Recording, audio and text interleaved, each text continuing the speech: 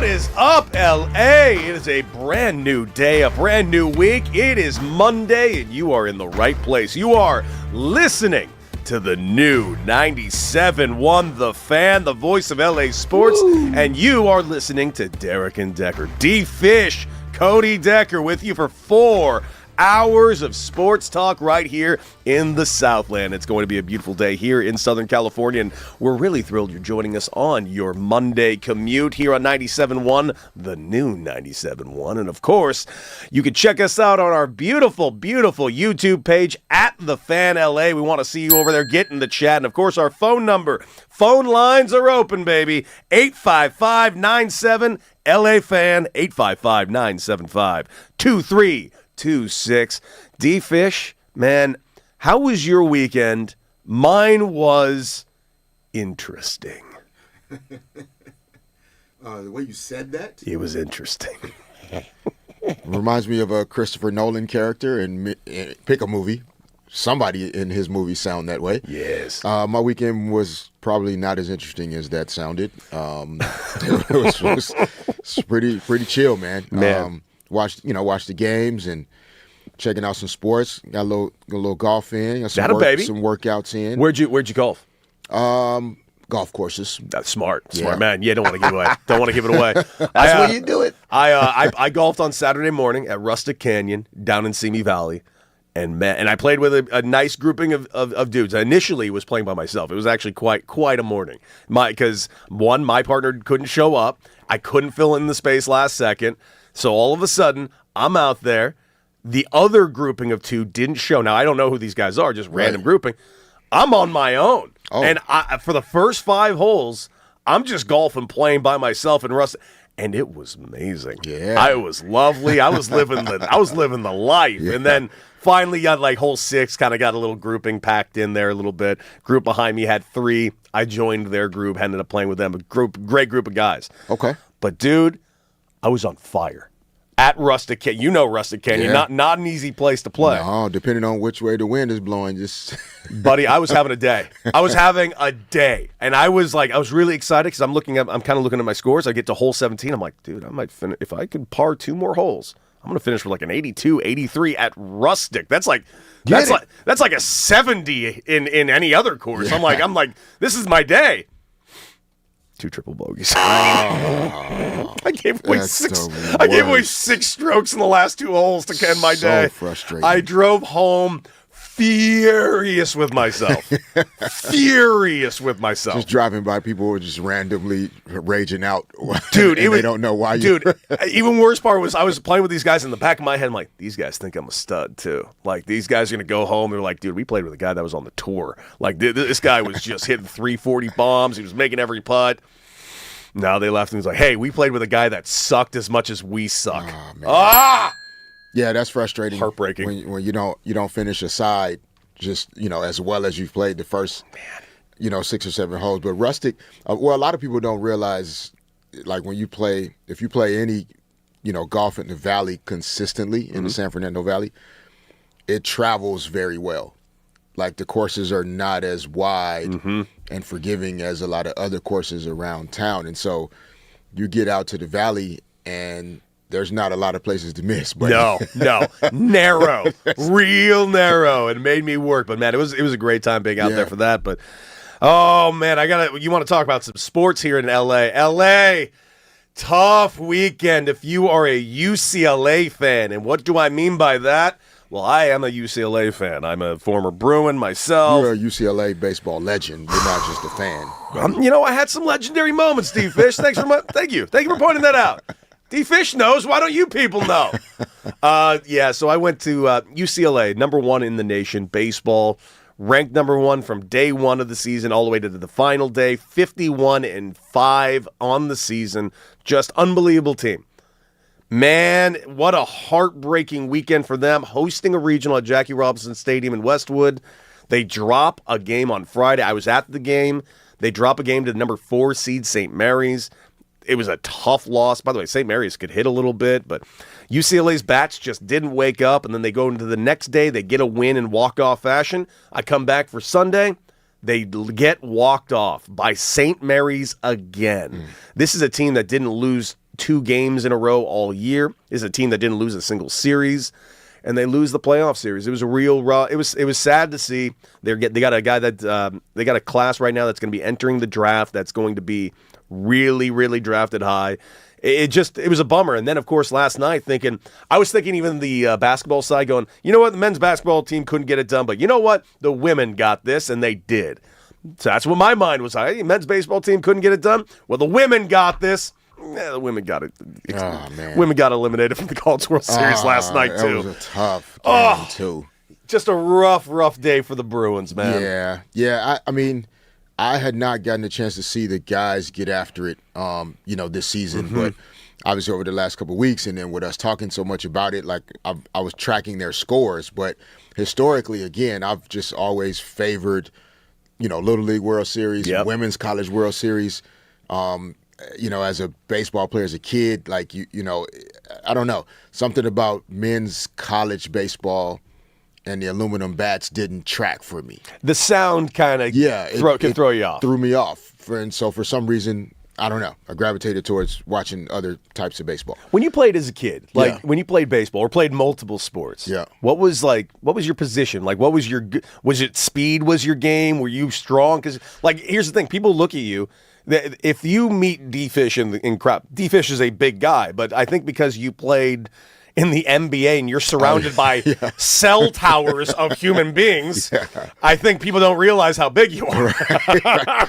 No, sometimes, I get 2 things. One, some people are like, oh, man, I didn't realize we were, you're the same size as me. Yeah. Like, I didn't realize that in one way, meaning maybe they could have made it to the NBA as well because they think you have to be 7 feet tall to make it to the NBA. Yeah. You don't. But then most people are like, yeah, no, I didn't realize you were this tall. And I'm like, yeah, I'm standing out there with Wemby. Yeah, there's nothing you can do. Look small. But yeah, as a kid, I was an outfielder. I think every now and then I'd fill in if somebody was out. I'd fill in the infield. But I was an outfield guy. Could track, fly balls, pretty strong arm. Consistent as a hitter. I wasn't a home run hitter, but I could get on base. And then once I was on base, then we can have some fun a little bit.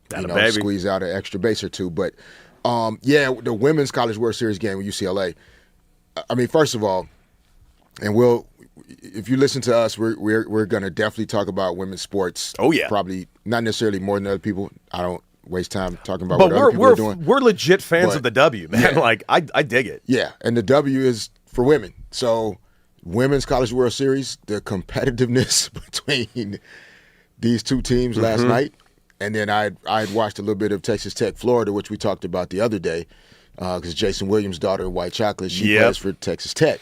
And there's been some. Yeah, they've been a team. Of spice. They've been doing some stuff. But that Texas Tech UCLA women's game last night was unbelievable. It was a hell of a game. The UCLA women's pitcher pitched the entire game into extra innings. Like 180 plus pitches because they didn't have anybody else to fill in for her. And so by the time you get to extra innings after the miraculous comeback, and you tell me, the batters are now facing her for the 8th time of the game. Yeah, so in baseball, here's in baseball they always say the rule is 3. You don't want to get a team line up and give you 3 looks at the same pitcher. That's why pitchers often come out in the 5th inning, 6th inning, because that's usually when the lineup's going to come and roll around for the 3rd time. That's how it goes. You don't want to see somebody the 3rd time. If I could see somebody 3 times, I don't care what they've got, I have a pretty good idea what they have. I can get my timing down, yada, yada, yada. Getting to see somebody 5 times, 6 times in a game, I have a good chance. Yeah, I feel like that's what happened to UCLA, last night on the women's side. But, I mean, it absolutely sucks when you have a really good team that is capable of winning a championship. Big time. And it just doesn't quite come together. UCLA, like you said, on the men's side, a bunch of guys that are going to probably be in the draft. So there's emotion kind of in that when that final out, or for me, that final play. Like I remember as a college basketball player, I didn't know I was going to the NBA for sure. Yeah, same. Oh, my God, same. So when that last second runs off a clock of your college career, you're emotionally wrecked. because you don't know if you're going to get a chance to play the sport you love again. One of the most emotional days of my life when we lost our last game at Arizona State. Yeah, man. And I'll never forget it. After the game was over, we got, we're in the getting ready to fly back on Southwest back to UCLA from Arizona State. It's over. I went straight to the bar and grabbed a drink. My coach was like, "Deck, what are you doing?" I'm like, "I don't play for you anymore, brother. I'm getting a beer." Yeah, it was rough. We played in the NIT. I was at Little Rock. We played in the NIT at Vanderbilt, and so and I took a hard fall during the game. My tailbone is like vibrating like it's going to pop out of my back, and so I played through that. And then after the game, just absolutely crushed, sitting down on the locker room floor, just wondering if that was the last basketball game I was going to ever play. So I'm freaking crying. Teammates are coming over. We're consoling each other. Dude. Like, it's a rough experience. So UCLA men's and women's baseball and softball teams are experiencing this all at the same time. So, I mean, I think school is out. So, you know. Yeah, I think it's about right. Yeah, so maybe. Or at least, I think UCLA, either that or finals week is about to start. Which, like, think about that. So you're, like, emotionally wrecked. You don't even know who you are, and then you got to figure out how to get it together. Oh, and now I got to take a test. You got to take a chemistry, business, calculus final exam. I still have dreams, and this is true, Raj. This is I still have dreams that I have a final that day, and I haven't studied at all. I had that dream 2 weeks ago, like. Recurring all the time. All the time. I've got a dream that I'm always in class, but I didn't show up ever, but finals are coming, and I have to pass. Like, I have to pass. I can't get held back. Recurring all the time. D-Fish, you got any recurring? Because I have one more other recurring. I have two recurring dreams. It's that dream where I'm always like not ready for a test, and the other one, I don't know why I keep having this exact dream. I'm on the bench in a baseball game. Someone said, "Deck, you're going up to hit and pinch hit." Except I don't have my spikes on. I have shoes on. And I'm trying to put my spikes on, but for some reason, I can't tie my spikes on and get onto the field. And then I wake up. It happens I have this dream all the time. I don't know why. I'm worried about myself now. I don't have any of these. Have any recurring dreams? No. I mean, well, you must have it all together. No anxiety? No, I do not. They vary. I don't know and a lot of times when I have dreams, like, if I don't, like, immediately try to do something to write it down or track what it was, like, I'll forget, halfway through the day, like, what that was. I think the recurring dreams I have are more like you feel like you're falling, sometimes, and, like, right before you hit the ground or right before something bad is going to happen, like, you wake up. And there's times where I have to tell hold on, this is a dream. Just wake up, bro. Wake up. Like, every once in a while. Michael Myers is about to get you. Dude, Michael Myers used to always get me. Wake up. He always get me. It's always Michael Myers. Yeah. And by the way, it's in the chat right now. Oliver Garrett said about the UCLA, the LA Bruin fans keep blaming the coach. The fan base, they are saying it is the coach's fault. I can't stress this enough. Coach John Savage, is not only the best UCLA baseball coach ever, he is maybe one of the best college baseball coaches ever at this point. He's got a national championship. He's been to Omaha like 5 times with this team. Got UCLA's first championship. To say it wasn't his fault, I think this was just bad luck and a combination of. For instance, we'll get into this probably at some point because I do think college baseball has a very big problem because I sent you guys both a video, Raj and D-Fish, about a guy who got kicked out of his game yesterday in the Georgia Regional. Yeah. And he hits a home run, go-ahead home run, and he celebrates. He gives it a nice little pimp job. He gives it a nice little, and he takes his time. And I'll admit, the celebration was a lot. But then he's ejected. And with an ejection in college baseball comes a 1-game suspension. There were a lot of ejections this last weekend in college baseball, and it's really, really, really gross. When it comes to UCLA baseball, their bats got cold. They had an ejection starting into the playoffs. They had a player named Gasparino who got ejected from the final game of the Big Ten championship, which means he's suspended for the first game of the playoffs. Their right fielder pulled his oblique. Their starting pitcher wasn't available. So they were a little shorthanded, and their bats never got it together. And it was sad to see it happen. You got to tip your caps to the other. By the way, like that's the other thing that I feel like people always forget. Oh man, you let down your team. Like say we get a massive upset in the NBA, dude. Are they always upsets? Those guys on the other team get paid too. Agreed. There are years where it just doesn't happen for a combination of reasons. Like you said, whether it's injuries, timing. One thing that crossed my mind, and again, I don't know if baseball, athletes have similar ways of how they, like with the College World Series format, if you're a number one team and number one seed like UCLA, like you're planning to like go to Omaha and be around for a while. Yeah. So how you approach like a first round matchup or a regional matchup, like inherently, internally, you're not thinking about this as like the last game that I might play. Yeah. And so your urgency is there in terms of like you're ready to compete, but you're not like St. Mary's came into the matchup thinking, bro, I have to play the best ball game of my life. It's balls to the wall in order for us to win and advance.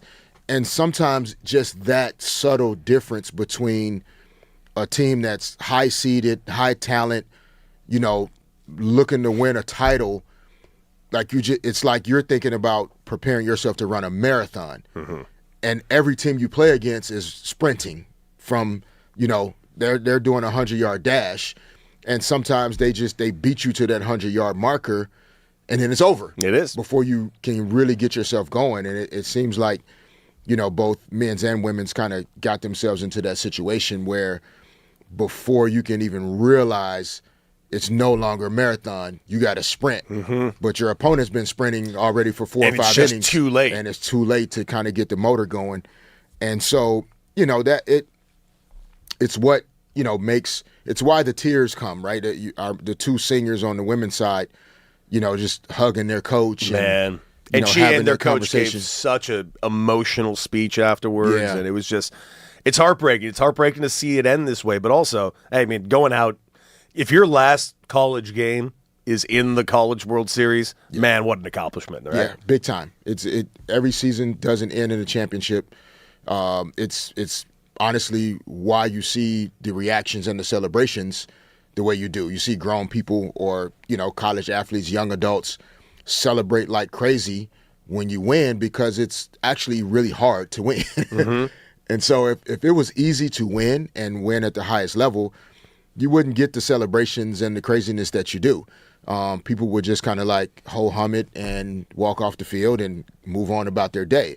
But the crazy celebrations and some of the antics even just come from the realization that like I had to pour every ounce of myself into this journey. Yeah. And it paid off. You don't know if it's going to pay off, but sometimes it does and sometimes it doesn't. And so, you have to tip your cap to your opponent. And, SGA talked about it as well. Like you just have to get better. Like you can make excuses or you can talk about realities, injuries, ejections, other setbacks. Those are not excuses. Those are realities. But sometimes you lose, tip your cap to your opponent, and then you take a step back and think about how can I get better in order to help the team. If we're in this situation again next season, how can I do a better job to help us win in advance? And by the way, those of you that don't think this UCLA losing is a big story, it was the opening story on SportsCenter this morning. Like it is wild. And by the way, congratulations to it being the opening story in sport. Like I do feel like we're getting a lot of interesting looks at a lot of sports that aren't the big three sports. We're getting a lot of looks at college. The fact that we're getting a lot of looks at college softball right now, I think is really cool because I'm with you, man. I love watching college softball. The only thing that drives me nuts about college softball is there isn't like a big push into a professional softball league right now the way there is in the W, but what we're seeing with the W and what we're seeing with the women's soccer league, do you think that we might eventually get ourselves, maybe a real legitimate pro softball league? I believe we're getting there. If I'm not mistaken, I believe there's a professional league in volleyball now that's starting to grow. I think Love B or something like that. We'll get the clarity on what the league is called, but I do believe there are some leagues professionally, building traction And I, major sports, major pro sports are like, that's big time stuff. It takes a really, really long time to build a league that would even compete or compare to that. But I believe in women's volleyball, there's a league that's starting to grow. Mm-hmm. I think I heard softball, there's some things starting to come together as well. Good.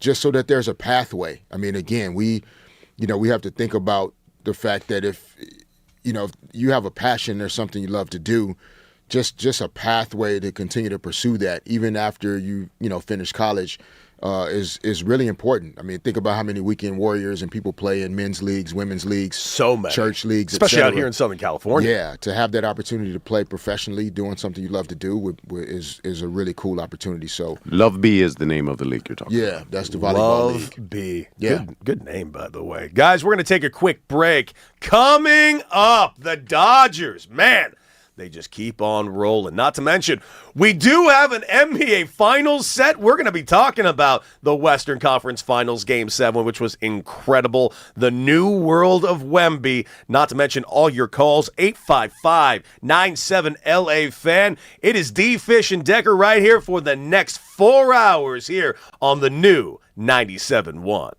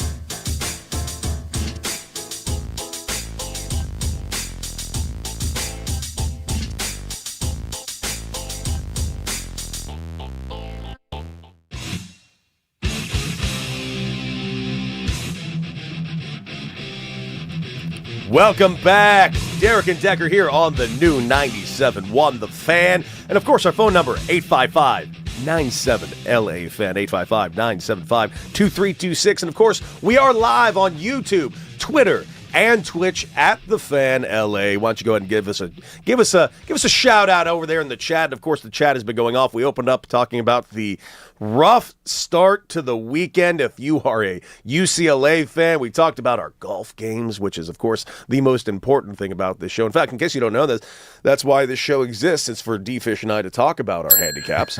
And which are incredibly high. Which could get better on both of our ends. And, of course, we got to talk about the Dodgers. Woo! What a weekend for the Dodgers, because in case you don't know this about the Los Angeles Dodgers, over the last couple of years, the Phillies have had their number, especially in the season. I don't know if you know about what the Phillies been doing, because I think everyone still thinks in the back of their head the Phillies are doing piss poor because of what they started their season with. Because their season started bad, real bad. So bad that they immediately had to fire their manager.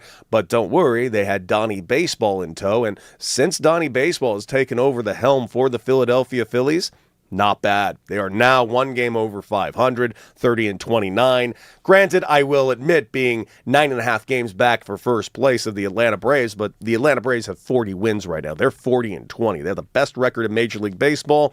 So to say that the Phillies are going to be battling at some point for this extra wild card spot, or one of the many wild card spots, I think is a pretty safe bet, because they are getting it together and they're swinging the bats the way they need. Come into Los Angeles, what do we get? Well, we get another series victory for the Dodgers. They don't sweep them. They blow game 2 because Tanner Scott gives up a home run. But at the end of the day, this Dodger team is rolling. And you know what? I know everyone's looking at Yamamoto and the day he had yesterday. 10 strikeouts, dominant. They absolutely gave him everything he needed. I'm going to look back at game 2. I know they lost that game, but I want to mention Roki Sasaki again. A pitcher who has really struggled here for the Los Angeles Dodgers since he's been a Dodger. Now that is 3, not 1, not 2, but 3 real quality starts in a row from Roki Sasaki. If Roki Sasaki is pitching at the clip that he needs to pitch at, this team's pitching staff is going to be fine. And that is without Blake Snell. That is without Tyler Glasnow. And by the way, a little update on Tyler Glasnow. Dave Roberts mentioning that Glasnow has not been able to ramp up his throwing program. No back pain at the moment, but they're saying that he is not able to kind of let it loose yet. So not really sure how long his timetable will remain. But the Dodgers are just a team that rolls. I mean, this team up and down is biblical. I don't know what to say other than they're biblical. Here's something that Max Muncy did yesterday, and it was just, how about this? Loud noises. High drive, deep right field. Garcia turn and watch it fly halfway up the pavilion. Muncy homers and takes over the team lead with his 14th. That right there, hottest play of the game from Next Gen, the next generation of home comfort. Here's something that's fun. Max Muncy, I've mentioned, is maybe, and I'm using air quotes, the worst hitter on this team. He has 14 home runs. He's absolutely killing it. Pejas has got like 55 RBIs. This team is just on all cylinders, man. I just can't get enough of watching.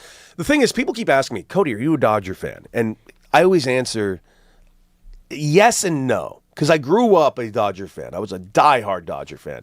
But I'm pretty sure you have this perspective with sports. Once you get drafted and you play a lot of years, like, kind of changes your perspective on fandom a little bit. And for me, you know, I played for the Padres for 7 years, so I have a soft spot in my heart for the Padres. I played for the Diamondbacks for 2 years. I have a very soft spot for the Diamondbacks. Red Sox, same thing. So since I played for everyone in the National League West except the Dodgers, I kind of just root for good baseball. And at the end of the day, there is no better baseball than the Los Angeles Dodgers. Yeah, I mean, my experience was insanely crazy. Like, the team that I grew up rooting for, I ended up playing most of my career for. And so, you know, I really have kind of always had a soft spot for the Lakers, even as a fan, but then playing for the team for so long. And then, you know, I played a couple other places shorter periods of time. I was the other soft spot, you know, is in OKC. Like, I was, you know, there for, you know, 2.5, almost 3 total seasons. And yeah, it's I still root for just good competition though. I was at an event at Pebble Beach a month or so ago. Nice. And the Rockets and Lakers are on, and it was late in the game, it was a close game. A player on the Rockets makes a play, and I react to it as a basketball fan and basketball person of like, why would you do that, bro? Like, that wasn't the smartest basketball play to make. One of the guys I'm sitting with at the table, he was like, bro, are you rooting for the Lakers to lose? And I'm like, no. Like, but I still want to see good basketball. Like, I don't want to see the other team like do ridiculous stuff that just like makes it easy for, even if I'm a fan of the team, I don't want it to just be like easy for it to happen. Like, I don't want a blowout either. That's not good basketball. Like, you still want to see your teams learn how to win close, hard-fought, competitive games, be able to handle, true adversity as a team. And so the Dodgers have, you talk about loyalty and fandom. Oh, man. Like, Dodger fans are just, it's like a generational experience, though, when you go to a Dodgers game or you watch the news or you see, like, generations of fans, like, from literally, 8 to 80. The Dodgers are, like, it's an important piece of so many families, lives and fans' lives. And so they're playing well right now. I don't think it's a coincidence that they almost kind of like took it up a notch when the Padres series started. Mm-hmm. Like, I think in baseball and sometimes in basketball, the seasons are so long. There are certain stretches of games that get your attention in a different way. Like, if you're playing at home against, teams that are in the bottom third of the league, like, yeah, you're going to get some wins. You're going to get some things figured out. But, like, there's a road trip, and you see the 3 games you got to play on this road trip, and if you don't show up, you're going to get embarrassed and get your butt kicked, sent back home quickly. Like, you have to raise it up a notch. And I feel like the Dodgers kind of found a different gear when they started to see, like, oh, okay, we have a series against the Padres. Mm-hmm. Oh, we're going to get embarrassed if we don't show up in that one. And then they've kind of built some momentum coming off of that matchup. Yeah, and by the way, they are going to Arizona to take on the Diamondbacks. Joanna in Arizona in the chat right now. The D-backs got swept this weekend by Seattle. Dodgers are getting them at a low point. Yes, they are, and that is great news for the Dodgers and not great news for the Arizona Diamondbacks. By the way, Seattle Mariners finally back in first place in the AL West, which is not a very good division right now, so it's going to be a unique season going forward. By the way, you mentioned growing up in Little Rock. Like, what made you kind of root for the Lakers in Little Rock, Arkansas?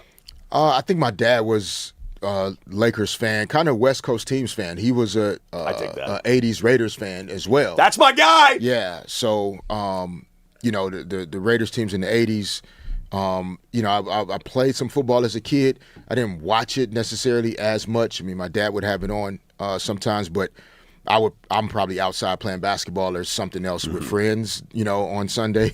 And so, yeah, I think my dad watching it, and then I was just kind of like the magnet gravitational pull of like Magic Johnson and how the Lakers played basketball, the way they shared it, how they enjoyed each other's success, and how much they won at a high level. Like, that became my picture of like what success looks like in sports, is like having fun, playing together, winning at the highest level, and everything that you want individually can kind of come from that.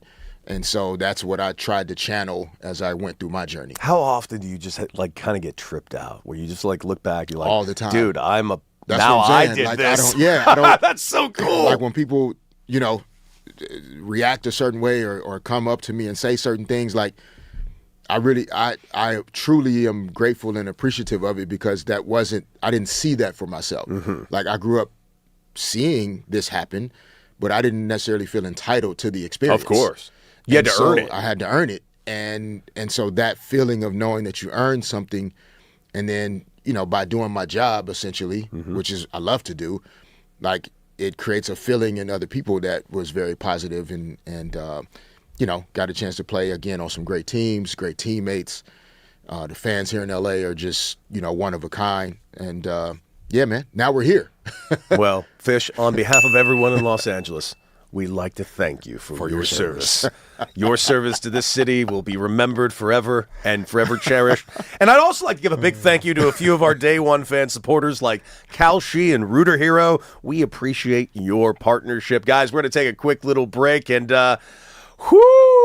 Knicks, checking the odds. Some pretty big underdogs, which got Raj thinking. What are some other really big underdogs? Top 5 will be next, right here on the all-new 97.1 The Fan.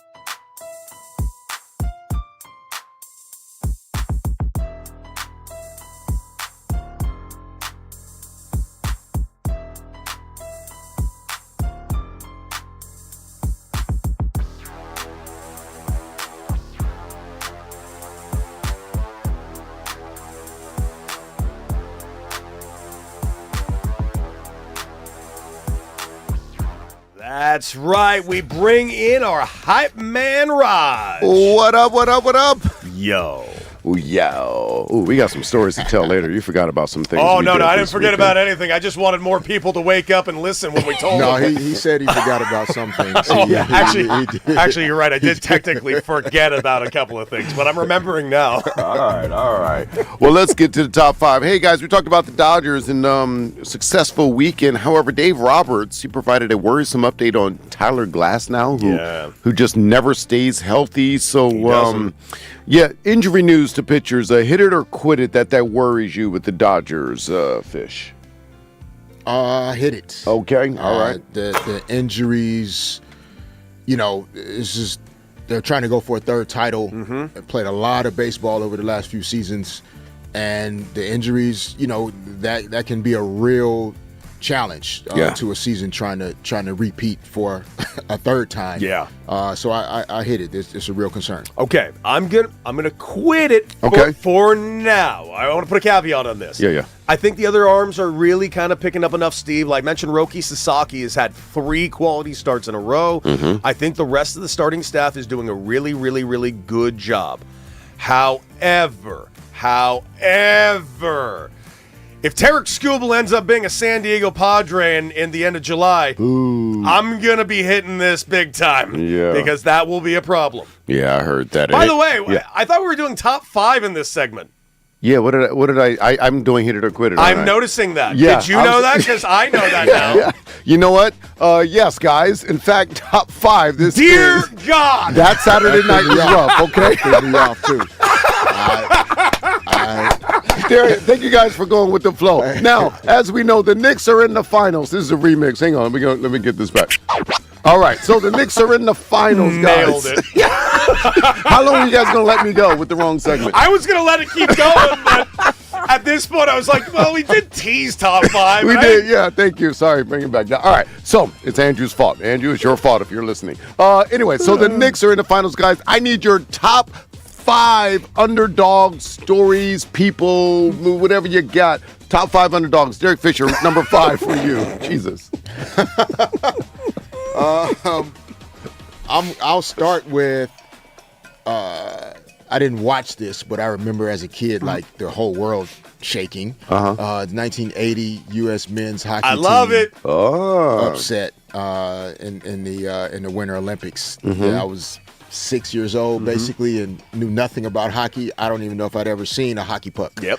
But I just remember the whole world, just going crazy when this happened. Nice. They say great minds think alike. 1980, 7 years before your boy was even born. Okay. I love the movie. I love the speech. Screw them. It's our time now. Oh. You bet. Miracle on Ice. Miracle on Ice, baby. All right, I love it. All right, your number 4 underdog, D-Fish. I'm going with the Giants, New York Football Giants, upsetting the New England Patriots in the Super Bowl. Yeah, okay. That was not just like a foregone conclusion that. Like, I wanted the Patriots to go undefeated. So did I, actually. I am a fan of teams that, like, once they figure out the magic that makes them work and they can beat everybody, I'm a fan of it. And I wanted the Patriots to finish that off. Yeah. But the Giants, man, Eli Manning, they got it done. So that shocked the world. I remember that, yeah. I watched that game with Suge Knight in Arizona. Oh, okay, we got to talk about that. We got a lot to talk about. Listen, he's a really nice guy. I wouldn't do business with him, but he was a really nice guy. We had a good time. He's not a nice guy to everybody. Off air, Raj. There's a few people he wasn't nice to, Raj. All right. Well, all right. What do you got? Allegedly. I want to allegedly. Yeah. If you're listening, Derek, Suge Knight, that was Derek Fisher and Cody questioning your Wow. If you're listening, Suge Knight, welcome. All right, what you got? We're huge fans. Great minds think alike, dude. 2007 Wow. Giants. Okay. We're 2 for 2. Yet, you know what it is? It's not just the Eli of it all. It wasn't just like the insurmountable, impossible, task of beating Moss and Brady. I mean, it was the helmet catch, dude. The helmet catch is the most ridiculous thing I've ever seen in my life. to this day, Yeah. might be the most incredible football play that's ever happened. That's crazy. That's one of his last catches in his career, too. Good way to go out, Yeah. man. All right, your number 3 underdog, Mr. Fisher. Oof, this was close because there's a football story and then there's like 2 basketball stories I want to squeeze in, but my number 1 cannot move. Okay. So I'm going to go with things that happened when I was alive.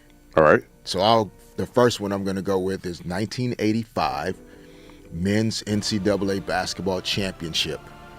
Villanova, Raleigh Massimino, head coach, versus the number 1 seed Georgetown Hoyas. Patrick Ewing, 1985 NCAA tournament upset for the ages. That's what I'm going with. I'm going to go with number 3, best underdog of all time. I'm going with the 2004 Boston Red Sox. After going and getting beat by the New York Yankees in 2003 in walk-off fashion by now manager Aaron Boone, you thought this team was never going to get it together again. And what happened that offseason? They took shots. The Yankees went and got Alex Rodriguez just to add more insult to injury. Not only did they beat you and go to the World Series, they went and got the reigning MVP to boot. Yeah. It looked like there was nothing the Red Sox were ever going to be able to do to beat the Yankees. Down 0-3 in the playoffs. Yep. They come all the way back. Legends forever. Yes. The 2004 Boston Red Sox. Oh, I like that. All right, we were talking about underdogs, of course, because the Knicks are in the finals, and they are underdogs, ladies and gentlemen. 4.5 points for the first game, but definitely big underdogs in the series. D-Fish, your number 2 underdog. All right, another basketball example. Like it. 1983. D-Fish, I'm 8 years old, watching college basketball. NC State. Jim Valvano. Oh, wow. And the Wolfpack versus the Houston Cougars. 1983. Hakeem Olajuwon, 5-slammer jammer. Upset at the buzzer. Like the long half-court shot comes up short. And he caught it, put it in, buzzer rings, and Jim Valvano is running around the court trying to find somebody to hug. Can't find anybody. Yeah, that's But a good one. it was an amazing moment, man. Just watching like the possibilities as a kid in sports, where like that's where those visualization exercises of like things happening at the buzzer, last second shots. Yep. It starts early, so that was one for me that was memorable. All right, your number 2, Cody. I'm going with a player, not a game, because I think we can all agree that this guy was set up as an underdog, and he changed not baseball, sports, America, and the world. Jackie Robinson is my number 2 greatest underdog of all time. I like it. Yeah. I like it. I mean, you spent the weekend at Jackie Robinson Stadium. Yes, I did. It's in there. I mean, 4-sport athlete at UCLA, and he comes over to the Major League Baseball with, I can only imagine the amount of pressure, more pressure than probably any 5 human beings have ever experienced at ever. And not only is he the MVP his first year, he becomes Jackie Robinson. Just a man that is, a name that is like, goes far beyond the man himself at this point. Greatest underdog maybe ever. Okay. All right, so that leads us to Fish's number 1 underdog, and that is? Man, 1990. Okay. What you waiting for, Cody? I'm waiting. What happened in 90? Mike Tyson. Okay. Versus Buster Douglas. No way in the world. Heartbreaking. You guys remember Mike Tyson fights. The build up, the anticipation, the excitement for that 72 seconds for somebody to get knocked out. And it didn't happen that night, man. He had his sights on Douglas. He had his sights on Holyfield already, man. Do you know in that fight he was Buster Douglas was such an underdog. Vegas didn't even have odds up for that. There were some casinos that did not have odds. It was in Japan, right? And they were saying Mike Tyson wasn't really training, doing this thing, but there weren't even odds for that fight because that's how much of an underdog Buster Douglas was in that one. That's crazy. Yeah. I like that you went with a fight because I, too, went with a fight. Oh. Dare I say, maybe the most famous fight of all time. In case you guys don't know this here in Los Angeles, everyone, there is a little-known thing called the All-Valley Karate Under-18 Tournament. And in 1986, there was a young man named Daniel LaRussa. He came out of Miyagi-Do, and he had...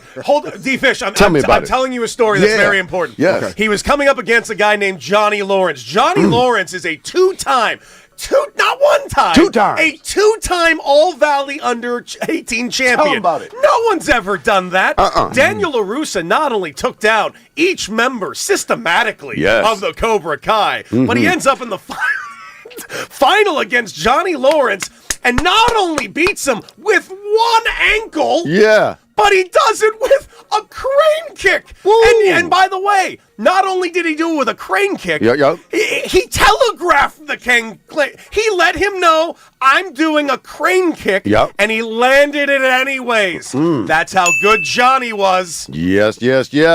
That's right. That's a big Karate Kid. Number one underdog. I like that. I agree. Good job. I agree. You agree with that, D-Fish, right? Yes, sure. By the way, in the chat on YouTube, you can get in. Joanne in Arizona says, Roger's still at the bar. That's pretty accurate. Actually, we're going to get into that. We're definitely going to get into it because we might have had a very long night at the bar on Saturday, and it turns out Raj might still be drunk. No, that's just in Guys, we're going to take a quick little break. Coming up! Oh, baby. Listen. Who do you want? You want LeBron? Or do you want Reeves? Also, the weekend that was. So much to discuss here. For hour 2, right here on Derek and Decker on the new 97.1 The Fan.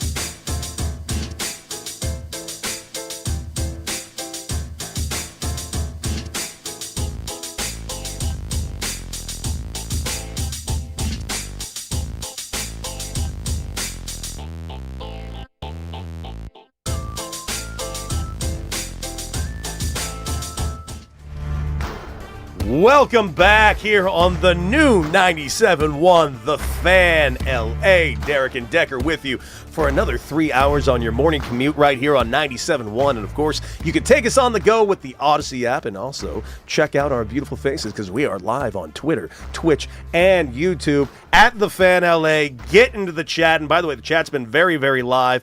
Hey, BB Unicorn, very excited for the World Cup. I hope the South Korean and U.S. teams do well in the World Cup. Personally, I think the winner will be either Argentina or France. Good you mentioned that. The smart money is currently on France. They are the shortest odds currently in the tournament. Lots to discuss when it comes to the World Cup. And, of course, the World Cup does start here, I believe. And correct me if I'm wrong, Raj. Is it June 9th, the first game? U.S. at SoFi against Paraguay. Dude, that is going to be some sweet stuff. And I was mentioning to D-Fish, those of you that don't know this, I've actually never... And Raj, tell me if you think this is crazy. I've never been inside SoFi.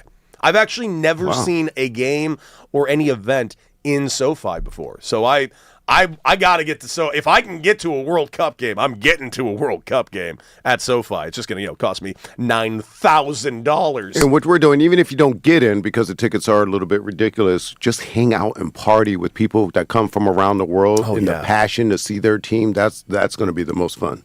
Dude, I'm excited. I feel like this city's going to be electric when the World Cup hits. Yes, it will. LA is as diverse of a city as you'll find on the planet. And so the World Cup is going to be one of those examples of, just how many distinct communities of people reside here in LA, love to come to LA and visit, attend events like from all over the world. It's going to be an absolutely crazy, crazy time. You and Raj will have a lot of, 3:30 a.m. wake-ups, I guess, to go to bars and watch World Cup soccer games. It's going to be a lot of this, Fish.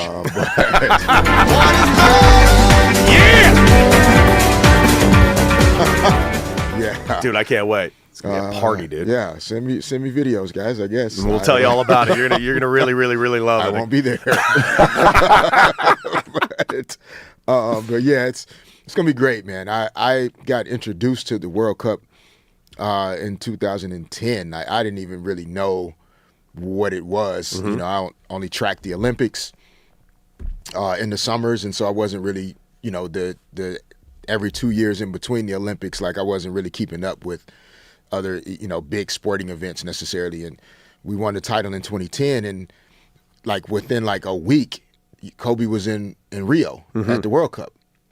And I was like, what? Like, there was a sporting event that got him on an airplane like almost less than a week after we just won the title. That's wild. And he's in Rio watching this in person? This must be a big deal. And that's when I kind of started like keeping up with the World Cup. I had no idea it was that big of a deal until 2010. Well, dude, huge weekend this weekend. If you are a fan of soccer, of course, we had the Champions League, and Arsenal takes care of it. And that, of course, led to a long day for our guy, Raj. Raj, how long is this 48 to 72-hour hangover going to be? Well, I mean, the Champions League final was at 8:30 or 9 a.m., so I got to the pub at about 8:30. Watched that. Bill Reiter showed up. Shouts out to you, Bill Reiter. Yep. Andrew showed up, they showed up, so we did that.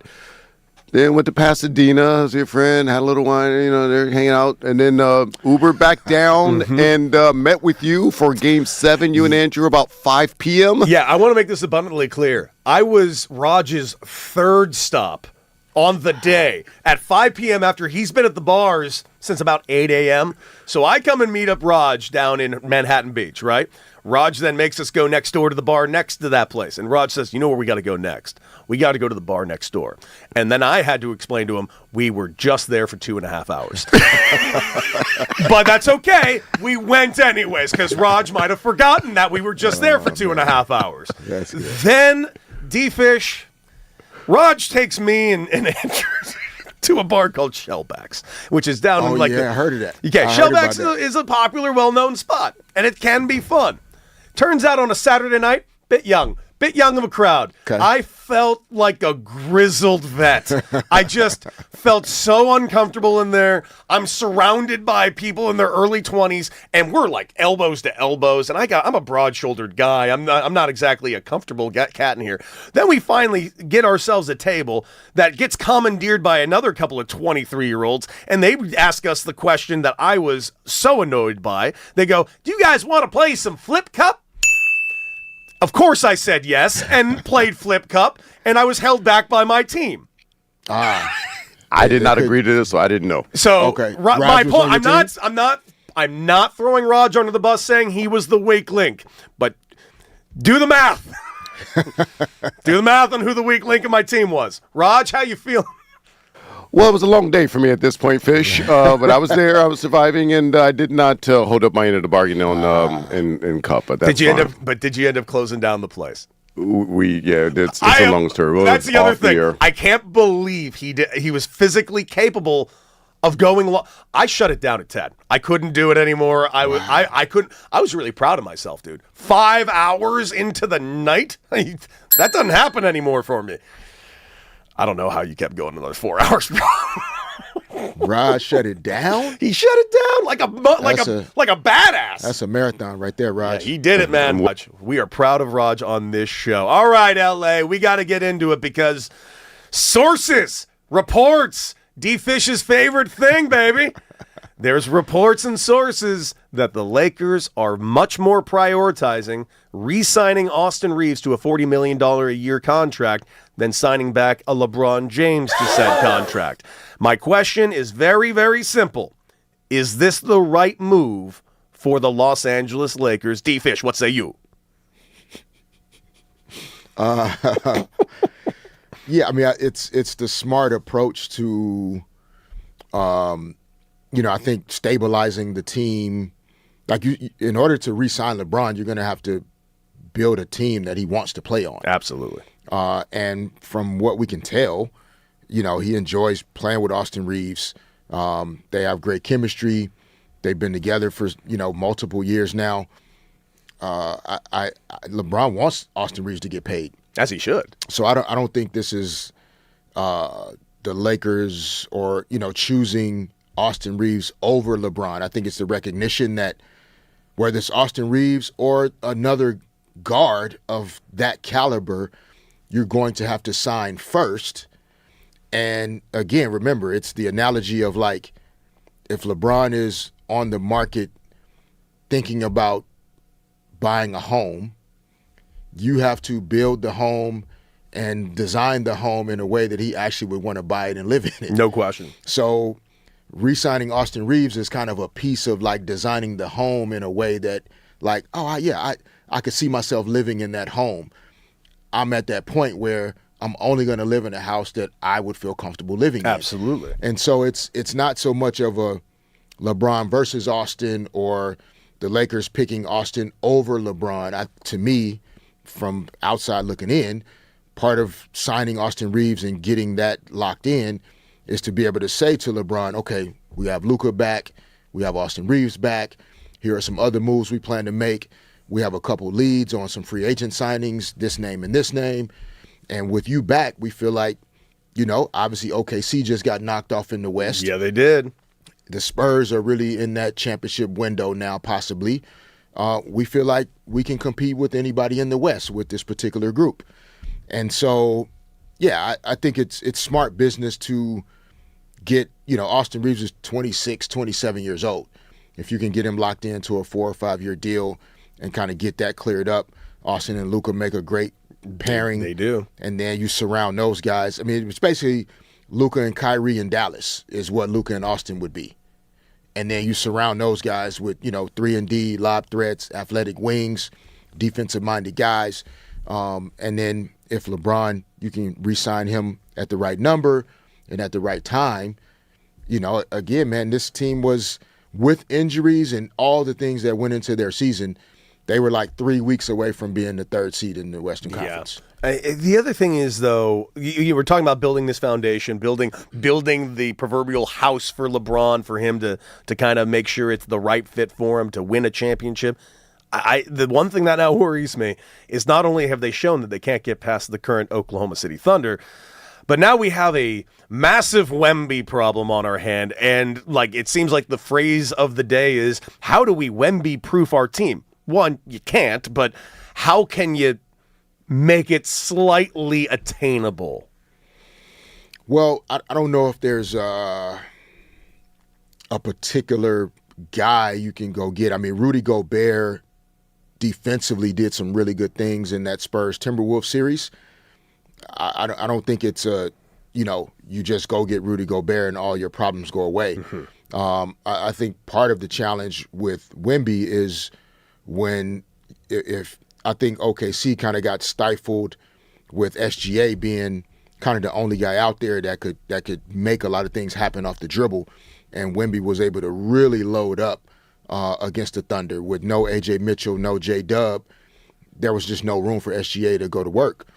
You think about, let's say, a Lakers team with Luka, Austin, and LeBron back. Mm-hmm. You can't just load up the court when Luka Doncic has the ball and the ball is now coming out and Austin Reeves can now attack on a closeout, or the ball's coming to LeBron and he's cutting to the basket and slicing to the basket. And so you're going to need multiple offensive threats to take away Wemby's ability to just patrol the paint mm-hmm. and close everything off. You can't have an offense that's predictable, that relies too much on isolation and too much dribbling. You're going to have to use the pass. You're going to have to shoot the ball well from the perimeter. And you're going to have the physical ability to go through his chest and get to the rim still. And LeBron is one of the few guys that could do that. Luka has the physical makeup to do that. Austin Reeves is a reckless driver in terms of getting 2 feet into the paint. So you could still have a team that doesn't allow him to just roam and clog everything up. That's the only way you're going to have a chance to beat this team. Yeah, it's in the chat right here from Jeets22. He says, go get Chet. The Thunder can't pay everybody. Just don't play him against Wemby. Chet's having a rough... Chet's getting a lot of hell for his final game of the series. Do you think it's justifiable? Because I will admit, the scoring wasn't there, and obviously Wemby had the game he had, but a bit rough, you think? I think everybody's really everyone's eyes are on Chet for the game he played.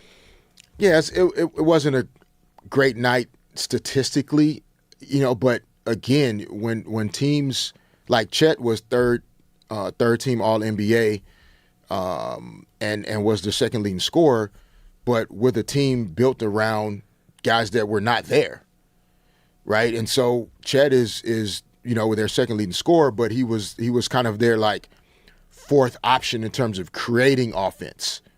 So it was SGA, it was J-Dub, and then AJ Mitchell had a hell of a season. So that's 3 guys that are making plays with the basketball off the dribble, collapsing defenses, forcing 2 on the ball, and then Chet Holmgren was playing off of those guys. So in that game 7, Chet Holmgren was missing AJ Mitchell and J-Dub's ability to create plays off the dribble to draw defense that would create more opportunities for him offensively. Mm-hmm. All of a sudden now SGA is the only guy that could create offense, and so he didn't get as many opportunities. Now, sure, could he have or should he have been more aggressive? Could he have shot the ball more times? Could he have just had more impact? Yes, I'm sure if you asked him that, he would say yes. Mm-hmm. But it's not the same. It's like he was riding in a car that wasn't as capable of going where he was accustomed to it being able to go. Yeah. Right? And so you have to kind of keep that in mind. Even OKC as a team in that game 7, without AJ Mitchell and J-Dub, it was going to be a harder game 7 to win. Mm-hmm. Could they have still won it? Yes. But you're missing 2 guys that do the things that you need to do against a really good Spurs team, and it just caught up with them. SGA couldn't get it done by himself.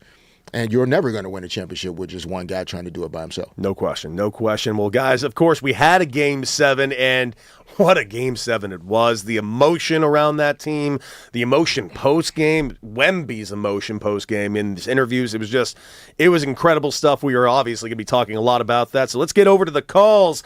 855-97 LA fan. We want to hear from you, LA. Give us a call right now on your thoughts on Game 7 and where this finals is going to go. And, of course, your thoughts on Reeves, Lakers, LeBron, Walrus, and Encino. Talk to us. You're on with D-Fish and Decker. Hey, good morning there, Cody. Good morning, D-Fish, Raj. What a fantastic Game 7 last night. The last time you had the two best records in the NBA going to a Game 7, I believe in a series period, it was you, D-Fish, and our Lakers that I root for at least back in 2002 against those Kings. We'll never forget that, man. Thank you again for it, number 2. The Spurs have arrived, man. They have arrived. You know, that's a young, hungry team like OKC was last season. Chet Holmgren wasn't hungry last night, that's for sure. That was a pitiful performance. And I really think that, you know, again, D-Fish, you know what these Spurs are capable of, man. I've been saying it to my friends. This is a team that hasn't won in 12 years, but they have championship DNA. They know how to do this, and I really believe the organization played a huge role in this series and that Game 7 last night. But I think that this is going to be a great finals. These Knicks are an all-time roll with that plus differential, and they haven't won in 53 years, and there's nothing like playing ball in Madison Square Garden for everything on the line. I am really looking forward to these finals, and I think the Spurs are going to ultimately take it in 6 or 7 games. Really looking forward to it. Great show, guys. Have a great day. Hey, thank you for the call, Walrus. And, dude, I agree with you. I think this is going – I chose a gentleman's sweep. But when I say a gentleman's sweep, I know it sounds way worse than it actually is, just getting one. I think these are all going to be hard-fought, great basketball games. That's the other thing. I just don't know how they're going to get past the Wemby of it all in a best-of-7 series. What are your thoughts on that, especially – the Madison Square Garden of it all? I mean, the energy is going to be, I assume, through the roof no matter what happens in those first 2 games in San Antonio. Yeah, no, the Garden will be crazy. But, you know, what happens in those first 2 games in San Antonio will matter. I mean, I think in order for it to get to 6 or 7 games, you know, the Knicks will need to try to flip that home court advantage and get a win in San Antonio in one of those first 2 contests.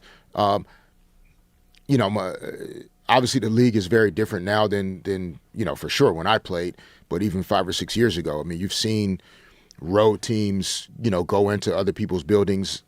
Spurs just did it in Game 7 in OKC. The Cavs did it to Detroit. There's another game. The Sixers went into Boston. This seems to be happening, you know, more frequently now. I think the three-point shooting has just kind of changed road teams' ability to swing the momentum in games and make things happen, extend leads or come back from, you know, deficits. I just think the Spurs, the level that they're capable of getting to, they had to find it in order to get past the Thunder. Like whatever their maximum levels are, and maybe there's even a little more room to go. But they've been tested in much more aggressive and adverse ways so far in this playoffs than the Knicks have been. You know, obviously when you're sweeping teams, like you're the better team, you deserve to, you know, win and eliminate your opponent, get it over with. But I don't know if like the matchups with the Hawks and the Sixers and the Cavs have prepared the Knicks as much for like what playing San Antonio is going to feel like and look like. But, you know, Mike Brown's a great tactician, you know, understands the game, willing to make adjustments, you know, and the Knicks are a good defensive team themselves. So I do think it's going to be a competitive series. I would pick the Spurs, you know, to win it. Yeah, in 5 or 6. I mean, I just think Wemby just makes it really difficult to find any type of offensive consistency at all, man. You know, you mentioned Mike Brown. I mean, how is the Popovich tree like the more impressive coaching tree that's in the NBA? Because, you know, he was a coach there in San Antonio, and of course you got Mitch Johnson, obviously. So we got 2 Pop guys going up against each other for the finals here. I mean, what exactly do you think Popovich's like impact on this game ultimately will be when he's one day long, like years from now? Oh, I mean, he's already having, you know, like you said, long-term impact on the league in terms of current guys. And then, there's young coaches, that are going to continue to evolve and grow. Several members of the OKC Thunder organization got their start in San Antonio. But that's, Pop's, he's a servant leader. He's a transformational leader. He's led with true, genuine relationship building at the forefront of his leadership style. And so that has allowed a lot of people that have gone through there, worked for him, with him, to have a good sense of like how to build, good organizational culture when they are able to move on and build, their opportunities and their teams. So I mean, the NBA will probably forever be impacted by Greg Popovich moving forward. Absolutely. I mean, you're talking about decades to come in terms of his impact. And that would be a fitting, ending to this season if he were able to influence winning another title. Like, right. He should still be coaching, quote unquote, right? If not withstanding the health issue. And so that would be a cool thing. But I know the Knicks want to stand in the way of that. Yeah, Maybe I know they do. Mike Brown wants to win it, and then he can still give Pop some love. I believe Mike Brown's direct quote was, "I want to kick their ass." Yes. He said those words. So good luck. I can't wait to watch this series. It's going to be absolutely awesome. All right, guys, we're going to take a quick little break. Coming up, those Dodgers, man. Those Dodgers are hitting June, and those Dodgers seemingly are hitting June in cruise control. But is that a problem? We're going to discuss. Derek and Decker right here on the new 97.1 The Fan.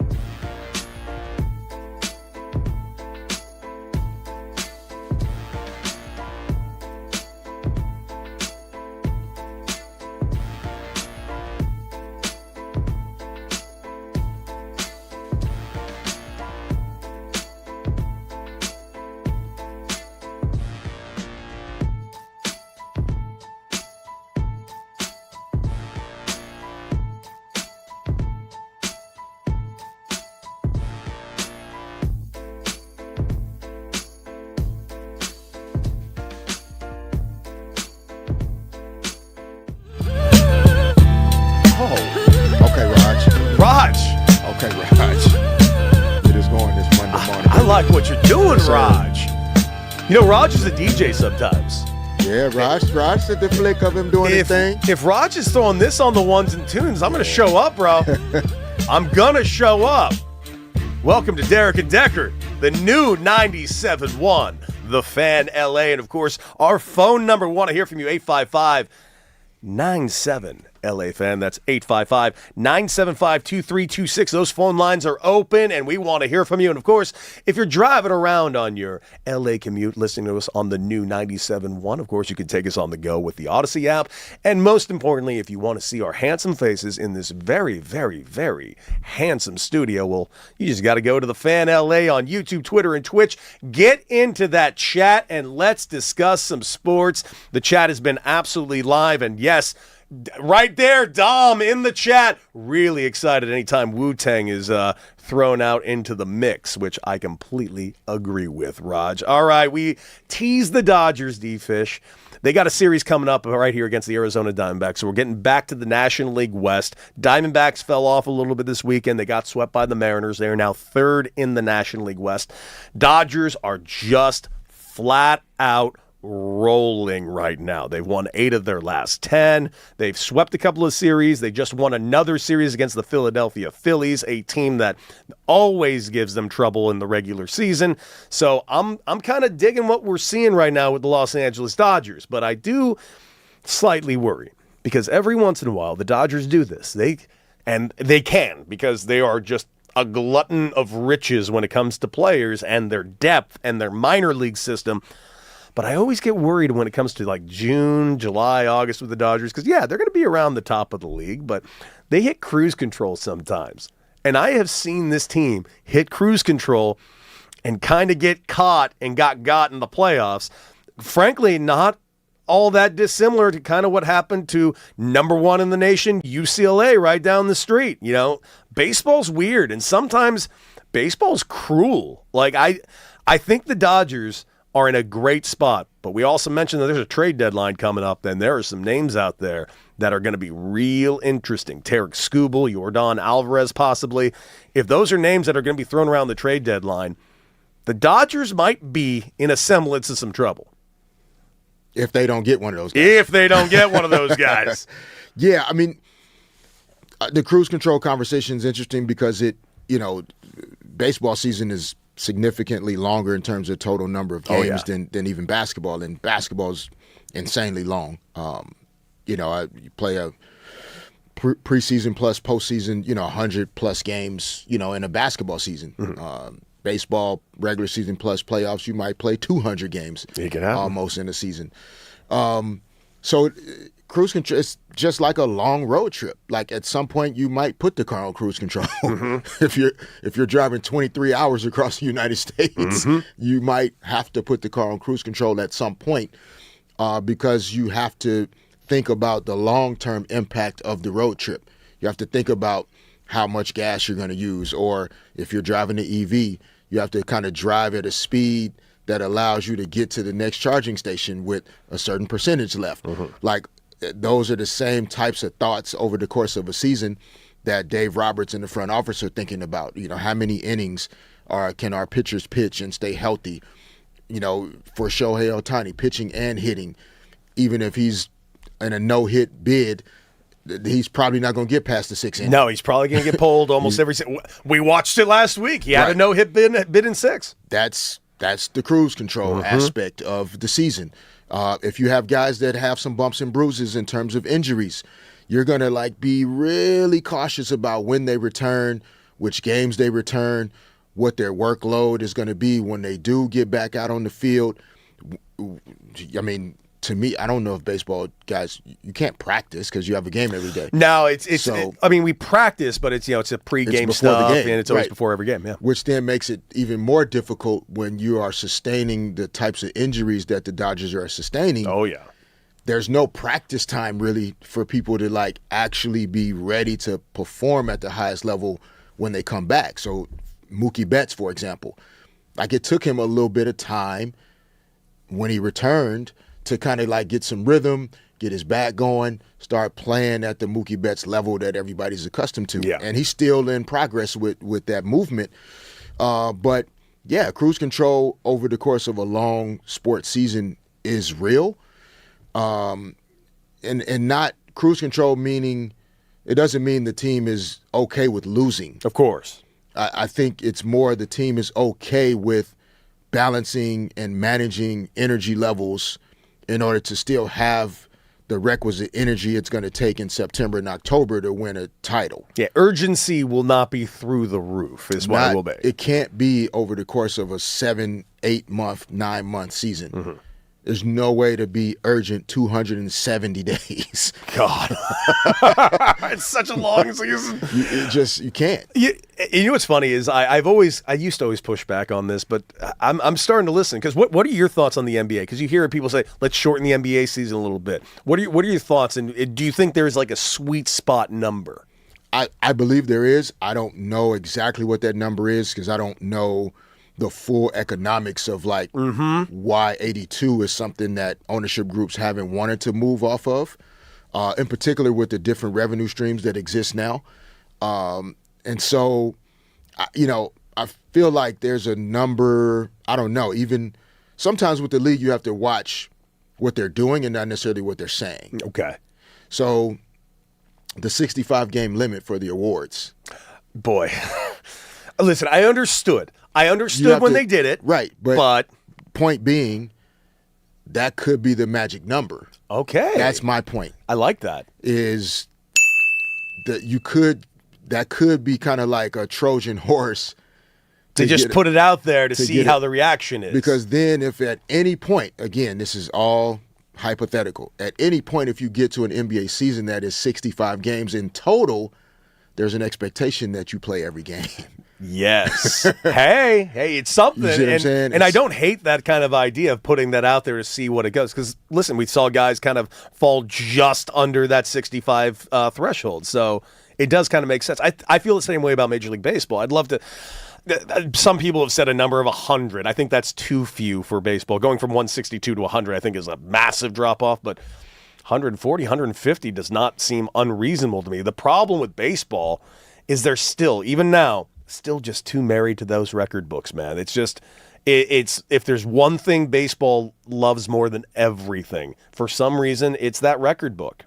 Yeah, and maybe that's all pro sports. To go from 82 games to 70 games. Even like it changes LeBron becoming the all-time leading scorer in the league. It changes so many things, but change is always a part of it. There used to be only 8 teams. There used to be 16 teams. There used to be and we're only expanding more. Yeah, so I don't think we should be fearful of change. But again, the economics of pro sports, fewer games means fewer partners, fewer commercials, fewer brand endorsements, fewer TV rights opportunities, etc. So. We'll have to see. I love it. Let's get over to the calls real quick. Of course, 855-97-LA-FAN. Mitch in Cali. Talk to us, Mitch. You're on with D-Fish and Deck. Good morning, Cody, Derek, Raj. Hope you guys had a good weekend. Not bad, actually. Yeah. Good stuff. I'm hoping Knicks can pull out. Okay. And take a lot of Mitchell Robinson's going to have to come to play. He does all the dirty work. I love Josh Hart's game. Kind of miniature Charles Barkley without the weight. Because he plays great as a shooting guard. Rebounds, steals, love his game. Brunson's not good as AI, but AI didn't have a good supporting cast. Like Brunson has a better supporting cast than he did when he went against Shaq and Kobe, excuse me.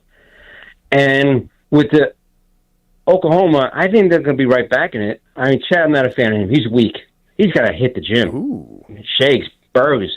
They had 2 first-round picks in the first top 17 picks. 12 and 17, I believe. The Michigan Center, excellent. They probably get another big man, too. They need 2 guys. Hardison's good for his rebounding and blocks, and he's not a scorer. They have many guards. I think they can start for other teams. So they're loaded there. They'll be back. These 2 teams are going to be fighting each other for the next 10 years at least. Oh, yeah. I'm with you, man. And what do you thought? You think Chet needs to hit the gym a little bit? I mean, yeah, but there's functional ways of getting stronger that you can't add too much bulk to that type of frame. Same thing for Wemby. Like, he's bigger and stronger than he was when he first came in the league, but he's never going to turn into like a LeBron-sized build. Yeah. Because with the length of his levers, like you can't put too much bulk and weight into it, but you can still be functionally stronger. I think Chet will be fine. Like if you're third team All NBA, you're pretty damn good. Yeah. So yeah, do you need to get stronger in certain ways and find ways to have impact? Yes. Absolutely. Well, guys, we're going to take a quick little break. Coming up, whoo, we got a Hall of Famer coming out of retirement. We'll discuss as we hit it or quit it right here on the new 97.1 The Fan. Hiding.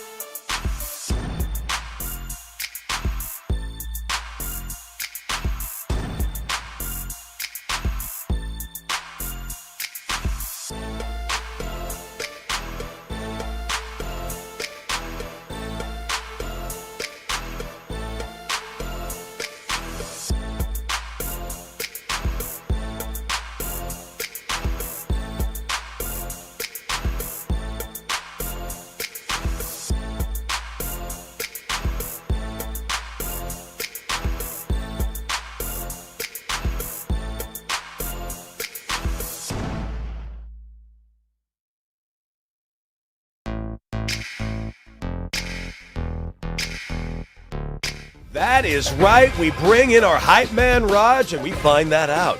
Yeah, that's right, guys. And we got some breaking news in the world of sports. That's right. Future Hall of Famer Serena Williams is coming out of retirement. No. She's going to play in a doubles tournament coming up. So I don't know if she's in like the big scene, but Serena Williams coming out of retirement to play the doubles. Cool. Yeah, Fish, hit it or quit it. I like this a lot, bro. I'm love excited. this. I hit this in terms of like just seeing her back out on the tennis court. It doesn't even have to be at a highly competitive level. It's not about winning or losing. It's just like, yeah, seeing her back out on the tennis court again would be a lot of fun to me. Absolutely. So I'm down. Yeah, no, I'll hit it all day long. Absolutely. Okay. That's a legend coming back, and I would love to see it. I do have a fairly awkward question to ask, though. Yeah. She does those row commercials with the semaglutides. Is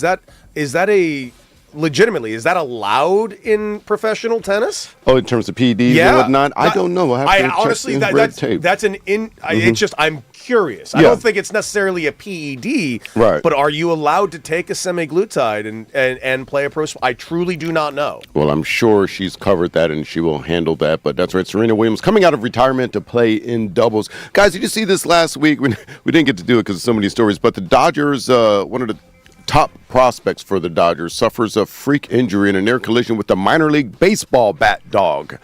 Cody, go first on this one. Hit it or quit it with a baseball bat dog. This really hurts because I love dogs more than humans. More than Fisher, because Fisher doesn't like dogs, as we discovered last week. That is just not true at all. Yeah, but go ahead. No way he thinks that. I refuse to believe that about my guy. If you watch the show, you know this is not true. I do not believe that about my guy. He loves dogs. I love dogs. This is a dog-friendly show. I can't stress this enough. I love dogs, but I got to say, the gimmick of a bat dog has never been the most fun to me. It's a lot of fun for like the first at bat when the dog goes out and gets the bat. But when you're causing injuries to a top prospect who you paid a lot of money to because he had to dodge a dog on a baseball field, you might need to fire the bat dog. I don't know what to say. All right. This can't happen. Yeah. It just cannot happen. Can't happen. What about you, Fish? Bat dogs, yeah or nay?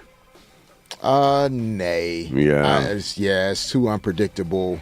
Yeah. Can I also point this out? You know that dog picks up the bat, with their mouth. Yeah. I have pine tar on that bat, and I have had like bite marks on my pine tar because the dog grabbed it at the pine tar mark. So two things. One, ruining my work on how I pine tarred up my bat. Sure. And two, good luck getting that pine tar off your dog's teeth. Okay. All right. Well, speaking of gimmicks, Banana Ball. Did you happen to catch that this week? Banana Ball was on at a pub, a bar. I was doing more research at the bar on Sunday. Smart. Yeah. And Banana Ball was on, and people were watching it pretty much more than the Dodger game, pretty much, just with the sound off. It's interesting. So hit it or quit it on Banana Ball and Cody being offered a contract. I was multiple times. What do you say, Fish? You into Banana Ball?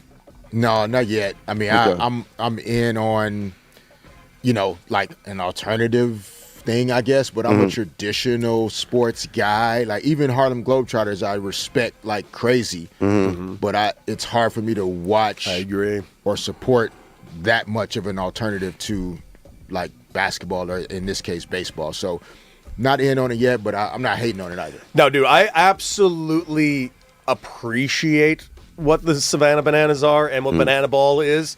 I was offered multiple times to join the Savannah Bananas, especially early on. I had just retired. I couldn't get my mind there because I loved shenanigans in baseball. I loved doing pranks. I loved doing all of these things. But I love doing it in pro baseball. I didn't want to be a part of the prank league where I'm playing. It was just, I couldn't wrap my head around it. If for instance, Fish, if the Harlem Globetrotters offered you to go play, would you go play with it?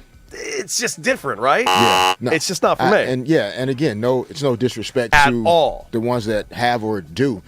It's just not my thing. And whatever it takes to I know part of it is you want to engage young people, or as many people as possible to love the sport. So if this is exciting people about just baseball in general, makes me happy to hear. That's great. But I don't know if that's converting to MLB support or not, or it's just creating like this alternative lane, and kids are going to grow up wanting to play banana ball and not actually play baseball. Okay. That'd be a wild. What if 15 years from now we're like competing drafts between Major League Baseball and banana ball? How's your backflip? Yeah, exactly. Hey, staying with baseball one last time. A Georgia baseball player, he will miss the Super Regional game after being ejected for waving to his parents. Hit it or quit it, Fish, on being ejected for waving at your parents. I quit it, man. This one, I mean, I'm going to give Cody more time on this one. I quit it. This is kind of ridiculous from my vantage point just as a fan, but I'm going to turn this one over to Cody. Bro, I'm quitting this so goddamn hard. I don't know what to tell you. I was furious when I saw it. Now, I will admit, he homers, ball goes over the wall by about 5 feet. A bit of a wall scraper, sure. Did he pimp the living hell out of it? Yes, he did. Did he take his sweet time? Yes, he did. Was it maybe a little over the top? Yes, it was. Ejection and suspension? Dear God. The fun police in the NCAA, and by the way, there were like 5 ejections this weekend in the regionals. Just embarrassing, dude. If you want people to play baseball, you want people to like baseball, why are you relegating and why are you punishing fun? Yeah. Mike, the point of sports is fun. Yeah. Like that's why we're here. And Bryce Harper has been long on that of the Phillies. Of course, the Dodgers beat this weekend, but Bryce Harper has always said baseball should be fun. Why are you getting hit for enjoying yourself? Man, if you did it more like the World Classic, why can't they do that in MLB where it's exciting? The World exciting? Baseball Classic is the blueprint on how fun this can be. And Major League Baseball, to their credit, now, like, listen, I'm not saying they're got it right perfectly, but to their credit, they've really loosened up the reins. Good. And guys are doing things. Guys are having fun. Guys are pimping home runs. And not getting hit for it. And they're not getting attacked and hit for it, as long as it's kept within the realm. But this was just ridiculous. The dude just turned to I guess the umpires thought the guy was looking in the other dugout and taunting. I kind of thought that as well. But he wasn't. He was looking above the dugout to his parents, who, by the way, got a really good photo of this pimp job. Suspended for next game, which is just embarrassing. Embarrassing. Yeah, I heard that. Hey, guys, let's see here. I got some audio. Let's play a little bit of audio here. This is Wemby talking about going to the finals. Here he goes. Come on, Wemby. Yep. Wemby. I had it queued up to the right thing, and it just went. Wemby. Yeah, here we go, Wemby. All right, well, that's horrible. That didn't that was some phenomenal sound. Yes, it skipped up. But the point of the matter is, Mike Tirico says it's Wemby's West. It is his West. Hit it or quit it that the West is Wemby's, Fish. Currently, as we sit here, it is Wemby's West. They won the Western Conference Finals. They are representing the West in the NBA Finals. It is currently his West. He's the best player on the team that advanced to the NBA Finals as the Western Conference representative. You can disagree with it all you want to, but the facts are the facts at the moment. So, yeah, I hit it. In 2 weeks, it will be Wemby's league, let alone the West, man. All right, you calling your shot? I'm calling my shot. You bet your ass I'm calling my shot. Yeah, this is Wemby's world, and we're all living in it. And by the way, did you guys see the San Antonio lighting up that tower with the alien logo at the? I didn't. Dude, they put up like this big drone, like alien logo above like the tower in San Antonio. And it just said he has arrived, and I'm like, dude, this is going pretty hard. I dig this. Man. Saucy, like it. Hey guys, back to baseball real quick. Ken Rosenthal comes out, of course, a respected writer for the MLB, covered it for a long time. He says the salary cap drives him crazy. Hit it or quit it on the salary cap in baseball, Fish.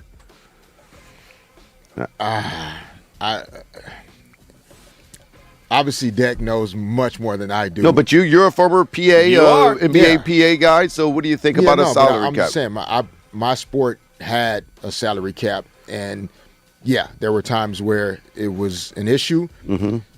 I don't know if it's an issue at the moment. But yeah, I don't think Major League Baseball needs a salary cap in order to be a great league. So I quit it on Major League Baseball salary cap. I don't think just how much money you spend determines what type of success you have on the field. Absolutely. Gotcha. Cody, And- what and- you say? In fact, there is no direct correlation between the two, and I have numbers to back that up. But yeah, quit it. And you know what I'm quitting more on that? It's What's not that? necessarily the idea of a salary cap.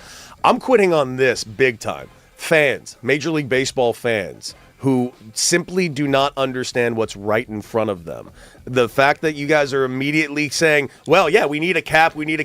Why do you think that? Because the Dodgers are spending money? This is a much more nuanced, deeper, much more layered conversation than, hey, boy, we got to keep these athletes from making so much money to stop the Dodgers, because that's what this conversation has become, and that has been on purpose by Major League Baseball, and they're fooling fans, and that's my biggest problem. Ooh, full events. Lockout or not? Yes or no, Cody? Is it Yes. coming? Yes. It's happening? It's happening. Are we getting 162 games in? Absolutely not. Absolutely not. I honestly think there will be a work stoppage. I don't think we'll lose the entire year, but I think we're going to get a 100-game season in 2027. Guys, we're going to take a quick little break. Coming up, we've reached it, the point of no return. Bad weekend for anyone who loves them some UCLA Bruins. We're going to talk about it and so much more right here on Derek and Decker, the new 97.1 The Fan.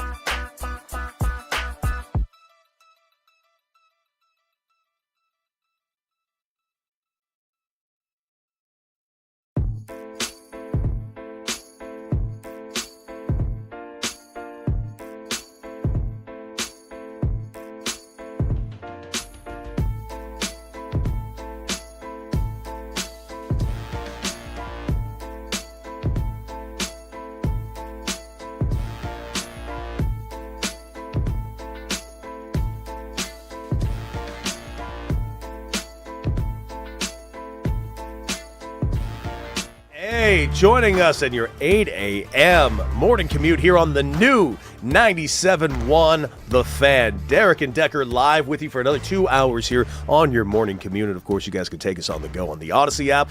And you can take a look at our beautiful faces right now on YouTube, Twitch, and Twitter at The Fan LA. Get in the chat, join the conversation. Of course, taking a few phone calls as the show's gone forward. 855-97-LA-FAN. That's 855-975-2326. We want to hear from you guys. And D-Fish, we've been talking about it a little bit today.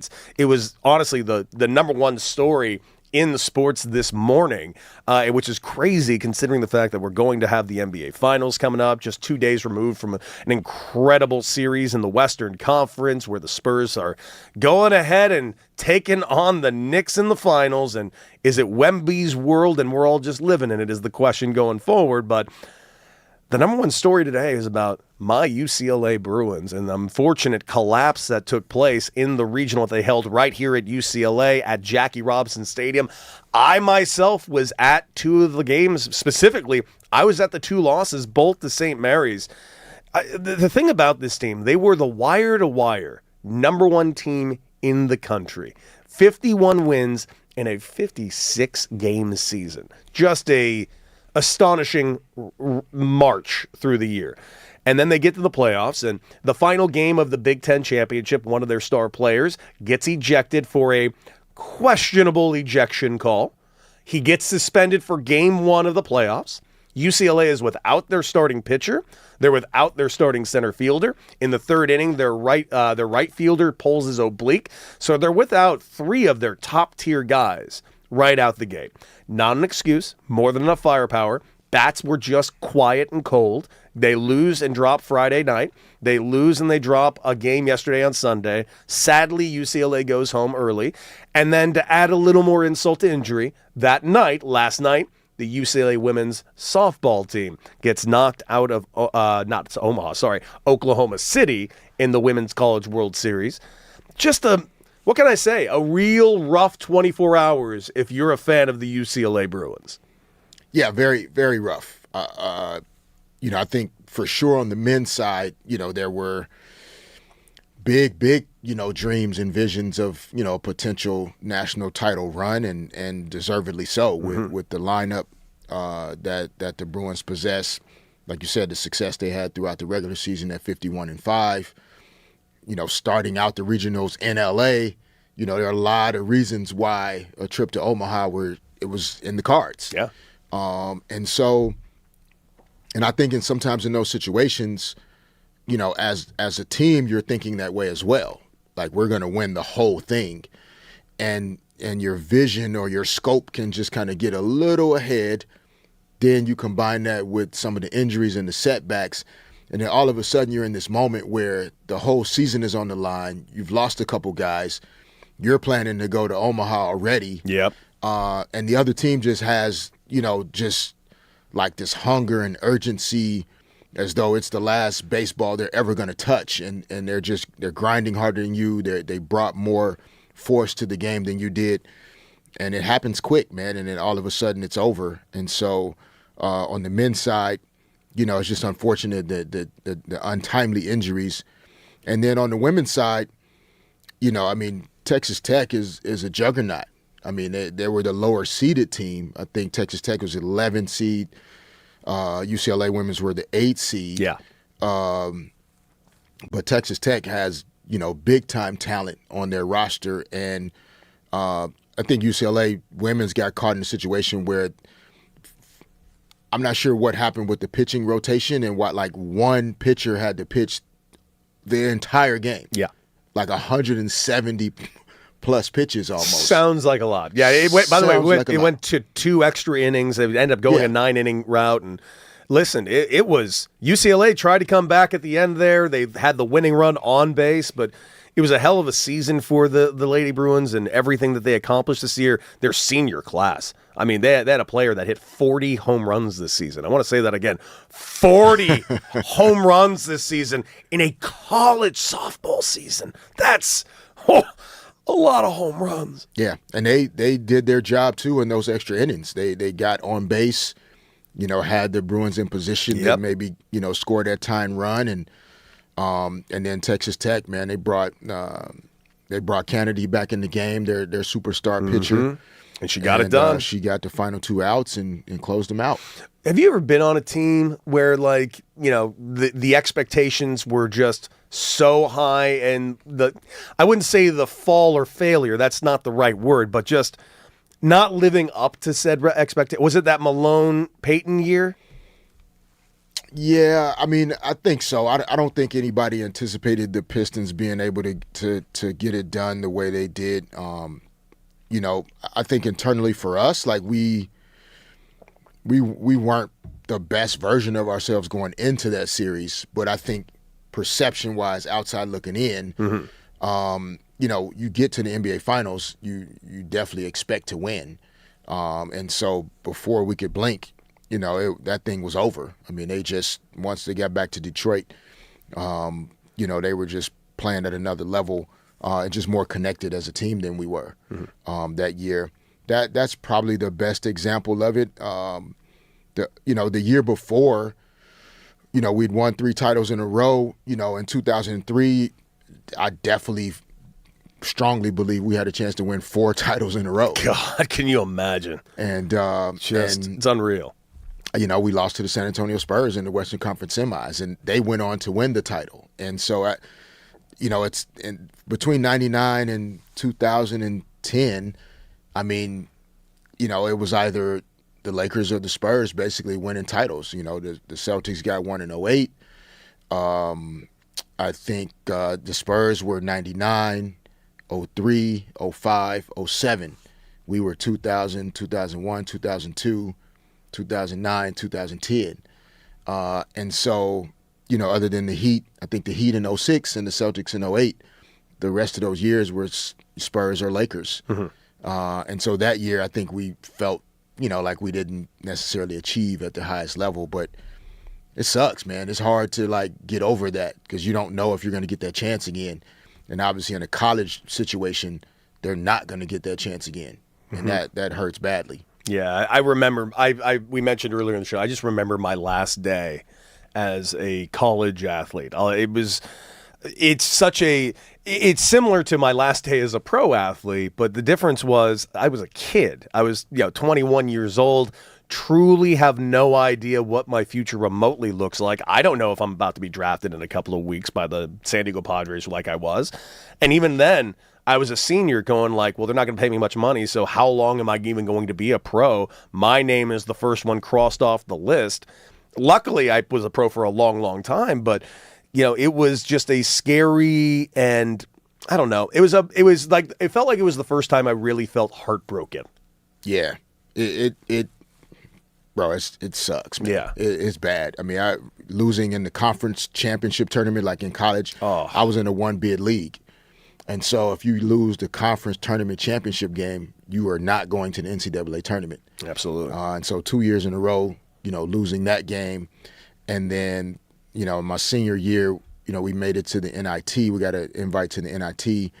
We lose at Vanderbilt. And I'm literally just destroyed and distraught in the locker room after, wondering if that was the last basketball game I was going to ever play. Like, that's the type of emotion you're going through. And so a lot of my teammates at that time, they showed me a lot of love and almost kind of saw my future more than I did in that moment, trying to encourage me that there's more to come. But that's got to be hard, especially when you have a team like both UCLA men's and women's, good enough to win it all. Yeah. And then to get hit kind of surprisingly that way, kind of in the first round, or just not getting as far as you anticipate. But still great seasons. The seasons that end in turmoil this way, or not turmoil in a negative way, but just in a loss, it's what fuels you moving forward. We don't like it, but we need those type of experiences to kind of continue to level ourselves up and sharpen who we are and how we do things. And so they'll all learn from it, coaches, players included.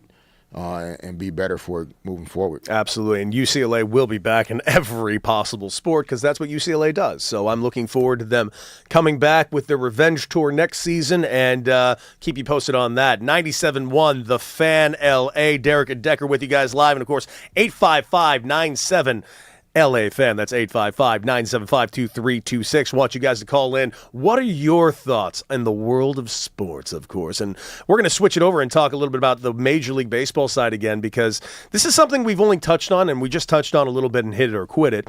We do have a looming CBA coming with Major League Baseball, and make no mistake, it's going to be the most consequential CBA in Major League Baseball history. The future of this game is very much going to be dictated with what happens come December when the CBA does come up with its expiration date on December 1st. Listen, we saw the owners put out their comprehensive cap situation that they released last week. And here's the thing that I have multiple problems with. And those of you that haven't seen it, quick little recap. The owners put together a cap argument of $243 million as the ceiling and the cap floor being $171 million. Now, right out the gate, that caught my eye in utter and just pure confusion because in the NBA, they have to spend a certain amount of the cap. Yep. But in the NBA, it's 90% of the cap. In the NFL, it is also 90% of the cap. Now, keep in mind, these are two capped leagues that are very, very popular. And by the way, of those two capped leagues I just mentioned, championship parity in the NBA would be the worst in all major of the four sports. Major League Baseball is right around the same as the NFL and the NHL. The NHL they consider the gold standard, even though they've had a repeat champion the last couple of years as well, yet no one's complaining about that.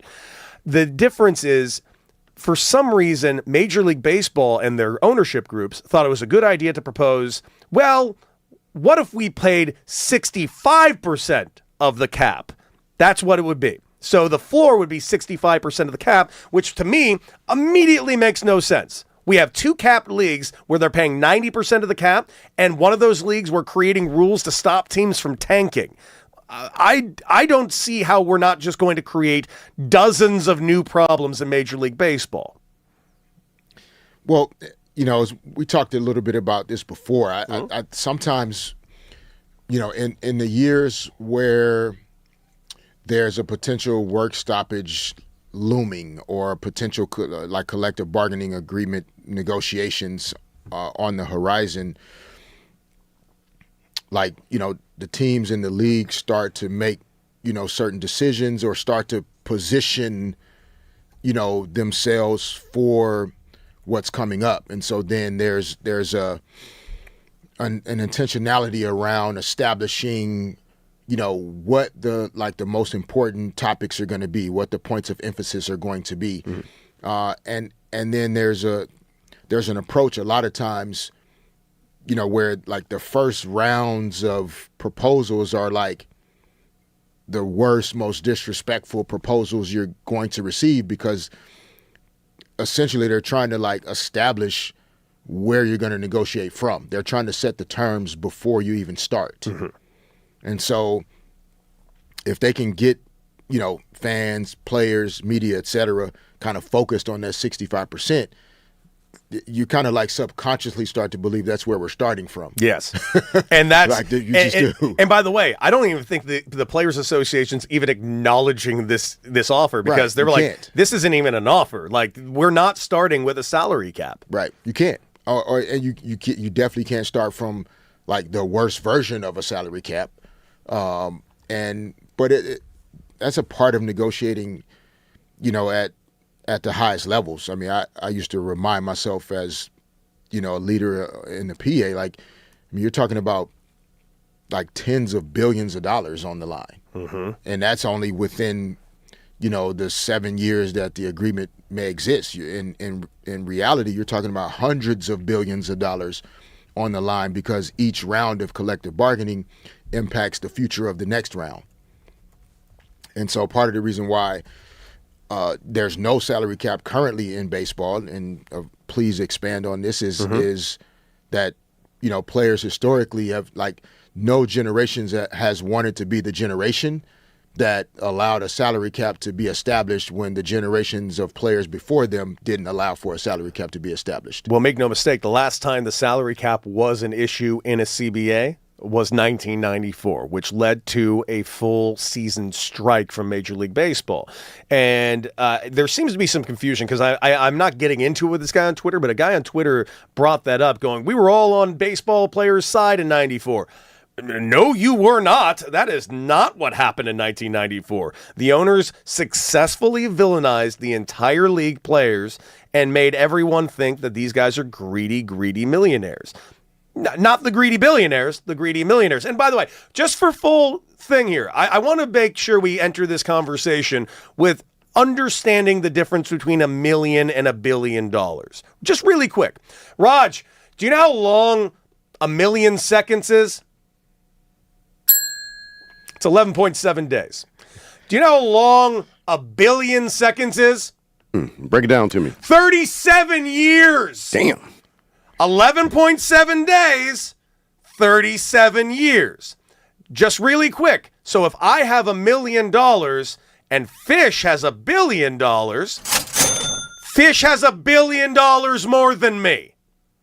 Just so we're clear on what money is and how numbers work. So let's go ahead and start there. And now let's move over to the Los Angeles Dodgers, who are being used, in my opinion, used a phrase earlier, I'm going to go ahead and steal it from you, as a Trojan horse right now, because the Dodgers are the biggest villain being used in this upcoming CBA. Why? Well, because the Dodgers have created a pay discrepancy in Major League Baseball. There's so much a disparity between what the Dodgers are spending and what the Cleveland Guardians are spending that they just simply cannot compete. By the way, that's not how Major League Baseball financials work, but we can get into that another time. That being said, I do agree that the Dodgers are spending a lot of money. I do agree that the deferred money aspect of this could be problematic and probably could be reined in a little bit. But I also agree that every other team has the exact same resources to do the exact same thing that the Dodgers are doing, and they're choosing not to do it. That being said, alarm bells went off for me this offseason with the Dodgers, and the alarm bells was Kyle Tucker. Now, I've heard D-Mac and Reiter talking about Kyle Tucker's season so far. You can definitely say it's been a little bit of a disappointment so far, but it's June 1st. I'm not going to worry about a guy who's going to be with this team for the next 4 years, what he's done in his first 2 months. I'm going to give him a little bit of time, get his feet wet, and get himself going. The thing that the alarm whistles went off is because he's getting paid a lot of money. He's getting paid roughly $60 million a year from the Dodgers. The closest offer to him before that was $5 million less a season. That's a hefty jump. The Dodgers just overpaid to get Kyle Tucker because they can. But it made me go like, are the Dodgers, whether it's wittingly or unwittingly, are the Dodgers just doing what every team is really happy that they're doing? Oh, no, the Dodgers are spending more money while they're all sitting there in the corner. Good, keep spending more money because we can't vilify the players anymore. We need to vilify the team that's destroying baseball, the Los Angeles Dodgers. By the way, the Los Angeles Dodgers played in the highest rated World Series in like 37 years. Major League Baseball is making more money than it ever has. 2 years ago, we had Arizona Diamondbacks versus the Texas Rangers, and everyone said baseball was dead because of it. So I don't understand. We need it. We can't have it both ways. Either we like an underdog or we like the big dogs. The ratings and the money says we like the big dogs. Oof, this is layered. Mm-hmm. This is a layered conversation. From my experience during certain seasons in advance of collective bargaining agreement negotiations, teams are aware of like sometimes where we're headed.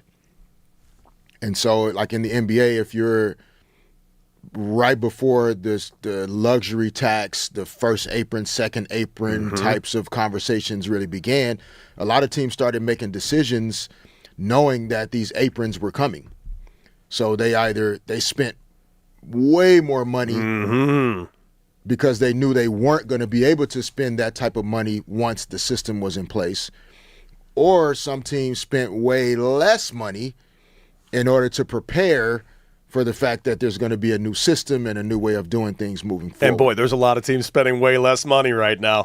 And so, there's both ways to kind of look at it, and depending on the organizations and ownership groups and where they feel like they are in their championship windows, you'll kind of get both reactions. And in baseball, there's no question that ownership groups are kind of aware, like this could be the one that there's going to be a work stoppage. And so therefore, if you're the Dodgers, you're going to go for that third title in a row. You're going to go all in on winning another title before this new system that Major League Baseball owners are going to die on the hill for, quote unquote, comes into play.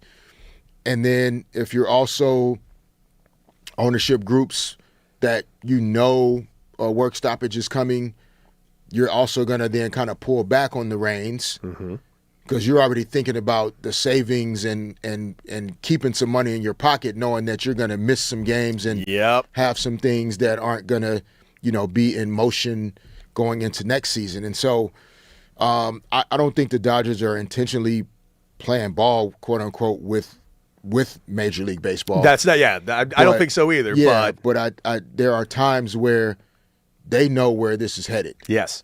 And so it's like, let's go all in right now, and then because we may not be able to go all in this way in the foreseeable future. True. And so let's do everything we can do right now. And by the way, Bubba Holmberg asks a question. Will there be a cap on a team profits to make sure that fans get an affordable experience? No. That's the other thing about this whole thing. A lot of fans have, no team has told them this, but a lot of fans have convinced themselves, well, once we cap the league, it'll be a much more affordable experience. It will never become a more affordable experience. The prices will only go up, and the owners will only make more money. And what I really think this is all about, and why the owners are more than happy for a work stoppage, we got a new TV deal coming in 3 years. Wouldn't it be nice to have a capped league when we get a brand new TV deal in 3 years? Yes. Big time. We're going to take a quick little break. Coming up, Rams, baby. Rams about to get a game changer. We're going to talk about it right here on 97.1 The Fan.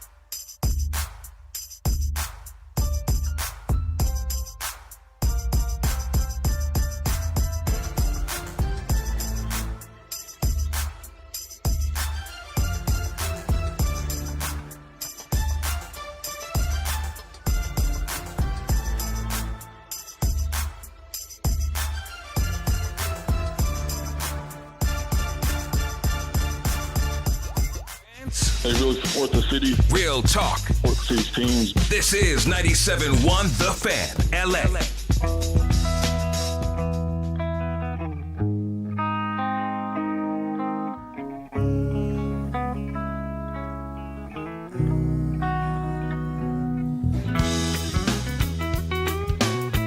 .97.1, the new 97.1, The Fan. Derek and Decker here, rounding out your 8 o'clock hour right here in Los Angeles, California. And, of course, you guys can give us a call, 855-97-LA-FAN, 855-975-2326. Derek Fisher, Cody Decker, and all of you get in the chat on YouTube, Twitch, and Twitter at The Fan LA. And what can I say, man? It is being reported right now. It is sources, reports, you name it, D-Fish. This would be a game changer. This would rock the NFL world. It is being reported that the Los Angeles Rams have called the Cleveland Browns specifically about their edge rusher, Myles Garrett. And the word is that not only are they aggressively going after Myles Garrett, they're using this phrase. And by the way, this is not a phrase you get said very often because it was one of the highest, maybe the highest, most criticized trade of all time. The Rams have reportedly offered a Ricky Williams-esque type of trade for Myles Garrett. Those of you wondering what that was, to move up 7 spots from number 12 to number 5, the Saints traded an unprecedented 8 total draft picks to Washington to get their hands on Ricky Williams. And if that's what this is, that it sounds to me that not only do the Rams want to win, they want to win right here, right now. They want to win another title in Los Angeles, where the Super Bowl is going to be at SoFi, and they are not even hiding it. They're giving up the future for this, man. If that's the case, they're just saying take whatever the future is and give us Myles Garrett. And you know what? I love it. Do it. I'm in. If you're going to go for it, go for it. Because last year, that Rams team should have been in the Super Bowl. They weren't in the Super Bowl. So what do? You go get a Myles Garrett. I love it. Yeah, it sounds interesting because a player of Myles Garrett's caliber, like if you're the Cleveland Browns, I mean, somebody has to send you everything. Everything. Which then does that gut the Rams' ability to actually go win the Super Bowl? I mean, this season, no. In the future, here's the thing. I would say yes. I normally would say yes. I would 100% agree, yes, this is a bad move for the Rams' future. But I said the same thing when they went ahead and they extended Darnold years ago. I'm like, man, they just pilfered and ended their future. But they didn't. They kept going. They said F them picks before. And look, they're still here competing. And they're still doing it. I mean, if any other team, I would say this is a terrible idea. But the Rams have already shown me that they can do it.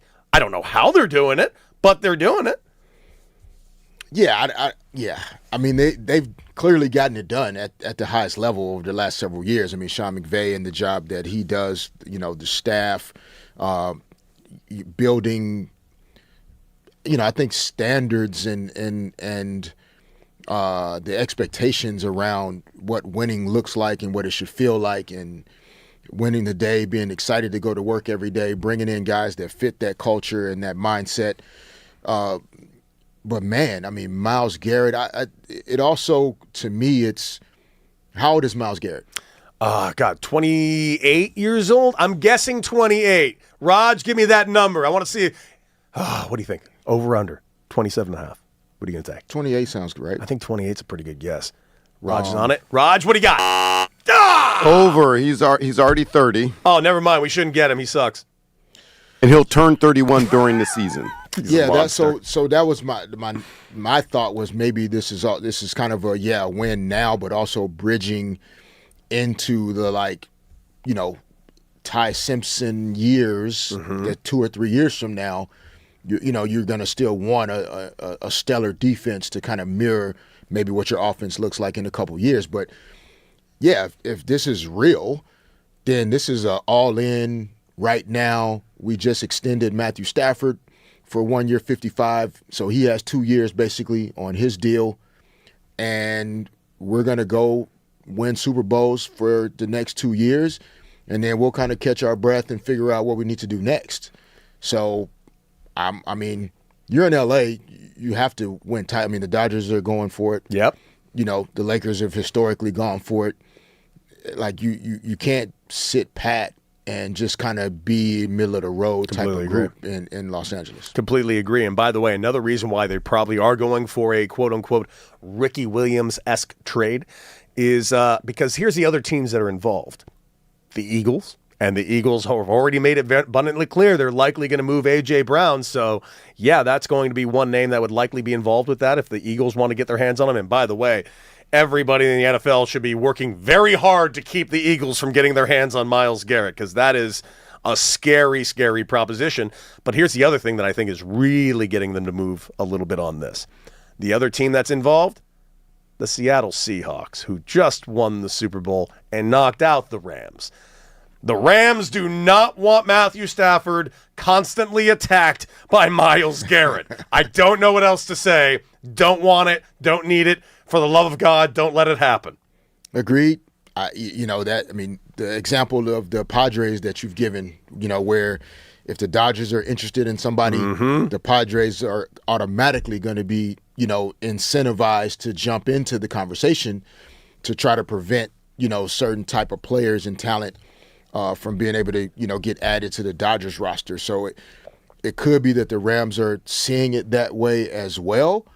And again, of course, the Cleveland Browns are kind of in the driver's seat. I don't know if I would assume, are there no trade clauses, in football in a sense? I would assume Myles Garrett will have some say over where he ends up. I would assume that as well, but even though the Browns are still going to want to get all the kitchen sinks they can get. Yeah, I don't know. I think if you approach Myles Garrett, say, Myles, you're 30 years old. You ain't winning ish in Cleveland.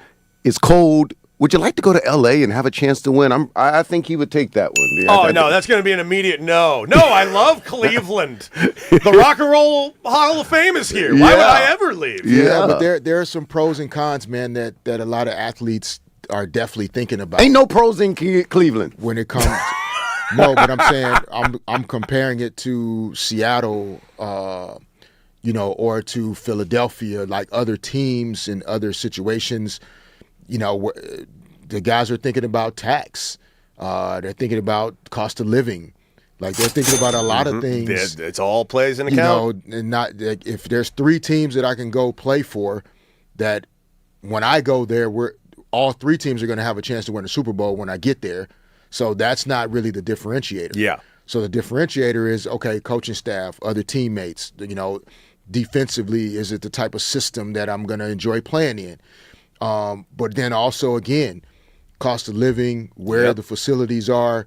The Rams, I think, are building a new facility, but it's not set yet. So if Myles Garrett is like, well, I'm going to go to L.A. and I may not have a facility for a couple years compared to the facilities that are already in place in other places. Now, all of that being said, Super Bowl's in L.A. Rams have a championship caliber team. Yep. Like, there's a lot of reasons why this would be a great place for him. And so we're just going to have to follow this story and keep tracking it. Absolutely. And by the way, somebody mentioned this in the chat, saying Myles is about his money, not winning. He would be losing money going to the Rams. You are not wrong, and this has always been kind of the caveat about coming to LA. There is that tax aspect of the whole thing, which is a real deal. In fact, Dodgers have lost a couple of guys like the Arizona Diamondbacks because of the tax aspect of it. That being said, if you're a star of the name of Myles Garrett, you will make back that money doing something else here in Los Angeles, unquestionably. For sure. When you are like Myles Garrett is one of the all-time best defensive players to ever play football. Football fans know him, and some casual fans know him. But playing for the Rams in Los Angeles would light the impact that he could have after football on fire. Whatever his plans are after football ends. Is he an investment guy? Is he interested in, media, whatever he's interested in, the increased visibility and platform that comes from playing in LA on a team that's going to win a lot of games. They're going to have more nationally televised games, than the Browns are on some of the big stages, the night games, the football night in America games. Like, that changes everything. And so there's, depending on those aspects of it, there are a lot of reasons that LA makes a ton of sense in terms of you lose out from a tax perspective, but you do gain some value in terms of branding and kind of equity in terms of the things you're interested in, maybe off the field. Completely agree. And it's going to be a very interesting thing. And as D-Fish just said, we will monitor the situation as it goes forward. Myles Garrett looking potentially for a new home, and LA might be at the top of the list. All right, guys. 855-97 LA fan coming up.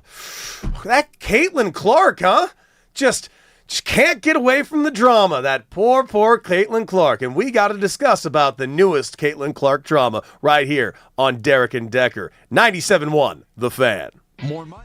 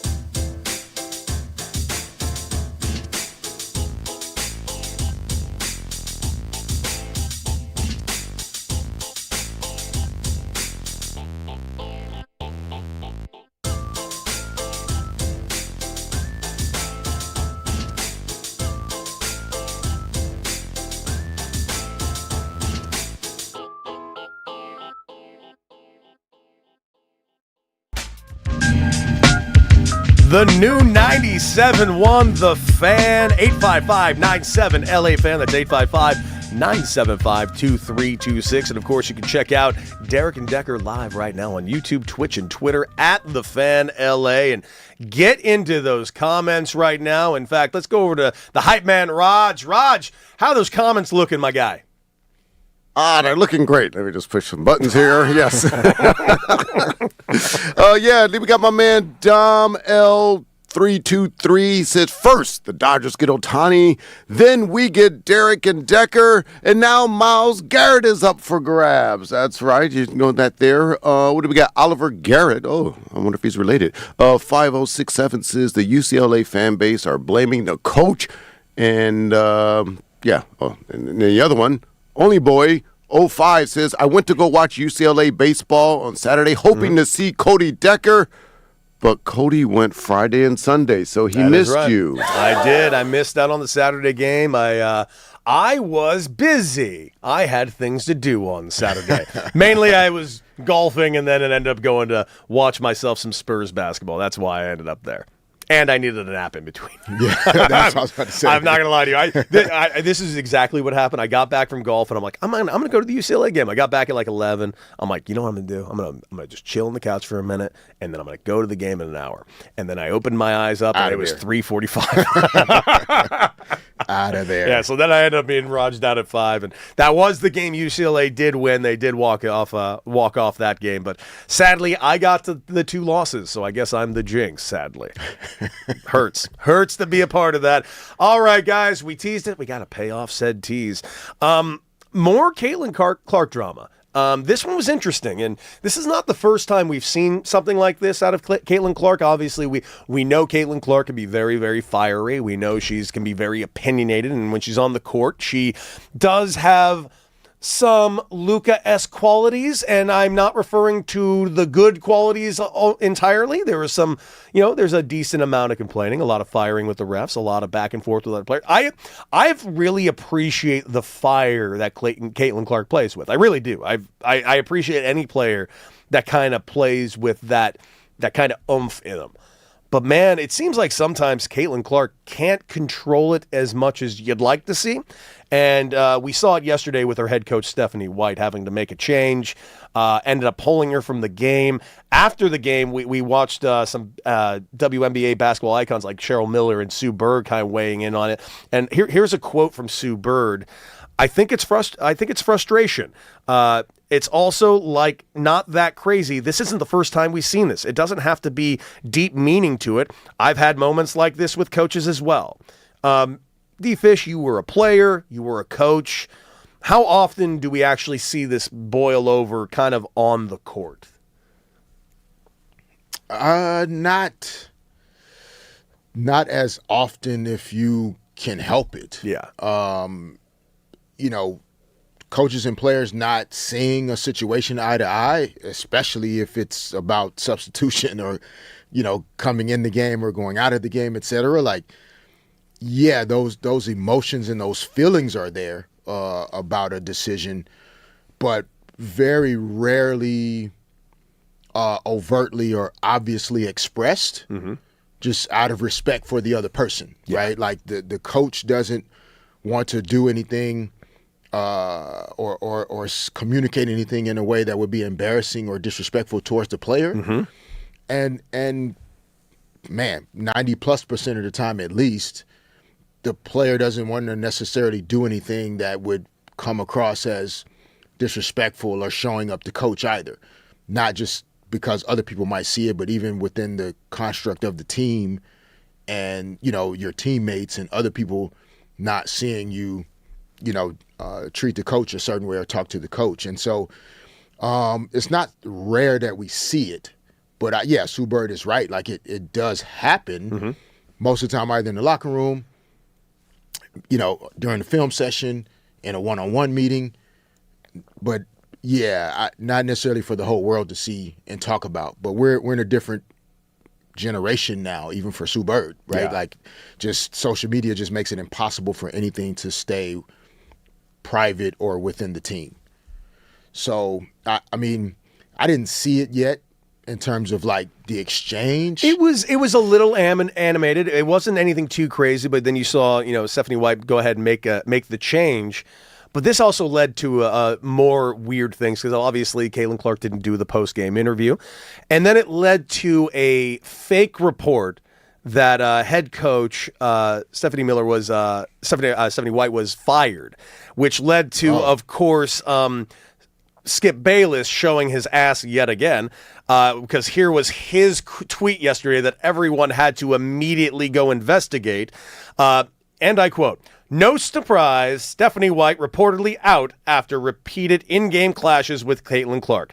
Not saying White was wrong, but you can't show up the face of the league on camera." Yeah, you can. Yes, you can. And if the face of the league is acting like an ass, not only can you should.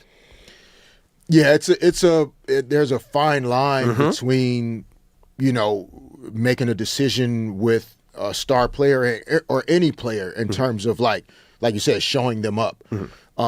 But there are certain times where you can't allow who they are, who the player is, what jersey number, last name, etc., to impact your decision as a coach. See, that's the problem, right? Because you run the risk of not showing them up and losing everybody else. Big time.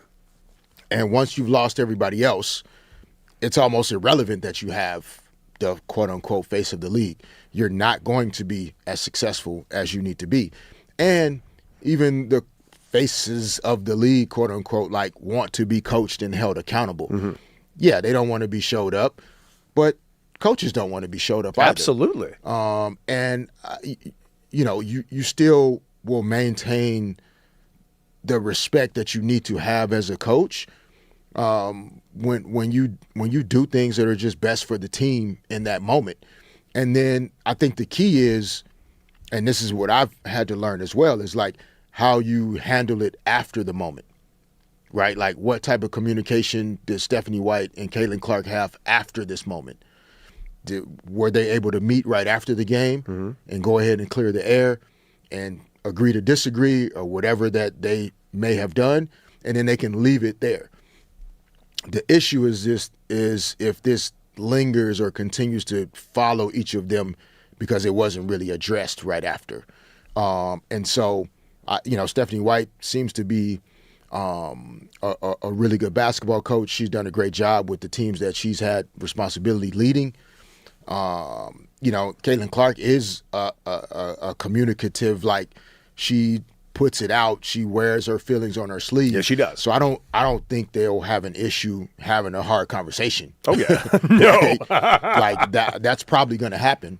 And if you can do that, then you can move forward. I'm trying to think of some other, like you said, Luka's a good example of a guy, there's been moments, and the way JJ Redick is wired, it's not a big deal to him. You're supposed to carry some emotion and some volatility and some fire as a player and as a coach. But if you can move forward in a healthy and respectful way, and this doesn't become a common thing, I think you have a chance to be good. Stephanie White did a lot for herself in terms of the way the rest of the team will view her with this decision. And then if she and Caitlin Clark can have a direct conversation about it and move forward, they could be fine. This could galvanize the group. They could start playing better basketball. Absolutely. Speak on that real quick. The idea of taking someone like Caitlin Clark. We agree she's a star, but how do you handle that situation? Because this is a unique situation. The W on the rise, a lot of eyes on the Fever because of the Caitlin Clark of it all. How do you maintain that as a head coach, kind of maneuvering that dichotomy? Because obviously, you got talking heads like a Skip Bayless saying, you can't show up the star of the league. Then how do you coach the star of the league if you can't coach the star of the league? Yeah, there's no way to to not do, one or the other. They go together. To coach the team at a high level, you have to also be able to make decisions that you think are best for the team in that moment. And guess what? You could be wrong. Nobody's saying the decision to take a player out in that case, it could be wrong, right? The Fever could lose the game because you took her out, and that's what it is. Phil Jackson comes to mind. The year Michael Jordan retired and played baseball, the Bulls had a late game situation. The play was drawn up for Tony Kukoc to go score. Scottie Pippen wasn't happy. They got into a disagreement on the bench. Scotty decided he didn't want to go in the game. The Bulls take it out, ball comes in, Tony Kukoc scores, they win the game. But it was one of those moments where it's kind of a similar thing. Like Phil Jackson didn't hesitate to not go out with the guys that wanted to be in the game and that need to be in the game. And so I think on the women's side, sometimes these decisions are viewed with a little bit more scrutiny and microscopic lens than like sometimes this has happened on the men's side quite a bit. You can watch a men's game and see Steph Curry out on a defensive possession, in certain situations when the Warriors play. And so you have to be able to make these type of decisions as a coach. Ultimately, you're gonna be fired or lose your job, no matter how much you win or are successful. And so making decisions that you feel like are the best for the team and the group, considering who's involved, et cetera, that's always going to be a part of it. Star players, you for sure have to be able to manage. That's why the relationship part is so key. If Caitlin Clark and Stephanie White's relationship is solid, they'll be able to get through this just fine. Absolutely. We'll keep you guys updated on that story. Of course, the Myles Garrett of it all, we'll keep you updated there as well.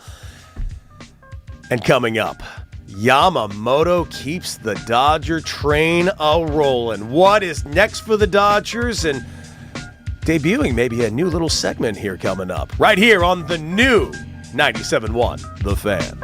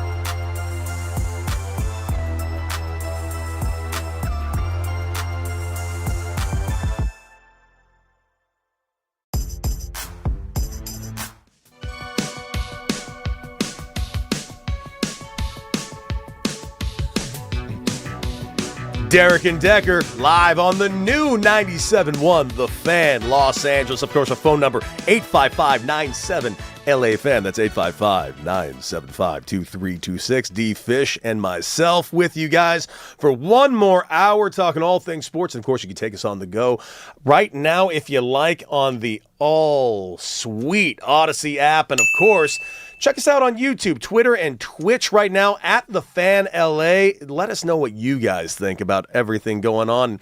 Listen, the Dodgers are absolutely rolling right now. A huge series win. Yamamoto, 10 strikeouts this year. Yesterday, I should say, in the clinching game against the Phillies. They dropped game 2. Roki Sasaki with another solid outing of the weekend for the Dodgers. The thing that I honestly think is the most positive aspect, because we mentioned earlier, Glass now out, and we still don't know for how long. Concerning news that he is not ramping up his pitching at the moment.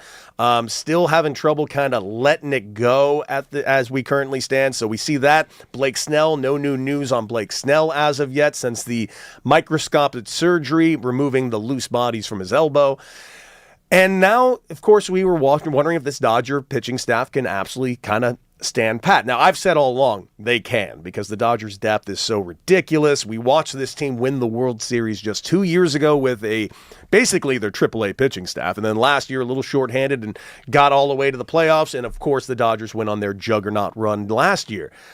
But the thing is, can the Dodgers maintain this? And as we go ahead and take on the Arizona Diamondbacks in a 4-game series, I think the Dodgers are sitting in a real good spot. Not to mention, there's an aspect about the Dodgers that I just don't think anyone else can really understand, because it's not quantifiable. There is a vibe around the Dodgers. There is a feeling around the Dodgers. There is an aura around the Dodgers that when you walk into Chavez Ravine, you're practically already beaten. There's just something about going to Dodger Stadium and facing these Dodgers that just feels... not only does it feel like they're going to beat your ass, they're barely going to try, and they're going to giggle with each other talking about other things other than them beating your ass. Yeah, it's what's like interesting to me sometimes around, the narratives around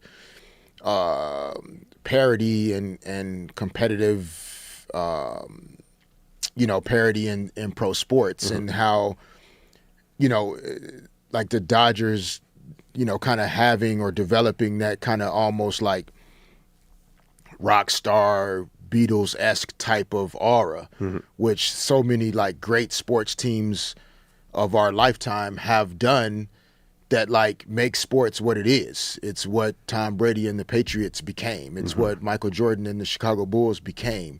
Larry Bird and the Celtics became. Magic Johnson and the Lakers became.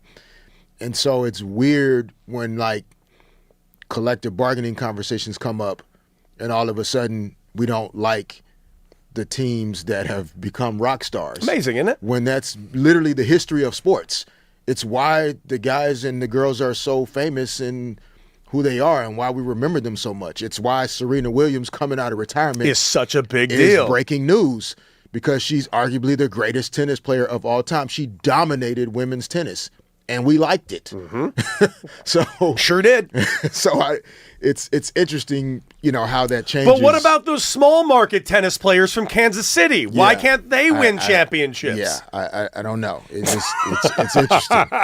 It's interesting. So, but yeah, the Dodgers, I think, it's important that they, over the course of a marathon race, like, if you're planning out that 26.2 miles, there are certain stretches where, I've never run a marathon, so please don't let me sound like an expert. Yeah, of course. And by the way, not starting today. Yeah, but I would imagine you're planning out. You understand the 26 miles.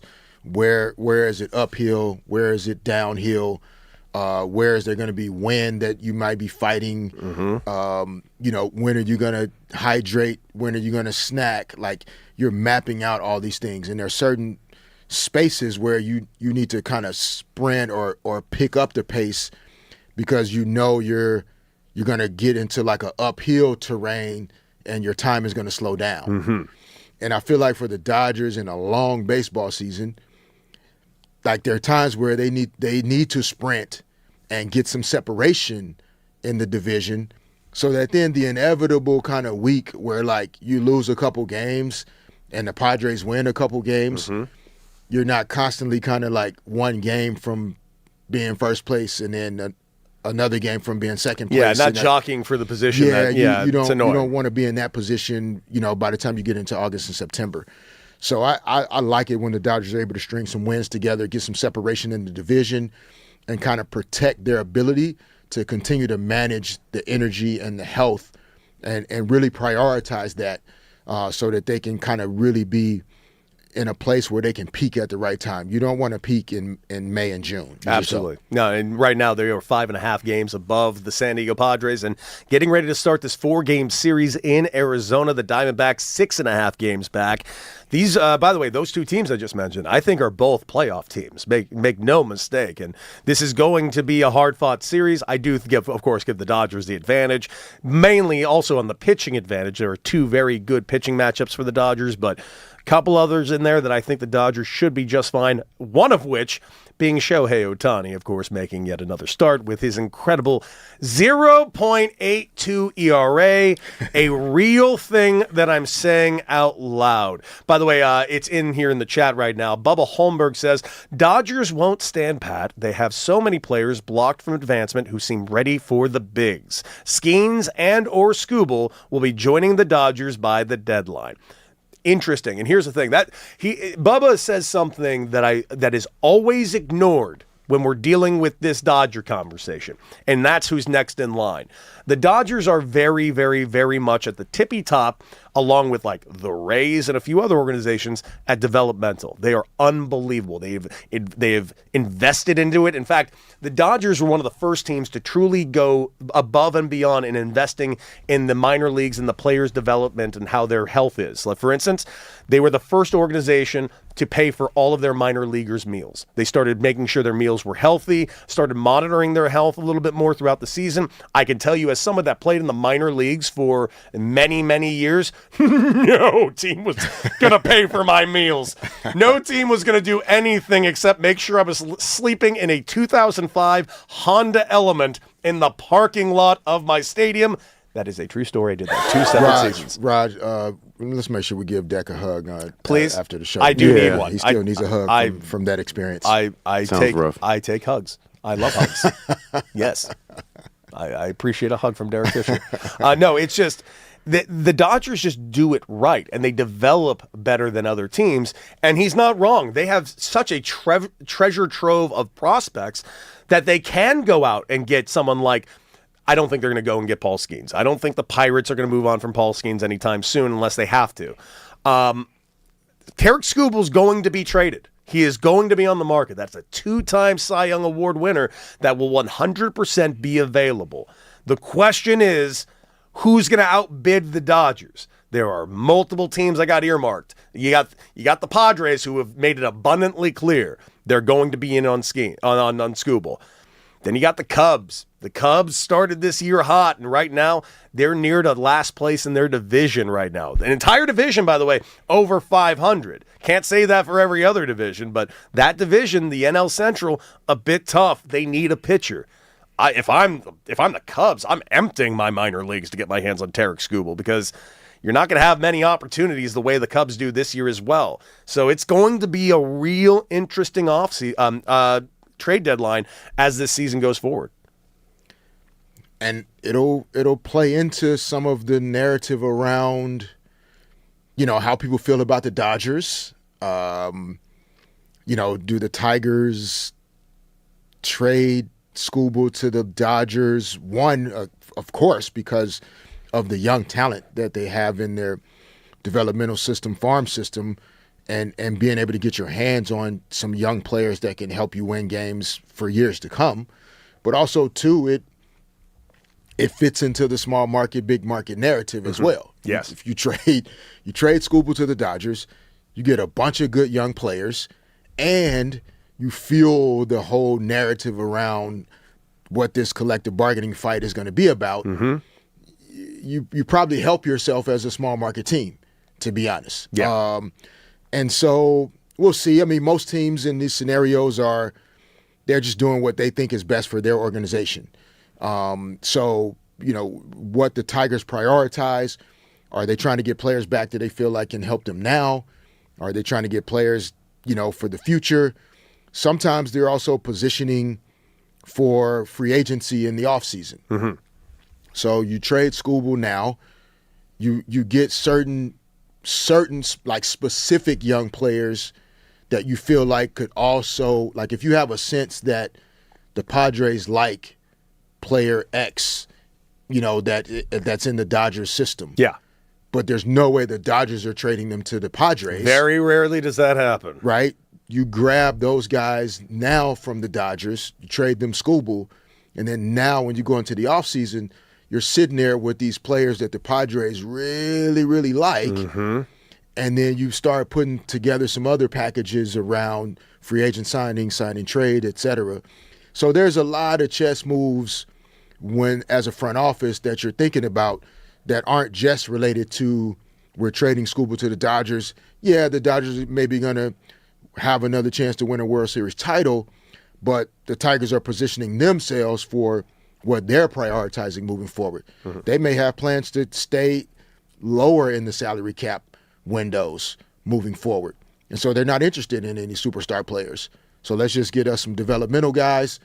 We're going to stay at the floor in terms of whatever salary cap system it is, and we're going to compete there for a few years until, whoever. Ohtani's not going to be a free agent again ever, I don't think. But, whoever the next superstar guy is that's going to be a free agent. Maybe Paul Skeens is a free agent in a certain amount of time. Or maybe you can convince Mike Trout to, take a trade to come to Detroit. Like, there are a lot of things that the Detroit Tigers front office could be thinking about.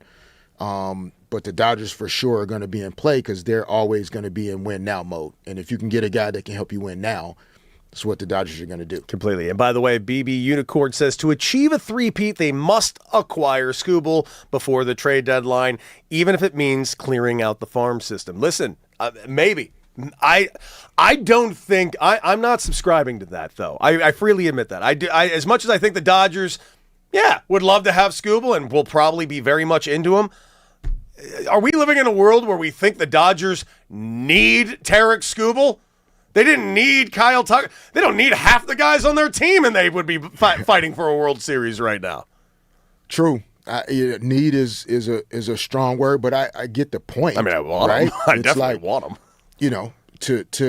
It's going to be tough to win that third title in a row. There's a lot of good baseball teams in the National League, and so just getting out of the National League is going to be competitive enough. It's going to be real competitive, the National League. It is. So tonight, Dodgers got Emmett Sheehan on the mound against Eduardo Rodriguez. That's going to be a hard-fought game. Game 2, Eric Lauer going for the Dodgers, who has not been amazing so far, 2-5 with a near 6 ERA. Then this is the game everyone needs to pencil in because Shohei Ohtani, Zach Gallen, whoo! That is going to be a game. And then we finish it out with Ryan Nelson taking on Dodgers Justin Robleski. By the way, Robleski, 7-2 with like a 2.8 ERA, just completely under the radar, having himself a great season for the Dodgers on the mound. But we're going to just go ahead and take a look at the chat real quick because, guys, there's a lot of talk in the chat right now about the Dodgers. And a lot of people, by the way, D-Fish, arguing right now on whether or not the W is great or not. A full-on argument taking place in the chat. About the WNBA? One side is, I hate the W and I'll never watch it, and the other side saying, you're stupid. I'm curious as to, like, the W hate, where it truly comes from. Yeah, I think there's a perception of why they hate it, and it's an interesting thing to me. I don't understand it though. Like if it's like, I'm not saying this about the guy in the chat, of course, but if you hate the W just because it's the W, it's the W, and you just something in your head just can't put together women in sports. It's just too hard to get there. I guess okay, there's something wrong with you, but okay.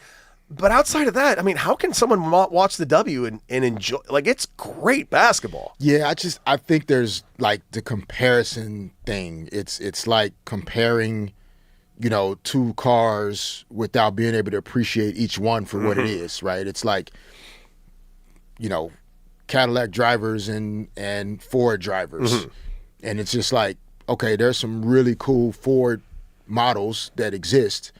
That doesn't mean you have to hate Cadillac models. Yeah. Like both car manufacturers, which, if you guys want to partner up with we're right here. I won't tell you what my favorite car is, but it's one of the ones you mentioned. We'll pick one.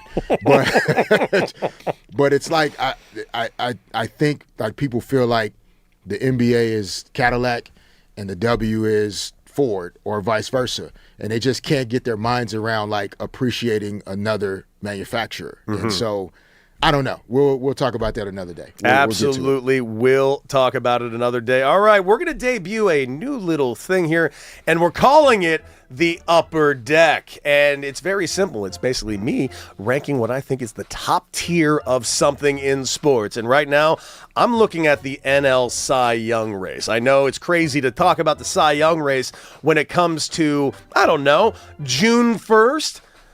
But the NL has been so ridiculous with their Cy Young contenders. And this is where we got to talk about it, because I know everybody in the Southland has heard me talk about this, heard you talk about this, and we've all seen what Shohei Ohtani is doing. But is he right now the best pitcher in the National League? Well, let's discuss, because right now I'm going to go ahead and give you what I think is the upper deck of the National League Cy Young contenders.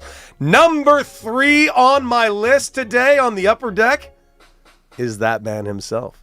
It's Shohei Ohtani. And yeah, those of you that are getting angry at me, not number 1, not even number 2, you'll find out why in just a minute. But listen, we're not going to sit here and pretend that what Shohei Ohtani is doing right now is not insane. He is going to be a finalist for the Cy Young, obviously going to be in it for the MVP for a 5th time, should be 6th, but a 5th time. The guy's got a 0.2 ERA. He gave up 1 run in 6 innings last week in a no-hit bid, and his ERA went up. That's how good Shohei Ohtani has been thus far.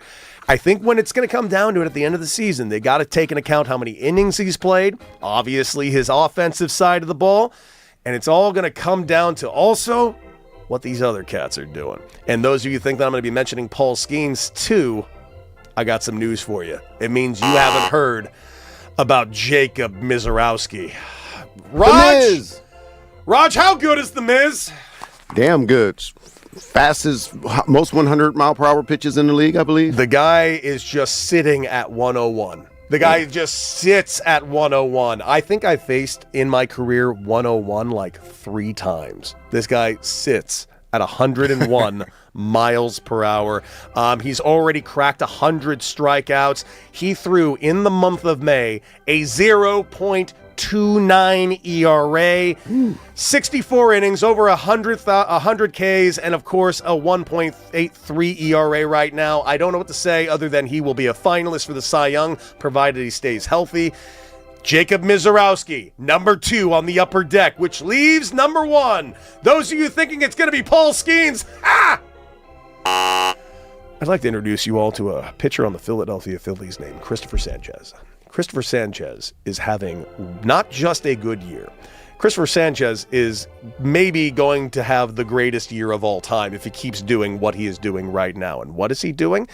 Well, right now, where we currently stand, he is holding a franchise Philly record of 44.2 consecutive scoreless innings. He has not given up a run in 44.2 straight innings. How close is he to Orel Hershiser's record? Well, that record is 59 innings. This man is possibly 2 games away from breaking a record that has stood since 1988 and a record that stood before that since 1964. This is not just good. This is a biblical run from Christopher Sanchez. Now, that being said, a lot can change. It's June 1st, but if we're talking upper deck of the Cy Young, Christopher Sanchez is at the very tippy top of the upper deck. And that is a new segment, Raj. Good job. Good job. Thank you. What do you think of the upper deck there? What do you think of the segment? I like it. I mean, is it going to be baseball focused that way, like upper deck? No, it could be anything. Upper deck. What's in the upper deck? No, Just, tomorrow it might just be my favorite members of the Justice League. Well, who says we're doing it tomorrow? We're not doing it tomorrow. We're not doing it tomorrow, No. according to Raj. Raj apparently is calling an audible and producing the show now. He said producing the show now. Yeah, well, he's been hungover most of this morning. That is not true. That's not true. It's a slow starter sometimes. Sometimes it does happen. All right, guys. So we're going to take a quick break. Coming up. Yeah, dude, is it happening? Are the Rams getting a defensive game changer among defensive game changers? And who else might be involved in trying to get their hands on said defensive game changer? We're going to discuss that and so much more right here on Derek and Decker 97.1, the new 97.1, The Fan. At SC.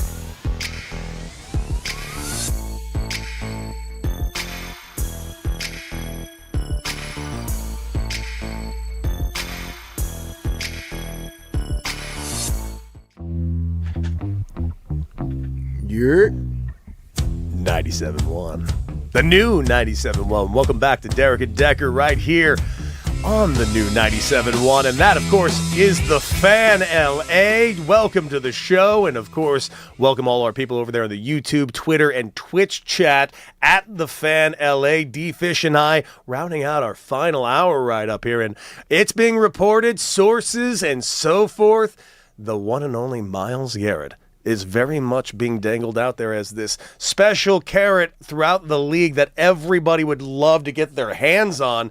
And make no mistake, one of the teams at the very top of the list, if you believe the reports out there, are your Los Angeles Rams. And man, can you just imagine a world where this team with that offense gets that man on defense, especially if he's going to be chasing down Sam Darnold, Brock Purdy's of the world in this league, in this division, this juggernaut division, the NFC West. It is. I never thought they'd be able to replace Mr. Darnold. This would be replacing Mr. Darnold. Oof. That, and I mean, think about that. That's insane. I'm like, we'll never see another Aaron Darnold ever like that again. 3 years later, we might see another. Man, I mean, and you get why the Rams would want to recreate that model. Yeah. Right? Like, I mean, God, I love you Aaron can't, Donald. yeah, you can't recreate, 99, but Myles Garrett is as close as you can get. If not equal to in terms of like just the impact on the football field that he could have. But Aaron Donald was also just like a great dude. Like, dude, he was monster. It's like people just loved the community too, what he's done in LA. Like, it's hard to find an Aaron Donald. It just is. Truly. And so, but it would make sense, for the Rams to take a swing at it and see if you can recreate that type of impactful defensive player to kind of anchor, what you want to get done offensively, but also Matthew Stafford's MVP season last year was historic. And so, but you don't want to necessarily put that type of pressure on him again this year to have to go out and, throw 46 touchdowns with only 8 interceptions to have a chance to win a Super Bowl. Like those are, to repeat that would be crazy. Yeah. And so to have an elite level defense again and have somebody like Myles Garrett to anchor it would be an important piece for the next couple of years. But it's going to take a lot, I'm sure, to pull that off. Yeah, but there is a little bit of a concerning aspect to a lot of this as well, because if the Rams are involved, other teams are involved too. Now, the report that's being out there is that they are talking about a Ricky Williams-esque type deal. That is the phrase that was put out there. And if you remember, of course, the Saints moved up multiple spots and they gave up 6 total draft picks to get their hands on Ricky Williams. Is that what the Rams are going to do? And normally, we would all agree that's stupid. That's a really bad idea. You can't just leverage your future like that. Except the Rams did exactly that in 2019, and they have never gone away since then. They have since then figured out a way to balance their books. They've won a Super Bowl here in LA. We got another Super Bowl coming here to LA, and it's very clear if they're going in on this, they only have Super Bowl this season for sure on their mind. Yeah, you would think. I mean, and with Matthew Stafford signing the 1-year extension, that maybe it's a 2-year window maybe to try and, Sean McVay has been, he has a passion for coaching football, but I don't know if he's going to be a lifer.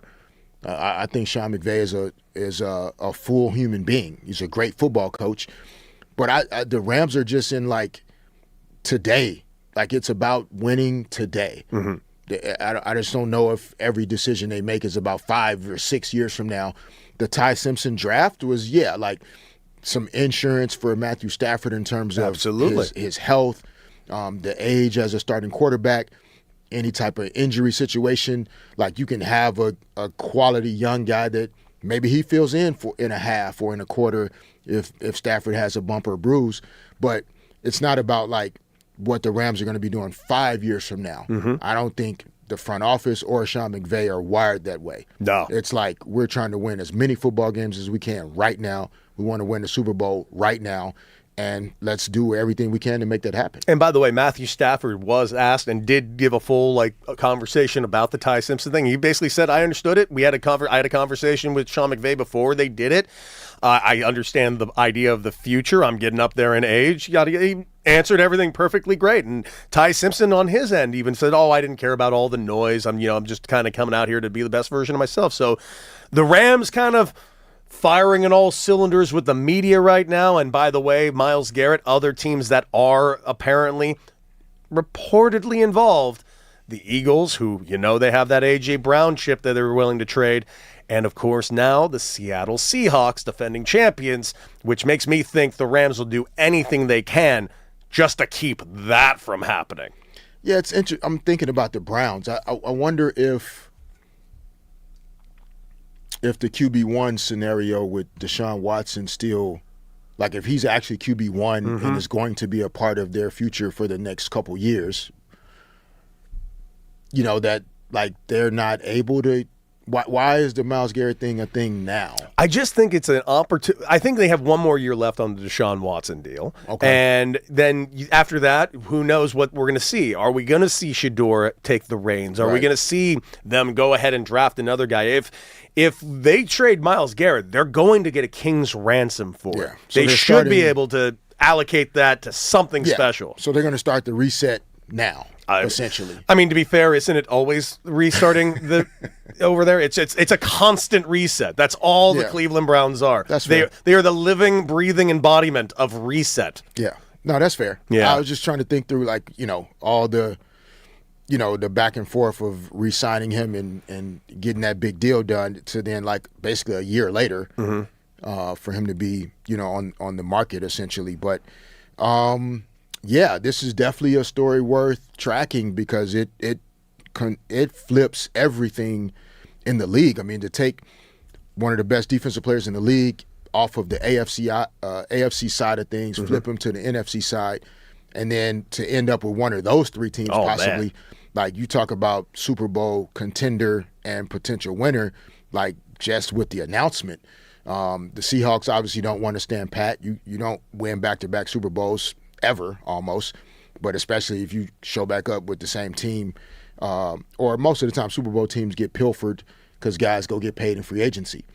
And so yeah, this is going to be interesting, man. If this happens for the Rams, man, I'm fired up. Everyone should be fired up for the possibility, and we will keep you updated on that as we go forward. But we got to bring in the hype man, Raj, because apparently we got some breaking news. Yeah, breaking news in the NFL, a little bit related to the Rams. A former Ram, part of the Super Bowl winning team, Odell Beckham, has just agreed to a deal with the Giants. Aww. So he's going back on where it all started. What year is it? It's late. It's late. That's nice. Yeah, it's nice. It's a former Ram. Are the Cubs bringing back Andre Dawson? He's in the minor leagues right now. He's on a rehab assignment. The Hawk. Shouts out to your Hawk. Ocho Cinco heading back over there to Cincy? Huh? We'll see what he has left. His injuries, obviously have plagued his recent years. Jerry Rice talking with the Niners alone. again? Let him have his happy. It's a former Ram, part of the Super Bowl winning team. I know. I actually, there's a part of me that actually does like this. And D. Fish, what do you think? I always like it when a guy kind of gets back together with an old team like that. He made his name as a New York football giant. Seeing him kind of go back there, I always kind of dig, when you came back to the Lakers, I dig it seeing a homecoming. Yeah, I think when it's done right, it's impactful. I really do. And this seems to be, like John Harbaugh is he's a real football coach. Yes, he is. And so I don't think this is kind of like a pomp and circumstance. We're re-signing OBJ because it's a good look for the organization. This is about winning football games, and I don't know how much they were relying on some of the guys that but they've had a couple wide receiver injuries and things that they've dealt with in New York, and so for OBJ to come back and not have to be a workhorse, but maybe slide in early in the season. Here or there and make some plays. I like it. I really do. He made some heck of a plays in that blue jersey. So, to see him have a chance to do that again would be cool. Absolutely. The one-handed catch is something that will live in my mind forever. Let's get over to the calls. 855-97-LA fan. Oh, the great. Talk to us. You're on with Derek and Decker. What up, Deck and D-Fish? How y'all living? What is up? Everything's good, brother. Right on, bro. I heard a Spurs promo in the middle of that. Okay, what is it? I feel bad. I did, straight up. I feel bad for OBJ because I literally saw last week that Giants got eliminated from playoff contention because of Jackson Dart. So sad. Good luck with for real. So he's already done. It was a great run, OBJ. Sorry. It literally was. All right, man. I got to say this. I was super shocked by OKC. Yo, D-Fish, your team did not come with it. SGA looked so gassed. Like, he looked so tired. My man Chet did not want any of the smoke. He ran from that ball in the set. I've never seen a superstar, maybe Jamie Harden, but I've never seen a superstar in a playoff game run from the ball like my man Chet did. Like, he played a little bit of defense, but then when that ball came on the other side, hey, y'all got it. Y'all got to give it to Isaiah. I don't want it. Like, oh my goodness, it was so sad. Like, nobody was there to help SGA. You had Wallace, who was hitting some shots. He was the only one that kept him in it late in the game. Like, it was just crazy. And I guess, this is realistic. It's crazy to me how teams in early 2000s, 90s could just play a whole season, play into the playoffs, play the finals, and then come back the next year and still be able to do it. These teams nowadays, they cannot do it. If they go all the way to June, they are done. Like, it is sad, but man, props to San Antonio because I totally did not have them happen. I had to scrap my rundown for my little show that I do because I did not think they were able to pull that off. Props to the Spurs, man, because the way Wemby took over. He did that alien type stuff, and that is the thing. He sways everything in his favor. I sure had OKC in 7, but when that alien is aggressive, it's not too many teams that could do with it. I know I said New York, regardless of who comes out. Again, I don't know. So, man, this is going to be fun on Wednesday. But that game, that whole series, every game of that Western Conference Finals was immaculate. I can't wait to watch all them games again. Just, man, Spurs, Miss Beadle, I know you happy. And I got to say this. Yes, I've been forgetting stuff. Yes, she is. A lot of cupcakes from that lady. Stephon Castle. You are the man. Like, he does not get talked about enough. I love that. I would trade some people you would not expect from the Celtics to get that brother right now. I love Stephon Castle. I love this game. Yo, y'all keep doing y'all thing. The show was dope. Let's see NBA Finals. Deuces. My man, the great, with another killer phone call. He called him Jamie. Jamie Harden. He snuck that by. He just dropped a Jamie Harden on us and walked out the door. It's tough, man. The disrespect, man. That's tough. That's tough, bro. We're going to take a quick break. Coming up, our mid-morning shows. Our good friends, our buddies, our pals, our good time boys. The one and only Brock and Alex will be joining us live here for some crosstalk here on the new 97.1 The Fan. Transform.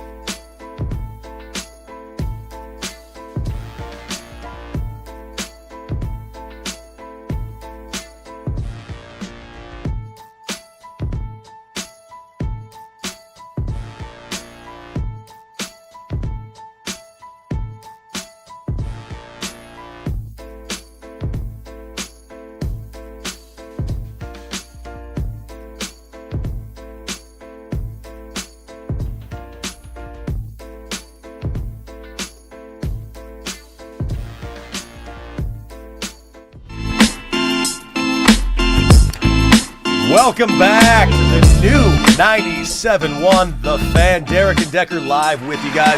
Rounding out this 4-hour extravaganza that is Derek and Decker. And, of course, we appreciate you guys joining the show all show long. 855-97-LA-FAN. Derek Fisher and myself, but there's some other people in the room. Yes, indeedy. We love having these other people in the room for a little bit of crosstalk because they are our friends. They are mid-morning show here on the new 97.1, and they are the one and only Brock and Alex. What's up, guys? Well, how are you doing? Not More good. importantly, I feel good. like since you said we're friends, I got to check on your well-being. Oh, I'm not good. I'm not good at all. And your UCLA Bruins, and you No. being actually at the games this weekend, yeah, and you talking about how much they've been pitching you to get season tickets. No, and just that's for be football, to be fair. It doesn't matter. It's all about the athletics here. No, I agree. And they're going all in. And Yeah. sorry, Cody. I'm not saying they lost me on the Rose Bowl deal, but listen, you have to do some work. Gotta bring me back. Gotta bring Daddy back to the table. Is all I'm saying. I am probably gonna get him though. Okay, good. Are you going to get 4 so you can bring friends? Or you just do 2? Conversations will be had. Conversations Raj, will be you had. doing your magic? You working your magic? Oh, we got a new big fan back there. Yeah, we're trying things. Looks cool. Yeah, I no longer look like I'm doing it in a closet doing the show. Yeah. Well, it's a real place. Looking good. This is a real professional place. Look at you, Raj.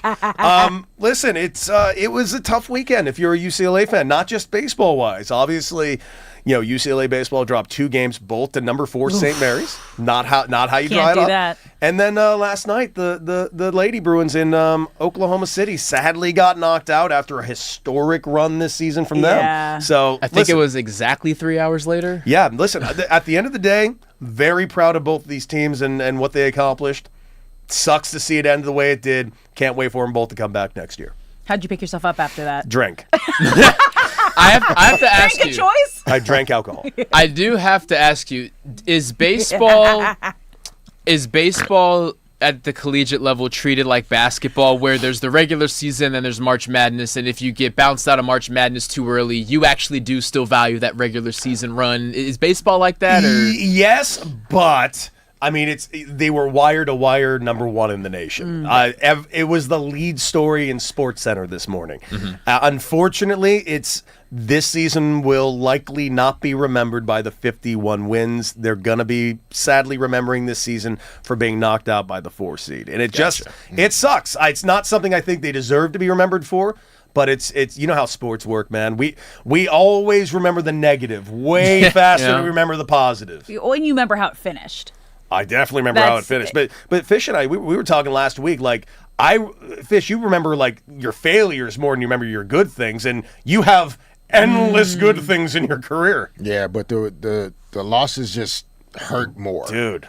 More than the celebrations feel good. Yeah. The losses hurt more, and that's almost like what you're working to not feel. You're working to not feel like what both teams are feeling today. Mm-hmm. Yeah.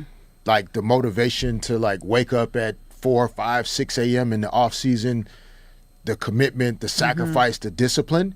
It's so that you don't go home feeling this way as much as you possibly can. You can't control it every time, but man, you personally, how long would it take after getting bounced out of the playoffs earlier than you guys expected to be? How long would you have to take before you could actually flush it away and get ready for the next year? It was for the next year. I mean, it took some time. If we got eliminated before the NBA Finals, that was rough.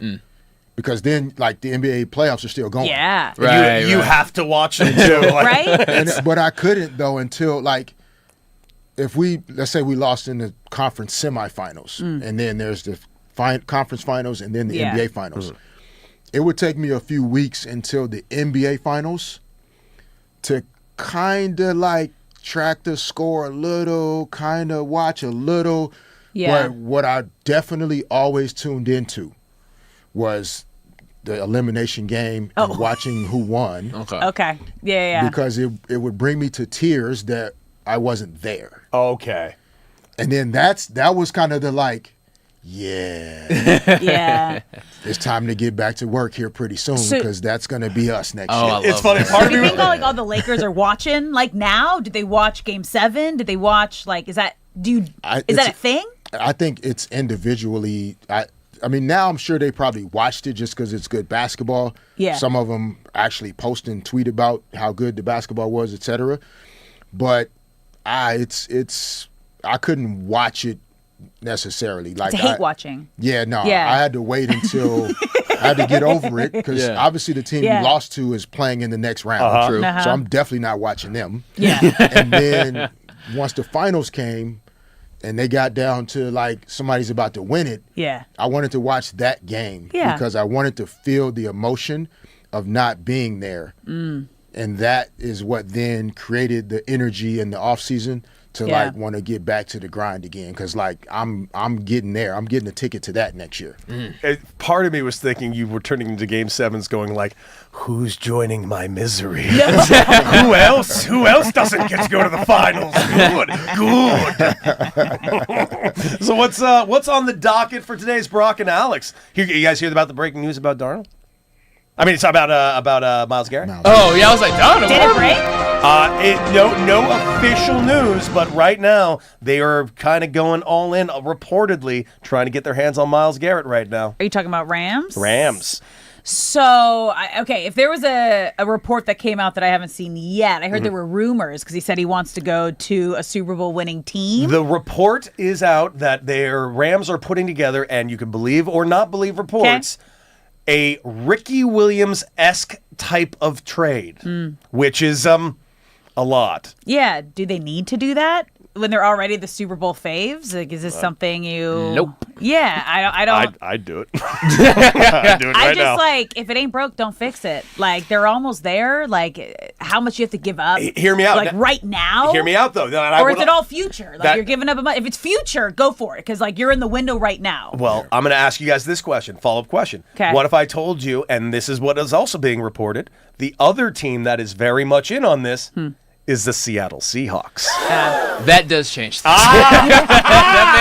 That may change because you can't have Stafford running from Garrett, dude. No, you can't. No, you can't. Stafford has one more solid shot to the back and one more solid shot to the front before he has to call it. So we have to space those out until he lives in that van. Exactly. Whatever that like Astro van was. No, Les Snead has made it perfectly clear through his tenure as the shot caller with the Rams that if it can be done, we're going to do it. And why even something as simple as a rumor gets legs so quickly with the Rams is because Les Snead is crazy enough to make it work. What do you want? We'll probably give it to you because we live life one season at a time and we figure everything else out later. And it keeps working. And it works.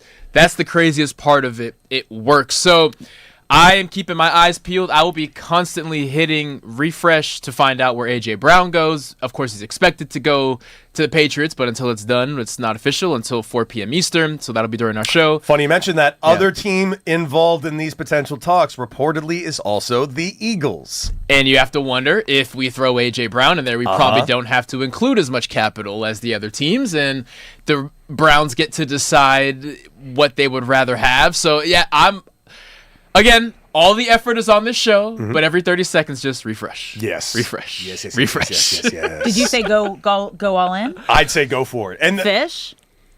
It depends on what you got to give up. I agree. Yeah. But I agree with the all-in mentality. Like, there's no next year in L.A. sports, to be honest. Yeah. And plus, it's another Super Bowl in L.A., like, they want to do it again. This is the time. If it's going to happen, it's going to be this year. It's what they want, man. If I'm Sean McVay and Matthew Stafford, they're good buddies. And yes, Stafford just got an extension, a one-year extension the past couple years. He gets that. I'm sitting there saying, we go all in, I get the ring, and I'm out of here. And I could see both Sean McVay and Matthew Stafford feeling that way, in which case, who cares what the future looks like? I'm going to take 3 years off, and then I'll go coach somewhere else. Well, we used the argument earlier today. Basically, they did this already when they re-signed Aaron Donald the way they did. And they basically leveraged their future in a way like, well, this is going to be awful in 2022. Yeah. And it wasn't. They still kept competing, and they're still here right now. That's why I'm thinking, I kind of trust this front office with this. The precedent is set that it works, and that may be scary because now you think you're invincible when, like, on paper, usually these all-in trades don't work. But it worked before, so why wouldn't it work again? And if you're the Rams, you're sitting here saying, we are in much better shape than any other team in the NFL, and if we can just get stronger, who cares what 2027 looks like? But it's working right now. It is. And they have a young core on that line. Like, it's working. Yeah, but they haven't had a defender who will attack an entire other team armed only with a helmet. And that was Aaron Donald. It was. And the only other guy that's ever done it is Myles Garrett. So he's the perfect guy. Yeah. Credit to Aaron Donald. Those first couple of years were very angry. He found a little bit of zen, not from whistle to whistle, but from the extracurricular stuff. Those early years, he was down to fight at any moment in time, and that's the last guy I'd want to fight. They're in a tough division too, though. Dude, yeah, they are. The Niners always seem to Niners aren't going to have it. Injuries, Shanahan does a great job. The Niners are always right there. The Seahawks obviously won the Super Bowl and got past the Rams last year. So you also kind of have to keep that in mind with not standing pat and just assuming that what you're doing works because you didn't win the Super Bowl. So is it working or is it not? Right. What it all comes down to, is it working or is it not? We will keep you updated. And if we get some breaking news today, I'm pretty sure Brock and Alex will let you know the moment it breaks. It's going to be like, it starts like last hour It's of our show? official at 4 p.m. Eastern, so for the last hour. Yep. Power baby! Ho-ho! Power hour. That's when it breaking opens. news. So you guys already want to check out Brock and Alex, but you better be there for the final hour of the show. That is it for D-Fish and I today, and you don't want to go anywhere, and you want to stay right here because Brock and Alex are next. And D-Fish, I'll see you tomorrow, bright and early. Yes, sir. My Lucky guy. you. Everybody, kick rocks. Enjoy some sports. See you tomorrow. I want to see.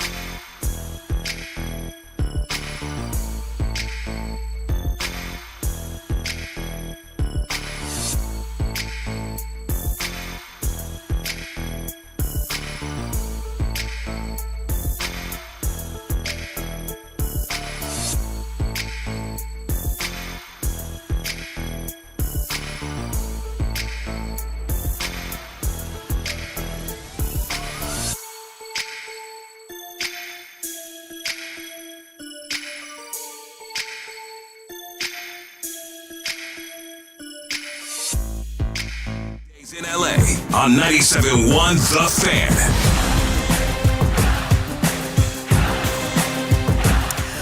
What's up, LA? Welcome to Brock and Alex on the new 97.1 The Fan, the voice of LA Sports. I'm Alex Curry here with Brock Vereen. Happy Monday, and thank you for spending your midday in LA with us, whether you're listening on 97.1, the Odyssey app, the iHeart app. We appreciate you being here. And if you're watching us live on YouTube, Twitter, or Twitch, thank you. Get in the chat. We want you to be a part of the conversation and be a part of this show. And what a fun show we have in store for you guys. We're going to kind of recap the Dodgers, Phillies. Like, was that just crowning the Dodgers of the National League right now after that? NBA Finals is set, so Lakers fans hate watching OKC. Like, we did it. We done be there. We did it. It was a fun weekend. What'd you do? You know what he did, you guys? I got everyone sporks as a gift, and I got a beautiful photo of Brock actually using his spork last night, and reviews are in. The spork is a 10 out of 10. Told you. I wanted to put the spork up against the ultimate test. So my wife makes an incredible homemade Caesar salad dressing from scratch. Love that. And I decided, okay, we'll do some crispy chicken with it. And I thought... And you made the crispy chicken. I did make the crispy chicken. And I thought a salad is the perfect test for a spork because you got to stab with a salad. You can kind of scoop it, but you're going to have a long day if you get some nice, fresh romaine, which we were fortunate enough to have. So I said, if the spork can stab this salad with success, especially toward the end when it gets a little soggy because you kind of like it's a pool at the bottom. Yeah. And it passed with flying colors. Thank you. At no point was there any slippage of any kind. The spork is the future, and I'm disappointed it took me so long to get on board. I told you guys. Thank you for the spork. Get into it. Get on the spork train. And make sure you're following us on our socials at The Fan LA. Slide into our DMs. Drop your comments in the chat. You can also call us at 855-97-LA-FAN, 855-975-2326. We want you to be a part of this conversation, but just a fun week all around, you guys. We're also under 2 weeks away from the World Cup. Yeah. Kicking off here in LA. Yeah. Like, that is wild. Wow. I got to say, because we're talking about it. I've been talking about the algorithm working for me, you know? So now I'm finally getting notifications on where some watch parties are. It turns out Venice Beach is going to be a big spot. Okay. They got some inflatable players down there on the Santa Monica Pier. Okay. They got Messi, that Pulisic. There's also a World Cup watch house, apparently, in Venice. Shout out to Venice. I guess that's the headquarters. That's where it's going to be. But 10 you know days? what? Is that so next Friday. June 11th. Yeah. Dude. Yeah. Oh, Thursday. So not counting today. Oh, no, I was talking USA's game. Oh, sorry. Yes, go ahead. Yeah. No, it's going to be fun. If people remember that it's happening, yes. Stop. It would be fun if Have people you remember. still not seen anything yet? I have not seen a billboard. I have not seen anything. The only thing I did see is the traffic because I'm close to the Rose Bowl and Mexico and Australia had a little friendly going on. And naturally, you get 100,000 fans running around Pasadena going nuts, which I wasn't able to go. But it was awesome. We could hear the stadium. We could hear the fireworks. It was incredible. But that was a reminder for me. Like once a day, I have to remind myself that the World Cup is happening. That was the first time that some outer event told me that the World Cup is happening. Yeah. That's just unfortunate, you guys. We got to be better. Hopefully it changes. We all got to be better. But you know what else this weekend was? What's that? Just the Dodgers doing Dodger things. It's fun to watch. What a weekend, you guys. Dodgers taking 2 of 3 from the Phillies and close the series just with an absolute beatdown 9-1 win yesterday. And we both nailed our series takes and predictions because I said they were going to take the series, probably lose Saturday. I didn't get specific, but you specifically said little worried about Roki might not go as deep. That was the one game that they dropped to the Phillies. But they're not just like... I think what was so impressive about this weekend was just the all-around dominance. Because it wasn't just one specific area that kind of took over this weekend, right? So you had the rotation doing an incredible job. Like, even though Roki got into a little bit of trouble, he still had a solid outing. The lineup you got contributions from everywhere. Across the board. Like you had some nights, veterans. Yesterday, bottom of the lineup. Yeah. Like that's who was getting it started for the Dodgers. And they're creating even more separation in the NL West. Now 5.5 games ahead of the Padres, 6.5 ahead of the D-backs, who they start a 4-game series with today. But let's start with that Sunday crusher. Okay. Because every bat in that lineup got on base. Like Mookie was the only one that started in that lineup that didn't get a hit, but he was walked, scored a run, and the Dodgers scored in every inning except the first. And it really showcased just how complete this roster is. Even the young guys who've been coming up and down, they were the ones who got it going on Sunday. And so it was kind of the bottom of the lineup getting it started, and then the vets closing it out with Freddie Two Suck Flies, the Muncy home run. But let's start with the bottom of the lineup, the new guys coming up, because the lefties were absolutely crushing Painter on Sunday. And I gotta hats off to Ryan Ward, his first career major league home run, in his first game at Dodger Stadium. And as soon as that ball left the ballpark, there's so many things that you think about, right? And you see all the veterans in the dugout just immediately stand up. Like that is a moment that you dream about and you think about your entire career and all the hard work, all the blood, sweat, and tears, like all the time spent down in the minors. Like a moment like that, and I've talked to a lot of these guys and a lot of these big league players, once they get that first home run, it feels like that's the moment where you feel like, okay, I've made it. And he talked after the game about just what that experience was like and what he was feeling. Take a listen. I mean, kind of a blackout, if I'm going to be honest with you. Hit it and kind of just went numb, kind of watching it go over the fence was really cool. And, I mean, incredible feeling for sure. I knew I'd hit it well, and I knew I had a shot. And then it kind of was a quick blackout after that. It happened pretty quick. Yeah, it's kind of going back throughout the years, like trusting all the work that I put in, trusting all the things that have finally got me here, and just continuing to work on those things day in and day out, and just trust what I got up there. I know as soon as I start pressing out there, it's gonna nosedive. It's happened in the minors when I put pressure on myself, and the game can kind of spiral out of control. So just staying within myself, trusting what I've worked on, and keep going. Like, that's so cool. It is. The blackout. It is.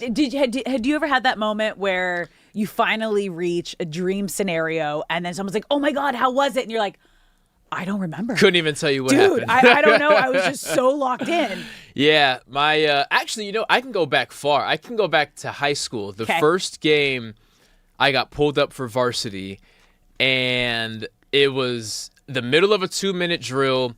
I want to say we are tied, so they're pushing to score. We need to get a stop so that we can get the ball back to our offense. And after the game, I come back to the sideline, and my brother's standing there, and he's saying, hey, I saw you talking trash to that wide receiver. What did you say after that one incomplete pass? Like, what are you talking about?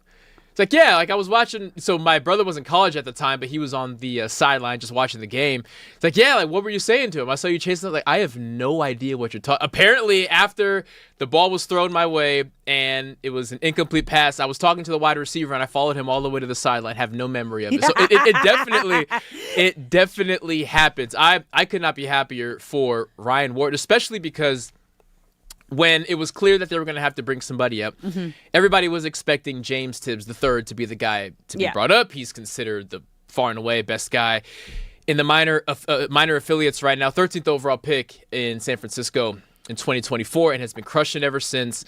And Dave Roberts gave the nod to Ryan Ward because he came up for 2 games in the first Colorado series.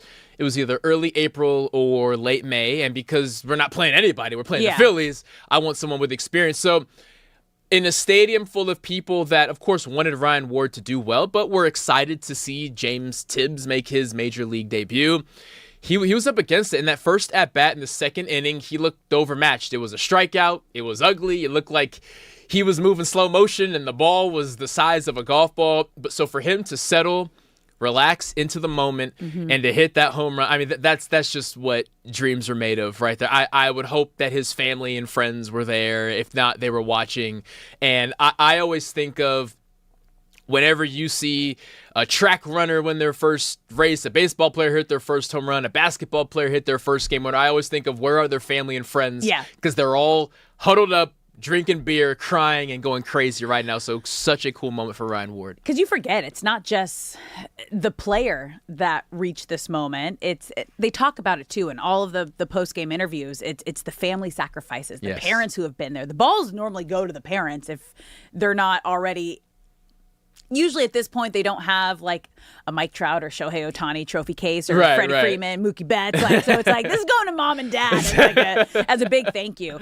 But just such an awesome moment for Ryan Ward. But again, like when you have the bottom of the lineup, like Alex Freeland also with the homer Great and the RBI him. double, like when you have guys hitting the way that Ward and Freeland and the bottom of the lineup are hitting for the Dodgers, that's when it becomes scary for a pitcher because that means there's no lull in the lineup. This is supposed to be my break. And you this guys is supposed to be me. like, 7, 8, 9. That's supposed to be an easier stretch. But when everybody's swinging the bat well, that's where it made you realize, okay, this Dodgers lineup, this Dodgers team, top to bottom, rotation, bullpen, bats, this is the recipe that it takes to get a three-peat. And it's so impressive what the Dodgers have built year over year over year, and further proof of it's not just buying the best team. It's once again a player that the Dodgers didn't draft but have improved once he came over from the San Francisco. And it's proof that whoever gets called upon is ready for the moment, right? Guys like Alex Call, who have plenty of experience, but still don't get the opportunity every single game before the Teoscar hamstring. Anytime he is thrown into the fire, he's ready to rock. Even situations, was it game 3 against San Diego when Max Muncy hits a single and they sub in Alex Call, who's been sitting there for 2.5 hours, immediately runs to third base, and then Pages brings him in. Like, to be locked in that moment, to know exactly what is needed of you, and to not hesitate when the ball is overthrown to first base and run to like small things like that just prove time and time again, no matter who is called upon, no matter how much experience you have, I am a Dodger. They believe in me, and I am expected and capable of performing to the highest ability, whether I'm here for one pitch or the entire season. And once again, we get to add Ryan Ward to the list of guys who were called upon and showed out. It's kind of been the whole Dodgers dealing with all the injuries and how they go about it. They just have such a strong farm system, and we're seeing it already this season. But let's get to the guys on the mound, because the whole weekend was a solid weekend with Wroblewski really setting the tone out there. Like, he took absolute control over that first game. And then Sasaki, again, like not his best stuff, but not bad. And then you get to Yamamoto yesterday, and that man got a standing ovation after leaving the 6th inning. So he didn't even go a full 6 innings, 5 1/3. But he struck out 10 batters, and striking out 10 for the first time this season, matching a career high in strikeouts, which he's done 5 times. But the dominance, and just you can tell how locked in he is right now. Like, every Dodger fan, every teammate, Dave Roberts, everybody's got to be feeling so great about where he is at this point in the season. That was my favorite performance of this entire weekend, was Justin Wroblewski, to a point where when Blake Snell comes back healthy, when Tyler Glasnow comes back healthy, other than Yamamoto and Shohei, Wroblewski's probably the safest. I mean, not only has he been balling all year long, but to have your best performance against the best team that you're probably going to face, I was moved. And the moment didn't look too big, right? Wroblewski, of course, has pitched in some big-time moments this year, but this was the biggest. And you want to see, does it take you a minute to ease into this, or are you just coming full speed? He was MFing under his breath. He was angry. He was focused. Great. I loved every single second of it, and I walked away from game one saying he's ready for playoff ball. Like that's as close to a playoff atmosphere as you're going to get. And I have no doubt in my mind if he's still in the starting rotation, which I feel he deserves to be, if he is called upon come October, he will perform at the highest level. I've seen all I need to see from Wrobleski. Yeah, because again, like once you get to the postseason, it's really 3 arms that you're kind of rotating between, but if you need long relief or if you need a 4th guy, like again, once they get Glasnow back and Blake Snell, he is proving himself to be that next great arm in this rotation. But I think the man that's leading the charge right now, Yoshinobu Yamamoto, as I just mentioned before, like he got a standing ovation after coming out of the game in the 6th inning, striking out 10, and was just so locked in. And after the game, Dave Roberts was talking about Yoshi and just where he's at right now. Shay, do we have the Dave Roberts sound? Okay, but just listen to how Dave Roberts describes Yamamoto.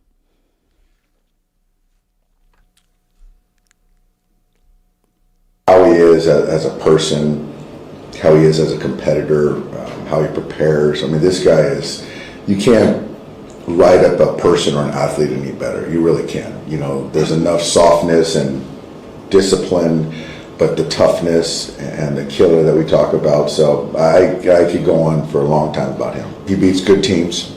He manages stress, can limit damage. He can take a punch early and keep going. You can essentially bank length in a game. Like, can't write up a better person. That goes a long way. That's about as high praise as you can get. Yeah, it is. And it shows the trust in him that he has as a player, but in baseball, probably more so than any other sport but golf, the trust that he has in him between the ears.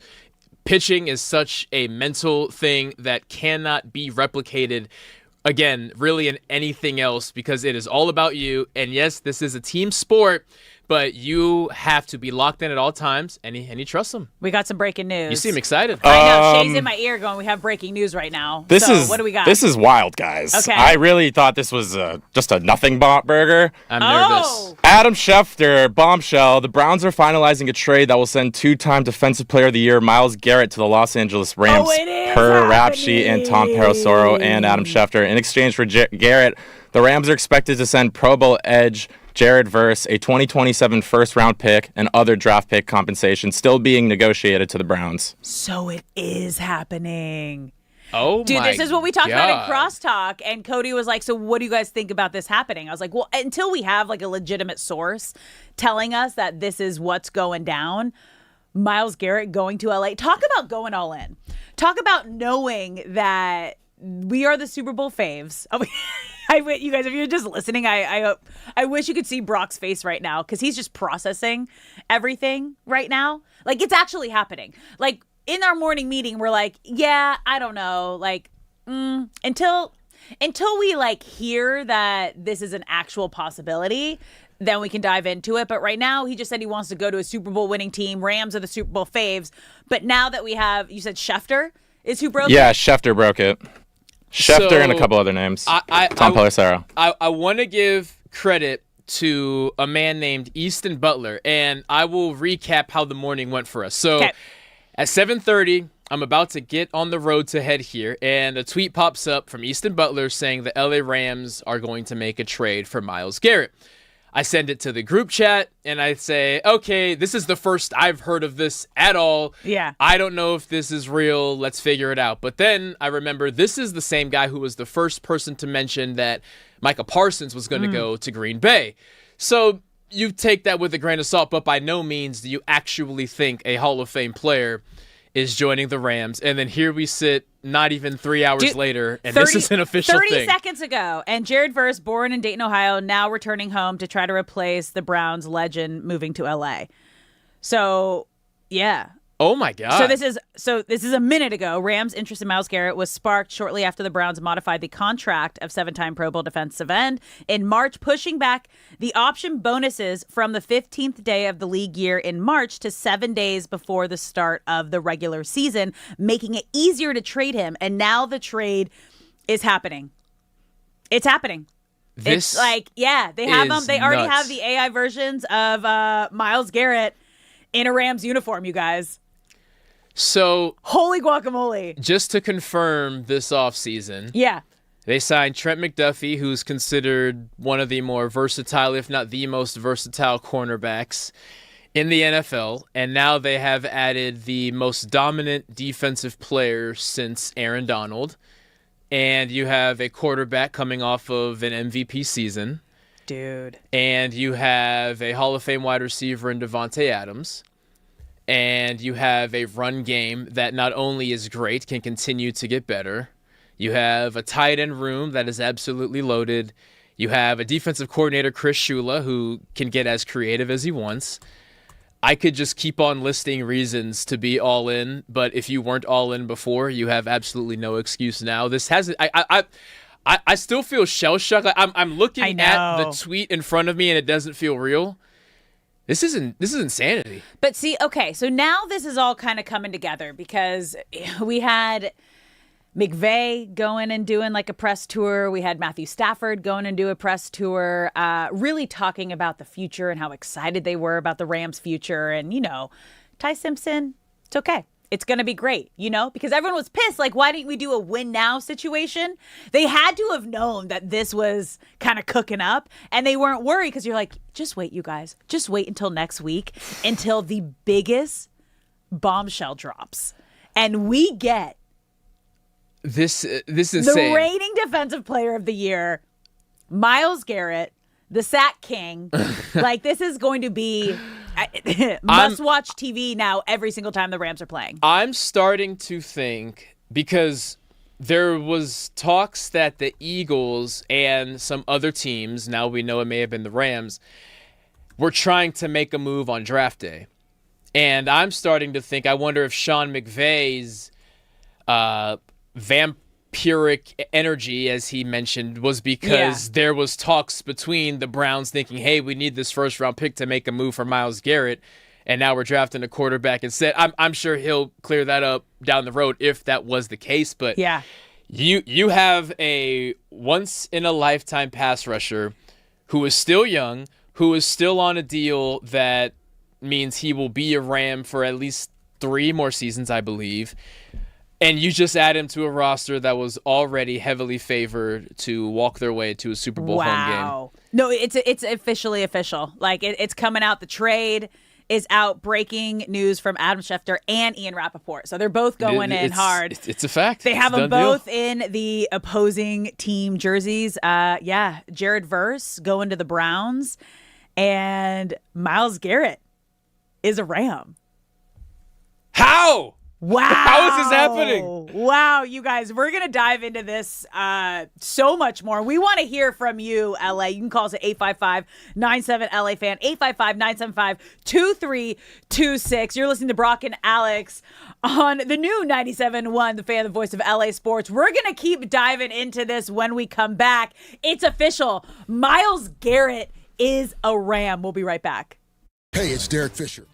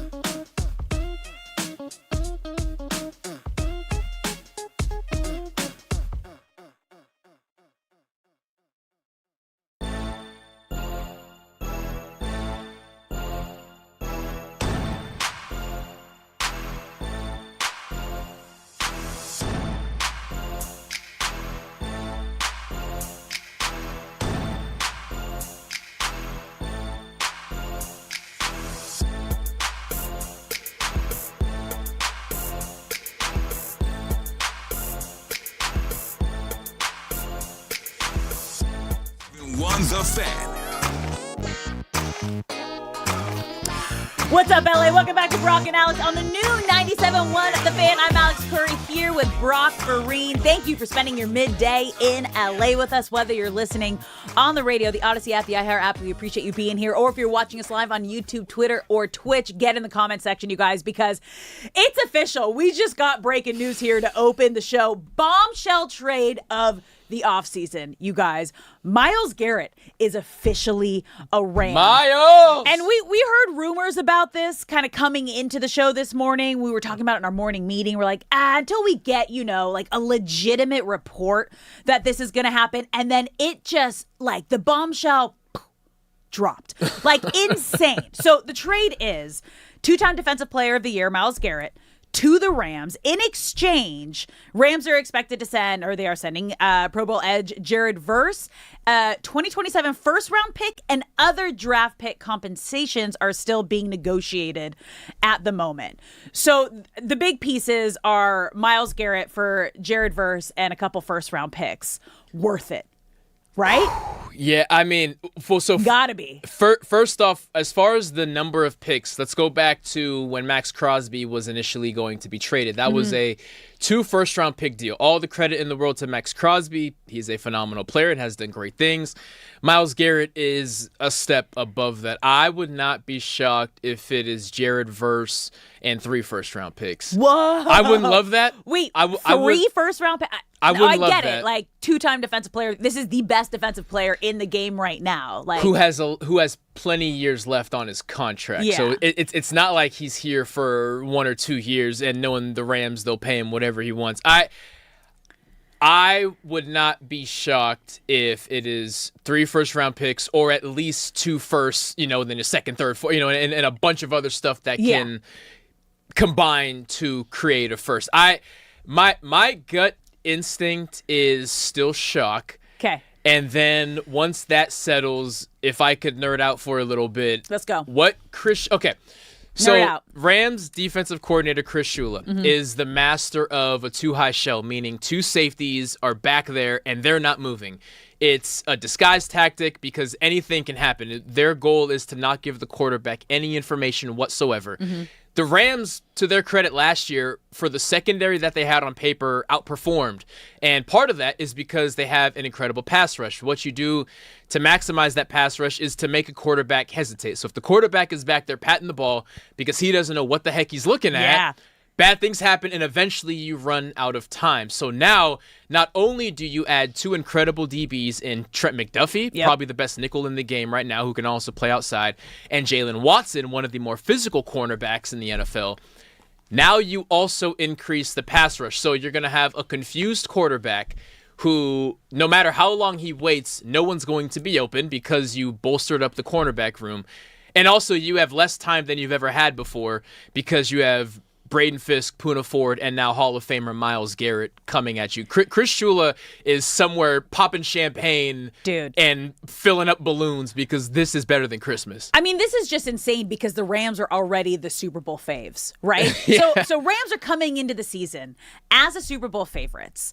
They have the reigning MVP in Matthew Stafford. And all the talk this offseason was, I can't believe they didn't go out and get a win now pick. Like, the whole conversation, like, after the draft was, how could they go get Ty Simpson, something for the future, and not focus on a win now scenario? And what we've seen the last week is a very composed Matthew Stafford, a very composed Sean McVay. And they kind of went on this media tour that had you wondering, like, did they have like a team meeting and we're doing some sort of damage control? But you have to realize and kind of understand, like, this must have been a whisper within the organization of like, hey guys, don't worry, because I got a bombshell of a trade that's about to absolutely shock the NFL world. I mean, we heard Myles Garrett say, I want to go to a Super Bowl winning team. So when you hear that, there's a handful of teams that you can really imagine he would can go to. And what we had heard was Rams, Seahawks, and Eagles, and Cowboys? And the Cowboys got in there toward the end trying to make a push, I believe. That's what I'm hearing. So those are the teams in the mix. And for the Rams to be the team that are able to get this done, not only says, like, the incredible work of Les Snead and what he's doing, but the organization that I'm sure Miles was like, yeah, that's a team I want to go play for. That is the team that I believe has the best chance to win the Super Bowl. And now I have to imagine the DraftKings odds are just through the roof minus for the Rams 10,000. right now. Like, yeah, good luck. Good luck. We got Myles Garrett. We have the reigning MVP in Matthew Stafford. We have the most complete team in the NFL. And we just one-upped every other team because we just traded for Myles Garrett. That's a win now. If that is the win now move for the Rams. If you tried to create this team on Madden a year ago, the game wouldn't let you. The game would say you are cheating. You can't do that. There are rules against this. You cannot combine all these players under one roof. It will take me until tomorrow for this to actually settle in. This is on par with the Luka Doncic trade. Like this came out of left field. Never even thought this was a possibility. Again, Myles Garrett, remember, requested a trade going into last year. Mm-hmm. And then finally they came to terms. They said, we'll give you more money than you've ever seen before in your life. And he said, okay, fine. I'm going to be a Cleveland Brown and I want to win here. As you mentioned a couple weeks ago, he renegotiated some language in there to make it easier for him to trade. I didn't think anything of it, but clearly something was going on behind the scenes. And here he is in a dream scenario. Okay, so the Rams' interest, just to kind of backtrack a little, in Myles Garrett was sparked shortly after the Browns modified the contract of the 7-time Pro Bowl defensive end in March. Now, what they did is they pushed back the option bonuses from the 15th day of the league year in March to 7 days before the start of the regular season, which makes it easier to trade him. And when they renegotiated and restructured that contract, I remember talking about like, okay, he's definitely moving. Mm-hmm. It's an easier trade move for the Browns and more digestible for other teams to take on his contract. I mean, this is as good of a move that the Rams could have done. Again, it's going to be interesting to see how many first-round picks. You're thinking 3? Because teams like the Eagles, who are willing to sell whatever it takes to get what they want, are involved. Because teams like the Cowboys, Jerry Jones, can be really stingy with paying his current players, but when it comes to acquiring something new, he's willing to throw whatever it takes. Yeah. Because so many big names and big spenders are involved, I'm ready for the gut punch of 3 first-round picks and Jared Verse. I hope I'm wrong, but look what you're competing with. So we actually have the Rams 2025 Fan of the Year. Is that who we have on the phone right now? Damon Jackson, how are we feeling? I'm feeling ecstatic. Thank you so much. First of all, good morning, good morning, good morning. Great morning. It is a good morning. Man, the Rams do it again. Dude. I mean, how do they pull this off? I can't believe this even happened. I had a friend text me earlier. They're going to get Myles Garrett. I go, how are they going to pull that off? No way in heck they're going to get Myles Garrett. Like I heard you say earlier, Luka to the Lakers, Ohtani to the Dodgers, Myles Garrett to the Rams? Yep. McVay, Snead, Dimoff, and Kroenke do it again. Wow. Like, what a great time to be alive as an LA fan. This is special. Like, and dominating the market. Too. Yes. This is amazing. I can't believe it. My text messages are going off. People trying to call me. Social media is going crazy right now. Pick up your phone. Yeah, you're like, I'm digesting what's happening right now. We just got Myles Garrett. He is a LA Ram. This is insane, you guys. Like, Damon, thank you so much for calling in. Like, it's just an absolute insane scenario right now. I think everyone's just kind of in shock processing this situation. I am. I don't know when it'll settle. Again, tomorrow at the earliest. I have no concept of even this being real because I didn't know that it could happen. Same with the Luka trade. Shohei, at least we knew, hey, he's meeting with the Dodgers. This might be a thing. I had like 24 hours to get my ducks in a row. But no, this is out of it. I can't even process this. I love the just kind of putting it into perspective of all the LA teams, you guys. That is pretty The nice. Dodgers starting it, getting the best player in baseball, Shohei Ohtani. I called that, though, a year before it happened. I was like, Ohtani wants to stay on the West Coast. He's going to go to the Dodgers. Like that one I knew and felt like it was going to happen. Lakers getting Luka Doncic was a where were you moment when you heard the news, and that still, like, I thought they were all fake tweets. Are you sure? Did Shams get hacked? And today, when we sat in for crosstalk, Cody going like, it's real. I was like, no, it's not. Not until I see a legitimate report. Okay. Cody is at the gym right now smiling. Yeah, saying, Alex, I tried. Cody Decker tried to set us up for this and from the morning show, and I just was like, nah, not until I see anything official. And then it became official about 15 minutes into our show today. This is incredible, you guys. You're listening to Brock and Alex on the new 97.1 The Fan, the voice of LA sports. Myles Garrett is officially a Ram. This season is going to be insane. Don't go anywhere. Do you care, LA, when we come back?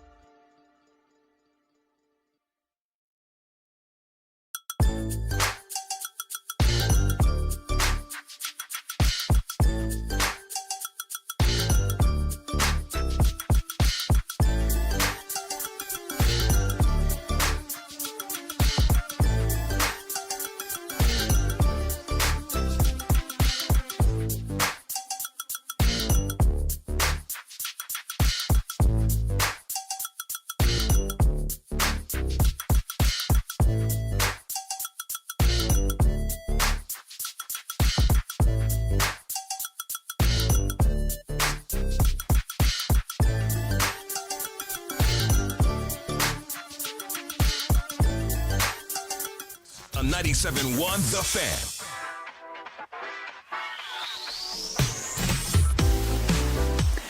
What's up, LA? Welcome back to Brock and Alex on the new 97.1 The Fan, the voice of LA Sports. I'm Alex Curry here with Brock Vereen. Thank you for spending your midday in LA with us, whether you're listening on the radio, the Odyssey, or the iHeart app. We appreciate you being here. If you're watching us live on YouTube, Twitter, or Twitch, you can see how shocked we are, you guys.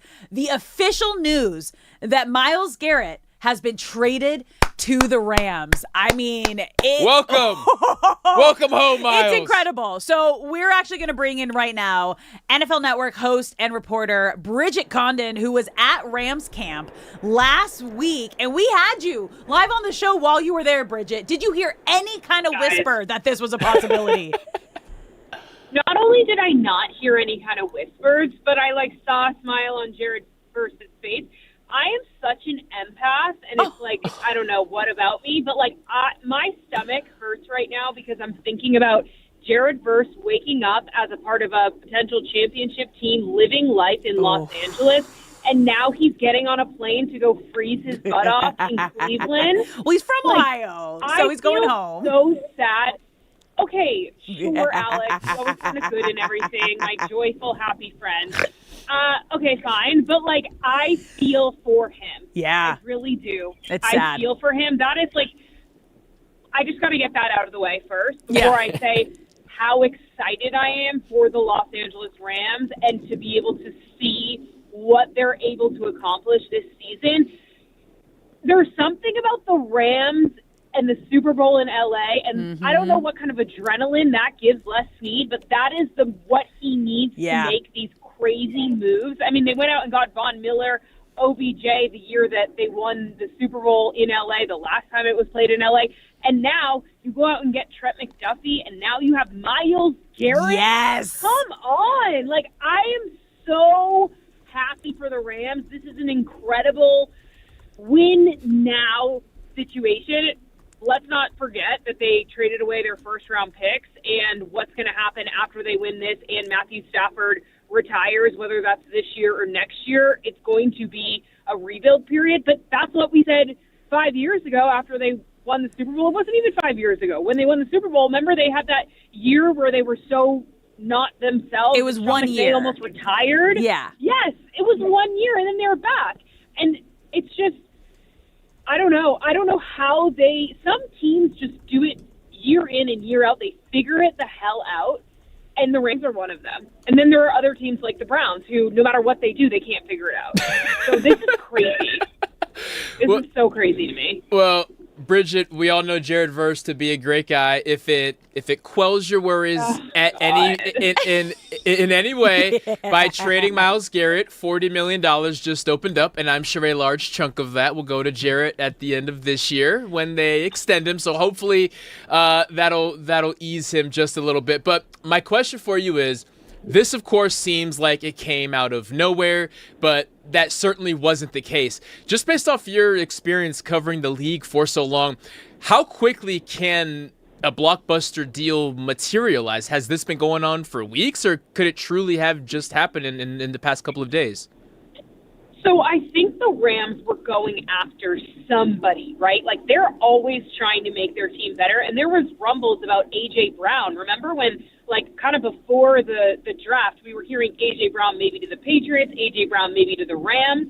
And so the Rams have been trying, it feels like, from my perspective, trying to add additional pieces, knowing that their window is this year or next year with Matthew Stafford. And even, I don't know, I talked to you guys before practice, but after practice, I interviewed Matthew Stafford last week, and one of the things I asked him about what excites him most about this year's team, he said the continuity. We have so many guys back from last year, and not having to learn a new person and explain plays to someone, that means a lot more in these situations than maybe we talk about. Now you have players that are back that are understanding the goal, plus you just add in somebody massive. That's what they were trying to do, whether it was A.J. Brown or Myles Garrett. Now they have Myles Garrett. I don't know, and I don't know if we'll ever know the honest truth. I'm sure Ian Rappaport is trying to get the details right now of how long this has been going on, but I'm sure these conversations have been out there, right? Les Snead has made it very clear that he respects the hell out of Myles Garrett, which, let's not forget, he was the AP player on defense last year, right? Yeah.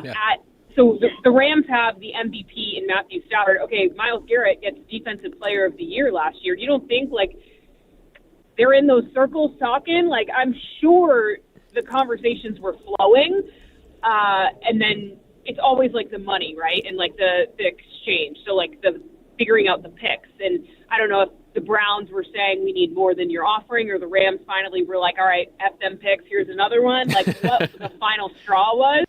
But I'm sure this has been going on. These conversations are always happening. I'm sure, like, I would love a documentary. It would never happen because we can't, like, tell secrets. But I would love to be a fly on the wall in all 32 offices of the front offices, because I'm sure the conversations that happen where things never actually come to fruition are so interesting. And it would just be fun to know, you know, like, what are all the possibilities that are going out there? Even right now, I'm sure teams are getting on the phone. You know, the Seahawks, I'm sure they're like, holy hell, what are we going to do now? How do we figure this out? You can't, but apparently, so more information is coming out, like, as we have this conversation, but the Rams' interest in Myles Garrett was sparked shortly after the Browns modified his contract, because I think then every team, it was more digestible and able for them to be able to pick him up. But does this make more sense now that we see this going down of what was going down draft night? And maybe the argument and why Sean McVay was so upset, right? Yeah, I honestly was thinking there was, like, an A.J. Brown of it all, but, like, potentially there could have been, I don't know. Sean McVay, I feel like, would tell us one day, like, maybe in 5 years. Yeah. He's the kind of guy that, he's, like, funny in that way. He's like, oh, yeah, you remember when I was mad? It was because of Myles Garrett. Yeah. Maybe we'll find out. That's a good theory for sure, Alex, because I think just knowing that they went for a quarterback, maybe understanding that they were trying to do a massive trade for either a wide receiver or a, like, player on defense that they haven't had, let's be real, since Aaron Donald retired. Yeah. That's the thing, too, where we need to circle back on Myles Garrett and what he brings. I understand he's older, and Jared Verse, like, again, my stomach is in a knot thinking about him because he's such a good player. He's great with the media. Like, he is a good energy guy. He's a good locker room guy, all those things. But the Rams were very young on defense. Mm-hmm. Ever since Aaron Donald left, they were very good, but they were much better than we thought they would be because they were so young. A lot of those guys are mature and really good players, but now you bring in a guy like Myles Garrett, who is a vet and a well-known vet, and who has played in the trenches of Cleveland, gone against hard-nosed, physical, tough, running football teams like the Ravens and the Steelers twice a season. He is going to bring something immeasurable. I don't even know if that's the right word that I'm trying to think. My brain is, like, so high right now. not on drugs. Thank you for clarifying. Let me make that clear. Like, so what he's going to bring in, like, to be able to teach these guys, oh my God, it's like with Kobe Turner, I'm so excited to hear from him and how excited he is to now learn. He starts his career with Aaron Donald, and he's going to now get Myles Garrett. I mean, come on. Wild. That's amazing. Bridget, when you are at Rams training camp in a couple weeks, you have Matthew Stafford throwing to Puka Nacua and Devontae Adams. And on defense, you have Jalen Watson and Trent McDuffie playing guarding the receivers, while Myles Garrett is rushing the passer. So the question is, what are you watching first? Well, I'm hoping Myles Garrett isn't touching Matthew Stafford. Let's be clear there. Yeah. Like, we need to protect everybody.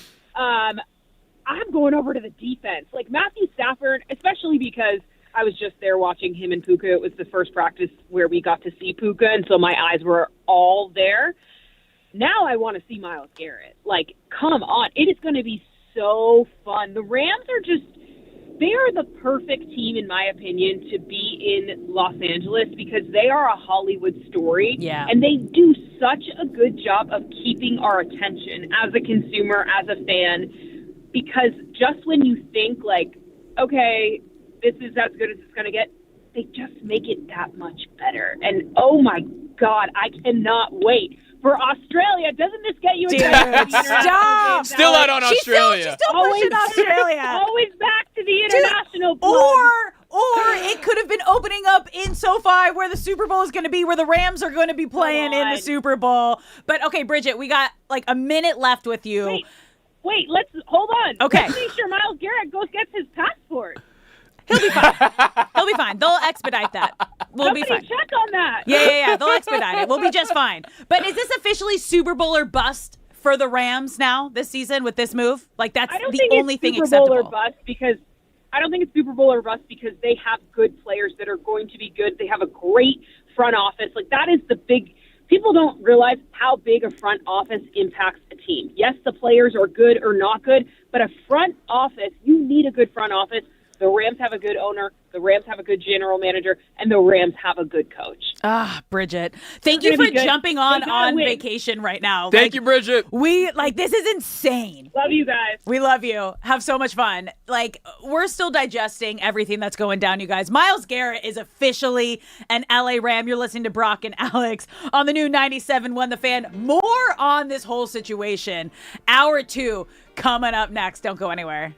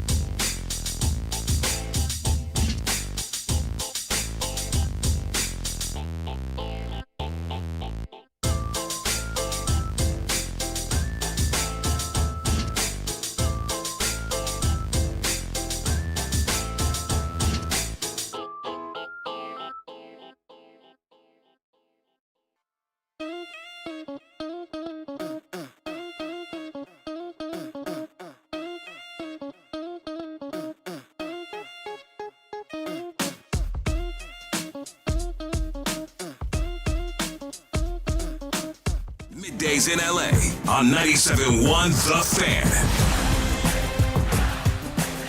What's up, LA? Welcome back to Brock and Alex on the new 97.1 The Fan. I'm Alex Curry here with Brock Vereen. Thank you for spending your midday in LA with us, whether you're listening on 97.1, the Odyssey app, the iHeart app, or watching us live on YouTube, Twitter, or Twitch. We appreciate you being here. And it has already been an insane morning, you guys. Breaking news.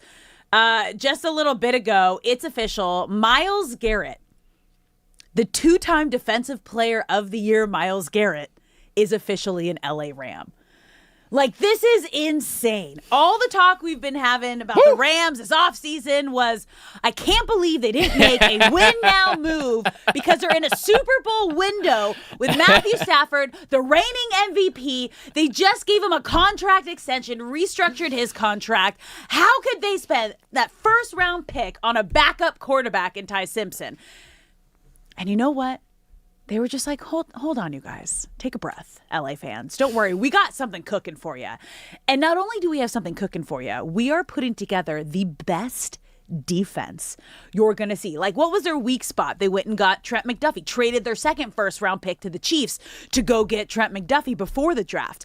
And then now, I'm thinking back to draft night and Sean McVay being all upset because apparently, you guys, the Rams' interest in Myles Garrett was sparked shortly after the Browns modified his contract in the end of March. So this has kind of been brewing for a little bit. This is, you have to imagine a blockbuster trade like this of two-time Defensive Player of the Year, Myles Garrett, to the Rams, and the Rams sending Pro Bowl edge Jared Verse and a 2027 first-round pick and other draft pick compensations to the Browns. This had to have been kind of talked about and going down for a bit.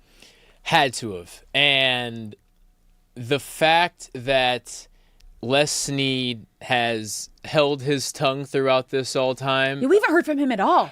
Is at all. What amazes me so much. The fact that the Super Bowl favorite, the team that's known for making insane splashes at random moments, and one of the best defensive players to ever step foot on a football field could work something out without really any peep of it coming until 3 hours before it's announced. It's hats off to them, but my God, am I going to be in shock until tomorrow, and then starting tomorrow, the X's and O's brain will take over, and I'll get excited. But I can't even be excited because I'm still in shock over what's happening. I asked Brock, I'm like, where's the believability at right now?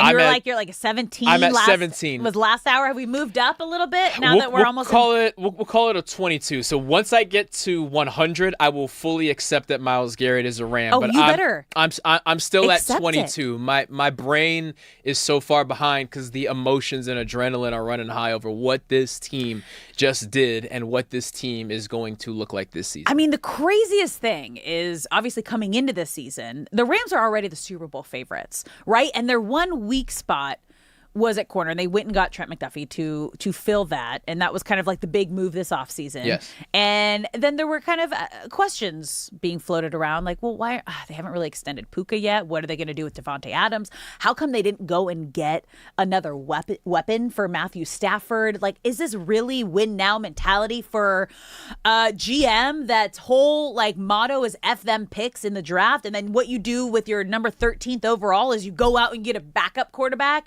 in Ty Simpson? What are we doing here, LA? And that has been the argument and the debate and the conversation over the last, when was the draft? Like month plus? Yeah. And to wake up today. End of April, yeah. Wake up today, and I think you sent an article to the group chat or a tweet. Yep. And was like, you guys just, putting this out there in case it's a possibility.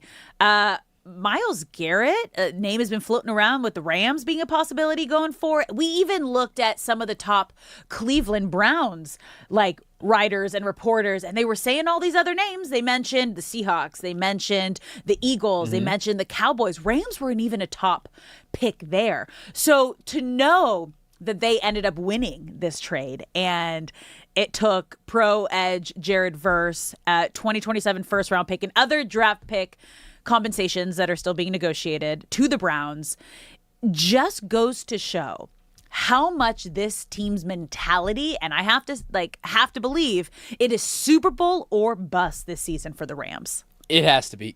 Even before this trade, there was an argument that anything less than a Super Bowl would be a disappointment to the fans. And it's not just the Super Bowl being in Los Angeles. It's not just being a play away from a Super Bowl appearance a year ago. And it's not just your in-division opponent of the Seattle Seahawks winning the Super Bowl last year. It was just on paper, this team needs to win a lot of football games. Yeah. And now there's no excuse. I mean, yes, it takes a minute or two for things to gel, but sometimes teams are just so darn talented that anything less than the championship is a disappointment. And the good thing about this team is they're used to that pressure. For the majority of Sean McVay seasons, that's been the case. Of course, this current roster more so than any other one. And all of a sudden, you're looking at a roster of what you thought was just going to be a routine Monday of OTAs, and now you're looking at a roster that may be the best one ever assembled on paper. I mean, I actually do feel bad for two people. One, Jared Verse, although he's going home, and at the end of this year, he's going to get cashed out of his mind, so good to him. Another person I feel bad for is Russell Wilson made a retirement announcement and got like... Don't you dare feel bad for that man for 1 second. He got 4 minutes. Nope. 4 minutes of shine. Congrats to him, and That's good deserved. luck. And good luck at CBS Sports doing the NFL Today, because Myles and also AJ Brown, we're expecting that trade to be official or announced before 4 p.m. Eastern, when it will be official. and the Rams were in the mix on that. Now that we know that the Rams are definitely out, it's clear that he will be a New England Patriot sooner than later. It's slowly coming out. Like Juju to the Giants was the most recent one. So we're just waiting on the A.J. Brown. But right now, Rams fans, all you got to be thinking about is we are the most complete team in the NFL, and now we are the most feared defense in the NFL. And so now you're coming into a season with the reigning MVP in Matthew Stafford, two-time Defensive Player of the Year, who's coming off arguably the best season of his career and one of the better defensive performances we've ever seen from Myles Garrett. And now Myles Garrett is going from a team that's never had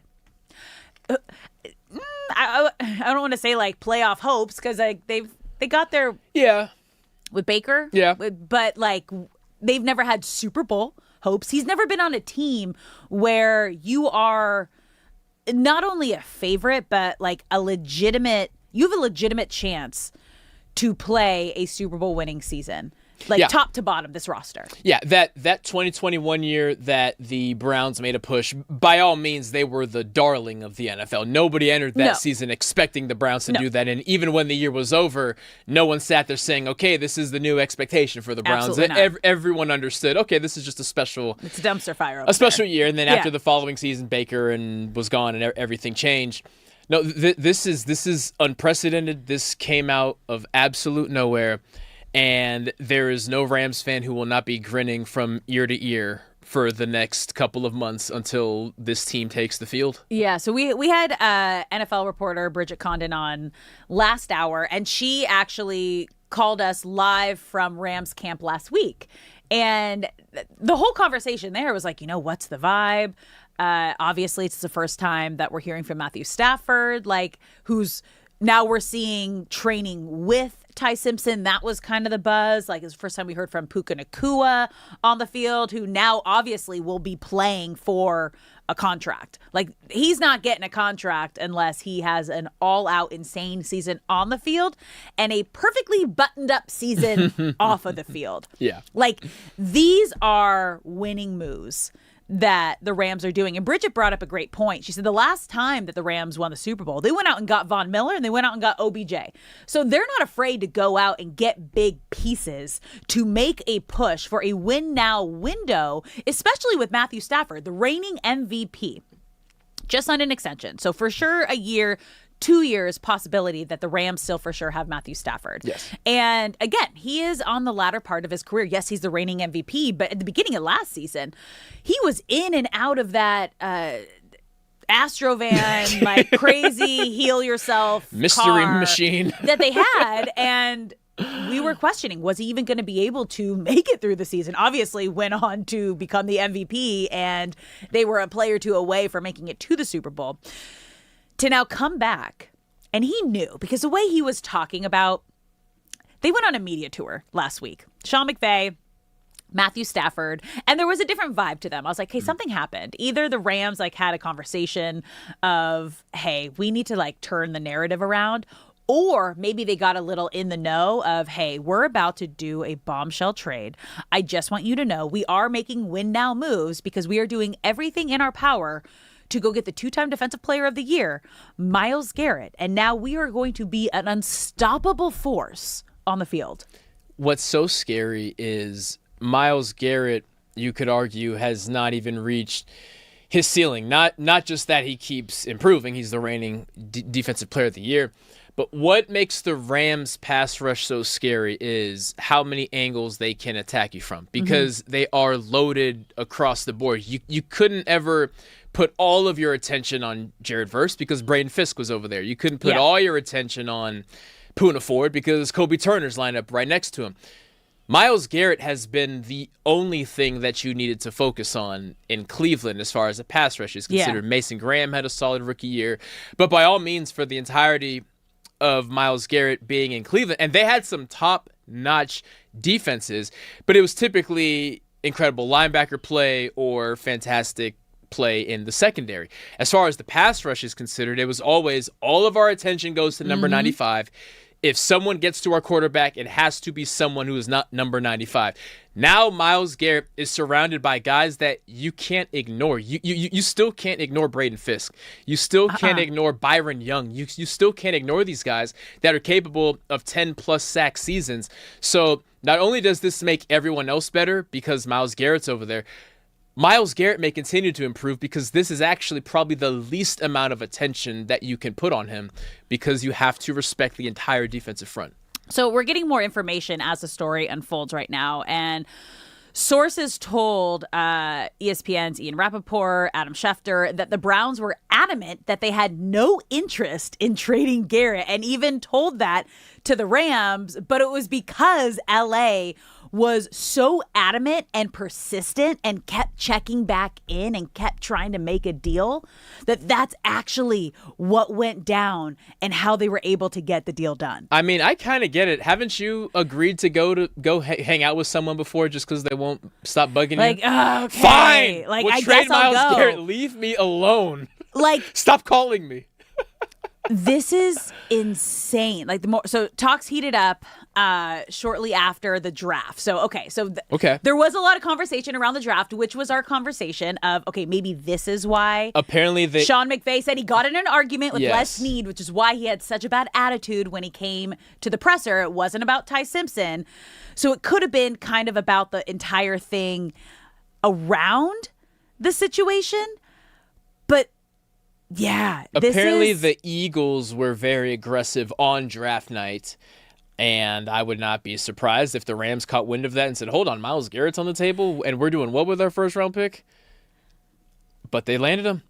You know who I'm excited for? You know who I'm excited for? Yeah. Poona Ford. You know why? Why? He's number 95, and Myles Garrett's coming in, and he wants that number 95.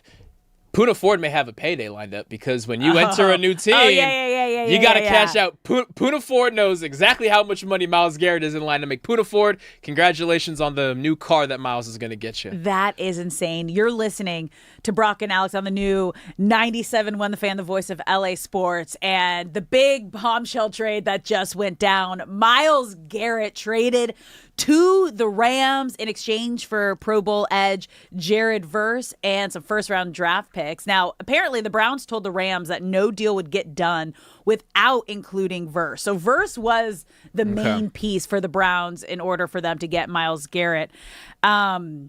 The Rams initially were not interested in moving Verse, but eventually began to consider a package with him as long as the draft picks were adjusted appropriately, sources said. That's good. So this also makes sense as to what was going down on draft night and why this could all be linked and why this was such a big situation right after they picked Ty Simpson with the first-round pick.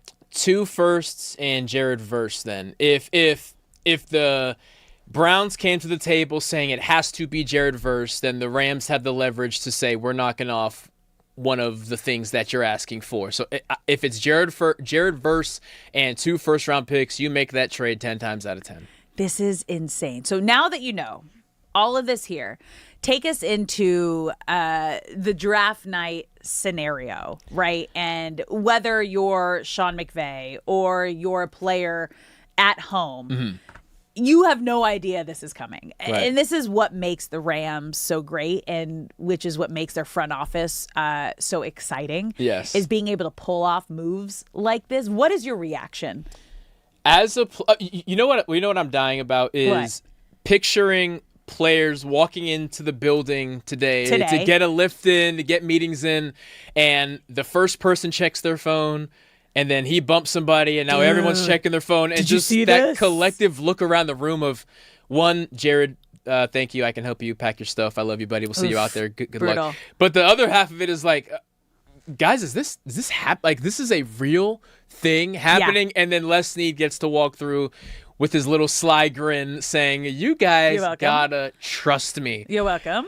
I will be taking apologies from all of you who question my moves. You can line up single file and kiss my butt. No, It is an electric feeling when you are surrounded by everyone who's going to be affected, and knowing that all those guys are in that building, whether they're lifting, whether they're stretching, whatever they're doing, as word starts to travel around. Yeah.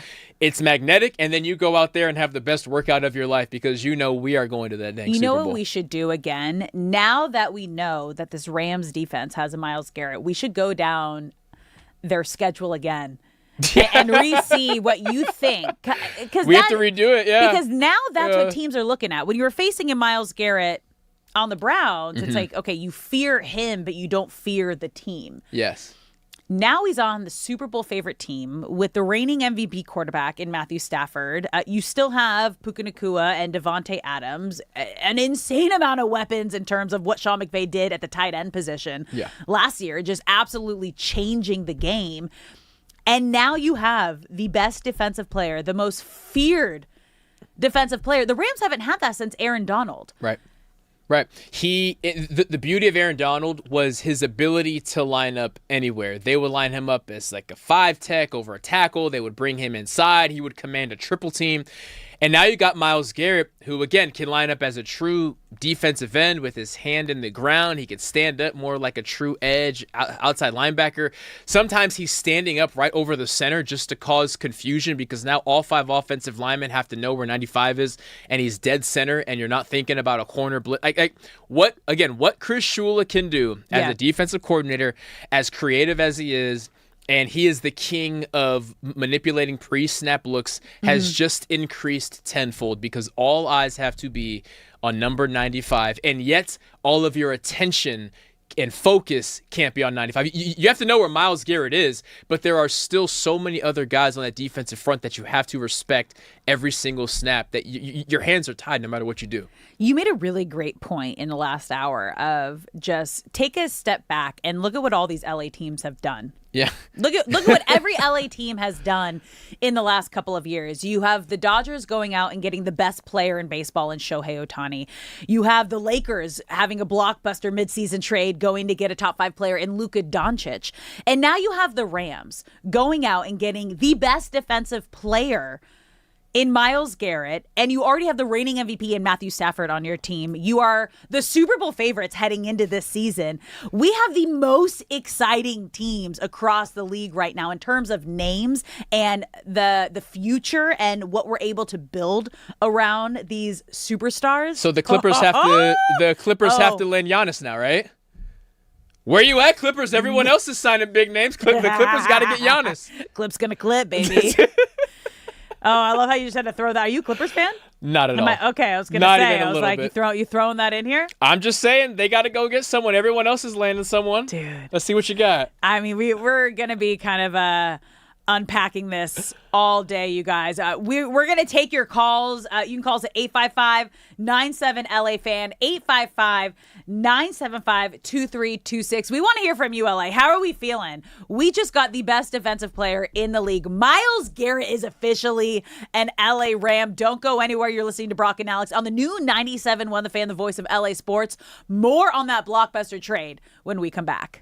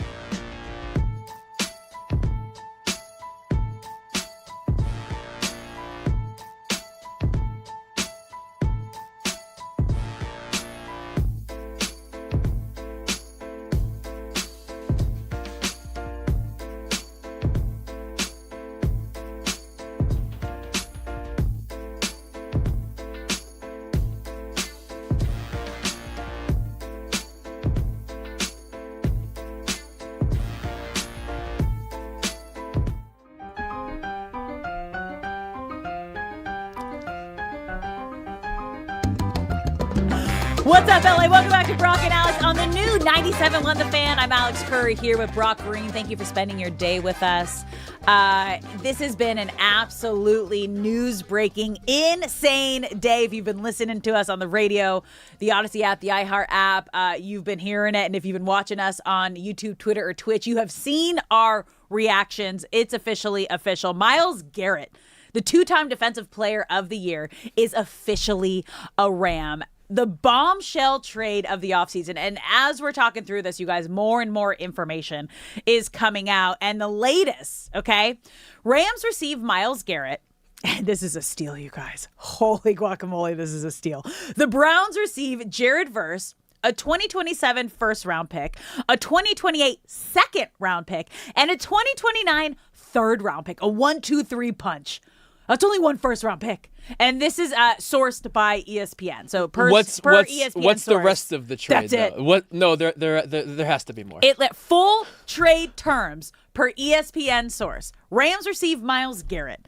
Browns receive Jared Verse, a 2027 first-round pick, a 2028 second, and a 2029 third. That's it. That is an absolute. That's robbery. I'm going to say robbery. I'm going to say something that I've never said my entire life. I understand why people hate Los Angeles. Isn't it good to be an LA sports fan? I totally get it. This is incredible. And this is incredible. They're currently under construction of the Nico Harrison statue as a thank you for Luka. Right next to that, they're going to save a spot for Andrew Berry, the Browns GM. Dude. And there's going to be 2 gold statues of them right in the heart of downtown. Like, let's just go through again, because so much of the conversation this offseason was around the Rams draft picks, right? And what they've done in terms of first-round picks since 2016, okay? And there was a list that was just put out of what the Rams have done since 2016, okay? 2016, Jared Goff, eventually traded in the Matthew Stafford deal. 2017, none. 2018, none. 2019, none. 2020, none. 2021, none. 2022, none. 2023, none. 2024, Jared Verse, eventually traded in the Myles Garrett deal. 2025, none. 2026, Ty Simpson. So yeah, I'm still on board of Les Snead's F them picks, because the 2 first-round picks that they've gotten since 2016 have been a part of 2 of the biggest trades that they have done in the last 10 years. Jared Goff being traded for Matthew Stafford eventually, Jared Verse eventually getting traded for Myles Garrett, and then obviously this year taking Ty Simpson. And we just got Myles Garrett.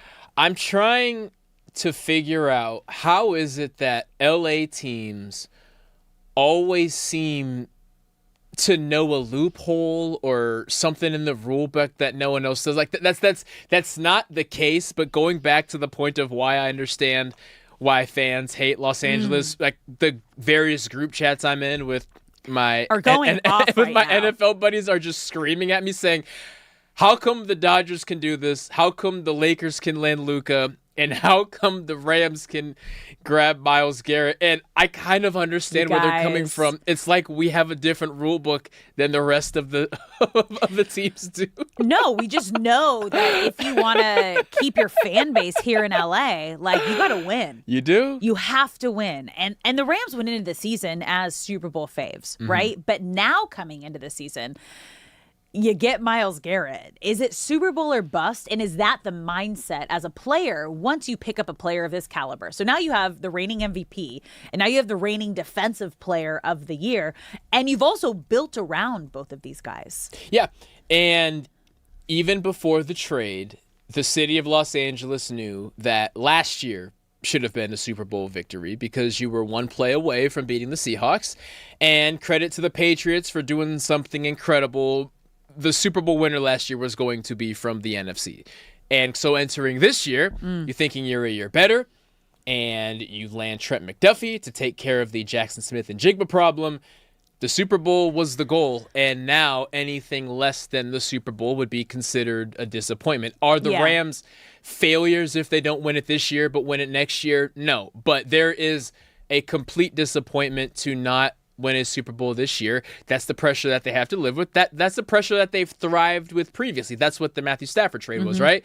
You didn't trade for Matthew Stafford to build something. You traded for Matthew Stafford to win right now. And so since they've done it already, now you've assembled. I mean, this is essentially the Dodgers. This is possibly the best roster that football has ever seen, similar to the Dodgers having the best roster that baseball has ever seen. There is an expectation that comes with that, and now it's time to respond. You guys, what a fun time to be a fan in LA. You had the Dodgers going out and getting the best player in baseball in Shohei Ohtani, now back-to-back World Series champs on the road to a three-peat. You had the Lakers going out making the last blockbuster trade, getting Luka Doncic, and they are in the process of building back to a championship team to compete with a Wemby and the Spurs. And then now you have the Rams going out and making the trade of the offseason, picking up the two-time Defensive Player of the Year, Myles Garrett. You're listening to Brock and Alex on the new 97.1 The Fan, the voice of LA sports. If you're just tuning in, you guys, yes, you heard that right. Myles Garrett is officially a Ram, and the trade is the Rams received Myles Garrett, and the Browns received Jared Verse, a 2027 first-round pick, a 2028 second, and a 2029 third. So they only gave up one first-round pick, you guys, which feels like an absolute steal. Robbery by the Rams. Here's a direct comparison. Okay. Just last year, when the Dallas Cowboys traded Micah Parsons to Green Bay, it was for a defensive tackle, Kenny Clark, and 2 first-round draft picks. Yeah. Jared Verse is better than Kenny Clark. But the fact that 2 first-round picks had to be attached to that, and again, if you're just tuning in, I assumed this was going to be Jared Verse and 3 first-round draft picks, just because Max Crosby, when he was initially a Raven, went for 2 first-round picks, and now the Micah Parsons example, it was a player and 2 first-round picks. I thought 2 first-round picks and a player would be the starting point, and then finding out that the Rams outbid the Eagles and the Cowboys, I assumed it would have to be some blockbuster historic thing. They were comparing this to the Ricky Williams trade where the Saints traded their entire draft for him. And no, it was a first, a second, a third. Dude. And Jared Verse. That's insane. That's insane. It feels like robbery. We want to hear from you, LA. You can call us at 855-97-LA-FAN, 855-975-2326. You can also watch the live stream on YouTube, Twitter, and Twitch, but get in the YouTube comment section. We want to hear from you. So producer Shay, let's get to the LA fans. How are they feeling? Are they as shocked and excited as we are right now? Shock is the best way to put it, but it's almost like people are looking ahead pretty quickly right now and looking forward to what this means for LA in particular. So there's some people that are even saying Raider Nation's dead, which honestly... Give Fernando a chance. Give him a shot. It makes sense. But it's getting to a point where it feels like the 2025 Fan of the Year said before. Yeah. Finally, you know what I mean? Like, we're finally getting to a point where we're going all in. People are saying, pay Puka now, extend Devontae. Just spend all the money. Exactly. It seems like we're Dodger fans too, so it makes sense. I mean, it seems like the Dodgers are rubbing off on the Rams right now. But again, people are grateful and they're happy and they're almost looking at Les Snead like, let's do it. Like, you're finally doing it. You guys, it really is. Like,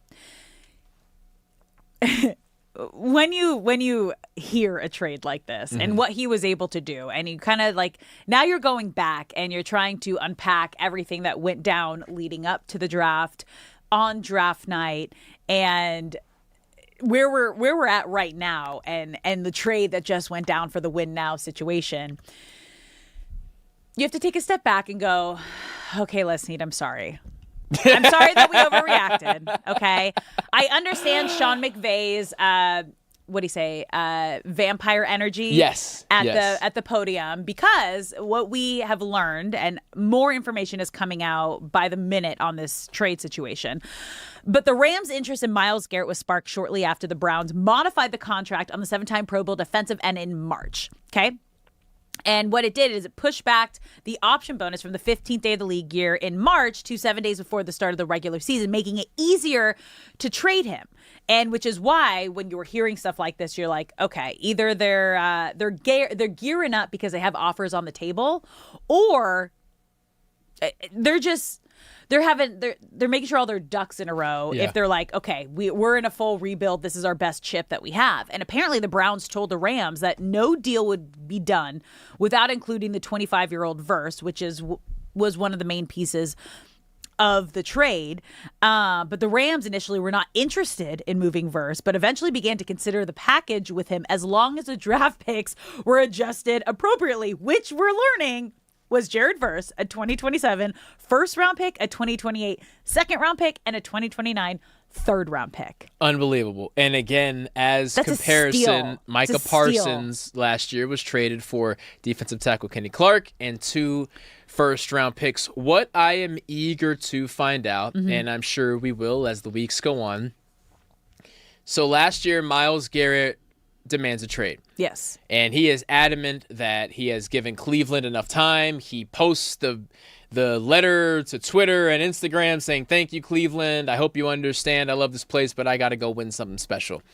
And then they talk behind closed doors. The Browns give Myles Garrett all of the money. And then he says, you know what? Change of plans. I'm going to remain in Cleveland. And then in March of this year, they reconstructure some things to make his contract tradable. Now, Andrew Berry has been the GM through all of this, so that hasn't changed. The ownership hasn't changed, but they have a new head coach in Todd Monken, who was the offensive coordinator for the Ravens. So I'm curious to hear what the conversations between Andrew Berry, Myles Garrett, and Todd Monken were, because clearly something changed, and maybe they are just in blow this whole thing up, get what we can get mode. Maybe Myles Garrett changed his mind and said, I really want to win. I have fewer years left than I have previously, and I have a no trade clause, so I have to agree to any trade anyway. These are listed teams. I'm excited to hear what changed in his mind, and what it was about the Rams that was more impressive than the Eagles and Cowboys, who on paper are not as good as the Rams,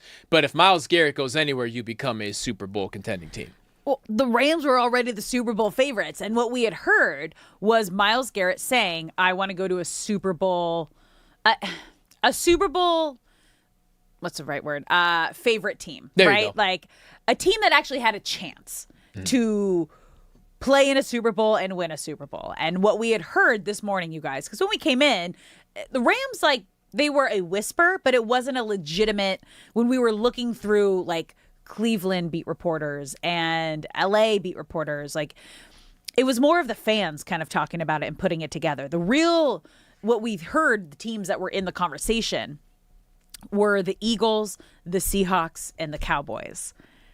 And the Rams are sneaky like that. And this is why they stay out of the spotlight. And another reason why this offseason was so off-putting, I think, because the conversations that we were having were about, I can't believe they didn't go make a win-now move in Ty Simpson, the Puka Nacua off-the-field situation that was going down. And now, to have this just absolute bombshell of a trade, Myles Garrett to the Rams for Jared Verse, a first-round pick, a second-round pick, and a third-round pick over the next 3 years is robbery. I'm just think of the NFC West right now. You have the reigning Super Bowl champs in the Seattle Seahawks. You have the Cardinals, who, God bless them, are not going to be a factor. But you have the 49ers, who you have to treat as a Super Bowl contending team year after year, as long as Kyle Shanahan is there. And they add names like Mike Evans, and they have a new defensive coordinator in Raheem Morris, who worked with Sean McVay in the Rams for a while. He understands the Rams inside and out. And then you get the Rams making moves here. So you have the reigning NFL MVP, you have the reigning Offensive Player of the Year, and the reigning Defensive Player of the Year, all in the NFC West with Matthew Stafford, Jackson Smith-Njigba, and Myles Garrett. This division is going to be an absolute bloodbath. And I'm trying not to get upset that the very first of these games is going to be in Australia because we're celebrating right now. But what a division that we have lined up. There will be absolutely no games off. Like, it's insane. I'm just looking at the Rams' regular season schedule. Every one of those quarterbacks have got to be like, oh, God no. Dang it. Oh, no. Oh, no. Like, this is a complete shift in everything. Yep. Like, absolutely everything. The NFC is like, what do we do now? There are Now offensive tackles in the NFC that we're sitting here thinking, man, I'm so glad I never have to play against Myles Garrett. Yeah, no. No. This is like a complete, like, you change your entire approach, plan, game strategy. The entire game plan is different when 95 is on the opposing team. Oh my gosh, this is going to be absolutely insane. You guys. Come on, September, get here. Let's go. Myles Garrett is officially a Ram. This show today has just been, I love breaking news, and especially when it's great news for our LA teams, because this is what we needed, Rams fans. This is exactly what we needed. See, that's why people hate LA, Alex. What do you mean? Because just hate things like that. Born and raised, baby. Hate us because you ain't us. That's all it's going to be. We're going to take a quick break here. You're listening to Brock and Alex on the new 97.1 The Fan, the voice of LA sports. More diving into this blockbuster trade. Myles Garrett is officially a Ram. Don't go anywhere. We got more when we come back.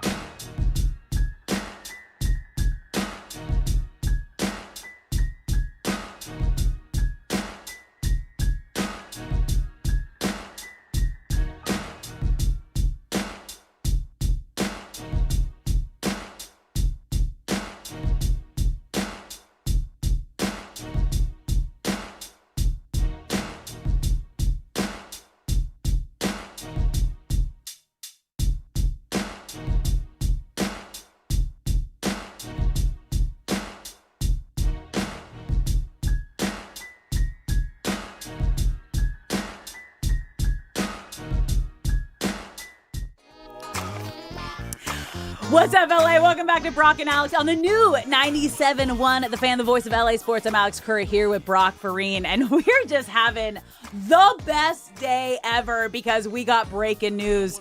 You guys, Myles Garrett, the best defensive player in the game, two-time Defensive Player of the Year, is officially a Ram in a blockbuster trade that just went down. So if you've been listening to us on 97.1, the Odyssey or the iHeart app, or watching us live on YouTube, Twitter, or Twitch, you've been seeing our reactions. You've been seeing how everything's gone down. It is just... What a beautiful day. What a great day to be an LA sports fan. Oh, it does not get better than like, this. that's all I have to say. And you made a funny comment of like, oh, I understand why other fans hate us. It finally clicked. It finally clicked as I'm looking at my group chats of friends. One of my good friends, shout out to T. Russ, who's watching. He's an Eagles fan. Yeah. Who were in the Myles Garrett sweepstakes. So now not only do they not get Myles Garrett, they're probably going to be trading A.J. Brown here in a couple hours. And he's just like, I cannot stand you guys. And we also just beat his Phillies 2-1 over the weekend. So me and him are going through it right now, but we'll be stronger at the end of the day. So it's okay. Will you, though? Probably not. Yeah. I think he's going to be resentful for a while, actually. This is incredible, too, because, like, as we're talking through this, you guys, more and more information is coming out about the trade. And the full trade terms, per an ESPN source, you guys, Rams received Myles Garrett. The Browns received Jared Verse, a 2027 first-round pick, a 2028 second, and a 2029 third is just... When you first hear that, it feels like robbery. It is robbery. For two-time Defensive Player of the Year. Yeah, and... Don't get me wrong, Jared Verse had 8 sacks last year, I want to say, and by all means is on a trajectory of being an all-pro player and is significantly younger than Myles Garrett. I completely understand why the Browns said Jared Verse has to be a part of this package because we see something special in him. So it's not a knock on him to say that the Browns got fleeced. It's because Myles Garrett is just at an echelon that, as far as recent players are considered, Aaron Donald is the only other player in that group. Like, he's just at a separate realm of being and is old by NFL standards, but has a lot of quality years left, seeing as he just came off of a Defensive Player of the Year. So, no, this is an absolute fleece, and I was at 22% believability before. I think I'm at 31 now. Well, no, believe it. It's slowly starting to settle in. Get up to 100. And the best part, too, is what we were, again, more information is coming out about the Myles Garrett to the Rams trade. And I think my favorite part is that this is not just the Rams, like, wanted Myles Garrett, but the Browns did not want to trade him. They told the Rams that they were not moving on him, and the Rams kept calling anyway. ESPN said the Rams were the only team that kept calling and kept trying to pry Myles Garrett from the Browns. Never give up. Their persistent pursuit eventually forced Cleveland to name the price, and it was Jared Verse that had to be a part of the deal. But you guys, I tell everybody, like, in any career, like, be persistent. I'm telling you, like, persistence, like, polite persistence, like, always comes through. And it was the Rams just keep coming back, like, are you sure? Come on, let's strike up a deal. You sure you don't want to trade Myles Garrett? Like, we can do this, right? We can definitely figure this out. I'm sure Andrew Berry had texts from Les Snead. He had calls from Les Snead. Les Snead probably DM'd him. Yeah. Les Snead wrote him a letter. Les Snead emailed him. He said, no matter where you go, I will find you. And my question is the same. Can we have Myles Garrett? Yeah.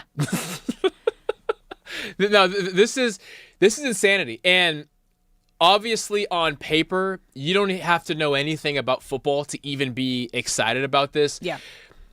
But what Myles Garrett can unlock schematically for the Rams and what his new surrounding cast can unlock for Myles Garrett is scary. So Myles Garrett has been the focal point of that Browns defense his entire career. He has never really been lined up next to other elite pass rushers. He's been lined up against good pass rushers, but the Browns defense, even when they finished the year as the number 1 ranked defense in the league, it's because of their secondary, it's because of their linebackers, and it's because, on top of that, you have Myles Garrett rushing the passer. The Rams were kind of the opposite. Their secondary on paper was not anything to balk at, but the pass rush was so strong and so diverse. There are 4 or 5 guys that can attack you. And since you can't slide the line to the left. Like, for example, if Myles Garrett is lined up on the left side, you just tell the offensive line, slide that way because someone who's not number 95 has to beat us. You can't do that with the Rams because Byron Young is there, because Poona Ford is there, because Kobe Turner is there. So Myles Garrett will be surrounded by more talent he has ever been surrounded by, and that is terrifying. And then you add on that secondary that you could argue was a weakness last year. Trent McDuffie and Jalen Watson are there. Mm-hmm. It's no longer a weakness. So No. you've strengthened every single aspect of this defense, and God bless any opposing quarterback from September to February. Really? No. Like, good luck. Instead of God bless, I'm going to say good luck. You guys, this is absolutely insane. Myles Garrett is an LA Ram. The two-time Defensive Player of the Year is joining the reigning MVP. We want to hear from you, LA. You can call us at 855-97-LA-FAN, 855-975-2326. And we got Walrus in Encino right now. How are we feeling about this Garrett trade? I mean, does it get bigger than this? No. You know, and Alex, you got your partner Brock there in his wheelhouse and then some.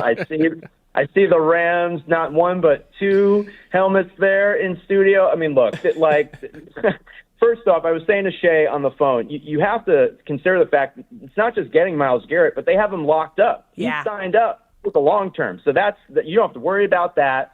Yes, Jared Verse, great young talent. You know, you're sending over those draft picks. But I'm with you, Alex. This is a steal. Yeah. And you're also getting a guy in Myles Garrett who hasn't even sniffed the chance to win a championship. So as good as he has been, don't be surprised if this guy goes for like 25 sacks this season. This is the perfect example of carpe diem. Seize the day. They might not have won the title last year, but you could argue the Rams are the best organization in the NFL. They have Matt Stafford, the reigning MVP, and you got to just seize the moment. You got to seize the day. And right now, the rest of the NFL better watch out because the Rams are coming for blood this year. You all have a great day. Great show. Thanks, Walrus. Thank you, Walrus. Yeah, he makes a great point there. Like, when you have a player that's already considered the best in the league, but you've been on the worst team in the league, just imagine the next level of play that's going to unlock for Myles Garrett now that he is on a Super Bowl potential winning team, the Super Bowl favorites this season. Yeah, no, it unlocks everything. So everyone around Myles Garrett improves. Myles Garrett himself improves because he's surrounded with better talent. That improves the offense because the defense should be on the field for the least amount of plays than any other defense in the NFL.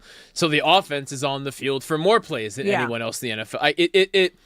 It improves exponentially when you add a player who not only is one of the best defensive players currently or of the modern era, just ever. Like, across all sports, any sport that involves defense, Myles Garrett is among the best to ever play defense in any sport. And he's older, but he is young enough to contribute for plenty more years. And as far as his contract is considered, a lot of those years will be with the Rams. Like, that is another part that we hadn't even fully dove into yet, because the Rams are in a win now window with Matthew Stafford, right? They just extended his contract another 2 years. So we for sure have Matthew Stafford for 2 years. And we've been talking about how they are in a win now window as the Super Bowl favorites, as the reigning MVP. And the whole conversation was like, how are you not going out and getting win now situation? So what the Rams did here with Myles Garrett is not only a win now, but now you are building around the next. How long is his contract? I haven't even gotten a chance to look into that. At least 3 more years because he signed. Yeah, it's 3 more years because he signed a 4-year deal last year. And I'm sure they will be happy to extend it to as long as he wants. And if they're playing well and they continue to be in the playoff and the Super Bowl conversation, there's no way he's not going to want to stay here too. And then once he comes to LA, you guys, like, he's going to get younger. Look how young Matthew Stafford where is he? looks. So he's from Texas. He's from Arlington, Texas. Yes. And then you go to Cleveland. Like, this is, and he went to Texas A&M. Okay, so he's getting his first California experience here, his first LA experience. Myles Garrett, I am so excited for you to just fall in love with the city, fall in love with the fans. You're going to see what top tier living is like. I just made a connection. What? So Myles Garrett was at the Winter Olympics because his girlfriend is some super incredible snowboarder, Chloe Kim, and she's from Torrance or something like that. She is. She's definitely from out here. She is. Myles Garrett is happy. He's going to be thriving. He's going to be thriving. Wait. Myles will be thriving. That is a whole nother level to unlock. I was just thinking, why? I was just thinking, why was he at the Winter Olympics? His girlfriend is a baddie. Yeah, she's great. Baddie snowboarder. Good for him. Dude. Good for he's them. Living. Both of them Love right wins, now. huh? Love always Love wins. always wins. And welcome to LA. This is going to be so fun, you guys. 2 hours down. 2 more to go. You're listening to Brock and Alex on the new 97.1 The Fan, the new voice of LA. Myles Garrett is a Ram. More on that when we come back. Let's go. Broadcasting.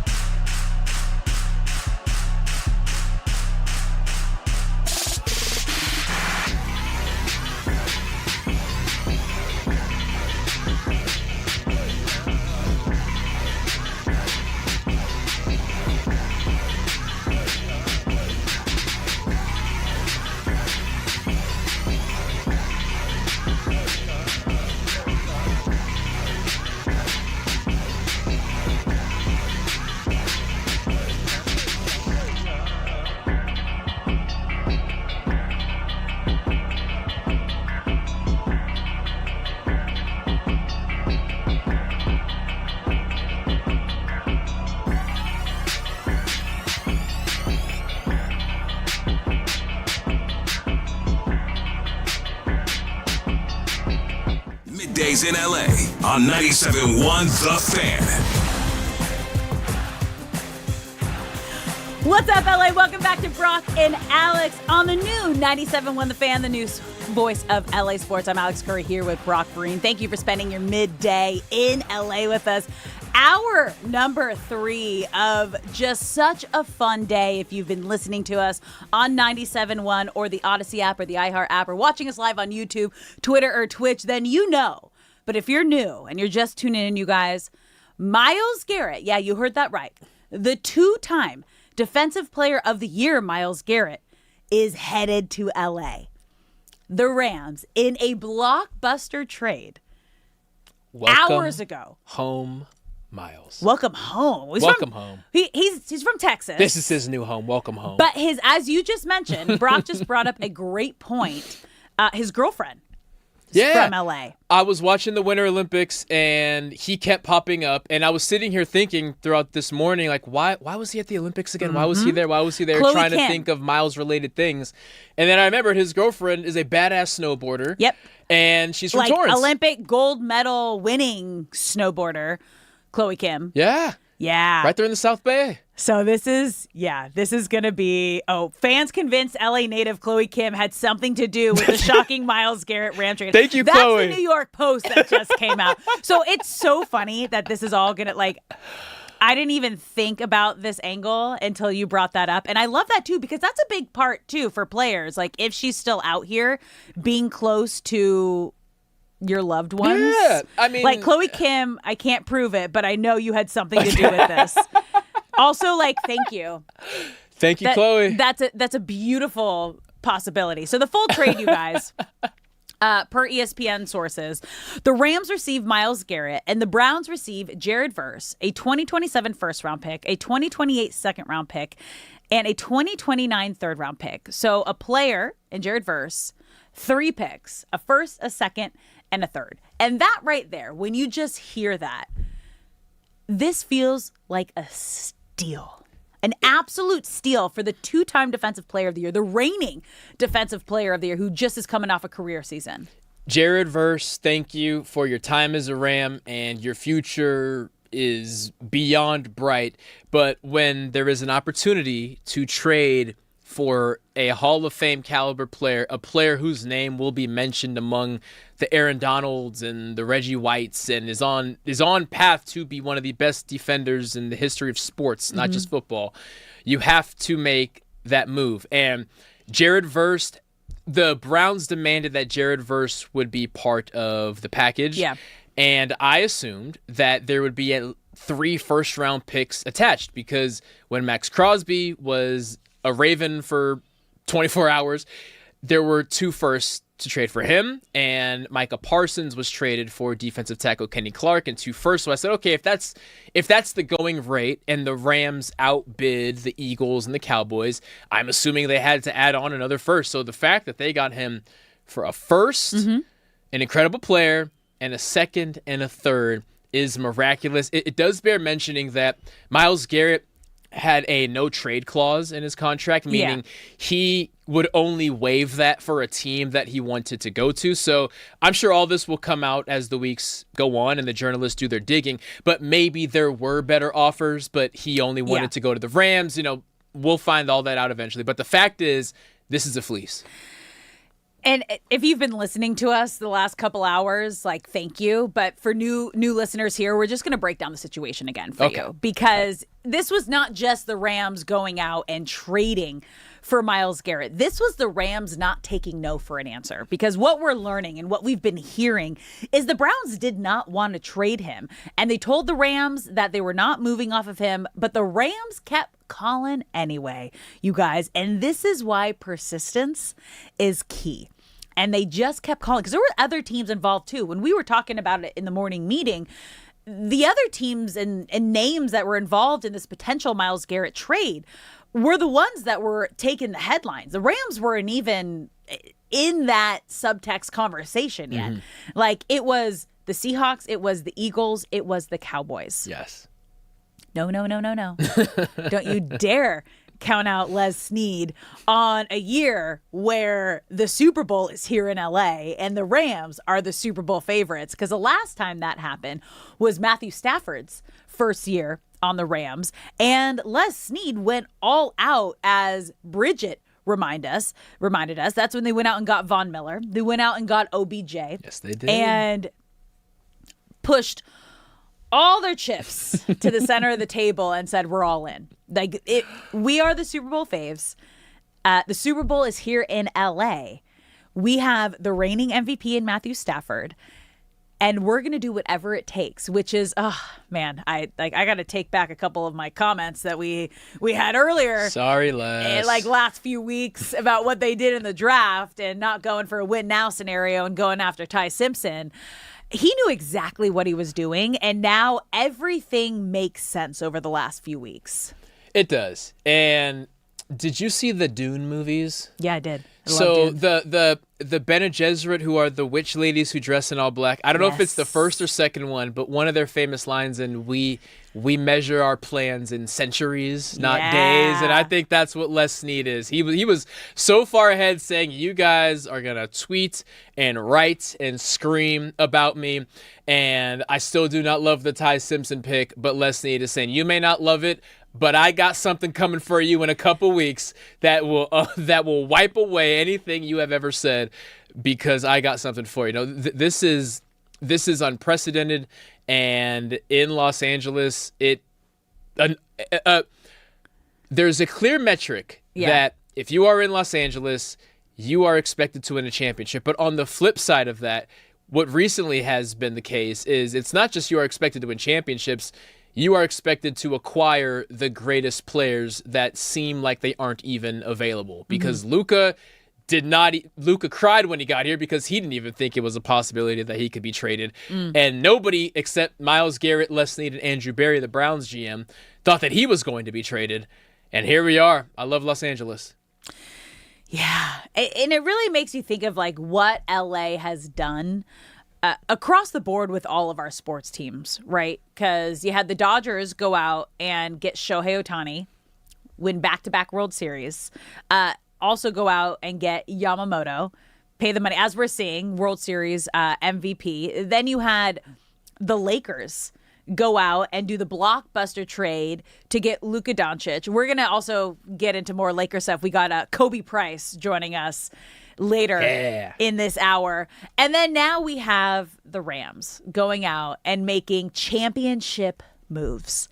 This is a championship need to figure out how we accomplish and meet the expectations and meet all of the... I'm really curious, Shay, can you look up DraftKings has the line moved for the Rams being the Super Bowl favorites since this news has dropped? Has that come out? Because I feel like that's got to be... Everything's got to be shifting right now. They update those to the second, right? Yeah. So those are definitely updated already. Oh, that's going to be so great. You guys, we want you to be a part of the show, too. You can call us at 855-97-LA-FAN, 855-975-2326. If you're watching us live on YouTube, Twitter, or Twitch, get in the comment section. How's everyone feeling, Shay? Is everyone still shook? Yeah, so quick update on the lines. Let's go. DraftKings moved the Rams from 8-1 to 13-2 to win the Super Bowl, and they are now the only team shorter than 10-1. So pretty quick update on that. If anyone's wondering why Shay is so low energy and downtrodden, it's because he is a Browns fan. I think it's only fair. We've been gloating for 2.5 hours. Shay, get it off your chest. I'm texting my friends right now, and we're all like, I don't know how to feel. And it's I'm only working right now, and that's why I'm not pissed off about it. Because it's I keep seeing news about it come out, and it's Andrew Berry's finally doing a turning point over in Cleveland. No. Is he? No. And it's every season. Well, all right, LA fans, let me just give you guys some background. Of course, I'm a Browns fan. I'm 26. Okay. I grew up in a time where LA doesn't have a football team, correct? So I went ahead and then I decided, let me go for the Browns. They're the worst team in the league. They'll be good in 10 years. In 10 years, they decided to trade the best thing that's ever happened to them that isn't a quarterback. Yeah. Don't get me wrong. I'm sure it would have gotten ugly if if we didn't trade him. I'm sure he wanted to get out of there. He did get rid of his no trade clause, which is a very rare thing to do in this sport. So it's almost like I am happy for the guy. He's finally going to win a Super Bowl. But at the same time, now my biggest storyline is I have to see who's going to beat out Deshaun Watson between Dylan Gabriel and Shador Sanders. Again, I'm happy for the guy. Tomorrow I'll be wearing a Myles Garrett Browns jersey. I probably will order the Rams jersey. But it's like these guys, the Browns just keep giving me reasons to not be a Browns fan. And like it just be working here. Now that Myles Garrett's going to the Rams, it just seems like the Rams is turning into a team that I could really start rooting for. But no, I'm not happy. Browns fans aren't happy. Yeah. We don't know how to feel. You know, I don't know how to feel for Jared Verse. Like, Bridget kind of talked about it, just his demeanor when they were at OTAs last week and just how happy he was, a smile on his face. He was just full of life. And to be taken out of, we're biased, the best sports city, and the Super Bowl favorite team to then get traded to Cleveland, where there is no chance. Even really, like, you're not even really sniffing the playoffs. You're fighting to win 5 games this year. He thanked the Rams on his story. He shared the NFL breaking news on his story and said, "Thank you for everything, LA." Like, because you have to imagine a lot of players these days find out about the trades on social media. His phone was probably blowing up like, "Bro, dude," and you're like, What I miss? Like, you know that meme of, I forget who it is, a player trying to walk into the building and they swipe the card and the card doesn't work anymore? Oh my God. It's I think it's Minka Fitzpatrick. Is it Minka Fitzpatrick? It might be. I think it's Minka. It's absolutely hilarious. But like the heartbreaking, because like I assume like guys are going in for workouts today, and if he didn't know until it broke, like showing up to Rams facility trying to swipe in, it's like I've seen it happen, and assuming because the news broke to us a little after 10 a.m. So they're probably getting a lift in, or they're in a team meeting or something. And what happens is a representative from the front office, it won't be the GM because now everyone knows what's going on, but it'll be just some anonymous person in a suit and tie kind of walks into the weight room or the meeting and says, "Hey, Jared, come here." And you don't think anything of it as a player because for all you know, it's a PR thing. He has to sign something. It could be some administrative thing. But Jared doesn't come back, and then the next time you go to the locker room, you check your phone, you're like, "Oh, that's why Jared's not here." There's no perfect way to do it, but everyone being in the building, that can be a little sloppy at times. Yeah. I mean, you come from a football family, right? You and your brother both in the league. Yes. Been a part of big franchises. And you've been around a lot of players who have gone through situations like this. Take us into like the player side of things, and let's start on the Myles Garrett side. What is he feeling today? What is the reaction? Are you reaching out to former players? Are you reaching out to your new teammates? Like, take us into the mind of the player. For Myles Garrett, on one hand, believe it or not, you are going to feel maybe not sorrow, but a chapter is closing, right? Yeah. A major chapter of your life. Did you accomplish a ton as a team in Cleveland with your time in Cleveland? Absolutely not. But the fact is you developed into one of the best defensive players the NFL has ever seen in Cleveland, and you have tremendous memories, and your family has great memories there, and you had some great individual moments, and that chapter is closing. So it's not sad because you're more excited for what's ahead, but there are some sentimental moments as you say bye to your teammates for the last time.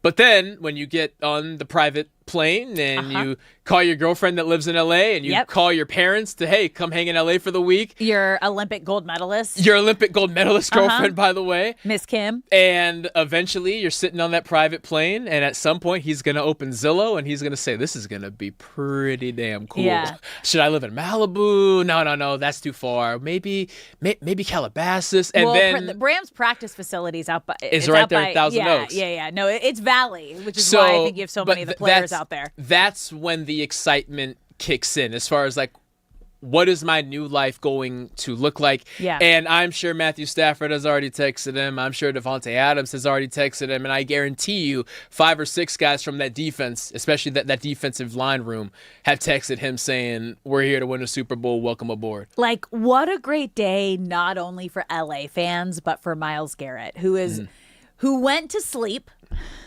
on a team that didn't even have playoff hopes, to waking up to now being a part of the Super Bowl favorite, playing with and alongside the reigning MVP, one of the best coaches in the game, and in a place that is ready to win and continue to win. And you know who I hope Myles Garrett texted? Who? Aaron Donald. Oh, interesting. That actually might be, it could have been both ways. Aaron Donald might have also like reached out to him. Like, trust me, man, you're going to the best place in the world. And then I'm going to ask, are you still in shape? If I'm Myles Garrett, I'm asking Aaron Donald. Oh, like come back? Are you still in shape? To come out of retirement? I'm sending how many years has he been retired? 2.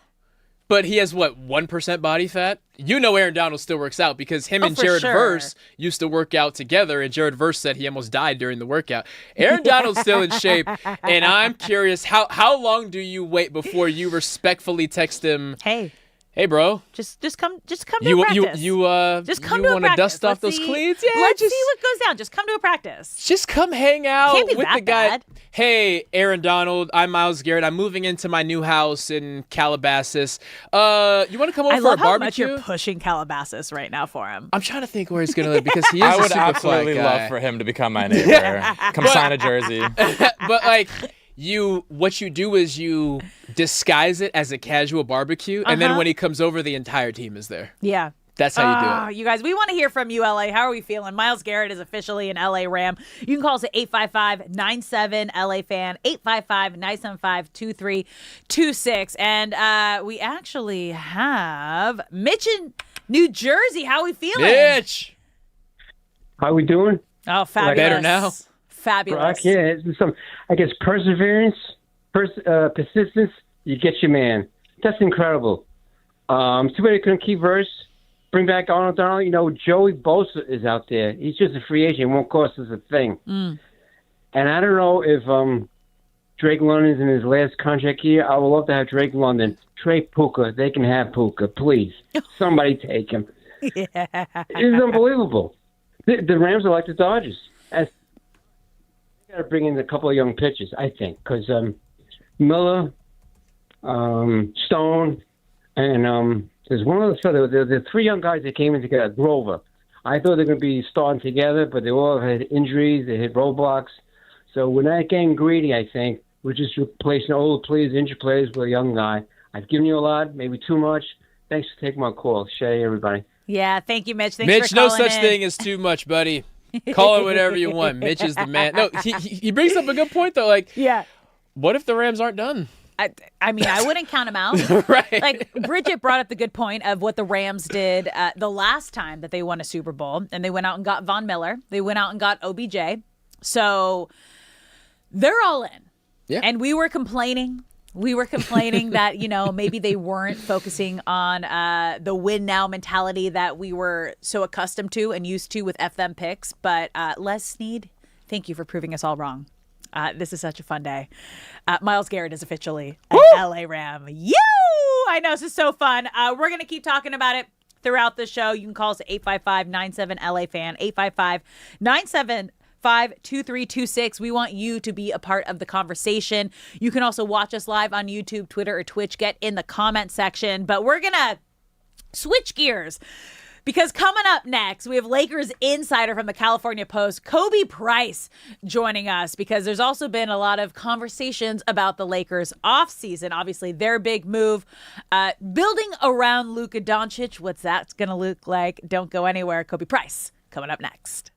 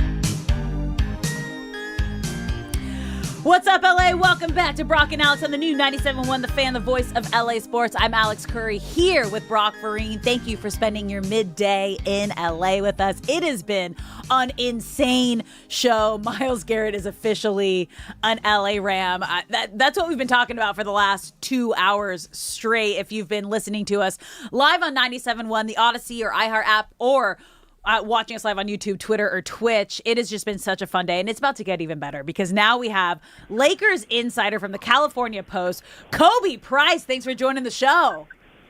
Alex, Brock, appreciate you guys for having me on. Dude. Okay, this is the first big time. Big day for you guys. Big day, I know. By the way. This is the first. This is the first time that we're switching gears and we're talking our Lakers, which is good because now kind of the conversation that we just watched the most insane Western Conference final battle that went to a Game 7, right? Spurs kind of taken over and are headed to the final. When you watch that as a Laker fan, what becomes the main thought process and purpose of the offseason after seeing what the Lakers have to compete with? If you're a Laker fan, and it's funny how stuff like this happens because Rob Pelinka kind of alluded to this, or maybe not even alluded to it. He just outright said it. Like, look, the Lakers need to get, more athletic, faster, younger to an extent. And you see that with the teams that played, up to Game 7. Obviously, the Spurs won that, but neck and neck, you can see that the Lakers compared to the Thunder and the Spurs are just more athletic. They're younger. They can play harder for longer. That's something that even LeBron kind of alluded to in February when he was asked about, what's kind of the difference between them and the Thunder. They can play at a championship level for 48 minutes. Obviously, they're not the ones going to the finals. That's the Spurs, who can play just as hard or be just as athletic, even if not more athletic, than the Thunder are, and definitely more than the Lakers are. So going to this offseason, obviously finding the right roster, the right pieces, the right players to fit around Luka, priority number one. But that also has to be young, athletic talent who can, play 48 minutes of high-quality basketball, because that's what's going to take to beat the Spurs or the Thunder, not just next season, but the seasons to come. And Kobe, going back to this recent 7-game Western Conference final, the hate for OKC was palpable, but it was more than that. People weren't just rooting for the Spurs because they hate the Thunder. It's because there is something special about Wemby. So in all of your years of basketball coverage, what is it about Victor Wembanyama that everyone is just drawn to him? Well, first off, what's he listed at, like 7'3", 7'4"? First off, it's like the Kevin Durant thing. You have to add like another couple inches to his height. He's definitely taller than he is. He's just a 7'5", 7'6" anomaly. We've never seen a player that tall, that skilled, and who's progressed this quickly so early in their career. It feels like there's virtually nothing he can't do on the floor. In other words, he can do everything on the floor. And then you mix it in with his personality. There's a vulnerability to him. You see that in celebrating post-game, how eloquent he is when he speaks with media members and how he, describes his own emotions. There's a vulnerability that mixed with on-court excellence that is just very rare to find, especially in a player who's 22 years old.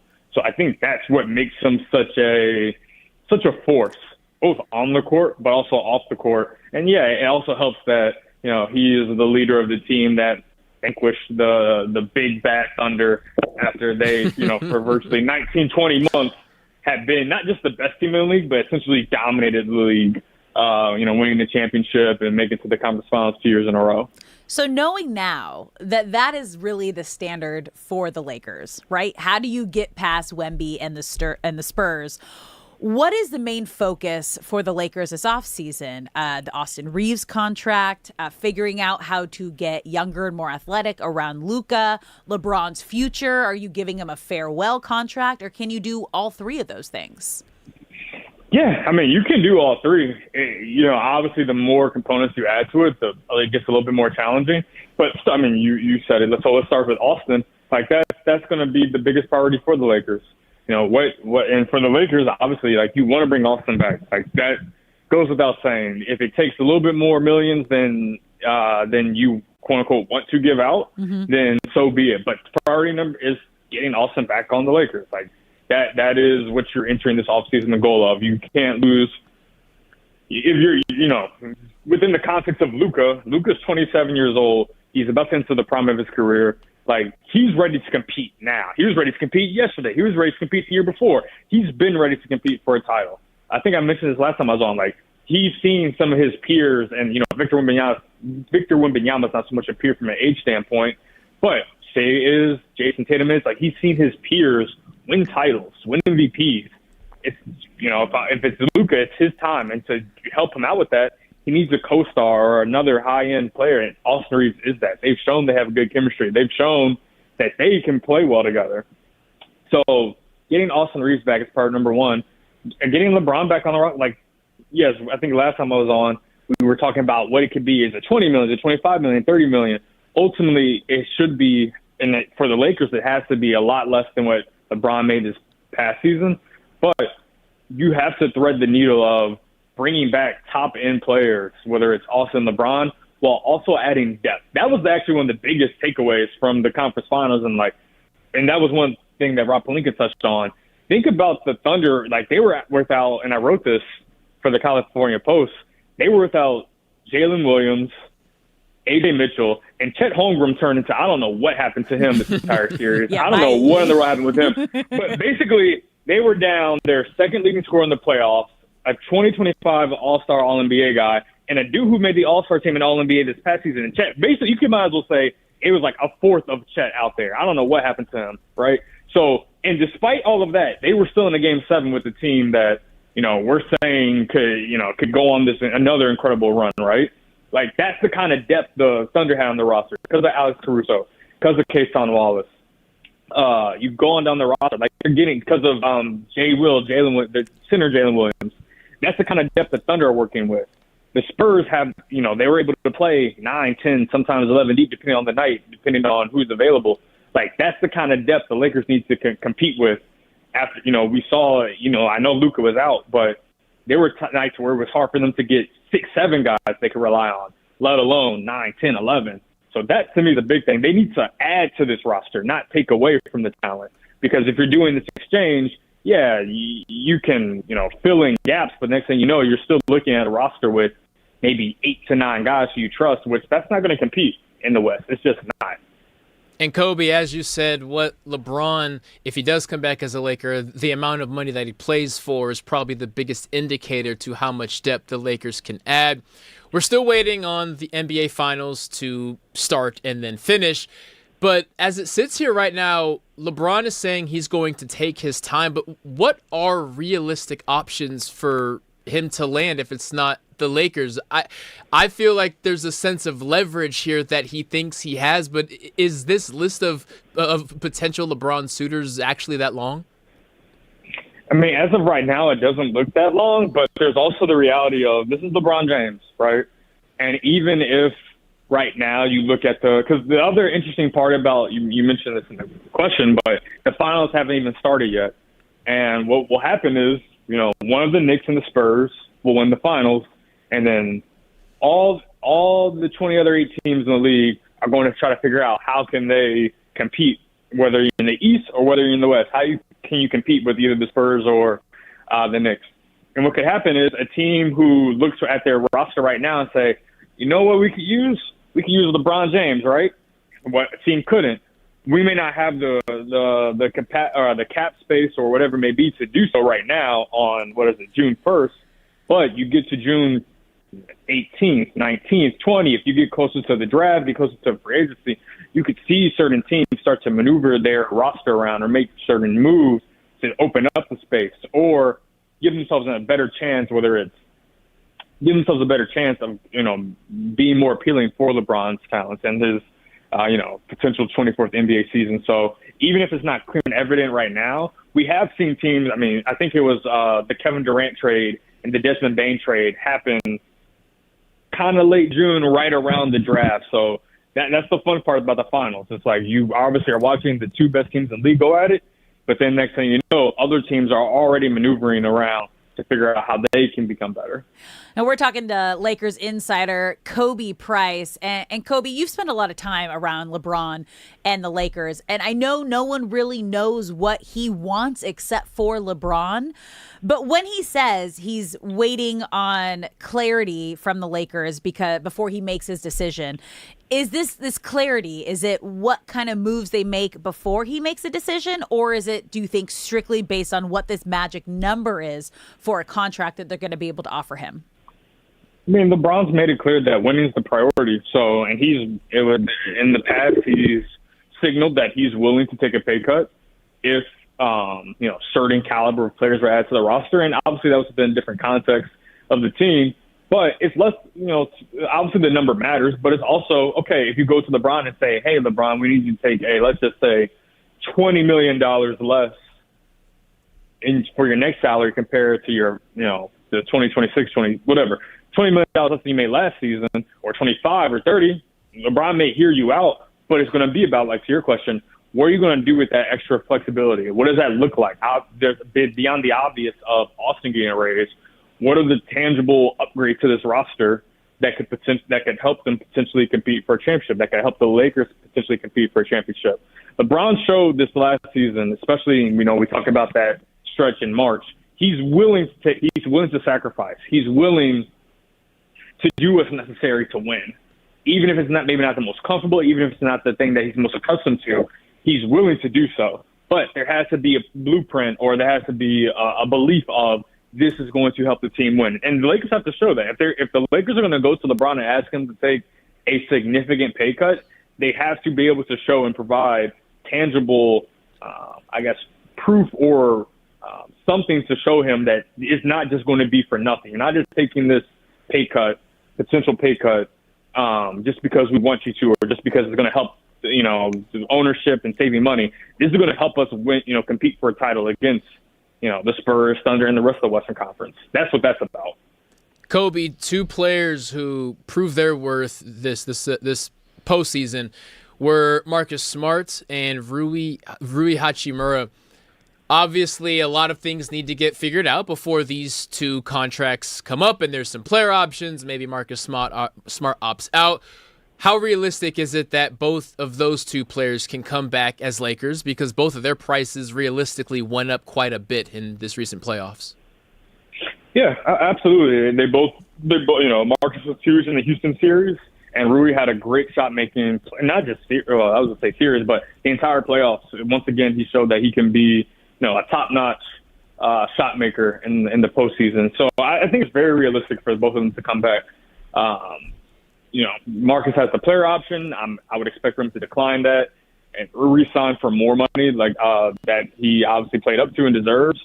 Rui is a more interesting case because he could maybe try to go for, he's in the prime of his career. Does he take a shorter deal and try to make, more money, get more to that 20 million range for a season or two? Or does he take a longer term deal, maybe for a smaller annual salary average compared to what he made this past season, but he's locked in a little bit longer? But it's very realistic for the Lakers to bring both guys back. And again, it also goes back to, these are guys who perform well for you, and they're, this is adding depth to your roster. You don't want to, do this thing where you're trading off. Okay, we lost Rui or Marcus. All right, let's sign someone to replace them. No, you need to add to the talent. You need to add to, the guys who are worth keeping, whether that's Marcus Smart, Rui Hachimura, Luke Kennard, Jackson Hayes. Go on down the line, add to some of the base, develop some of your young guys, whether that's Bronny James, Adu Thero, develop those guys, but also add to your base, because you're going to need, as we see in these playoffs, you're going to need a roster of 10 to 11 guys, and Marcus and Rui can be of those 10 to 11 guys you can count on, and they show that this past season and the playoffs. Kobe, you can't see Brock right now, but you made him very happy by bringing up a lot of those names, especially Bronny James. Bronny is the future. And building around this current Lakers roster. I have different thoughts and beliefs, but you are the insider. Kobe, we so appreciate you coming on the show and sharing all this insight. Thanks, Kobe. Appreciate you. Oh, Brock. Look at that. It's fine. I'll let you have this Look win. at I'll let you that. have this one win now. As it was happening, he was naming him off. I was like, don't say it, don't say it, don't say it. And the moment he says Bronny You James, look right up. I look over at Brock. He's just like,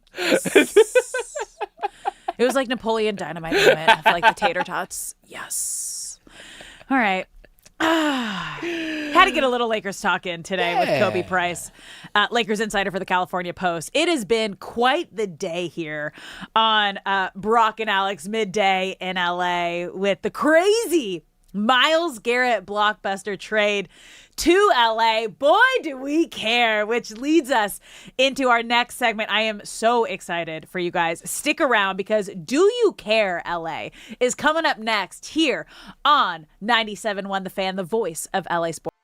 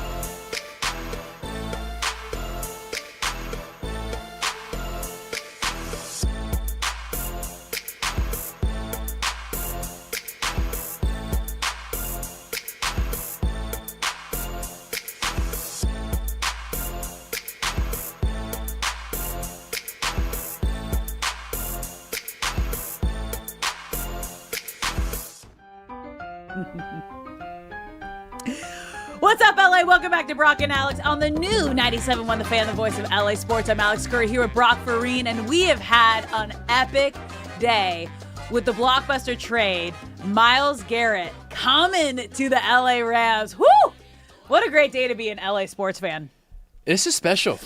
We remember where we were when Shohei became official. We remember where we were when we first read the tweet that Luka was being traded, and years from now, we're going to remember where we were when Myles Garrett was announced. Right here with producer Shay in our ear going, breaking news, breaking news, breaking news. And I was like looking at Brock, and Brock was looking at me. Brock, shut up. He kept Stop talking. I was like giving the eyes of like, finish up this take right now.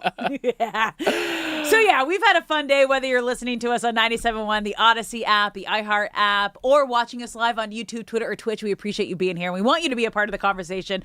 You can call us at 855-97-LA-FAN, 855-975-2326. You can also get in the comment section on YouTube. We've been taking your calls all day. Fans are excited. LA is excited. And now we're going to go to producer Shay for Do You Care LA? We care today, baby. We care a lot today. Oh, you don't care. For those who are wondering, producer Shay is a Cleveland Browns fan. Yeah, it is a heavy day for him. Sucks to be you. It's a very heavy day, and that means we got different music for today. What? What do we have? Do You Care LA? He's playing somber music. Yeah. No dancing today for me. No salsa for Shay. Shay will never dance again. But the show must go on. It does. And I have a segment to do. Yeah, it's showtime, baby. Let's go. LA, top-seeded UCLA baseball gets eliminated. Oof. This is pretty fitting music for this. Yeah, it is. Actually, it is. Do we care? UCLA baseball season came to a shocking end after top-seeded Bruins lost 6-5 in 10 innings to St. Mary's at Jackie Robinson Stadium, eliminating them from the NCAA tournament. Do we care? Yeah, that just sucks. Like, especially when, like, they lost twice, right? To St. Mary's? To St. Mary's. Yeah, that they can't lost happen. Twice. And UCLA was far and away the favorite. They won 51 games, I believe, this season. Yeah. They were the 1 seed. Rock Chalowski, who will be the number 1 overall pick in this upcoming MLB draft. Cody from Cody Decker and Derek Fisher in the Morning thinks he will be called up before the end of this season to join the White Sox. Like he thinks he's that good, and it was just a disappointing effort. Like, he will be the first overall pick. Yes, first overall pick Yeah. make a debut not long after.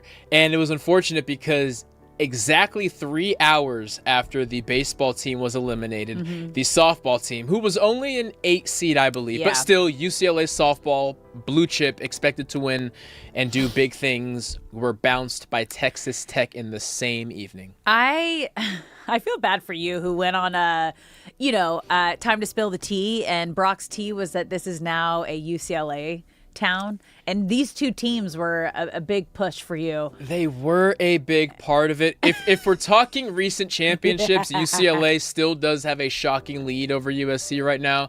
But football season's around the corner, and USC baseball is still in the running, so let's see if they can finish this season strong. Yeah. So we care because it's sad. We like winners here in LA, and it was just disappointing. I would just say we're just disappointed. Yeah. If it was just one team, I would be able to pass by, but both teams, we do care, and we're disappointed. You know what? This is the one time where I'm sure both these programs are really happy about that Rams trade today. Because when Cody came on, he said SportsCenter opened up with this as their top story, that top-seeded UCLA baseball gets eliminated.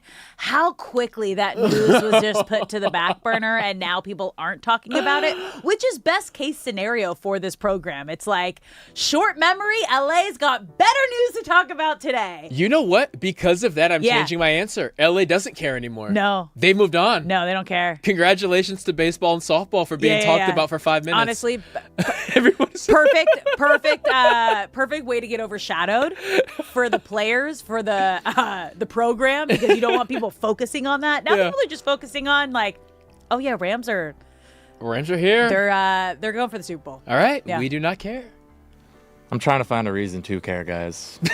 Just about life in general? Depressed. Just to watch the football Just season. depressed. Stay a Browns fan. We don't really care, Shay, because you're saying you're a Browns fan while you're in LA, and that's just, this is what you deserve. You deserve this pain. This is the pain you're going to live with for the rest of your sports fandom because you decided to be a Browns fan. You live in LA. You can choose to be a Rams fan. Yeah, Shay, I actually did have sympathy for you, but Alex just ruined it because I guess you can change whenever you want. Yeah. Shay, I think this is a you thing, man. I'm This is sorry. definitely a you problem. I was riding with you. I think you're on your own now. This is on you, bro.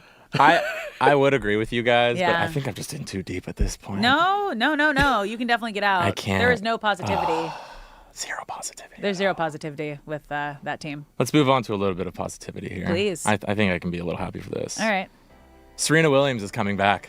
Yeah. Serena Out Williams of retirement. Exactly. Serena Williams is officially making her return to professional tennis at 44 years old. She teased it with a Nike video, and then the HSBC Championships at Queen's Club in London announced she will play doubles next week, calling it The Queen Returns. Do you guys care? Who's she playing with?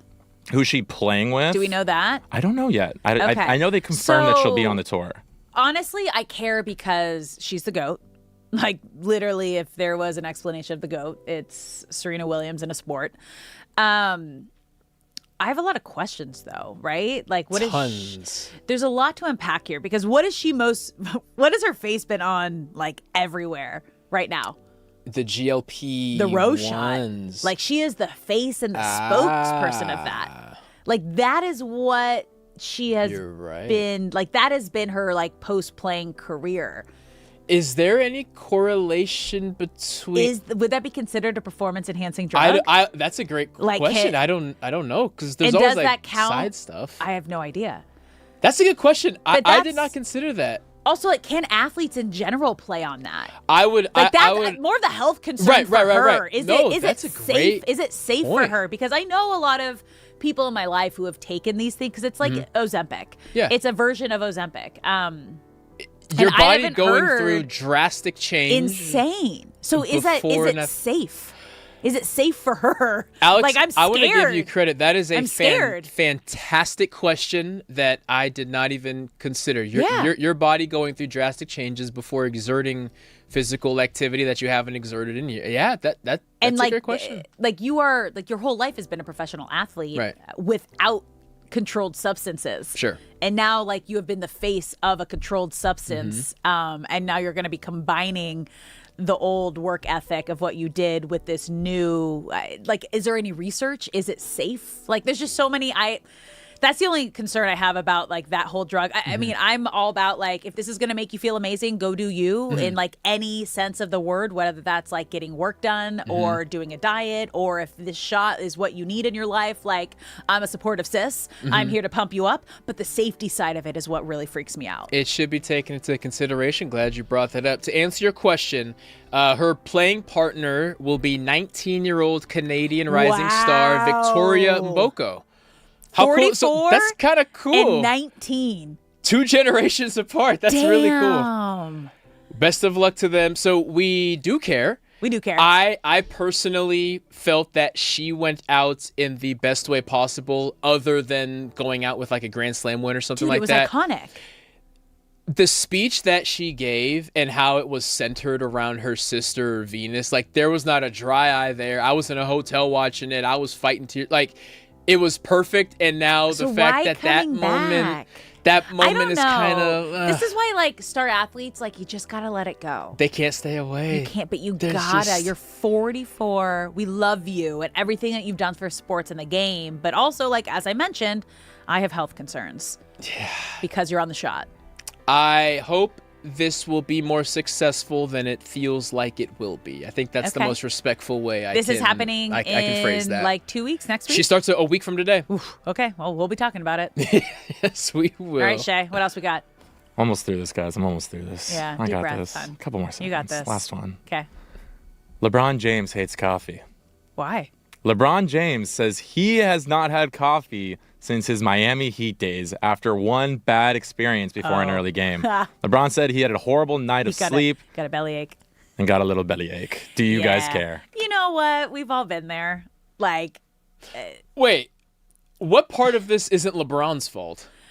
Why is he blaming He had the a horrible coffee? night of sleep and asked his chef for basic coffee after drinking. His heart and anxiety started racing so badly that he thought he might have to sit out a game. Okay, so he had a panic attack.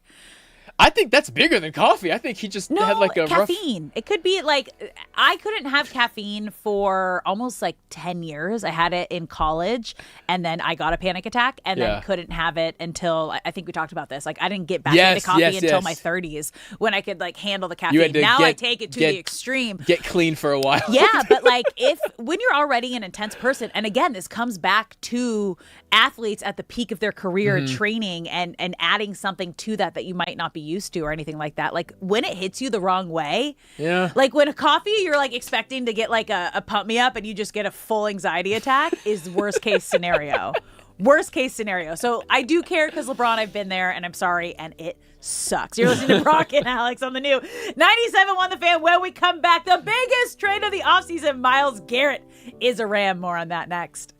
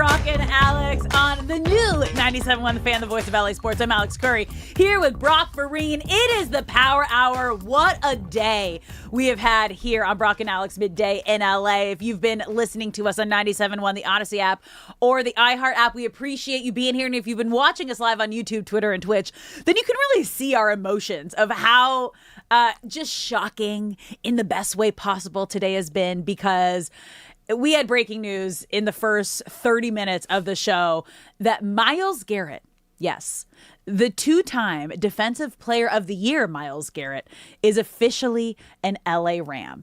And it was an absolute robbery, like an insane steal by the Rams. The Rams received Myles Garrett. The Browns received Jared Verse, a 2027 first-round pick, a 2028 second, and a 2029 third-round pick. So just one first-round pick and Jared Verse for Myles Garrett. And there's a lot that we've gone through and unpacked over this. Obviously, Jared Verse had become a beloved player here in LA. We had NFL reporter and host Bridget Condon on in the first hour, who was at Rams camp last week and joined us from there. And she was like, all I can think about is how happy Jared looked. Like, he just seemed so happy. Like, he's in the best city on one of the best teams, literally the Super Bowl fave. So, the best team at the moment. And he wakes up to news that he's now heading back to Ohio, because he's from Ohio, but on a team that's not even fighting for a playoff spot. Nor Brutal. are they going to have a winning record. And No. I believe you saw it first, the thank you note he put on his IG story. He shared the NFL post. So it was the NFL breaking news of the trade. Yeah. Because a lot of players, they find out via social media or friends blowing up their chats. That's the day and age where we're in, where I've been on the baseball field and in the dugout, and a guy's like, oh, I gotta go. And you learn about a trade while you're going out for batting practice. It's just insane. And the craziest part is this morning, in the morning meeting, I think, what'd you call it? A nothing burger? Producer Shay was like, this is a nothing burger. Dude, we don't really need to verbatim. We don't need to put it in. We don't need to put it in the rundown. It's a nothing burger. And Brock actually was the one who sent a potential article to the group chat this morning. Was like, no, you guys, we should probably keep an eye on this. Rams weren't even one of the top teams in the conversation. It had the Eagles, it had Cowboys. the Cowboys, and it had the Seahawks were the teams that we all needed to watch out for. And Rams, we even did a deep dive on some of the Cleveland beat reporters, and Rams weren't even mentioned there. What we knew going into this was that Myles Garrett said that he wanted to go to a Super Bowl team that had Super Bowl chances. Yes. And I mean, why not go to the Super Bowl favorite, the Rams? And as the day has gone on, we were learning more and more about this. And the Rams' initial interest in Myles Garrett was sparked shortly after the Browns modified the contract of the 7-time Pro Bowl defensive end in March, pushing back the option bonuses from the 15th day of the league year in March to 7 days before the start of the regular season, making it easier to trade him, which is why we're seeing this trade happen. And you got to imagine he is the happiest human in the world right now. He certainly is. It's him and Victor Wembanyama are 1A and 1B for happiest humans on planet Earth. Facts. It is important to note the contract restructuring, because we go back to really a year to the date. Myles Garrett was adamant that he wanted to be traded, public post saying, thank you, Cleveland, but I need to go somewhere to win. They decide to pay him all the money in the world, and then he says, actually, I'll remain a Brown. But clearly this time around, Myles Garrett either said, I want to handle my trade request privately, and last year he kind of handled it through the media, and it didn't look good. And he handled it privately this time. Clearly, he has a no-trade clause, meaning the Browns were not going to be able to trade him somewhere that he didn't want to go to, because he had to waive said clause. So not only is he joining a loaded roster as an incredible player, you know that he wants to be here. A lot of times, for example, Jared Verse just got sent somewhere that it is his home, but he didn't ask to be there. There's a different mentality and a different motivation, a different juice that comes with you when you say, that is the one place I want to go to. And it also leans itself to why the Browns got fleeced is because maybe Myles Garrett, and I'm sure we'll find all this out down the road when journalists start digging and doing their thing. Yeah. Maybe the Eagles had a better offer. Maybe the Cowboys or the Seahawks had a better offer, but Myles Garrett wouldn't waive his no-trade clause for that. Because if I'm a Seahawks fan, Cowboys fan, I'm still thinking, we couldn't match that offer? We couldn't send more than a first, second, and third-round pick? But I will give Andrew Berry, one, thank you for getting fleeced. Two, I do cut him a little slack because we don't know what Myles Garrett would have agreed to. No, we have no idea. What we do know, though, is that the Rams wouldn't take no for an answer. And I love this so much because I tell so many people in life, I mentor a lot of young women in this industry. And one of the things I continuously tell them, you have to be persistent. If you don't hear back from someone, keep checking in. It's not because they didn't want to get back to you. It might be because their inbox got really full. They got really busy. They saw it in passing. And just keep reminding. Just keep reminding people like, hey, I'm here. Just checking in again. Hey, just wanted to bring this to the top of your inbox. Hey, was wondering if we can go get lunch. Hey, was wondering if I could pick your mind. And the fact that you are so consistent shows someone like, oh, they really care. Okay, we can get something done here. And what we're learning and what more reports are coming out is that they were so aggressive in going after Myles Garrett. This was not just we traded for him. The Browns did not want to trade Myles Garrett. They told the Rams they weren't moving him, but the Rams kept calling anyway. And ESPN says the Rams were the only team that kept trying to pry Garrett loose. And their persistent pursuit, direct quote, eventually forced Cleveland to name the price, which was Jared Verse. And that was the biggest part of the deal. So it was Jared Verse, a first-round pick, a second-round pick, and a third-round pick over the next 3 years, which is just an absolute steal for the Rams, who were the Super Bowl favorites, have the reigning MVP on their team, to now go out and to get the reigning defensive player of the year. They do. And not only that, Myles Garrett just signed a new contract before last year, so he is a Ram for at least 3 years. And on the flip side of things, I just gave Andrew Berry a little credit in the fact that he may have had his hands tied regarding where Myles Garrett would want to be traded to. I'm sure they'll offer him an extension, but Jared Verse is on an expiring deal. No, this will be his third season, so I guess they could tag him if they wanted to. But all that being said, there's no guarantee that Jared Verse is going to be a Cleveland Brown long term. I'm interested to see what that first podium appearance looks like because Andrew Berry is going to have a lot of explaining to do. Thankfully, we're on the receiving end of one of the most lopsided trades I've ever seen. Jared Verse is an incredible player, like you said, in a few short years, had already worked his way up to one of the fan favorites. And this is just an unfortunate part of the business for one player to go somewhere they desperately desire, another player or players have to go to somewhere that they probably don't want to be. But the fact is the Rams saw an opportunity to make something happen, and Les Snead once again had the stones to make the impossible possible. Which is crazy, because when you look at the Rams' first-round picks since 2016, over the last 10 years, the two big names that they took have been their two biggest trade pieces for their last two big moves. So 2016, Jared Goff.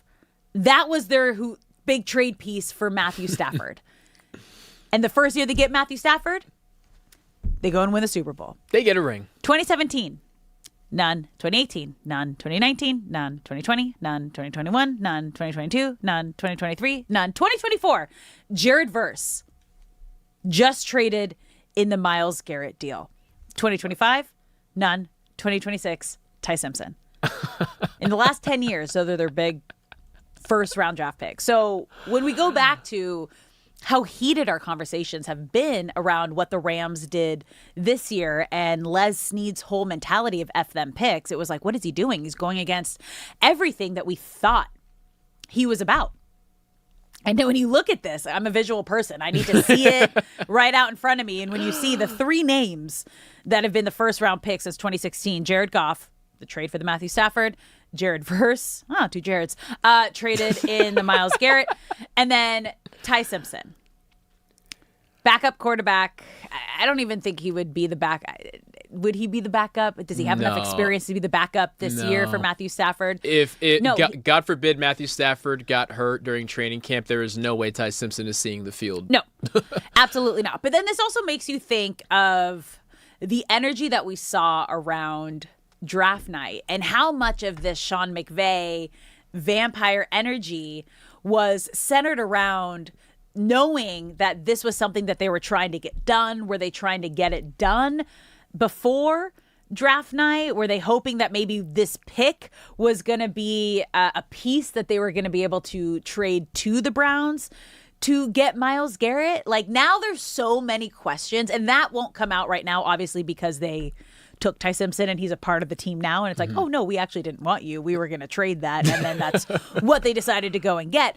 But there's just so many pieces behind the scenes that are starting to make sense now. There are. And it has been reported that the Eagles made a push on draft night for Myles Garrett. Yeah. So you are well within your rights to think, okay, so obviously word gets out that Myles Garrett is on the table. Yeah. And a month before the draft, they'd restructured his contract so it could be more tradable.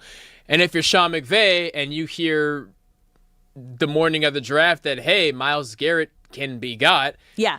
You're screaming at your GM saying, do whatever it takes to get one of the best defensive players that the game has ever seen. I anxiously await. We'll give it 2 years when Sean McVay will feel far enough removed to admit, yeah, I was mad because I thought we were going to trade for Myles Garrett. I think I'm going to have my first. I played this fun game on my last show called Nailed It or Failed It. Okay. And you call yourself out on takes that you either nailed or you failed. And I feel like I failed the Sean McVay lying about the fight take. Because now that we know this, and now that we have some sort of timeline, I was like, oh, there was no way it had anything to do other than Ty Simpson. Yeah.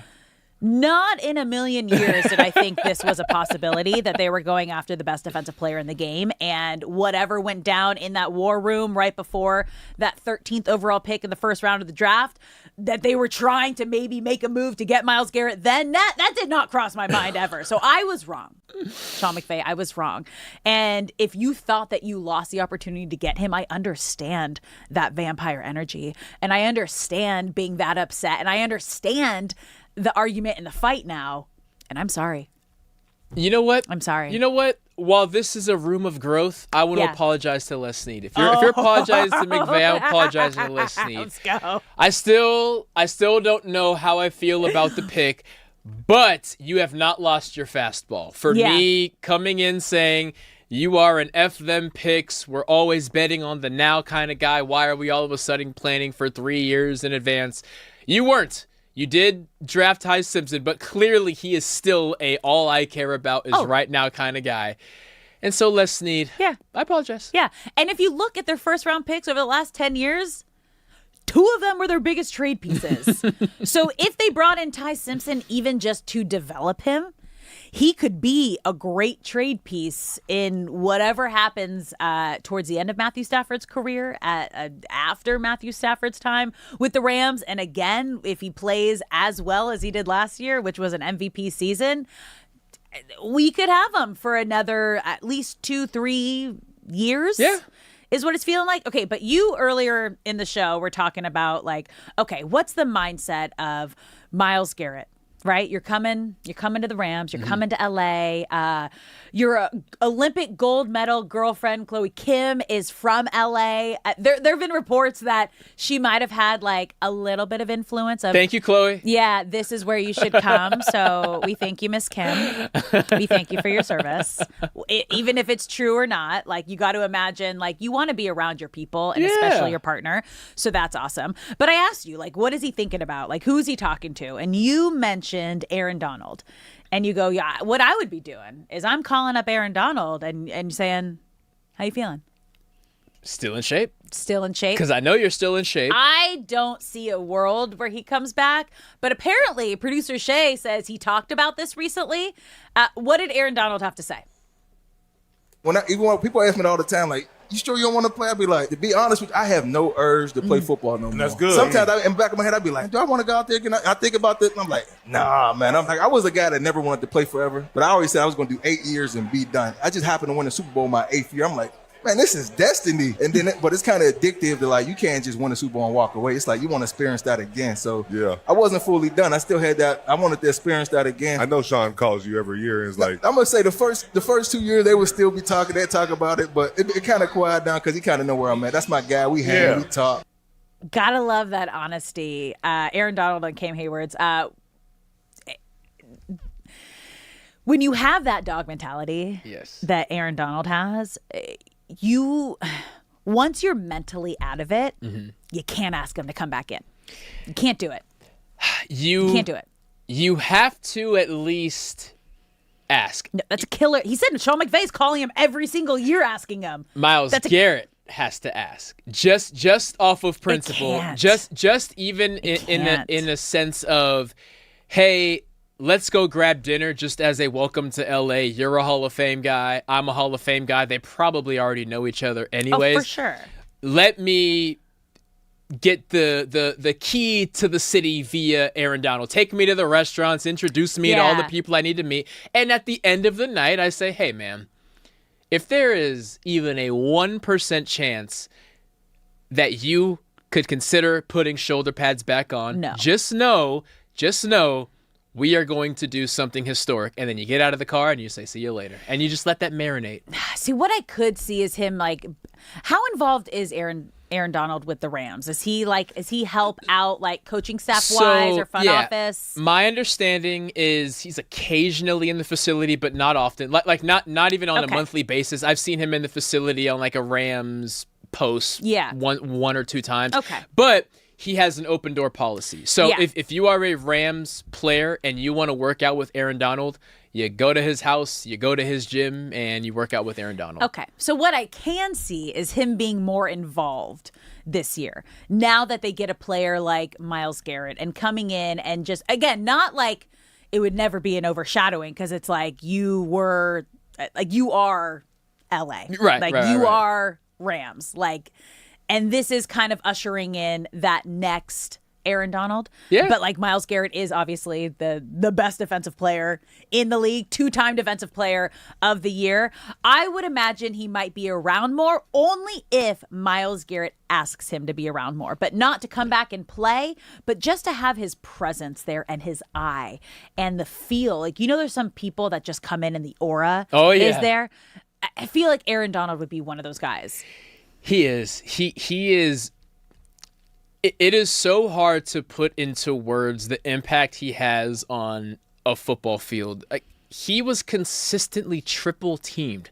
There are 5 offensive linemen, and 3 of them are 900 pounds of man are assigned to stop one of the smallest defensive linemen on the field. Yeah. Because that's just how impactful he was. Aaron Donald is a guy who the stats will never be able to tell the story. You have to turn on the film and show 3 offensive linemen being responsible for number 99. I can brag about Aaron Donald for the rest of my life, and I probably will.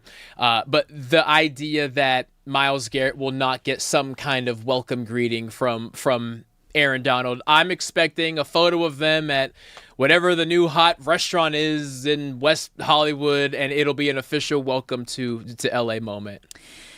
Yeah, this is insane, you guys. This is nuts. This is so much fun. And the craziest part, so we had Bridget Condon, NFL reporter, who joined us live from Rams OTAs last week. And we asked her, I was like, was there any kind of whispering? Was there anything around this? She's like, no, not at all. Business as usual. We were focusing on the Ty Simpson conversation. It was the first time Puka Nacua was talking to the media post all of his offseason drama. Also, like, way to go, Rams, to get back on track to having the headline us be talking about football for you, because this offseason was not the Rams way. Was us talking about how they weren't a win now pick situation from the draft, and then all the noise surrounding Puka Nacua and his offseason like antics, disrespect. It's hard. In Oh, yeah, rehab, yeah. it's hard for me to say anything positive about Puka right now. Because that kind of overshadows what he did on the field. So that was when you thought of the Rams this offseason, that was it. They just completely rebranded the conversation heading into the start of the season. Yeah, no, it is a complete refresh. And as you mentioned, the Rams' way of doing things has always been behind closed doors. Clearly, when it comes to trades, making some blockbuster moves that nobody saw coming. But even from day to day during the season, the Rams are never in the headlines for things that aren't football related. You think of Cooper Kupp, you didn't know anything about him. You think about Jared Goff, you didn't really know anything about him. Todd Gurley, you didn't know anything about him. Aaron Donald didn't know anything about him. I saw him at games. Yeah. Like they'd be at Kings games, saw him at Dodgers games. They were always super kind and like just what the Rams way is. Don't be a like distraction. supporting the brand and smiling and having a great time wherever they are, but you know nothing behind the scenes. And there were a lot of distractions this offseason from Puka's side and, of course, on the less serious and offensive side from the Les Snead draft picks and drafting Ty Simpson. And from here until that first kickoff over in Australia, it's going to be a football conversation for the Rams. Yeah. Oh, this is exciting, you guys. It has been a fun day here on Brock and Alex Midday in LA. The breaking news of Myles Garrett. He's an LA Ram, you guys. Just let that sink in. Let that sink in. We want to hear from you. You can call us at 855-97-LA-FAN, 855-975-2326. You can also watch the live stream on YouTube, Twitter, and Twitch. Get in the comment section. We want to hear from you. More Rams when we come back. Does this mean that it is Super Bowl or bust for the Rams this season? That's next. Don't go anywhere. One more.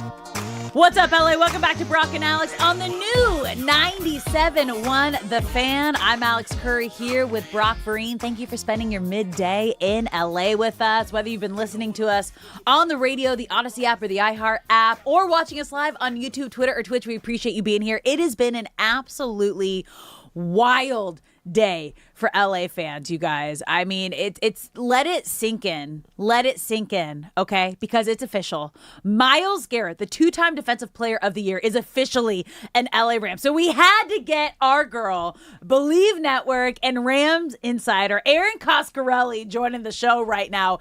Aaron, first reaction when you heard this news. Are we freaking out? Do we have Aaron? Hi, guys. Hi. Hey. Okay, let me start that over again. Aaron, first reaction when you hear it's official. Myles Garrett is an LA Ram. Did you freak out? Yeah, that one takes a minute to digest, right? Because what does that mean? I mean, look, it just goes to show, and we can talk about what the Rams gave up and what does that mean and all of these things, but really the window is now. And they were already in the top spot to win the Super Bowl if you just take a look at Vegas odds, FanDuel Sports, all of those things. But now it's like there's so much here. So you give up a guy, a young rising star in a 25-year-old Jared Verse. This was his proven year. He had a little bit of a regression. He obviously, his first year in the NFL, he was Defensive Rookie of the Year. And now you trade and you give up a little bit of your draft capital. You give up that first-round pick again, and you get a proven stud at 30 years old in Myles Garrett. This guy's just like, he is a quarterback nightmare. And I was just on my show doing my Believe in Rams show with Rob Havenstein, who is our offensive tackle for 11 years. And I was like, what's it like to go up against Myles Garrett? He's like, I didn't want to use the word scary. It's terrifying. So NFC West offensive lines that are not the Rams officially put on notice. Myles Garrett is coming to a home near you. Get ready. Aaron, you being the insider that you are, did you even have any indication that not only that this was happening, but that this was even possible? Yeah, it's interesting. I've been hearing some rumors like that this has been going on and this was like already locked up. That is not. I don't know that to be true. When I heard it, it was news to me. We had heard around Super Bowl that week, Myles Garrett, talking about how he was unhappy. He wanted to go to a team that had a chance to go to a Super Bowl, right? And obviously, you come to LA. It seemed like, how is it going to work, right? The Rams got Trent McDuffie with that first-round pick, and then they had a second one. So then they spent it on their quarterback in Ty Simpson. And think about this too, guys. This is also something to be very mindful of. You guys, we have people we have to pay. We've got Puka Nacua coming up. Guys on the offensive line that are entering their contract year. So how does all of this shake out? I don't know how Les Snead is doing it, but he is doing it. And I think we're going to start to see as things unfold. Are they going to franchise tag Puka Nacua? Kobe Turner, Byron Young, all of these guys have some contract decisions looming. To me, the thing that's most fascinating about LA is how are they not over leveraging, keeping Stafford, and also protecting the future in whoever is going to take over once Stafford decides to leave. And you have all these contracts coming up. So, Aaron, what this made me think of, because we had a lot of conversations around Sean McVay's reaction after they selected Ty Simpson. And he came out, went on a podcast, Bussin' with the Boys after, and said, Les Snead and I got in an argument about something else other than Ty Simpson. And the world was like, yeah, right. What else could you have been talking about from that moment of selecting Ty to getting here? And then you think about, because the Browns came out and said the Rams were so persistent. They did not want to trade Myles Garrett, but they would not stop asking and kept being persistent in wanting to go for him. And you kind of heard that his name was being tossed around during the draft, and the Eagles were interested, Cowboys were interested. Mhm. It really puts into perspective. No, this was something that they were trying to do pre-draft night and possibly on draft night. Yeah, I mean, that's right. And again, I don't know that to be true. But when McVay was saying he wasn't in a good mood, was it because he wasn't getting sleep at night? His wife's out of town. He's got 2 young kids. He's trying to navigate, time to feed. Well, I don't know. But this, I did not see coming. Yeah. Even the Max Crosby dynamic was being kind of floated around as somebody. But we kind of had a feeling that the Rams were looking to make some kind of splashy move. And this is kind of the last issue, right? Yeah. This is, the only other kind of issue is like who's their wide receiver 3, and we'll know more as we start to kind of lean into training camp. We've got OTAs, tomorrow's another day. I'm just like, I can't wait to hear what Myles Garrett is going to say. We're going to be all over it as media. But this last piece really is the last piece that the Rams really felt they needed to kind of navigate, aside from wide receiver 3, which they have a million tight ends, so maybe we're going to see a hybrid there. But did I think that this could have happened? I just honestly, I felt like with the Rams having those 2 first-round picks, spending it on the QB of the future, and then getting a proven quarterback in Trent McDuffie, I didn't know what they would do. But, this is Les Snead and Sean McVay. They are as unconventional as it gets. They do not go to the combine. They like to watch game tape. They use their mandatory mini camp. They went to Maui last year. And they brought families, which is very unconventional. So to me, they're just kind of defiantly original, which is the Rams ethos, and navigating the things on their own. And somehow, I guess we'll see. We just don't know. Maybe we'll know in 2 years, 3 years if it all makes sense. But it's clear as day the Rams are trying to win a Super Bowl this year. And guess where the Super Bowl is going to be? Hello, baby!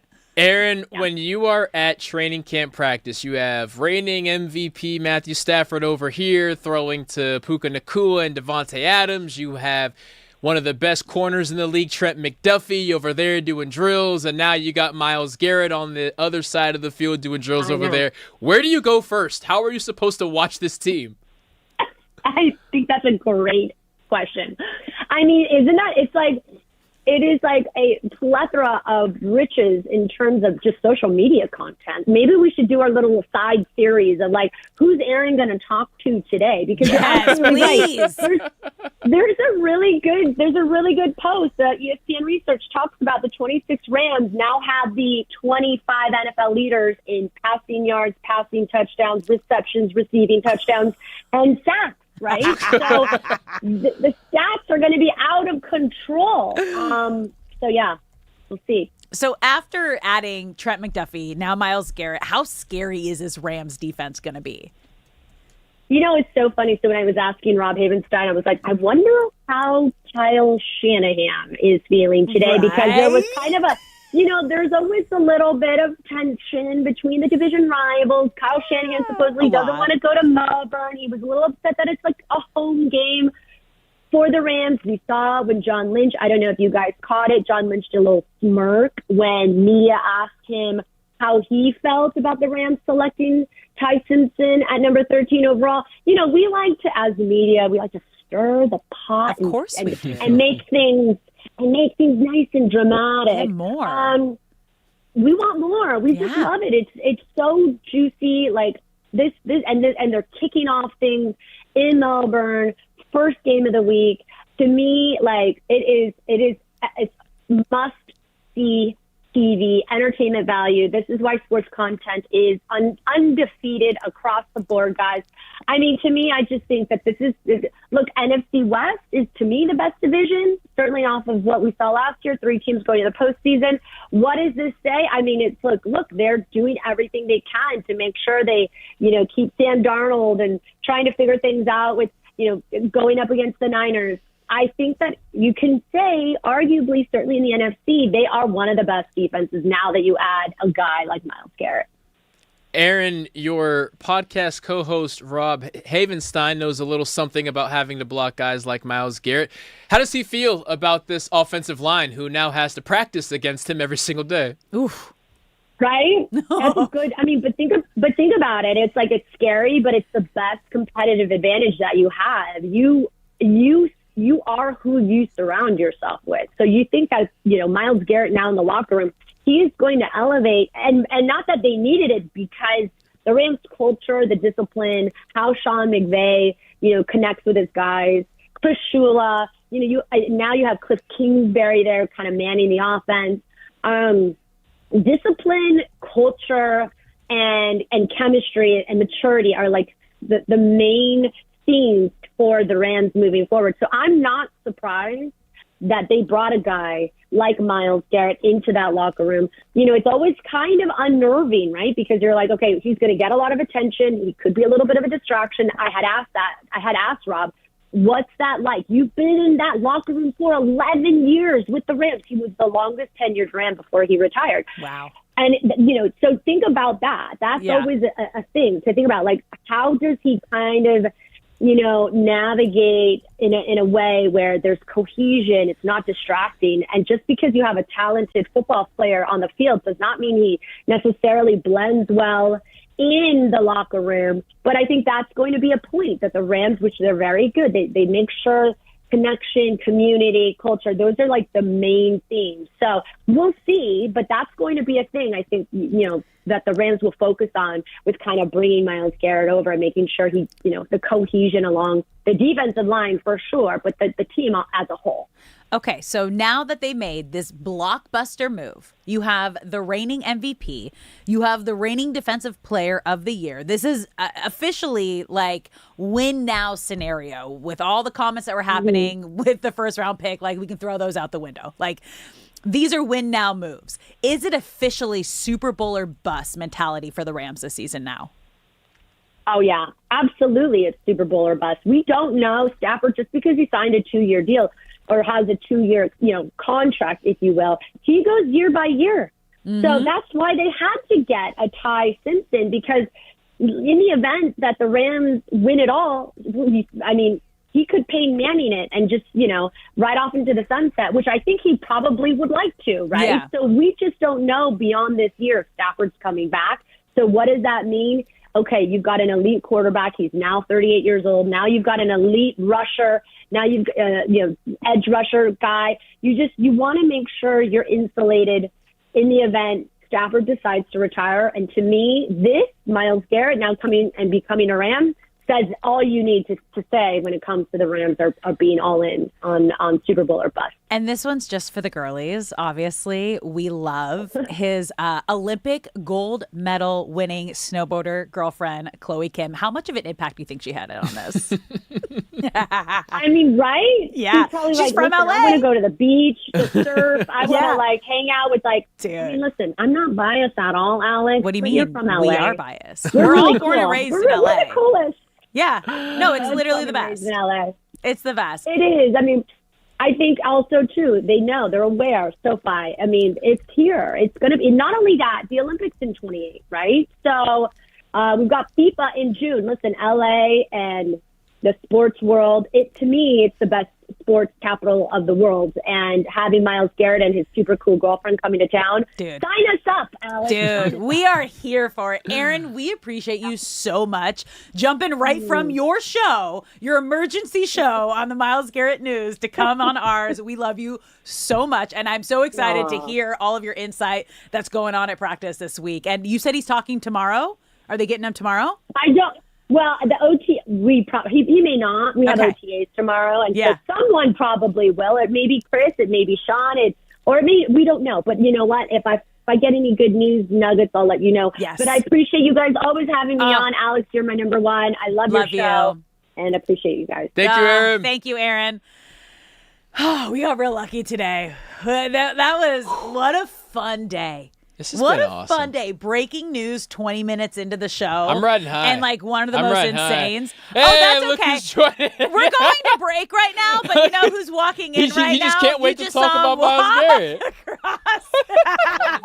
D-Mac. Oh, because I gave him a hard time last time.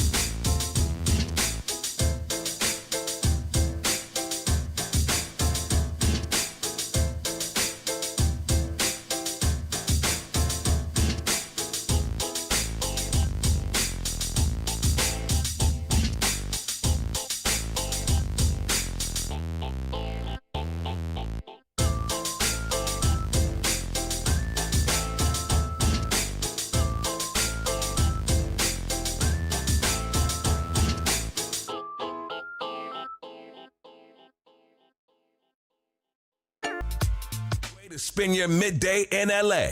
Brock and Alex on 97.1 The Fan. What's up, LA? Welcome back to Brock and Alex on the new 97.1 The Fan. I'm Alex Curry here with Brock Vereen. As you can see, we got D-Mac and Reiter in here. They're coming up next. Thank you for spending your midday in LA with us, whether you listen to us on the radio, the Odyssey app, the iHeart app, or watch us live on YouTube, Twitter, or Twitch. We appreciate you being here. It has been an absolutely wild day.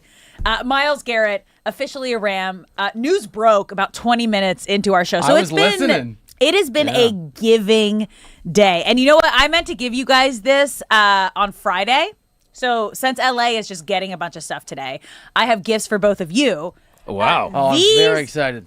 You guys, these, we talked about these week one, okay? And I gifted them to everybody here. I know what it is. I got you guys. Yep. Sports. Yes. Oh, this will be used. It's beautiful. It's just so took it out of the unnatural. I just took it out of the package. The scooping power of a spoon, dude, the piercing power of a fork. I'm telling you guys, best thing ever. It's a giving day in LA, okay? I test drove mine last night, and I'm going to say I came in with a lot of skepticism. Okay. We made chicken Caesar salad, and I said, you know what? I want to try out the spork on the most stabbable food. You can't scoop salad. You got to pierce it. You got to stab it. We had some crunchy chicken as well. It passed with flying colors. I might be a sport guy. This could be a bigger acquisition than the Rams pulled off today. You guys, I'm telling you, Just like, don't knock it till you try it, okay? He's getting reps in. Don't I'm knock just analyzing it. It kind of looks like a fat fork, I right? know. It's kind of some of But them are a it's little got a more spoon. spoony. This Yeah. is more Yeah. forky than spoony. Dude, it's Still will perfect. do the trick. Though. It's ideal. Yeah. What's the ideal. biggest cheat code this is gonna salad? Is that Everything. No, any kind of bowl. all of it? All of it. I eat salads exclusive with the Yeah. spoon. People make fun of me. I really do. I do too. Yeah. No, Just because I scoop chop it yeah. and I scoop it. Exactly. I want to get the perfect bite. Exactly. You want to combine the crouton, So this is protein, both. and the So lettuce. this is Is both. it? I definitely When I go to That's a restaurants, sign of- I ask for yeah, a real giant problem. spoon. No, I ask for a giant spoon when I go to restaurants for salad. I think it's if a you you just guys go problem. with the spoon, it's a massive shovel. Thank Why you. wouldn't you want that? What are you doing? Because if you with- here, That is because spoon. if you fork the crouton, it smashes the crouton, Yeah. so you can't get the full squared crouton unless you lay it. I'm in telling a you guys. spoon. Okay, but I'm telling you guys. Just use your hands at this point. Salad- You're a child. I do love using my hands when I eat. Salad is loose. Like trying to scoop it, it would just fall off to scooping the lettuce? side. You have to pierce it. Have you know how Filipinos eat, right? They eat where they put the spoon in the opposite hand and you use the fork just to push everything in the spoon. It's how Filipinos eat. It's a very effective way. Smart. You can just eat more So food. welcome to Spork Life, you guys. Miles Garrett's gonna be eating on that football field. Eating up quarterbacks. Thank you for transitioning because I have nothing to counter. It's a very Brock heavy and Alex, instrument. We got D-Mac and There's Ryder gotta be a with way us. to it. I Yeah. just gifted them my favorite utensil, which is a spork, and I'm basically turning everybody here at the network into spork enthusiasts because it is Ooh, my this is a nice place too. yeah from Crate and Barrel. It's a Oh, quality. wow. Yeah, no, Okay. they're high-end sports, Now you guys. I feel obligated to use it. Yeah, I wish it you're was a gonna piece try of it. crap. No, That no, would- Can I you're go gonna back and try put it. this on my wedding registry and you would have got me the whole set? That's Like, that would have been what, so ideal. that's how we got it. right? My husband put one thing on our wedding registry, and it was sporks. And I doubted it. I was like, why'd you put sporks on here? Now it's the only utensil we you use. will be you guys. assimilated. That's it spreading like it's like a virus. Yep.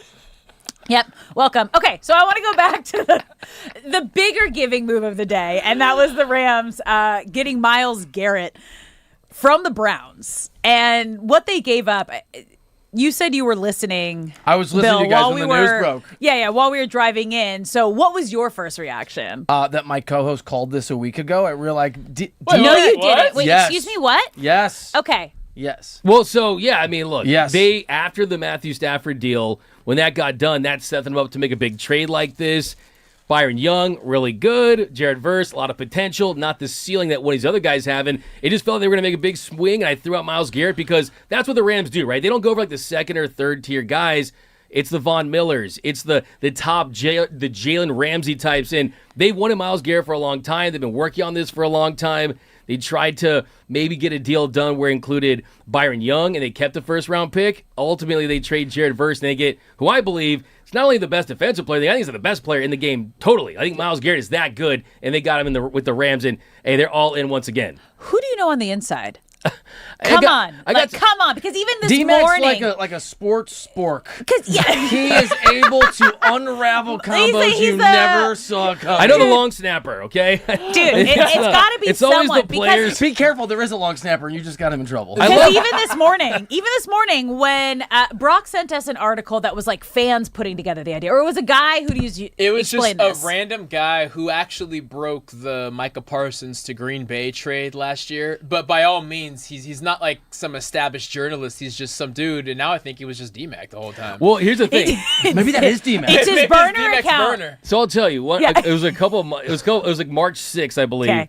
when they were going to get. Oh, you when, know the exact when date. when Max Crosby was traded to the Ravens got and it, then got back it, got down, and I was just trying to ask around, like, what about Max Crosby and the Rams? I was told it was more the Rams and Myles Garrett. Like that's who they had their sights set on. They really felt like if they were going to upgrade that position, it would be for a player of that caliber. Yeah. That's just all time, just future gold jacket wear level player. And I think he's only 30. He's 30. That's the other thing, too. I mean, he's 30. It aligns with the timeline of Matthew Stafford. It aligns with just this team being the favorite. So in the Super Bowl, and think about this, you can make the case, the best receiver in the game, the MVP quarterback. Mhm. Now you have the best defensive player, and you have the best coach. Yeah. And the Super Bowl's at SoFi Stadium. So And I you're think- the Super Bowl faves. and your Super Bowl favorite. So all of that's aligned to just get a player that's an absolute game wrecker and the best defensive player they've had since Aaron Donald. It's terrifying. It really is. And one thing we were talking about is how there's an argument that the best of Aaron Donald will only be unlocked now that he's surrounded with top top-tier talent. The Browns have had multiple number one ranked defenses, but that was because of the secondary and the linebackers. It was always just Myles Garrett up front. The fact that you now have Byron Youngs and Poona Fords and Kobe Turners around him, like, an offensive line has to know where Myles Garrett is, but it's not a situation where the whole offensive line slides to 95 because you have 3 other guys who can handle business if there's not enough attention on them. And for Myles Garrett and the records that he has set year after year, this may be his best year yet, just because of this is the best he's ever been, but this is the least amount of attention you can attribute to him, which is scary. The Rams are the new Dodgers. Yeah. Let's go. That's what we said. Think of all the LA teams over the last, like, what, 18 couple years, like Dodgers going out and getting Shohei Ohtani, winning back-to-back World Series. Then Lakers blockbuster trade, getting Luka. They're building to get back to a championship form, but that was the biggest championship move they could make at the time. And then now, Rams going after Myles Garrett. I mean, LA fans, you got to be greedy. so So beautifully greedy. It's so I love it. Like Brock even said it. Good. He goes. Greed is good. Gordon Gekko. No, what did you say? So I had to admit something for the first time. Shout out to the Wall Street movie. Great reference there. Yes, I had to acknowledge something because Alex was talking about, Shohei and Luka, and as the trade news spread, all the group chats I'm in blew up. For the first time, I understand why people hate Los Angeles. I get it. I totally get it, and it is justified. Yeah, no, I would hate LA too. Move here. Yeah, exactly. Change your allegiances, right? Just move out here. And so we said to Shay. Shay's a Brown fan. I'm like, you're doing this to yourself. You can choose. Hey, he'll have Arch Manning, right? You can. You can choose. You can choose to be a Rams fan. You're from LA. You live here. It's wild. It's absolutely wild. Having the news break, knowing your producer is a Browns fan, has added an element. Tears of the producer can taste sweet. Exactly.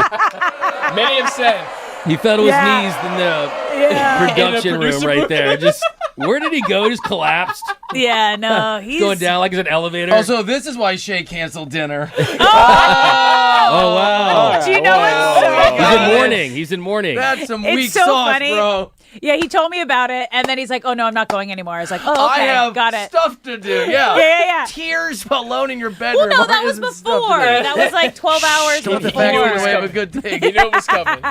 Don't let the facts get in the way of a good take. Is that the basis of your show? Sometimes. You guys, what a fun day. Myles Garrett is officially a Ram. An absolutely blockbuster trade that went down, breaking news during our show. Thank you so much for hanging out. This is Brock and Alex, Midday in LA. Don't go anywhere, you guys, because the fun and the conversation is continuing on D-Mac and Reiter. Coming up next right here on 97.1 The Fan.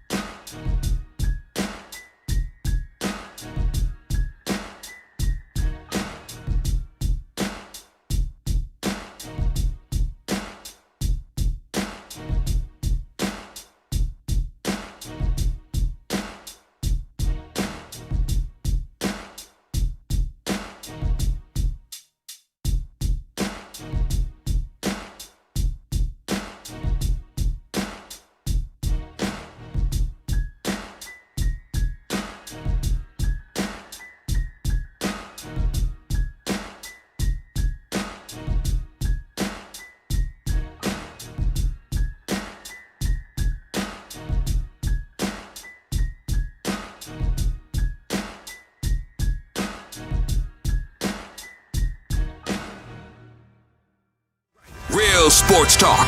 Real LA. Right now. It's D-Mac and Reiter on 97.1 The Fan. Doug McCain's Bill Reiter here. What's going on? Thanks for being here. It's always a beautiful day in LA. It is a much better day today because Myles Garrett, as my partner forecast a week ago, is on his way to the greatest city on earth and certainly the betting favorites now. The favorites to be Super Bowl champions. Myles Garrett is coming. We have so much Myles Garrett content to get into. We will talk Dodgers. Very good weekend. 1, 2 out of 3. Starting pitching was excellent. We'll do a World Cup preview. But this show will be celebratory and analyzing the Rams' bold move that you, D-Mac, called a week ago. If you want to call us 855-97-LA fan. If you're streaming us, you have a comment about Mr. Garrett, his arrival. Two-time Defensive Player of the Year. Dude had 23 sacks last year. Not yesterday, but feels like yesterday. Record, single-season record. 30 years old, 5 years left on this deal. And you just said this in crosstalk. The window for Matthew Stafford was already here, and this aligns and makes it, nothing's guaranteed, but man, what a football team Les Snead and company have put together. Just an incredible move by an organization that's all in. General manager Les Snead, ownership group Stan Kroenke, Sean McVay. They were always going to give Matthew Stafford and this team every chance to win a Super Bowl by putting together the best roster possible. And today what you did was you added a player who I don't think is just the best defensive player in the National Football League. I think he is the very best player in the sport. And you add him to a roster. Amazing, dude. That has the reigning MVP. Yep. A wide receiver that you could argue is the best at his position. Yes. You just add an all-pro cornerback to address your biggest need in the secondary. You have the best coach in the game. And you're the odds-on favorite to win the Super Bowl. You added Trent McDuffie? You had McDuffie, all-pro corner. You had odds at Jalen Watson. Yep. You put together a roster that is the odds-on favorite now, and they're going to get even better today. And you got to feel like this team is in a position now where, hey, it's Super Bowl or bust. They knew that going in already, but just I'm mind blown. I mean, I was pouring cereal, Cinnamon Toast Crunch for my daughter, and I do not like Cinnamon Toast Crunch. She does. It goes soggy fast. It does, but it creates good milk. Like the Browns organization. I got the Schefter bomb, and I was still pouring milk, and it was going over the bowl. I just did that with the water, reading some of the news. Here are the particulars of the deal. It is official. It's also as upside down and hard to believe as watching Rappaport and Schefter break news together. Like the whole combination felt like it can't be real. D-Mac and Reiter, 97.1 The Fan, but it is. So Pro Bowl edge, Jared Verse goes along with 2027's first-round pick, 2028 second-round pick, 2029 third-round pick, and obviously Myles Garrett returns.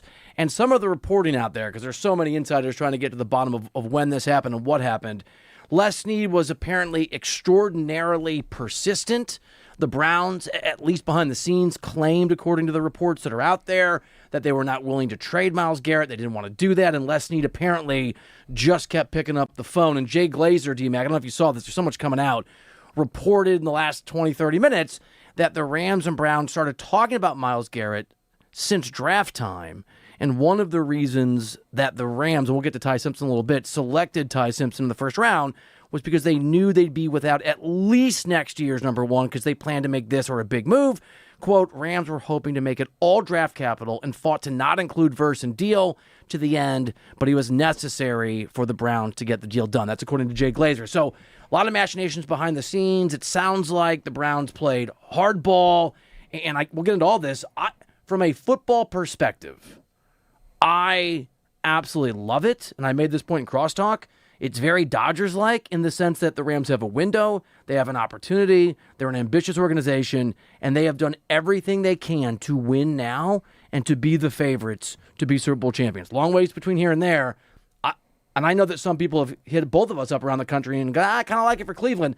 I love the boldness that LA just showed. I love what Les Snead just pulled off. This was a monumental deal. I give this an A+, and I typically don't do that for trades because you have to wait to see how things play out. That player stays healthy.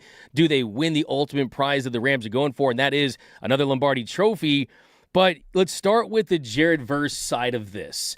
And you mentioned them not wanting to include Jared Verse because of how high they were. The Rams originally, from what I heard, was they wanted to include Byron Young, who was their sack leader last year, had 12 and a half sacks. He's also on an expiring contract, will be a free agent after this season.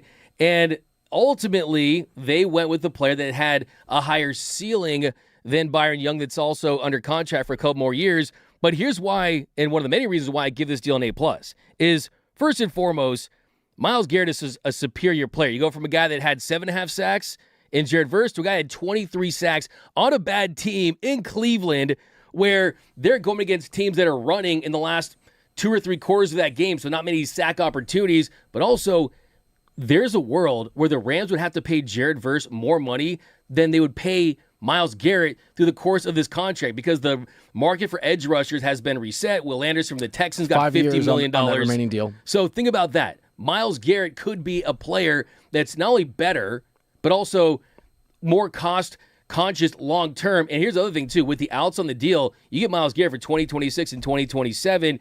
There's a world where you can get out from that contract in 2028 if they win the Super Bowl, if Matthew Stafford retires, they want to go through a rebuild. So this is an incredible deal for the Rams because you're getting a player that keeps defensive coordinators up at night. Like, Jared Verse, maybe the best player in football. I think he is. I mean, I don't hate it. You look at Myles Garrett. He was double-teamed or chipped last year 75.93% of the time. The next closest was Micah Parsons at 67.74%. Jared Verse is a good player, right? But now what Myles Garrett brings, they had Aaron Donald, is a player that's going to have to be accounted for with multiple offensive players on every single possession. You're going to have to double, sometimes triple team Myles Garrett because of how good he is. Like I said, Jared Verse, he's a problem. Defensive coordinators lose sleep for Myles Garrett. He's the Hulk in football cleats, man. You're not getting Myles Garrett for free. D-Mac and Reiter, 97.1 The Fan, thank you for hanging out. Do you like the Garrett trade? Are you down with Les Snead and the Rams trading away a lot of picks and a very good player in Verse, as D-Mac just walked us through, in order to get Myles Garrett and make this extra push for a team that was already the favorites, the clear favorites, at least in the NFC? Let us know. 855-97-LA-FAN, 855-97-LA-FAN, or if you're streaming us live on YouTube at The Fan LA, drop your comments in there. So just a few facts here. The Rams last year were 7th in the NFL in sacks. They had 47 sacks. As you noted, Myles Garrett had 23 sacks himself. So I'm going to math the math. Basically, half of the Rams sacks were accounted for by one guy playing on a bad team in Cleveland.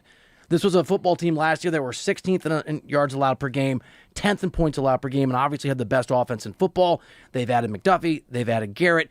All of that now means that the Myles Garrett effect, as of this morning when the trade went through, it's D-Mac and Reiter, 97.1 The Fan, according to some of the Vegas bookies, the moment Garrett became a Ram, the Super Bowl odds for the Rams went from plus 750, 7.5 to 1, to 6 to 1, plus 600. That is a big jump.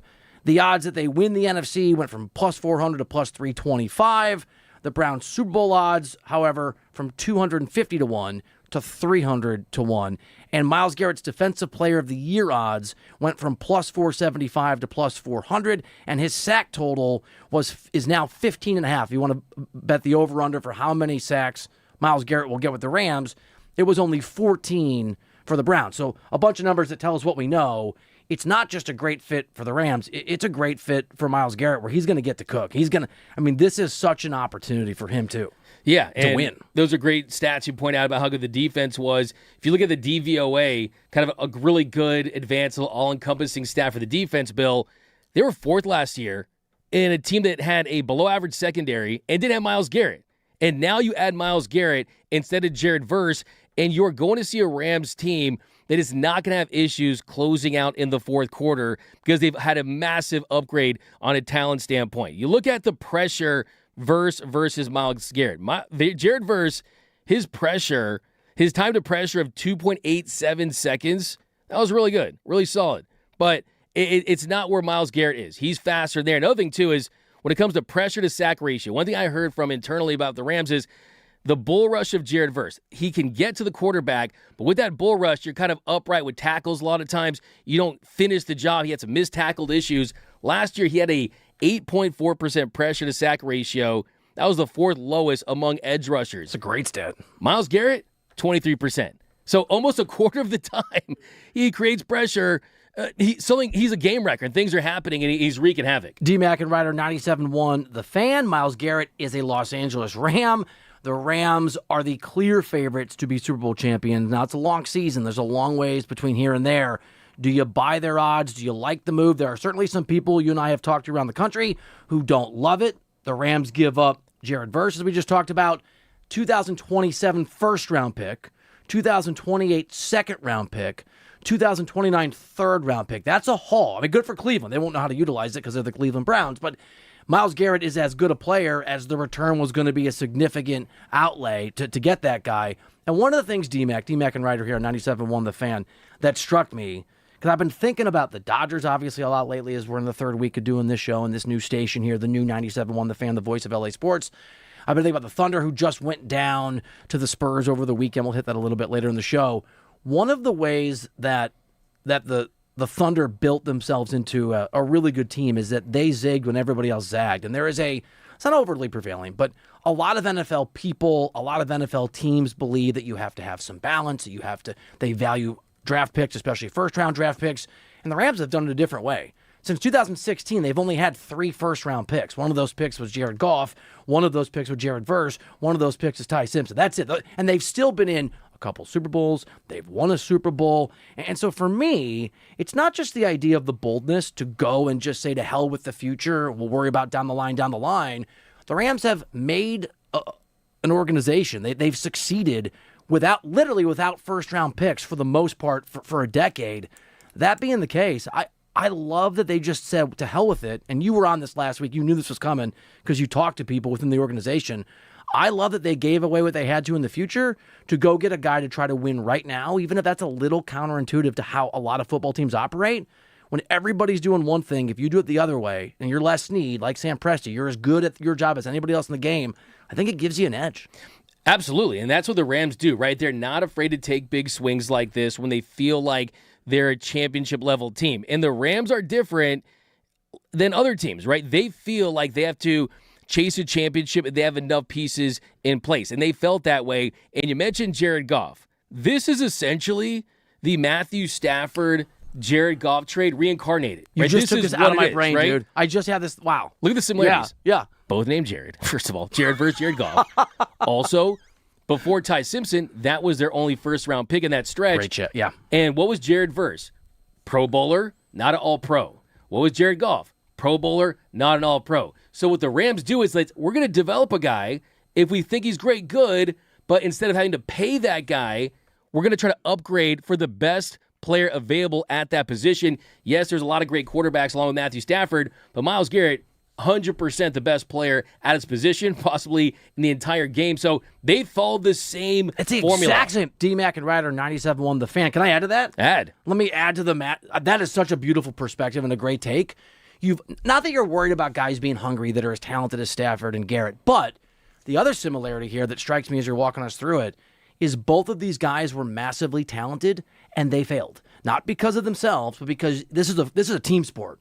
And if you are not surrounded by the right players, by the right organization, you can languish and your career cannot go the way that it should. Stafford comes from obviously Detroit, where they weren't able to win games, and very quickly shows what he can be and what he can do and is still doing it.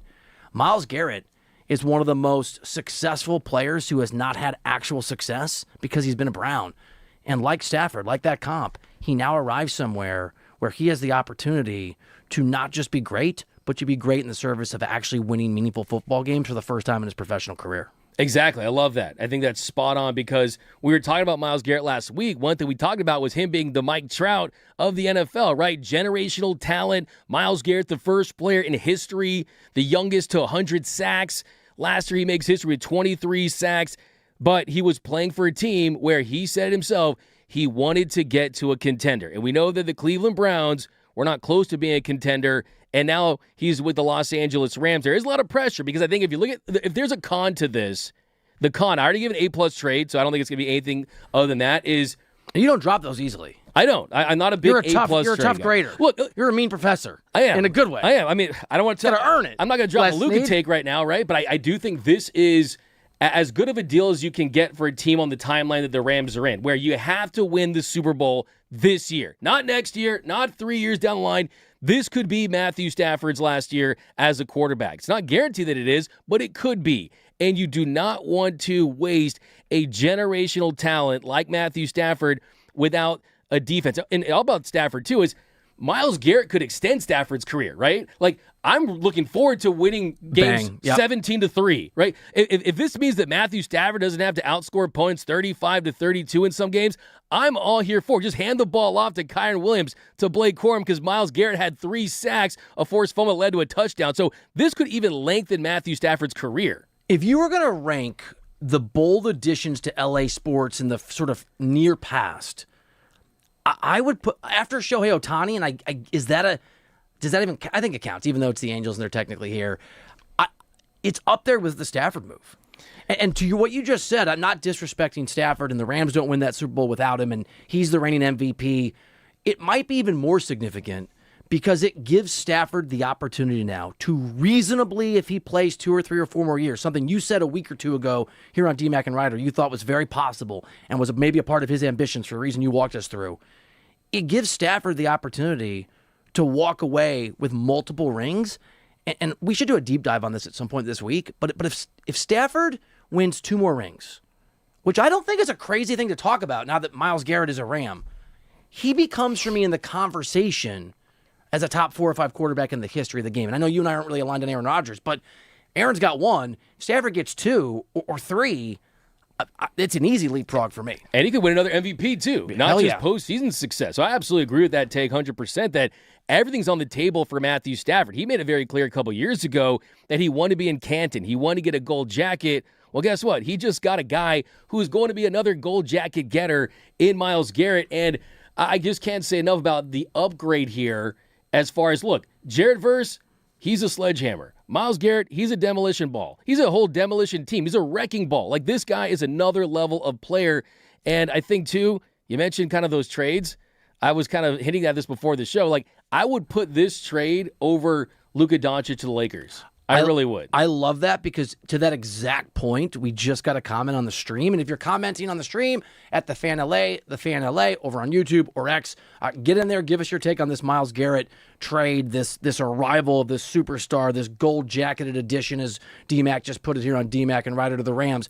And we'll get into your comments because Speecher 2000, kind of vibing with you, writes, Lakers need to step it up because although LA belongs to the Dodgers now, if Rams win the Super Bowl next year, they could be second. That is a great sports take because it's edgy, and I think it might be accurate. And the Lakers thing, too, 3?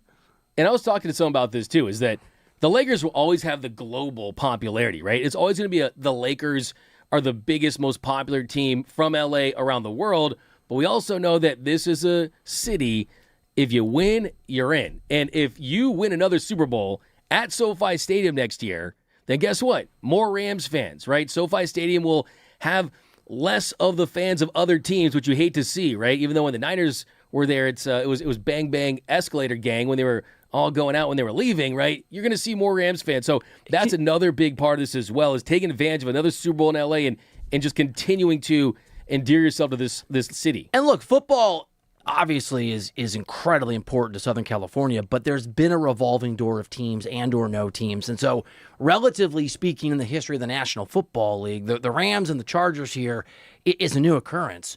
And you win another, to your point, Super Bowl. You do it in LA, and you do it this level of star power, because that's the other thing about Los Angeles. It's not just about winning. It's about how you win. It's about who you win with. With all respect to Rip Hamilton, who I know lives here and listens to the show sometimes. What's up, Rip? Little name drop. That Pistons team, they were built for Detroit, not L.A. There's a shine that has to be, I think, a part of the magic and the process of putting together a winner. If the Rams win with Myles Garrett and Matt Stafford and Sean McVay, I think Speedster's got a point. I haven't thought about this, D-Mac. I don't know if you have. I can't imagine that the Lakers have ever been below the second most important sports team in the city since Magic Johnson arrived, ever. I don't think it's unreasonable that if the Rams win the Super Bowl and the Lakers are disappointing next year, they could fall to 3. LA's a what have you done for me lately city. I mean, the Lakers are Lakers, right? They do have Luka Doncic, but I think the problem for the Lakers is that you can talk yourself into the machinations of a roster around Luka Doncic, but there's that alien in San Antonio. If you finish fifth Wembanyama. and you go out in the first round, yeah, at the exact same time that in sort of the midst of them, the Rams have just had their championship parade. Well, football is football, too. Here's the other thing, too. You're absolutely right that it's not just winning, it's how you win in L.A., and right? who you win with, yep. Last year, that 2025 Rams team was the highest-rated PFF team in the history of Pro Football Focus. Really? And the reason why I bring this up is this could go down. Wow. The 2026 Rams could go down as one of, if not the best football teams in the history of the sport. That's how much talent they have.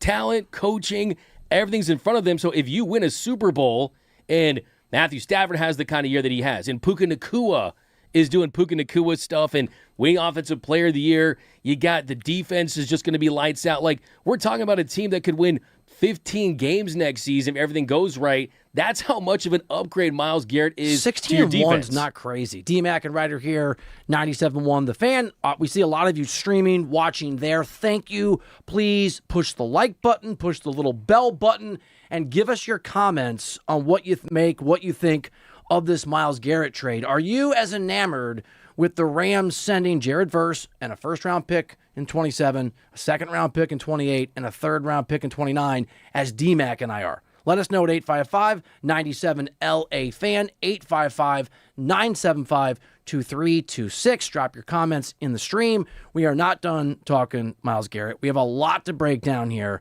I have a perspective on Tyson. This has solidified a view that I have that not only does Myles Garrett's arrival guarantee that the Rams are the best team in football, and not only is it bold in all the ways that you need to be, way to go Les Snead, GM of the Rams, to try to win in the National Football League, I think it also justifies the Ty Simpson draft pick in a way that's unquestionable.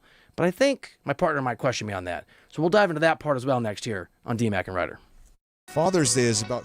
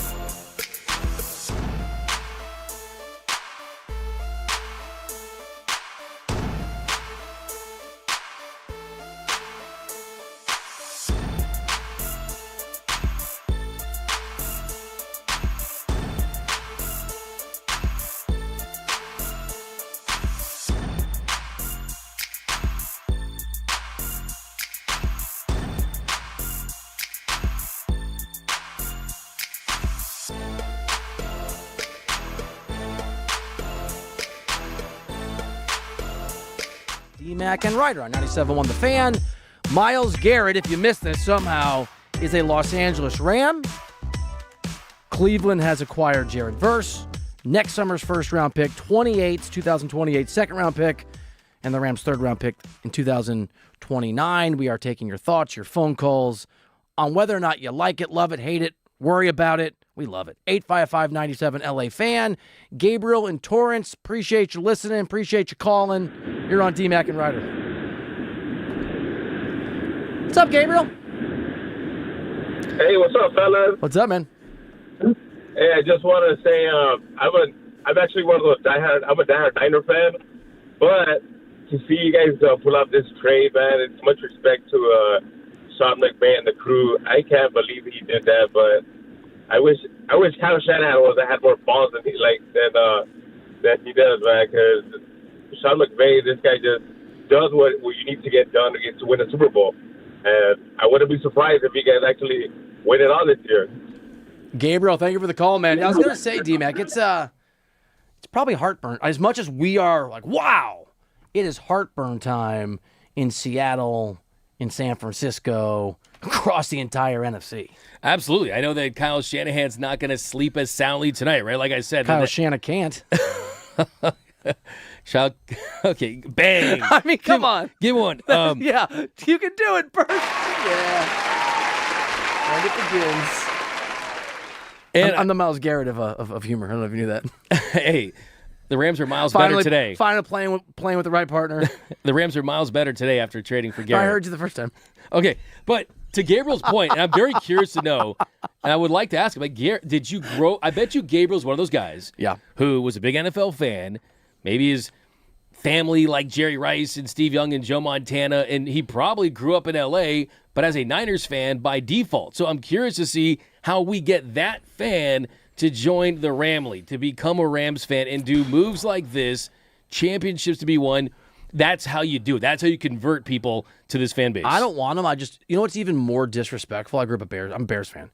And I respect the Packers, and it hurts me forget their fandom. Just want their respect. Gabriel's respect for the Rams is its own kind of special victory. I agree with that. Just the fact that he's basically saying what the 49ers fans are thinking right now, that, hey, the Rams are going to be an absolute problem this year in the division. I guarantee you that Sean McVay and Les Snead are laughing now because we heard that John Lynch was laughing at the Rams taking Ty Simpson, which you're going to get into. Let's do the Ty Simpson thing. So, and we see the comments coming in. Appreciate the kind words. Robert Wallace, we're going to read what you've got to say. We see everybody, so keep dropping your thoughts over on YouTube at The Fan LA, The Fan LA. Look, time will tell if I'm right or wrong. Let me rephrase that here on D-Mac and Reiter. Time will tell that I'm right and that other people are wrong.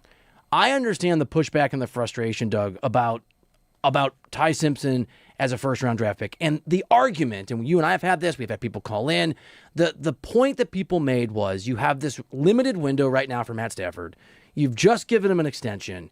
You have the best team in the NFC. And as you just said last segment, the Rams have to win the Super Bowl. This is before the Myles Garrett trade. And so the pushback on Ty Simpson was, why would these idiots or an idiot misuse a first-round draft pick, a key resource to make this team better?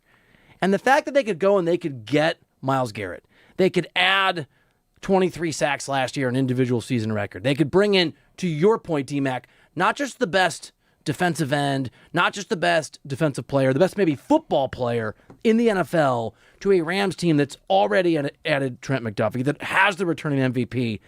It just shows that they didn't need to spend that first-round pick on something for now, that they could have it both ways, that they could reinforce this football team in a way that is utterly shocking in LA. And I said this last segment, but I want to point it out in the context of Ty Simpson, because I hadn't thought of this.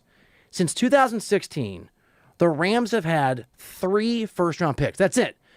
Les Snead, the general manager, has gone about his business in a very counterintuitive way by simply not having first-round picks, by trading them away. 2016 was Jared Goff. It was the obvious trade. That was the Jeff Fisher era. And obviously they traded Goff away for Matt Stafford.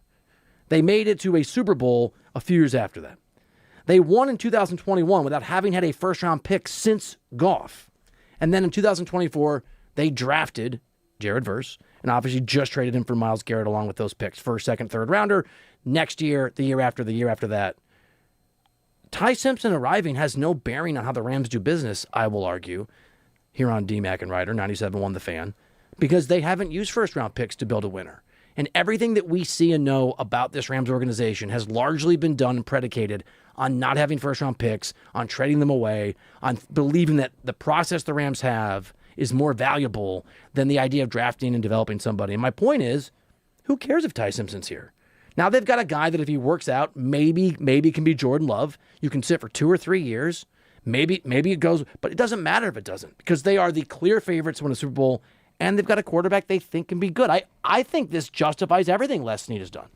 I think that it makes a lot more sense today than it did a couple weeks ago and a couple months ago at the draft, because now they have a succession plan in place. Now they don't have to worry about who they might take in 2027 when, mind you, you're going to be drafting towards the end of the draft, right? The reason why you're able to get Ty Simpson was because you made that trade a couple years ago when the Falcons trade up to get Pierce, and then they got that first-round pick. So they made 2 picks, essentially, if you look at it that way, because they were able to flip that for McDuffie and address their quarterback situation.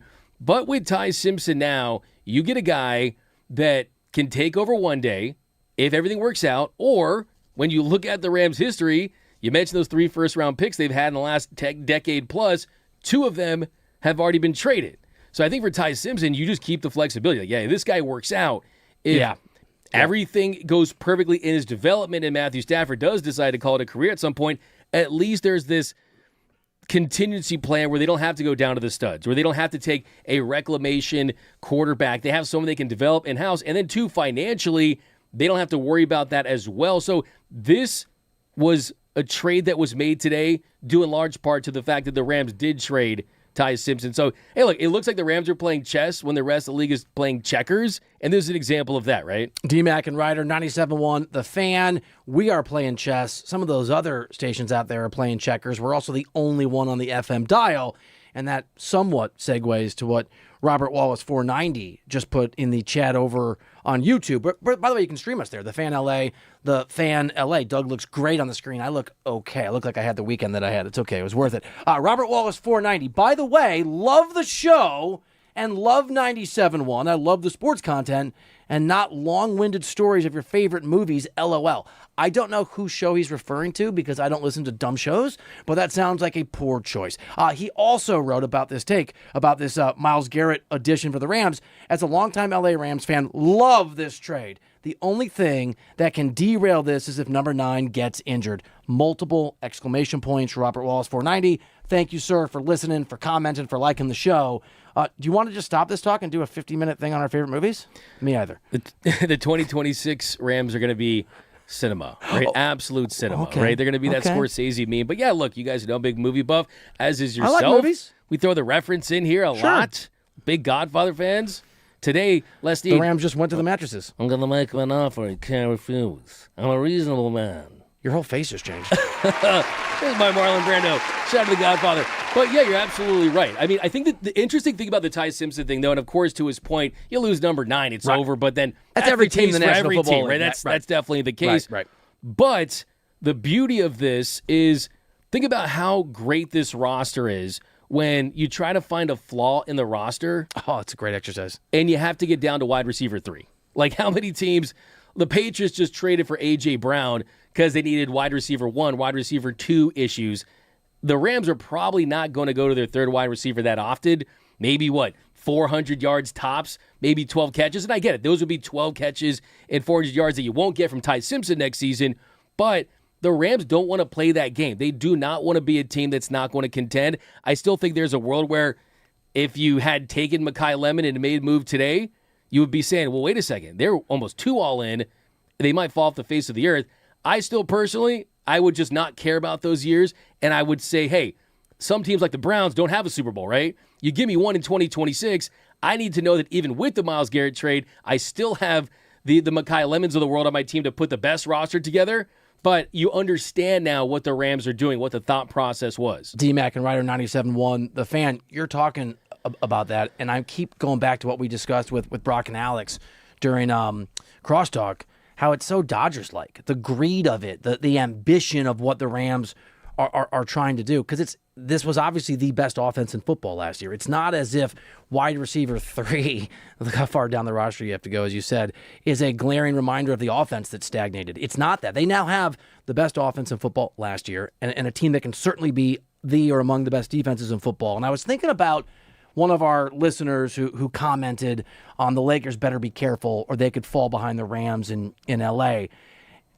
Stars are what make teams successful. And whether it's Myles Garrett or it's Luka Doncic or it's Shohei Ohtani or every other Dodger, one of the things I think goes under the radar is the importance of the actual decision makers in the front office.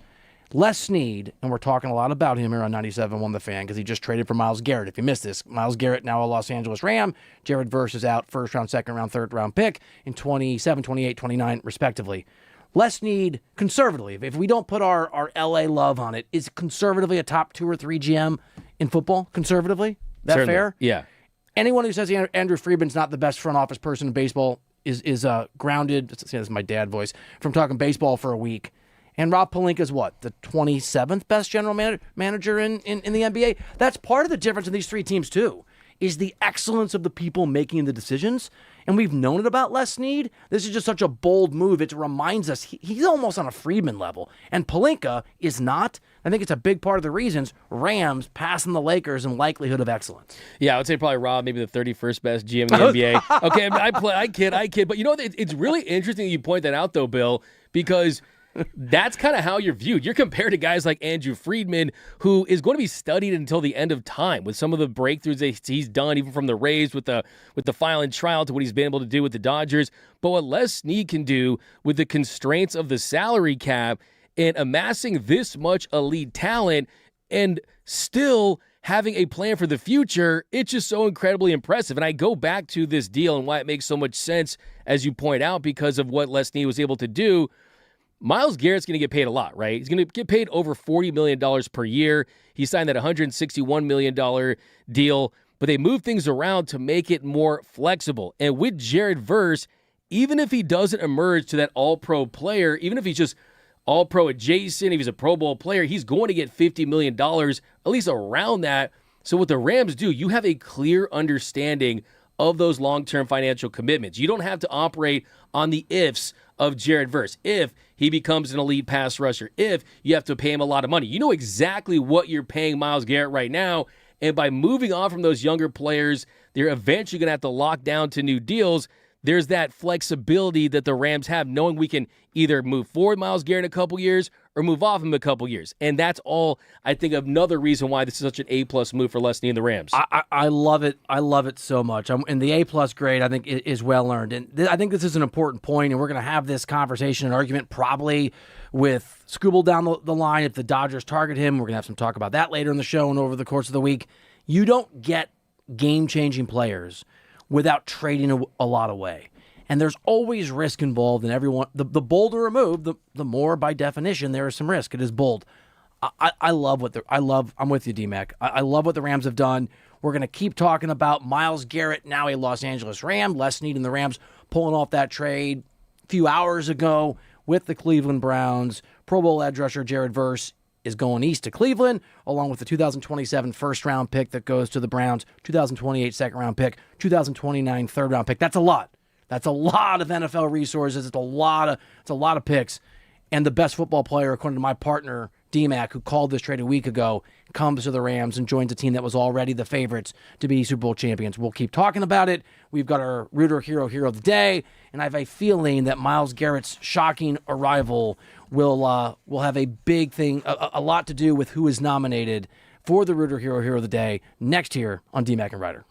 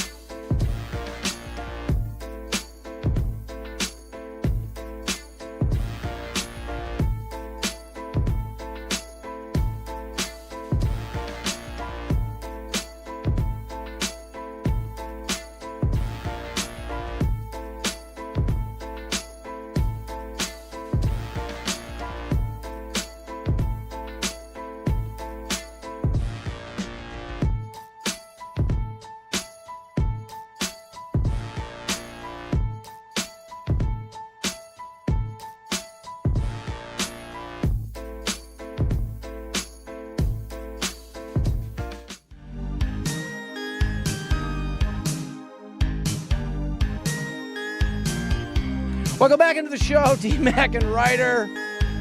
97.1 The Fan. Call us, text us. Same phone number. 855-97-LA-FAN. There were a lot of you watching, streaming over on YouTube at The Fan LA, The Fan LA. Hit that like button. Rock that bell button. We'll let you know when we're doing our thing. Thanks for hanging out with us. It is time for the Rooter Hero of the Day. Hero of the Day from Rooter Hero. Everybody needs a hero. RooterHero.com. I'm just going to jump in there and do the super obvious one first. Les Need. Like, what is a hero, Mr. Lebowski? It's a man who gets Myles Garrett. I felt that. I thought that would definitely make this list, and he definitely deserves to be a hero today. It's going to be tough to beat. Les Need playing one of the best trades, hopefully, in Rams history. It was. And he's taking a lot of heat. People are like, settle for less. Like he would get fleeced in these trades. Not in this one. I think that was a fair deal for both sides, really. If you want to go get something nice, it's gonna cost you. If you want a hamburger from a fast food place, I was gonna say the place, but maybe they're a sponsor. If you want a crappy hamburger for $1, it's gonna taste like a crappy hamburger for $1. If you want filet mignon, it's gonna cost you a little more. Myles Garrett's not gonna be free. He's not. Yes.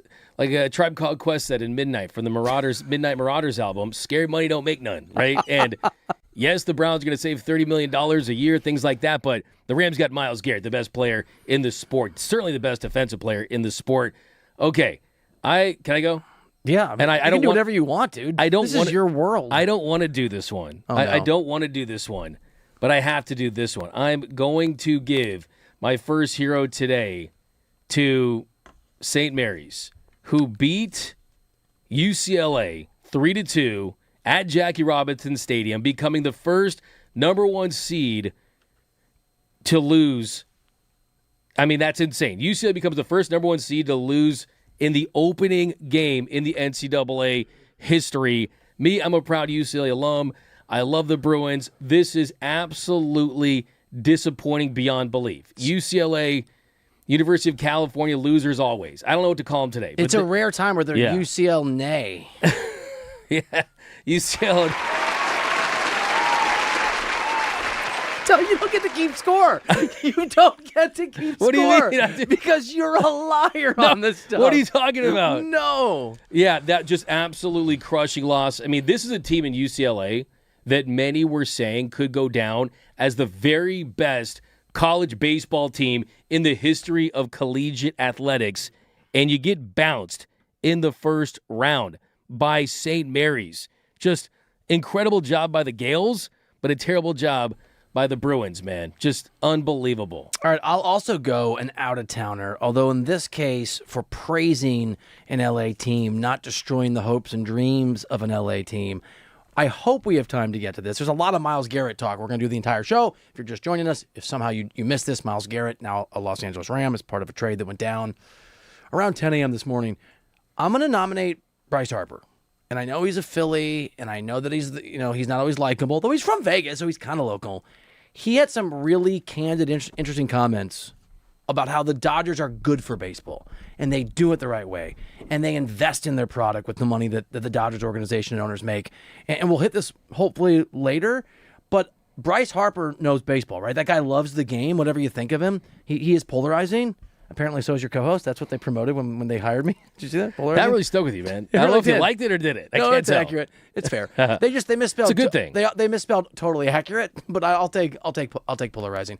Look, I respect Bryce Harper, and his team just lost 2 out of 3 to the Dodgers, understanding how the game works and understanding the finances enough to not take the easy red meat of the Dodgers and to praise the Dodgers for building the winner the right way. So he's a nominee for me. Love Bryce Harper. He's a leader, especially among the players. And look, there's a reason for this, right? I mean, this is a player that's one of the top earners, but he also understands the other side of it too. He wants what's best for the game. I love how he points out what players are saying, not just fan bases that are sad they're losing to the Dodgers. So, yeah, guess what? The Dodgers aren't ruining baseball. They're running baseball. I think Bryce Harper realizes that. All right, give myself a point. No, you don't get a point for that. Now we're getting them for good points, and I will always win this thing. I thought we were doing humor. No, that's the flip side of this. Wow. I'm just messing around. You know what's funny? You got it. You bullied You bullied him. I'm not even keeping score. I'm writing You gibberish bullied down. There's our no producer. You are the official score taker. Trust me, okay? You got bullied at that courthouse, Dan. You got bullied by the memory of a dead lawyer. Oh, yeah. There you go. See, we can do it and not spend an hour on it. It's all good. More sports now. You do both. It's crazy. 97.1 The Fan LA. Get the best of both worlds, baby. All right, I'm going next. I'm going Ryan Ward, who hit his first home run of his career yesterday. Big moment for him. The Dodgers. You just gave Ryan an award. There you go. Yeah, I did. That's a really good one. That's a good one. I don't beg for him. I earn him. But true story, though. Okay. Ryan Ward, I think, has worked harder at the minor league level than any player in this system over the last 6 or 7 years. Like, he really has done everything that he possibly could to get to the show when there was a lot of talent in front of him. He was blocked, and every single year it felt like he was winning the MVP of the Pacific Coast League and that his time was coming. Well, finally, he was rewarded, and he does come up, and he does get that first home run. I'll tell you a funny story. During spring training, I was going over to his locker, and he looked really upset. He looked really mad. That is funny. I'm getting to the funny part, at least to me, at least. Well, I don't get one. No, give him one for that. I like it. I like the abuse. Okay. But I will there's a backstory. You have had some sentences lately where you've paused on the back end, and we've all gone, what are you saying, man? All right. So anyways, now this is impossible to tell. But I will say, I was going to his locker, and he looked really upset, and I thought that was like, hey, man, like, is it because you didn't make the team or whatever? You didn't make the roster? What's going on? Like, because he really looked dejected. He looked upset because the roster just kind of come out, and he's putting on his uniform, his game uniform, and I'm wondering, why is he doing that? And he's like, no, I'm not upset for that. I'm upset because I'm number 67, and all my teammates have been doing 6'7", 6'7". So, yeah, Blake Snell, everyone was hitting with the 6'7", but, yeah, I'm very happy for Ryan Ward. No one deserved this more than him. And, yeah, it's just a testament to the commitment that he's had in this organization. It was good to see him finally have that moment. I love that. Said he blacked out yesterday.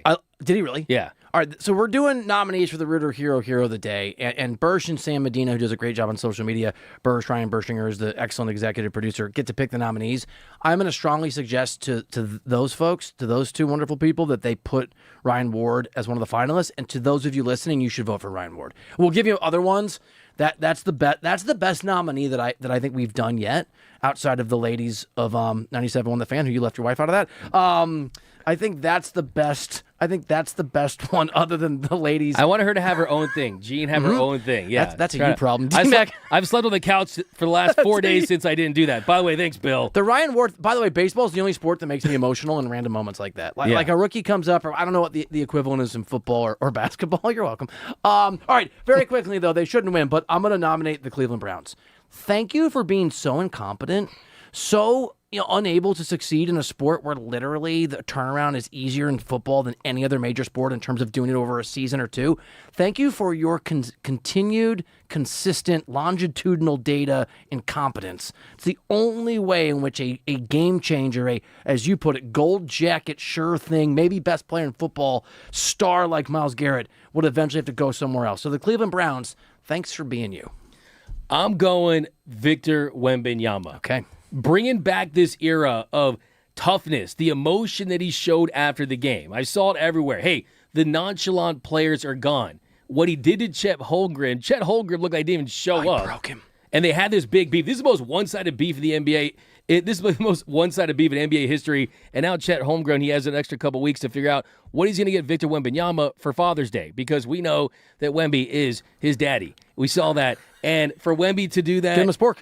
Give him a spork. Hey, 97.1 The Fan, the voice of LA sports, by the way. We've been sitting on that for 20 minutes. All right, we have 40 seconds. We're going to do a bunch of Dodgers talk, and then we're going back to Myles Garrett. So tons of Myles Garrett talk. I do very quickly want to nominate the Dodgers starting pitching over the weekend. I mean, Justin Robleski, under some pressure, had a great performance on Friday. Roki Sasaki was amazing, and Yoshi was unbelievable yesterday. The Dodgers obviously only won 2 of those 3 games, but the Dodgers starting pitching, I want to get in that nominated sphere. But again, Ryan Ward, nominated by you, D-Mac. For me, for my money, that's the right call. But all of you, the listener, everyone hanging out on 97.1 The Fan, you get to decide. So go vote for the Rooter Hero of the Day on YouTube and X. It is time for Dodgers Talk next on D-Mac and Reiter.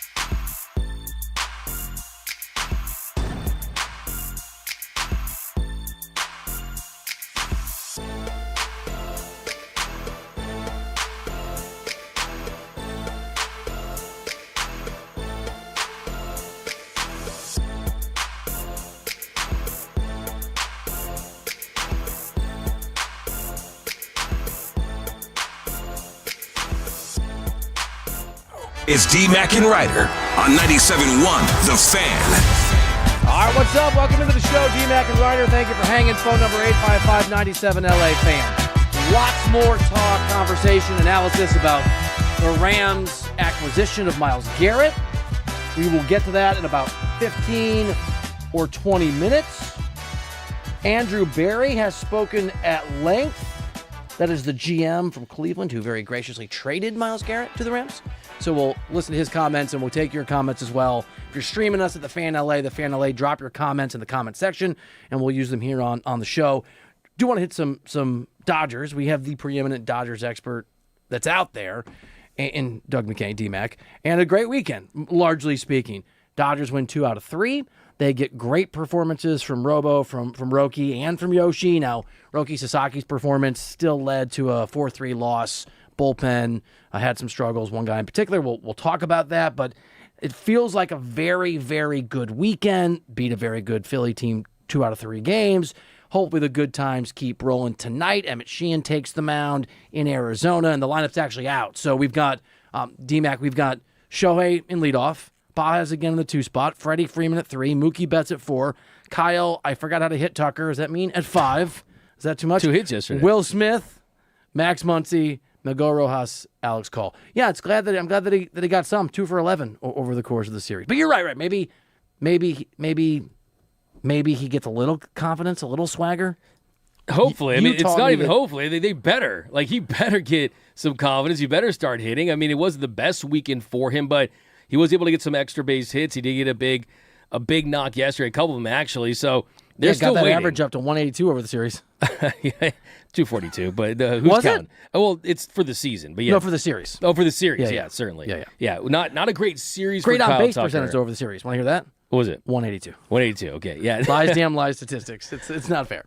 I'm cherry picking. No, it's look, he's always until Kyle Tucker really goes on that month-long tear where it feels like we're getting the guy we thought we were getting when we made him the highest paid player in the sport on yearly average. You're going to hear these criticisms. In the first 2 games of the series, he went 0 for 3 in the win on Friday. Then he goes 0 for 4 on the loss on Saturday. Yesterday, he goes 2 for 4, had a double, had an RBI, did have a strikeout. For the month, Kyle Tucker hitting 242 with a 763 OPS. League average is 730 on base plus slugging. How well you get on base, how well you slug. That's doubles, triples, and home runs. So he has not been great over the last month, but hey, you got a new month. You got June. Hopefully Kyle Tucker really heats up. Look, it's coming, and I can be snarky, and I can take shots, and that comes with $60 million a year in Los Angeles. That's just part of the deal. Dave Roberts did talk before Sunday's game about some of the red flags, and these are the kind of numbers that you focus on sometimes. I love this stuff, that he has an elevated rate of chasing pitches, 24% this year, compared to just 17.5% the last couple years, and he's whiffing on swings almost 23% of the time. It was 20% last year and 19% the 2 seasons before that. So they know that there are some things that aren't working, and we hit this earlier, but I want your perspective on it, D-Mac, for Kyle Tucker. It does feel like he's just still pressing, right? He's trying so hard, and that doesn't always work in baseball. Certainly, and the numbers really back it up, too, to add to the ones that you mentioned are he's more aggressive earlier in counts this year with the Dodgers than he has been throughout his entire career. And when you're aggressive early in counts, that tells you are pressing, you are trying to force the action. And I think, too, for him, what makes him a special player is he's a guy that can really walk at the same rate that he strikes out at. And that typically is not the case for guys that hit 30-plus home runs. A lot of times you have to sell out for those home runs. It leads to a higher strikeout rate and less walks. You look at the strikeout rate this year, 18.8%. That's in the 66th percentile. The strikeout rate and the walk rate in the 80th percentile. So he's still above average when it comes to drawing his free passes. The issue with him, though, he's just not hitting the ball hard. I mean, average exit velocity is below league average. Hard hit rate below league average. Wow. The bat speed below league average. So for him, I think there's got to be a mechanical cue that's not clicking for him, that's allowing him to maybe turn things around offensively. But look, I'm with you. Here's the thing about Kyle Tucker. And his number one responsibility to this team is this. I've floated this out here on this show this entire year when they start to struggle a little bit, that ultimately Father of Time is going to knock at the door of the Los Angeles Dodgers. And if it's not Father of Time, it's Players Prime going on the decline. Guys like Mookie, guys like Freddie, guys like Muncy, Shohei Ohtani's really the only guy who really is at the peak of his powers, and Andy Paz is the only guy that is still ascending, right? Most of these guys have either plateaued or they're dipping down, but the only reason for that is that they've played at such a high level throughout their careers. Is Freddie has an MVP standard. Mookie has an MVP standard. So what Kyle Tucker's ultimate responsibility is to make this team feel young again, right? To make this team feel like you have an all-star that's under 30. So when it starts to feel stale, it starts to feel old. He's kind of like if the Dodgers are having a midlife crisis, like he's got to be that Porsche that you buy, right, when you're on your midlife crisis to kind of rejuvenate yourself, make you feel young again. Hopefully Kyle Tucker becomes that. That's really smart. Yeah, and Andy Paz too. D-Mac and Reiter. Yeah. So he's supposed to be the fountain of youth, but instead he's been the fountain of oops. There you go. There you go. The Yeah. fountain of oops. We're giving... Yep. You didn't like that one? I liked it. I liked it too. I liked D-Mac it. and Reiter. I like hanging out here on 97.1 The Fan. The new 97.1 The Fan, I should say. The voice of LA sports. A very good, as I noted, I think, in the Rooter Hero of the Day nominees. And Les Snead, St. Mary's Baseball, Ryan Ward, and the Cleveland Browns are the finalists. I like this group. But I talked about the starting pitching over the weekend. It was very, very good. Robleski was incredible, had a one-hitter through 7 innings. Didn't walk anybody. I think he struck out 9. Great performance on Friday. Dodgers win 4-2. Yesterday, Yamamoto was incredible. 5 1/3 innings, no runs, 4 hits, struck out 10, walked a couple guys. And the one loss of the Dodgers was Roki Sasaki. He was also dynamic, 5 1/3 innings, starting to get that control down. Only walked one batter, struck out 7, gave up 3 hits, gave up 1 earned run. I do want to say this. So the reason the Dodgers lost on Saturday is because Tanner Scott, this is going to happen, had a brutal 8th inning, had a brutal appearance. He inherited a 3-1 lead in the 8th, gave up 3 earned runs, and the Dodgers lost the game. That's going to happen. Here's what shouldn't happen and what's unacceptable, and we can hit this as much or as little as we want, but to whatever losers and human scum were blowing up that guy's wife's social media, Tanner Scott's wife, and TMZ first sort of pointed at this, with death threats toward Tanner Scott's wife and family. Shame on you. You don't represent LA. You miserable human beings. There is never any cause on any level for that kind of vitriol and that kind of hate and that kind of ugliness. You want to say that a guy is bad at baseball? Have at it. You want to say a guy sucks at his position or his sport or he's slumping? Go for it. You don't bring up people's families. You don't threaten people's families. We don't do that in LA. And I know that the people listening, that's not you, but to whatever losers prompted Tanner Scott's wife to have to talk about this and go through this, shame on you 1,000 times over.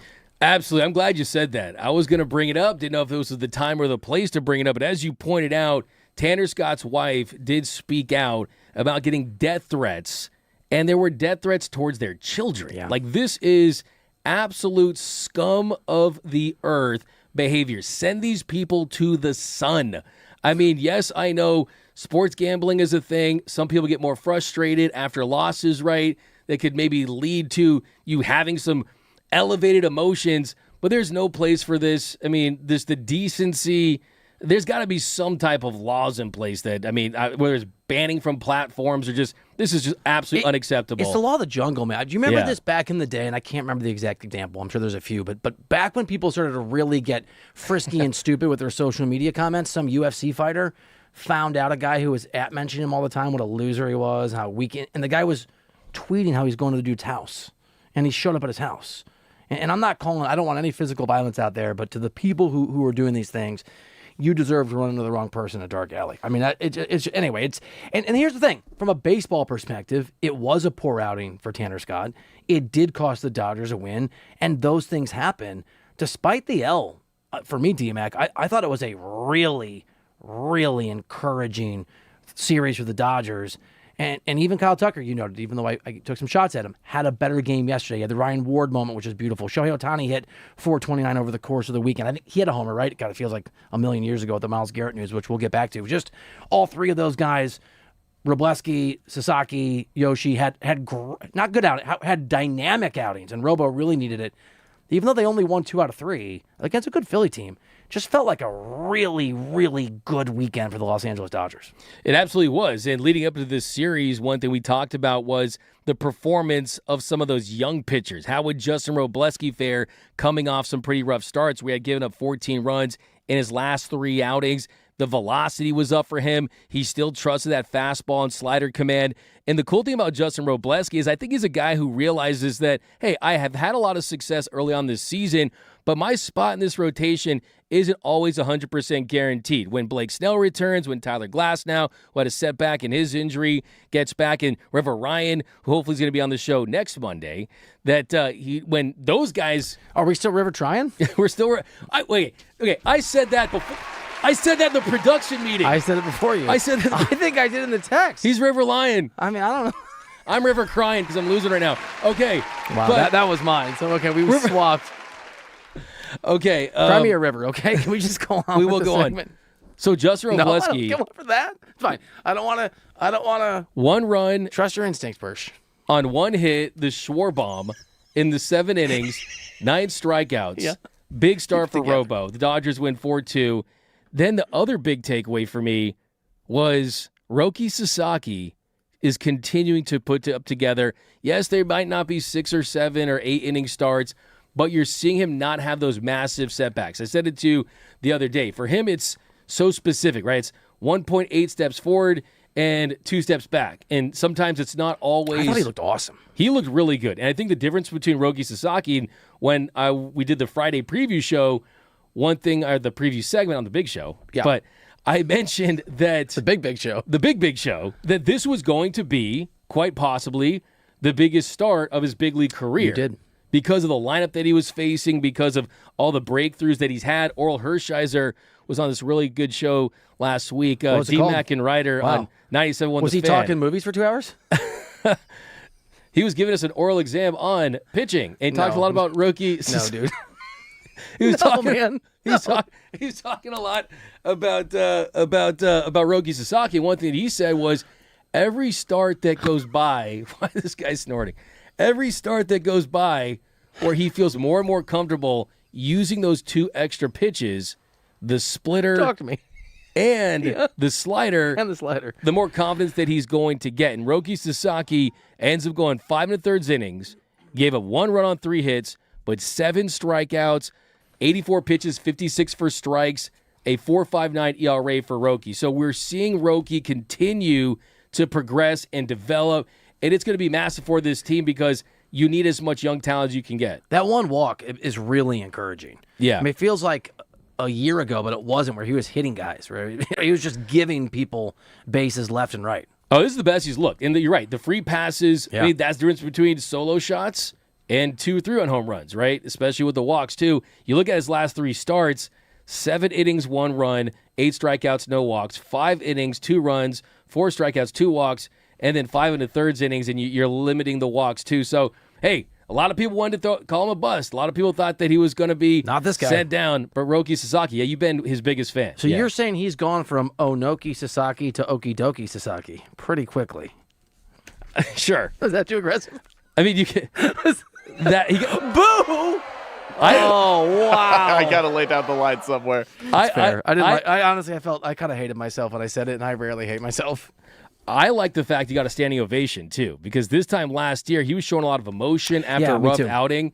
Dodgers fans have embraced him. And then yesterday, with Yoshinobu Yamamoto in that start, he was grinding. I mean, he goes 1-2-3 in the first, had a leadoff walk in the second, leadoff walk in the third, hit the first batter in the fourth, issued an infield single in the fifth and an infield single in the sixth. So 5 of the 6 innings he was out there, he was dealing with the man on. Yep. But somehow, some way, no runs on 4 hits, had 2 infield singles. The pitch count was up. A lot of 3-2 counts, a lot of foul balls. But the dude is absolutely nails. Ice in his veins in big at-bats. Struck out 10. As good as Shohei is, I still think that Yamamoto is the ace of the Dodgers. Because when the moment gets to a point where he has to execute a pitch in a key situation, when it comes to movement, when it comes to command, Yoshinobu Yamamoto is the guy that is going to give you the best chance at doing that. So not his best outing, but still, I mean, 3 out of 5 innings, he threw 20-plus pitches, still was able to go out there and execute at a high level, and the Dodgers gave him the run support for once, too, man. You got to feel good about that. If you are listening to D-Mac and Reiter here on 97.1 The Fan, and you, like me, love and marvel every moment at D-Mac's Dodgers insight and knowledge. Just a little gambling thought. It's not a tip. Don't bet money you're not able to lose. I'm not making any promises. This is how my brain works. I did gambling content for a long time over the course of my career, D-Mac. You just said, and you made a compelling case, that Yamamoto is the ace of the Dodgers. Okay, now you'll need some help here, whether it's Shohei or it's Joshi. Right now, Shohei Ohtani is 5-1 to be the Cy Young Award winner. Yamamoto is 33-1. If you think that Christopher Sanchez at some point is going to start giving up runs and get shelled and come back to earth, I still maintain that if you're the best pitcher on the best team in baseball and that team ends up winning 104, 105 games and you have... I don't think it's impossible that you could win that award. I'm rooting for Shohei, but I think it's really interesting what you said about Yoshi, given the fact he's 33-1, and that it's not like he's playing for, I don't know, some terrible baseball team. I mean, he's a Dodger. It's not impossible. He is. It's not. It's not likely, but 33-1 seems crazy. And I think, too, is you're looking at a guy that he threw over 211-plus innings last year. Game 6, he went 6 innings, and they went 2 1/3 innings in Game 7. Or will also talk to us about the fact that when it rolls over into the next season, sometimes you're not going to hit your stride as a pitcher till midsummer. And I think there's still been a build-up kind of lengthening out for Yoshinobu Yamamoto. And here's the thing, too. If it's Game 7, who are you giving the ball to? A guy that's done it and is the World Series MVP? Shohei Ohtani, as great as he's been as a pitcher, this is his first time going wire to wire.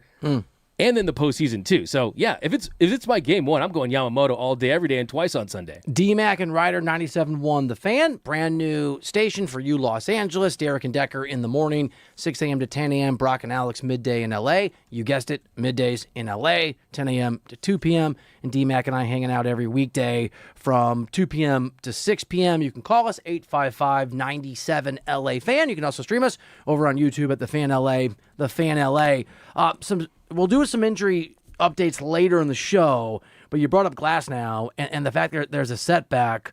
What is your degree of worry right now compared to last week? It's not that big as far as just the setback, just because we've talked about it a lot that anytime the check engine light's on, they're not putting that car back on the road until it's back to 100%. And Glasnow's dealt with injuries throughout his entire career.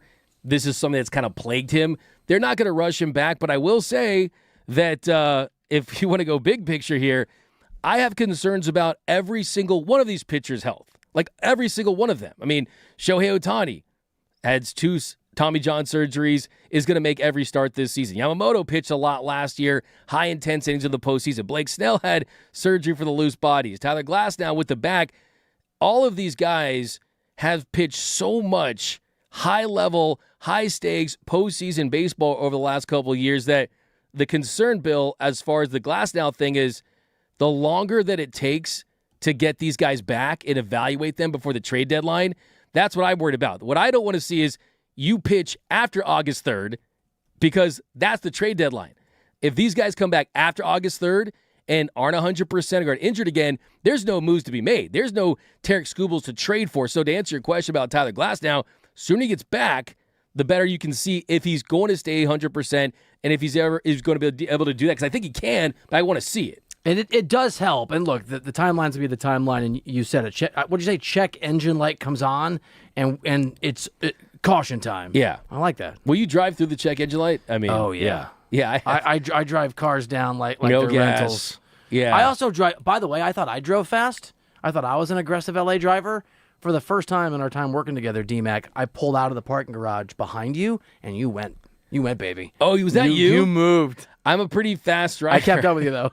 I saw you. I went. saw you. You were about to turn. I was going to merge in front of you. I knew that was your car. Yeah, that was. Yeah. I respect it. Hey, look at me. You got to get point A to point B. I got to get home. By the to watch way, the game. Shame on me not bringing this up earlier. Your guy, Michael Brockers, former Ram, is going to be on the show and talk about this Myles Garrett trade and what it means and what's going down. And that'll be at 4 o'clock, right? He's going to be on at 4? 4 o'clock. Big Brock, he's joining us, and he's going to break down the kind of player Myles Garrett is and also schematically how he's going to fit into Chris Shula's defense. So excited to talk to my guy Brock. No one knows the game better than him, especially in the trenches like that. Do you call him Brock? I do. Every time on the air, you're going to be like, what's up, Brock? I'm going to say, if you smell what the Brock is cooking. I'm going to call him Michael. You gonna call Michael? Yes, I'm gonna call him his name. You're gonna go Michael Brockers just on the Michael thing, Mr. Brockers. I mean, you could go that route. You want me to go Brock? I'm not mad about that. I would probably call him Big Brock, but I think I'll just Brock. Yeah, that feels like I should know him. I'm gonna say Big Brock. I'm gonna say Michael Seth Brockers. I'm gonna use his full government name. How about that? You had to Google that, didn't you? I did. I do Unlike it just now. somebody's wife. Whose wife's name did you keep dropping the other day?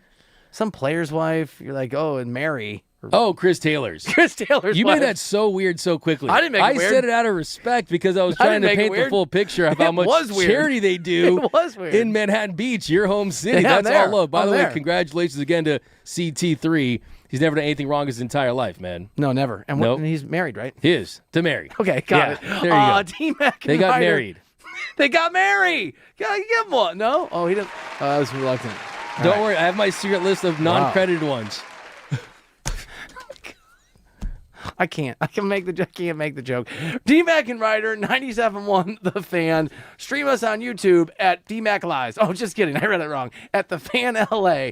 At The Fan LA. All right, so we're going to get back to Myles Garrett. If you've missed this, if you're just joining us here on 97.1 The Fan, the new 97.1 The Fan, the voice of LA sports, Myles Garrett has been traded to the Rams as of 4 or 5 hours ago. The price is Pro Bowl edge Jared Verse. He goes to Cleveland along with the Rams' 2027 first-round pick, 2028 second-round pick, 2029 third-round pick. But as we noted, the Rams get Myles Garrett. We're going to get into what that means, talk some more about it, get your comments. Do you like this trade? Is it too much the Rams have given up for Garrett? 855-97-LA fan. We get into every turn of the screw on this blockbuster next here on D-Mac and Ryder.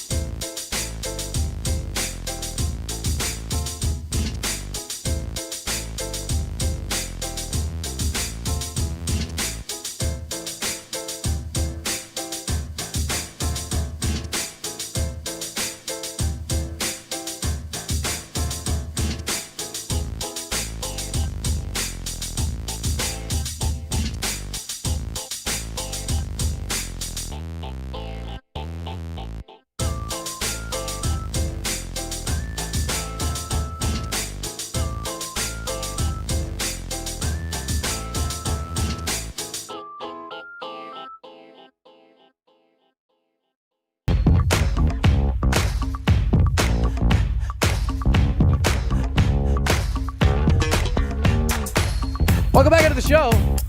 D-Mac and Reiter. 97.1 The Fan. By the way, I haven't said this yet, and I mean it. We'll get into this later in the soccer preview later in the show. Congratulations, your team, PSG, won the Champions League, and in related news, thwarted Arsenal in their evil way of playing soccer. Congrats. That was, I missed it for reasons we'll talk about later. I watched most of it, but I missed penalties. It was that is the most gut-wrenching thing. I mean, I was getting lightheaded. My palms were sweating. It was theater. And now you look at PSG. I mean, they go for 3. They could. They do go. They go for now 3. I have to root against them. Yeah, now you have to root against them, right? Yeah, hell to the no.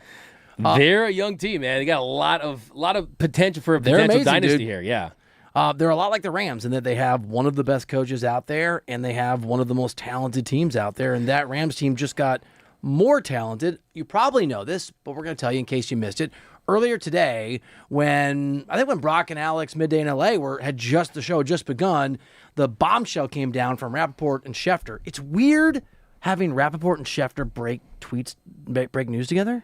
That is a little weird. Feels off, yeah, doesn't it? It does feel a little off. It feels it's like eating with a spork. Yeah, hey, you combine them both, right? I wonder who's They're the both spoon, great, who's the but fork in together? that. But together, it So does foreign to me. It does feel like that meme where you got like the Bloods and the Crips holding up the rag together, right? And they're aligned on that one thing. But yeah, I mean, like teamwork makes the dream work, and they got the big story out. It's like the Beat It video from Michael Jackson, only they all got along with each other. Exactly. That was inspired by West Side Story. That was a great man. That guy was amazing. All right, so here's the trade. If you missed it, the Rams obviously acquire Myles Garrett. He's coming to LA in exchange for Jared Verse, a first-round pick in 27, a second-round pick in 28, a third-round pick in 29.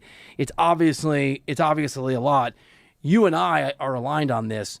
We love what Les Snead has done. And it is a big, bold move. You get in Garrett, the guy that's a 2-time Defensive Player of the Year, including last year. He had 23 sacks last season. That is a record for an individual season. He's 30 years old. He's on a 5-year remaining deal. But the sort of intricacies of this, and you're more of an expert on this than I am, it's basically 2 years for sure, right? Like it's a 2-year situation that overlaps with Stafford's extension, and then there can be some reevaluating after that. Yeah, so the way the contract kind of lays out, you get a $1.3 million base salary in 2026, plus a $29.2 million option bonus, a $1 million workout bonus, another $1 million per game roster bonus. So you're up there close to $60 million when it's all said and done. And the Rams, again, looking at those potential contract adjustments. If there one is sometimes on a trade, they adjust it right when the trade's made or before it. If there's none, they'll inherit that $1.3 million salary, then the $29.2 million option bonus, and a $1 million per game roster bonus. So they're going to have to pay Garrett at least $31.5 million in cash in 2026, but they do have that flexibility down the line if they want to move off. And that's why this move made so much sense, because there is a world where Jared Verse could get more than Myles Garrett with the way the market plays out. D-Mac and Which is Reiter. kind of wild. It is wild. Yeah, it is. Just like it's wild that we're here on the new 97.1 The Fan, the voice of LA sports. Is this week 3? It is week 3. Is it week 3? Wow. So the Rams now have the reigning MVP. So you could argue, and I think you do argue, the best quarterback in football. And I think that's very easy to argue with Patrick Mahomes being a giant question mark. They have the best defensive player in football. You made the case earlier, D-Mac, on the show that Myles Garrett is more than that he's the best football player in the NFL. But he's certainly the best pass rusher and probably the best player just on the defensive end in the game. They have in Puka, certainly a top 2, 3, if you hate the Rams receiver in football. And Trent McDuffie's a top, 3 to 6 corner. I mean, and you can just keep going. They have the best coach in football. I would argue that they have the best GM in football, or at least in the conversation after the things Les Snead has accomplished, going back to the Stafford deal all the way up to and including this deal for Myles Garrett. It is amazing the degree to which the Rams feel like the Dodgers, although that won't be the storyline because the Dodgers outspend everybody because baseball teams don't have to spend money, and the Rams can outspend everybody. It's a cap sport. But in terms of just roster construction and the willingness to go for it, they have an embarrassment of riches for an NFL team, I think similar to what the Dodgers have for a baseball team. They do. I think that's a great way to put it because there's this commitment to capitalizing on the talent that you already do have, recognizing that and saying, hey, we can go to an absolutely bigger level. And that's what they did with Myles Garrett, right? If you have Shohei Ohtani and Mookie and Freddie It's okay, we've won, but we still want to win. How do you sustain that? Well, hopefully, in theory, Kyle Tucker comes in, performs better. Hasn't been the case of yet, but they're not going to rest on their laurels and rest on just winning back-to-back championships. They always have this almost delusional kind of, hey, we can get better. We talked about, right? Greed is good. I love ambitious people. Right? And that's what they are. And I think, too, you look at Jared Verse, really good player, but like I said, you had a sledgehammer in Jared Verse that's upgraded to an absolute wrecking ball in Myles Garrett. It's that big. Is it of an glass upgrade. now to Scooble? Is that kind of is that a fair comp? Bigger. Absolutely bigger. 100% bigger. Yeah, there's no doubt about it. I mean, Jared Verse is probably the 14th best edge rusher in the NFL. The 14th best. Myles Garrett's number 1 with a bullet, right? Hard stop. He's that good. So when you consider you're adding that to a team that I think schematically last year, you looked at the Rams defense, they used a lot of stunts. They used a lot of twists where you're just having those maneuvers where you got defensive linemen crossing pass and the gaps to try to get creative, right? Chris Shula does not have to do that anymore, the Rams defensive coordinator. You have a guy in Myles Garrett that is going to get a lot of attention, but you don't have to use those twists and those stunts as much. And that's another thing, too. I will say one of the big winners in all this is Rams defensive coordinator Chris Shula. Oh, what a day. If he does not have a head coaching job this time next year, that means a lot went very wrong. Chris Shula. That's a great call. He's got everything in front of him to make everything happen. He was very close to getting the job with the Pittsburgh Steelers. I went on a Pittsburgh radio station and they asked me, hey, who's the guy? I was like, Chris Shula's the guy. Like, he's got the last name. The last name alone should get you an opportunity. But now he's got a defense where there's a lot of pressure on him. I was surprised he wasn't a Shula in. See, here's the thing. You're sitting on I'm trying to provide. Okay, let me get back. What's wrong? That's a good one. Yeah. No, why are you so disappointed? We're supposed to, no, celebrate our victories. That baby. was a great one. Thank you. And I think that he will be this year if he has the type of success that the Rams expect to have with Myles Garrett. You have, on paper, talent-wise, yes, by far the most talented defense, and they're not that far removed from not having these blue chippers all around. But like you said, you added Trent McDuffie, a top 3 cornerback. I will also throw out there Jalen Watson, who's going to allow Trent McDuffie to thrive as a corner because you don't have to keep him on the outside. You can play him in the slot, you can have him as a blitzer, you can do all kinds of really cool things with him. But Garrett's a different beast, man. He's going to open things up for everyone. Everyone is going to get an opportunity to eat because of Myles Garrett. And I think Chris Shula, too, having been in this organization for a long time, he knows what it's like to have a game-wrecking player that requires the attention of 2 to 3 players every single snap and how to utilize guys around that. D-Mac and Reiter 97.1 The Fan. And with the additions that you just gave us, just to put it in context, last year the Rams, number 1 offense in football, had the MVP in Mr. Stafford. They were 16th in yards allowed per game, so they were mid, they were basic, they were fine, they were average. They were 10th in points allowed per game. They allowed 20.4 points per game. And these additions certainly seem, and they were 7th in sacks. They got to the quarterback a lot last year. And just to put in perspective what D-Mac's talking about, how good Myles Garrett is, the 7th best team in the National Football League, the Los Angeles Rams, had 47 sacks. Myles Garrett had 23 by himself. Myles Garrett had more sacks than a lot of football teams had over the course of the year. It is incredible the extent to which the expectations have been ratcheted up. And you said something earlier in the show I want us to circle back to. I thought it was really smart here on D-Mac and Reiter, 97.1 The Fan, that if Garrett's arrival and what the defense can do can end games earlier and put less pressure on the offense to have to be out there and Matt Stafford have to be out there, it also just gives a little, you pointed out, maybe a little insurance to just protecting his body in fourth quarters of games. It really does. And I think that that's how you extend Matthew Stafford, is you give him an elite defense, elite offense. That's going to lead to late game ball control. I mean, trust me, every player's favorite play, if you're a quarterback, a lot of times is taking that knee at the end of the game because you're not putting yourself into harm's way. You want to save that for when you're playing in the NFC Championship game or in the Super Bowl. This could preserve Matthew Stafford's career because now the Rams, they can win games with their defense more than they could ever do last year. And I think, too, the thing about Myles Garrett is this.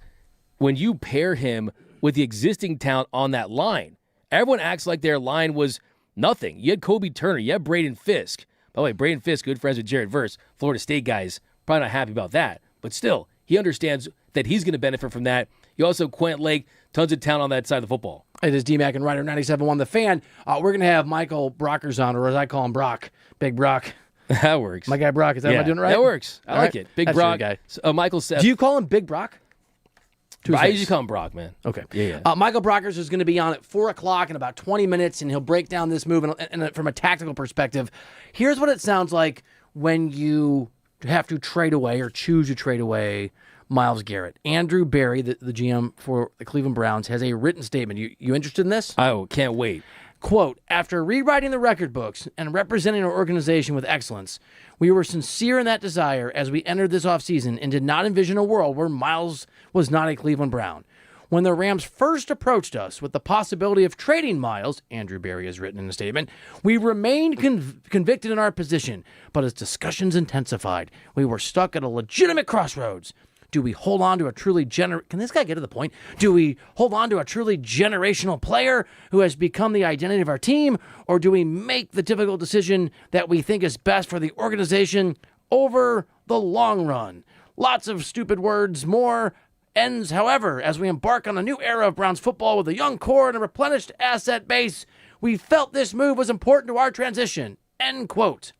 Asset base. That's going to win over the Cleveland. I thank them. Thank you, Andrew Berry, for being you. That's a very, very good point, Andrew. And that's a great point. And the truth is, this was an absolute fleece job by Leslie and the Rams. Do you think it was? Oh, 100%. That's a big return. But when you compare it to Micah Parsons, the Cowboys traded Micah Parsons 2 first-round Jerry picks. Jones is not very good at football. Kenny Clark. The Jets, they traded 2 first-round picks. When the Jets traded Sauce Gardner to the Colts, 2 first-round picks and A.D. Mitchell, and the Jets traded Quentin Williams for a first-round pick in 2027, a second-round pick in 2026. Yeah, you could make a compelling case that this is an absolute fleece job because usually blue-chip talent does not fall out of those first 20 picks. And if you are the Browns, you're saying that unless the Rams are absolutely ravaged by injuries, that they aren't going to have a terrible season, so that pick that they're going to get is going to land somewhere in the 30s. What kind of talent are you going to get from that? I think they're almost looking at, instead of getting 2 first-round picks, they view Jared Verse as a first-round talent. Equivalent, yes. And then that's kind of what they're getting from that standpoint. But what you're saying, D-Mac, here on D-Mac and Reiter, is that the Browns GM should have been Andrew Weary. That would work. That would work. I'm in football mode. I don't want to. Hey, no excuses. What's the thing from Wedding Crashers? No excuses. Play like a champion. Rule 79. Hey, we talk movies for an hour? No, we shouldn't. It's D-Mac and Reiter on 97.1 The Fan. He is Doug McCain. I am Bill Reiter. I'll do the football stuff. You do the puns. We make a very good team. How about that? No, that's okay. By the way, Big Bro. Oh, that is sympathy. Cheers. Look at I got my own list. Can't wait. All right, Michael Brockers is going to be on the show at 4 o'clock in about 15 minutes to talk some more Myles Garrett. Before that, we'll do some hardwood headlines, including some Lakers news, sort of news, that is interesting if you're trying to keep an eye on what this team could look like next year. That is next here on D-Mac and Reiter. Missing teeth affect your...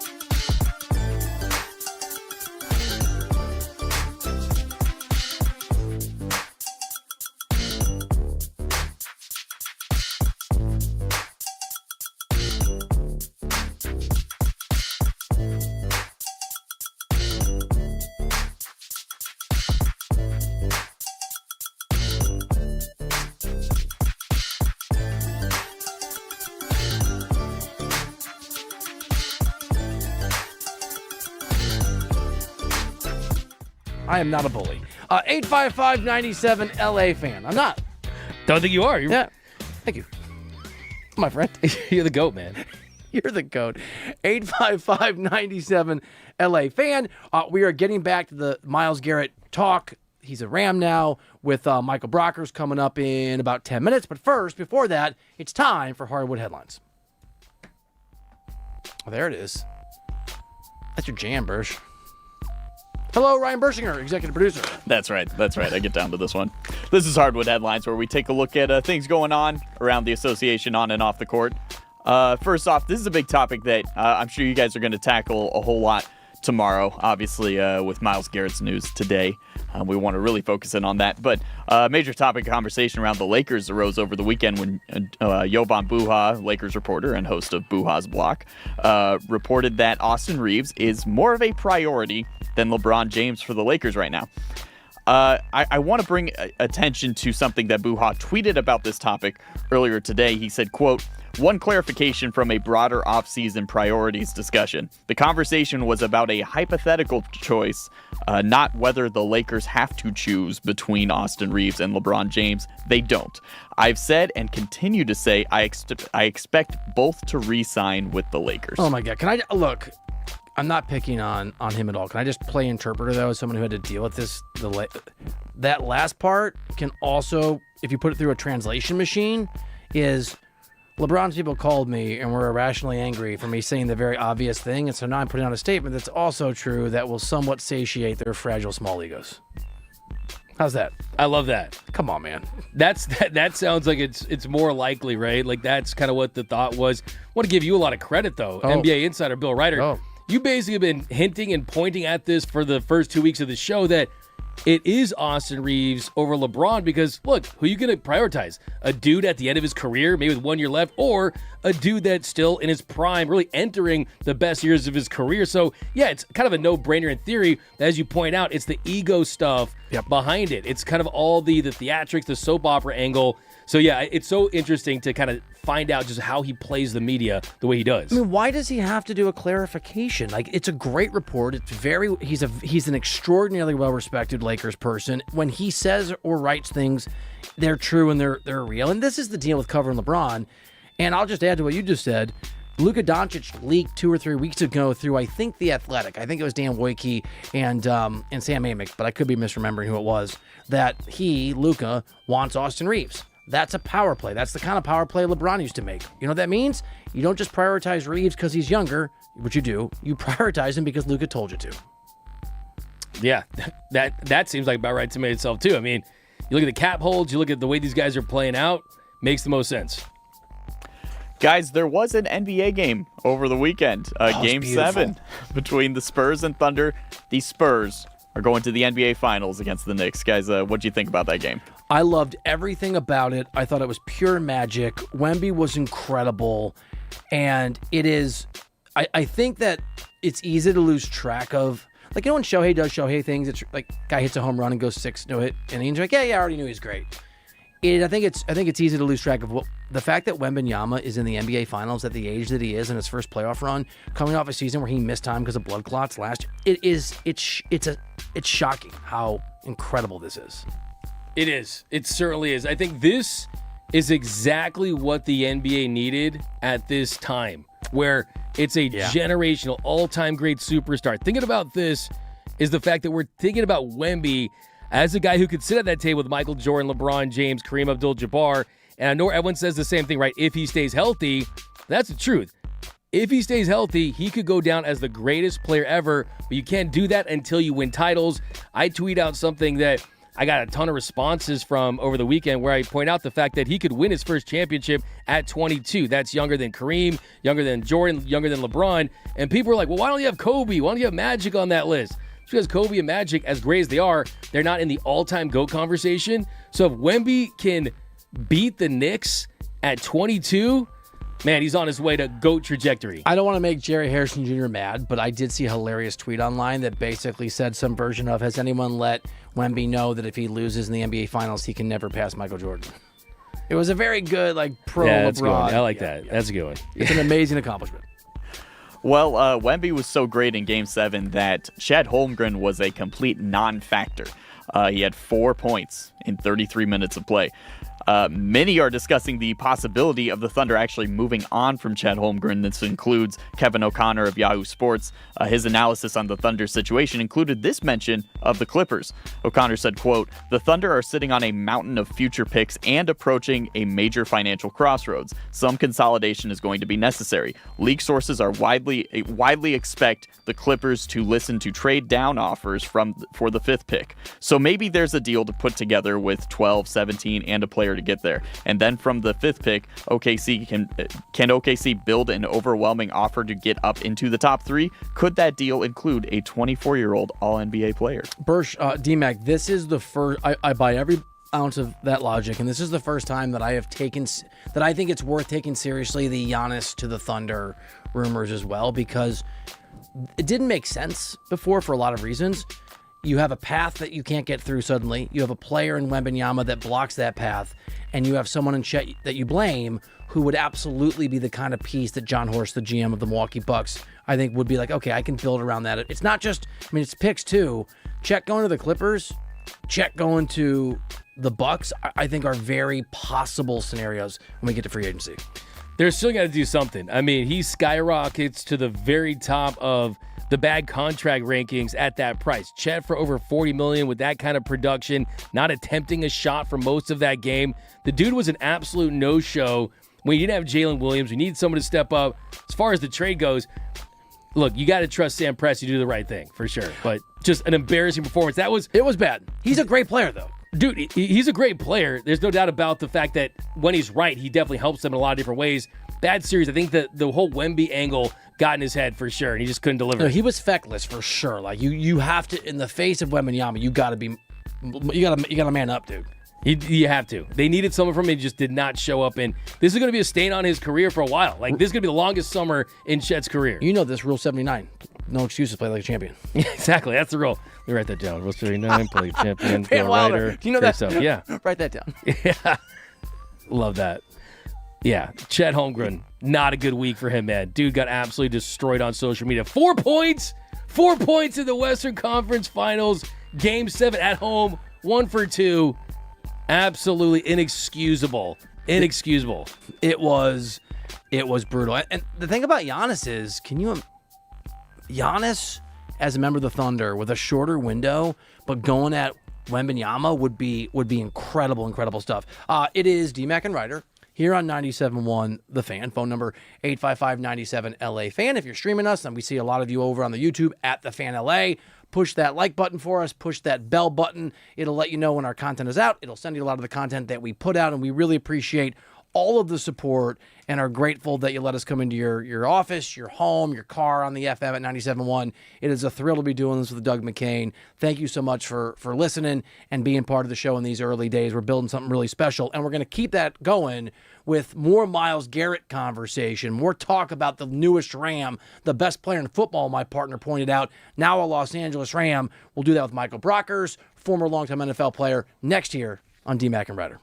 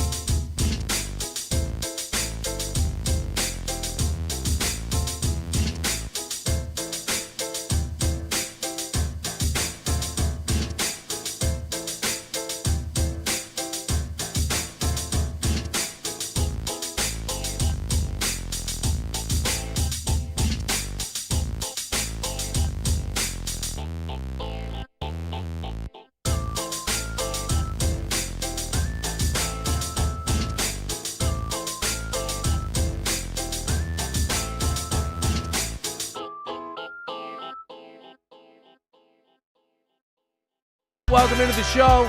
He's Doug McCain. I'm Bill Reiter. Thank you for hanging out with us. The phone number, if you want to talk to Myles Garrett, is 855-97-LA-FAN. You can stream us at the Fan LA.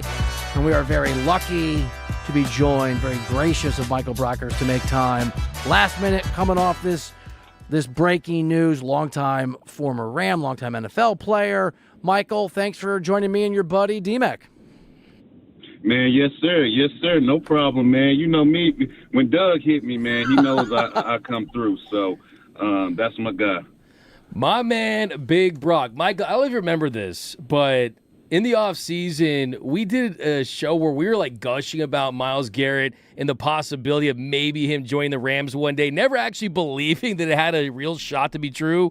And here we are. Myles Garrett is going to the Rams. I want to know, Brock, just what went through your head when you first learned of this trade, Myles Garrett going to the Rams? F them picks, man. F them picks, man. You already know what I thought. When I seen that go across the board, I thought about you, man. It's F them picks all day, man. You know how it is. You already know.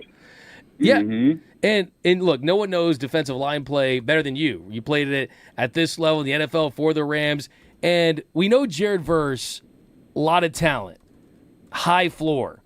But even the Jared Verse that we've seen at his best is never going to be a Myles Garrett, because Myles Garrett is a one-of-one type player. And it feels like the Rams have, for the first time since Aaron Donald, a player on that side of the football where coordinators have to game plan for them every single play, drawing multiple players to try to stop him. What do you think that initially does as far as the Rams defense having Myles Garrett and basically offensive coordinators around the league losing sleep because he's a Ram now?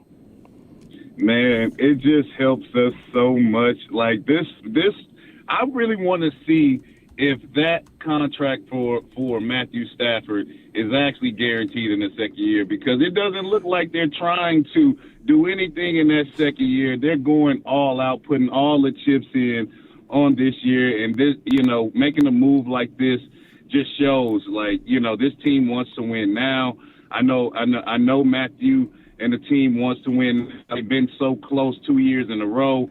Getting a guy like this just kind of, you want to knock on wood or whatever, but, if health isn't the factor, a guy like this just adds an extra, an extra addition to your team. You wouldn't have to really blitz a lot. This guy just makes things happen, on his own. So he just gives this team an extra boost to really, we're already favored to be in the Super Bowl, but, adding a guy like this just almost kind of, puts us in that place. So, the Rams have always, since the, Les Snead, Sean McVay era, have just always been able to make the best possible move for the team. And, here we go again. Michael Brockers here on D-Mac and Reiter on 97.1 The Fan. Michael, so we've seen guys who are massively talented football players languish on bad teams. Stafford's an example of this. Get an opportunity to come to a place where things are running in a different way and have success. What do you think for Myles Garrett the feeling is today after a incredible so far individual career, but not a lot of team success because of the place that he's been? Man, if you look at this guy and look at the team that he's going to, name me one player that hasn't been successful on the Rams team once they come from another team. I can't name a guy. Every time the Rams make a move in the offseason or add an addition to the team, it's a player that they think is going to make a difference on that team. And usually they end up making a huge impact, So, for me, looking at this pick, or not looking at this trade, it just shows that the Rams are all in on this year. I mean, not saying that they don't want to win in the future, but, if the time is now, Matthew is available. We're not worrying about his back. He's going healthy into the offseason. Devontae, Puka, everybody's truly focused on getting it done this year. I can truly see this team, hoisting that Lombardi at the end of the season. Yeah, Brock, I think it's a fantastic point right there. The fact that he's coming from the Browns, where he got 23 sacks last year, and the teams they were playing weren't even passing at the end of games, right? I mean, because they were dominating that team. So he was still able to put up those big numbers. But we've talked about this team kind of needing that alpha, that leader that Aaron Donald was. And there's been a lot of young players on this Rams team that had a lot of success the last couple years. Does it feel like Myles Garrett brings that, knowing that, hey, he has not won a championship. He's looking to cement his legacy with the Lombardi Trophy like Aaron Donald did. Feels like that kind of gives him the gravitas to kind of be that leader this team has needed on that side of the football. Man, absolutely. And then you also got to look at the fact that, yes, we lose, Jared Verse, and he's a hell of a player, and you wouldn't want to lose a guy like that. But when you look at the play that Byron Young, put on last year, and, some of the highlights and, the technique tape as far as pass rushing goes, he put on tape last year. I just think, it adds to his game. I can just see a lot of, obviously, one-on-ones on the backside where, teams are trying to double, triple team Myles Garrett as they did AD. And, now he gets more one-on-ones. He has more opportunities to, make plays. So I just see a move like this just, it elevates, Byron Young's game as well. And everybody else. We have, one of the top, D lines in the league already. And then you had a guy like this, this D line is crazy. This front seven is crazy, and it plays right into our hands. We don't have to blitz. We can have coverage. We just picked up 2 tremendous cornerbacks, this offseason. So, man, I just think, it's like the final piece to the puzzle, and I think we just had it right now. 11-year NFL veteran Michael Brocker's here on the show. Rams ambassador and obviously alum, talking to Doug McCain and me, Bill Reiter, on DMAC and Reiter. So, okay, so we've got the addition of Garrett. Obviously, that guy can play. McDuffie comes over from Kansas City. Jalen Watson's in addition. This was a Rams team that had the best offense in football last year behind the MVP. What are the odds that the defense can be even better than the offense this season? Man, I mean, when you add a talent like that, like I seen a post today, just so crazy. It was like we literally have the reigning MVP and the defensive player of the year on the same team again. So for me, it's looking. I'm just like this guy just adds an extra piece, and he gets sacked, but he also gets the ball back, turnovers. So with us getting more turnovers and being able to put the ball back in Matthew's hands, getting more opportunities in the red zone to throw fade balls to Devontae and Puka, and that's what the addition is. Like, he gets the ball back when he gets sacked. So if that adds more turnovers for our defense, that's more opportunity to score for our offense. So I can definitely see how this addition helps us offensively. And Brock, as far as a tactical side of this schematic with Chris Shula, we've talked a lot about him maybe being that next Rams coach to get a head coaching job. We thought he was going to get it this past offseason. He got passed over on the Steelers from McCarthy. There's going to be a lot of pressure on him to utilize and maximize Myles Garrett, and we know that he's coming from Cleveland where they ran a 4-3, Chris Shula more 3-4. The Rams used a lot of stunts and twists last year with Fisk and Jared Verse. Does this simplify things, do you think, on the defensive side of the football, and just how do you think that Chris Shula optimizes him in his scheme? I think he just moves them around, obviously.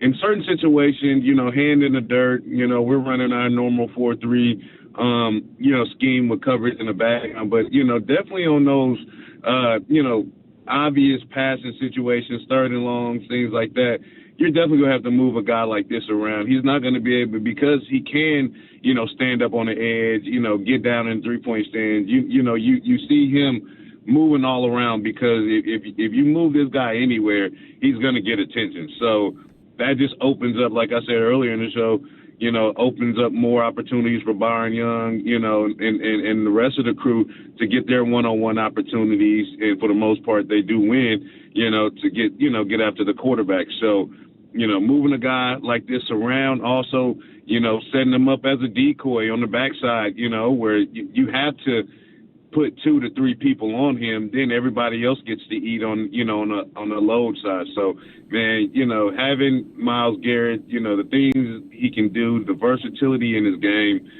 I just see it definitely paying off for the team. Maybe he might not have 23, and I'm not saying he can't do it again, but, I just think with, the defense, and how he's going to be used, he might not be able to get that 23 again, but I definitely know he's going to have a huge impact on the team's success and, us, the Rams hosting that Lombardi again at the end of the season. This is D-Mac and Reiter on 97.1 The Fan, your home for sports talk in Southern California. Michael Brocker's hanging out with us here on the show. Michael, you noted it. The Rams now have the reigning MVP. They have the reigning Defensive Player of the Year. And as you can imagine, with the news that's come down today, Rams fans are excited. They're exuberant. They feel like miracles can happen. And I don't know if you've seen this, Michael, there's a lot of talk online, a lot of hope and optimism that maybe this could lure one Aaron Donald out of retirement. What are the odds your guy might get pulled into the Magic, given what's happened, and make good on some of the wishes out there from Rams fan that a great day could get even better? Man, a move like this would definitely shake up the pot. But just knowing AD, man, I truly know he's in the attitude of just being done, and he's sacrificed it all, and he's been out a couple of years, so who knows? I'll definitely come out of retirement, just to hold some water and be on the team and, BS with the guys. Don't expect much out of me, but, maybe a new trainer on the staff or something just to be a part of the team, because I know it's going to be a phenomenal season coming up. Hey, there's some news right there. Get Big Brock back out there on the line. I've asked Brock maybe 5,000 times to call Aaron Donald to beg him to unretire. That's all been unsuccessful. He did put recently on his IG #ready when he was lifted, so I don't know about that. But to kind of stick with the Aaron Donald, Myles Garrett thing, I mean, Donald, he wreaked havoc on the interior, whereas Garrett, he's coming off the edge. Is Myles Garrett on Aaron Donald's level? Having played with AD, we know he's one of one. We know that he has wrecked games his entire career, but Myles Garrett, he might be sitting at that all-time table with the Lawrence Taylors, the Reggie Whites, the ADs. Is that too lofty of a possibility, Brock, or do you think that Garrett could be that next one? I mean, I don't see why he can't be that next one. I think he's a one-of-a-kind, type of player. There's no other players out there in the league that is built like him that can move the way he does. So, and the same thing with AD.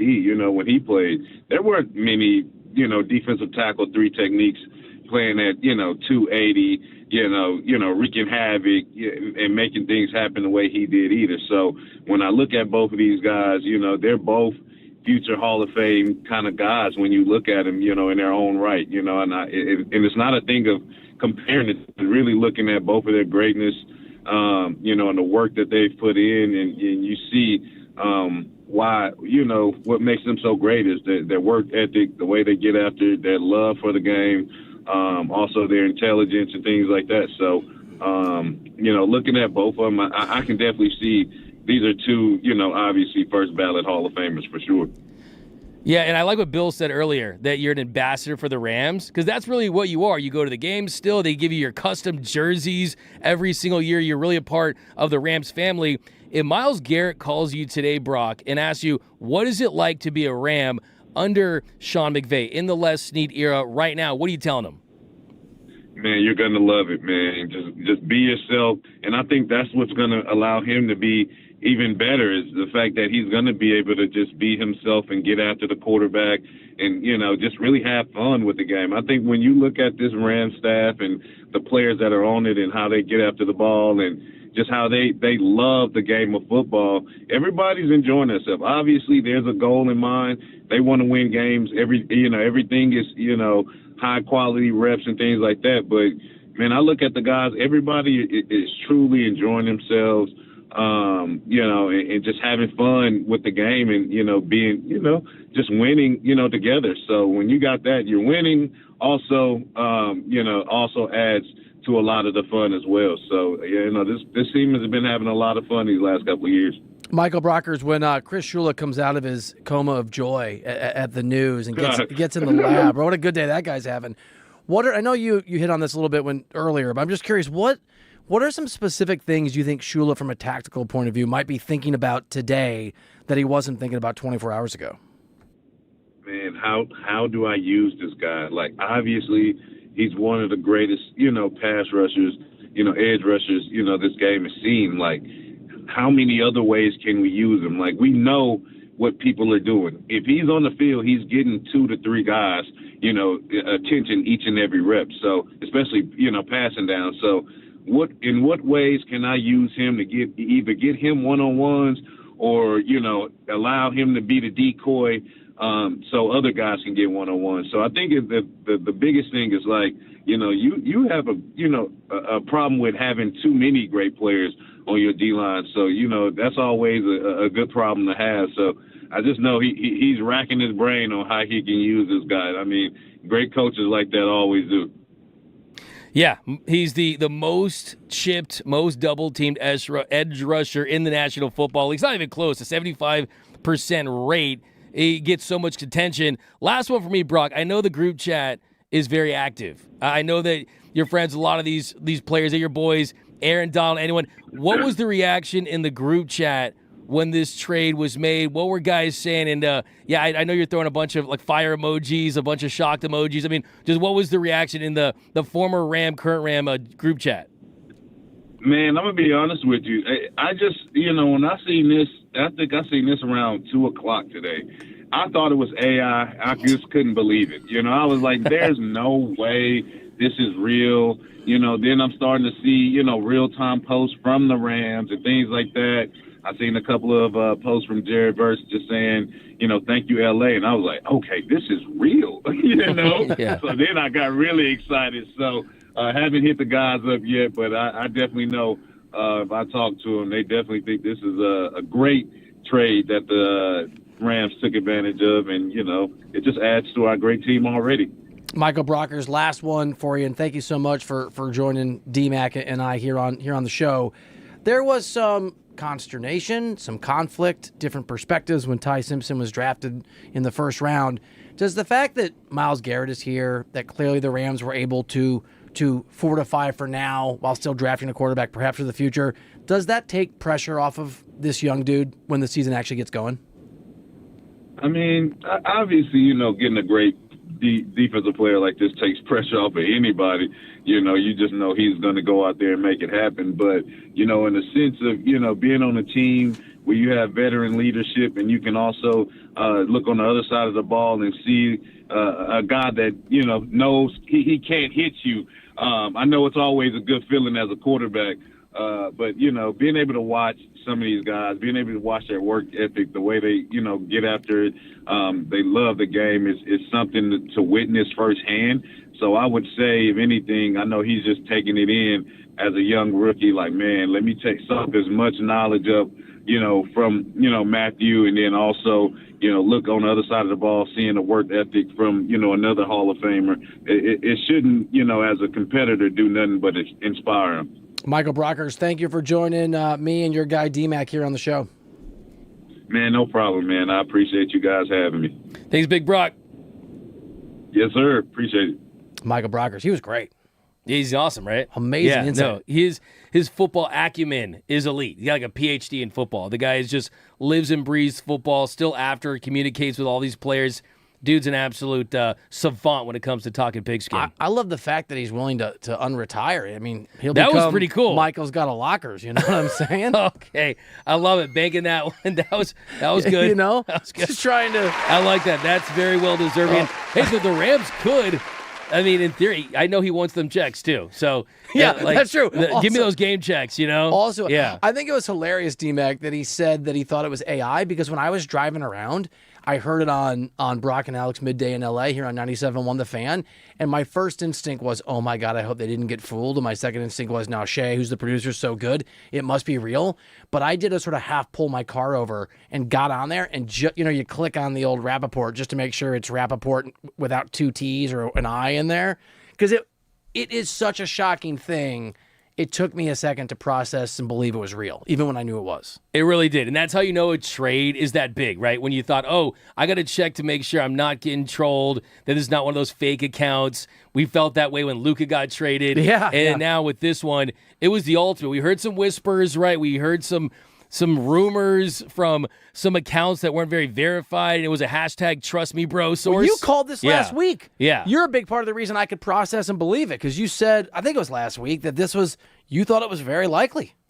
I thought that they would always go to option one if they were going to cash in on any picks, any current players. And I think that, look, just from what I heard about how they viewed Jared Verse, they felt like maybe his floor is really high, but his ceiling is a little bit concerning just because, like I mentioned, he can get to the quarterback, doesn't finish the job. Gotta so convert, really, yep. It's the Rams choosing, we want results, we want those sacks, we don't just want the pressures. And that's what Myles Garrett does. He doesn't just get home, he finishes the job, and he gets you a player that attracts so much attention. That is the number one thing here. It's not even the sacks, right? The sacks are one thing, but it's what it allows Chris Shula to do, not just on first and second down, but third down, rush packages, just built on the entire idea that he's going to demand all that protection, all that additional protection, that you got to chip him, you're going to have to double him, and that's going to let other guys eat, right? If I'm Braden Fisk is one of Jared Verse's best friends, right?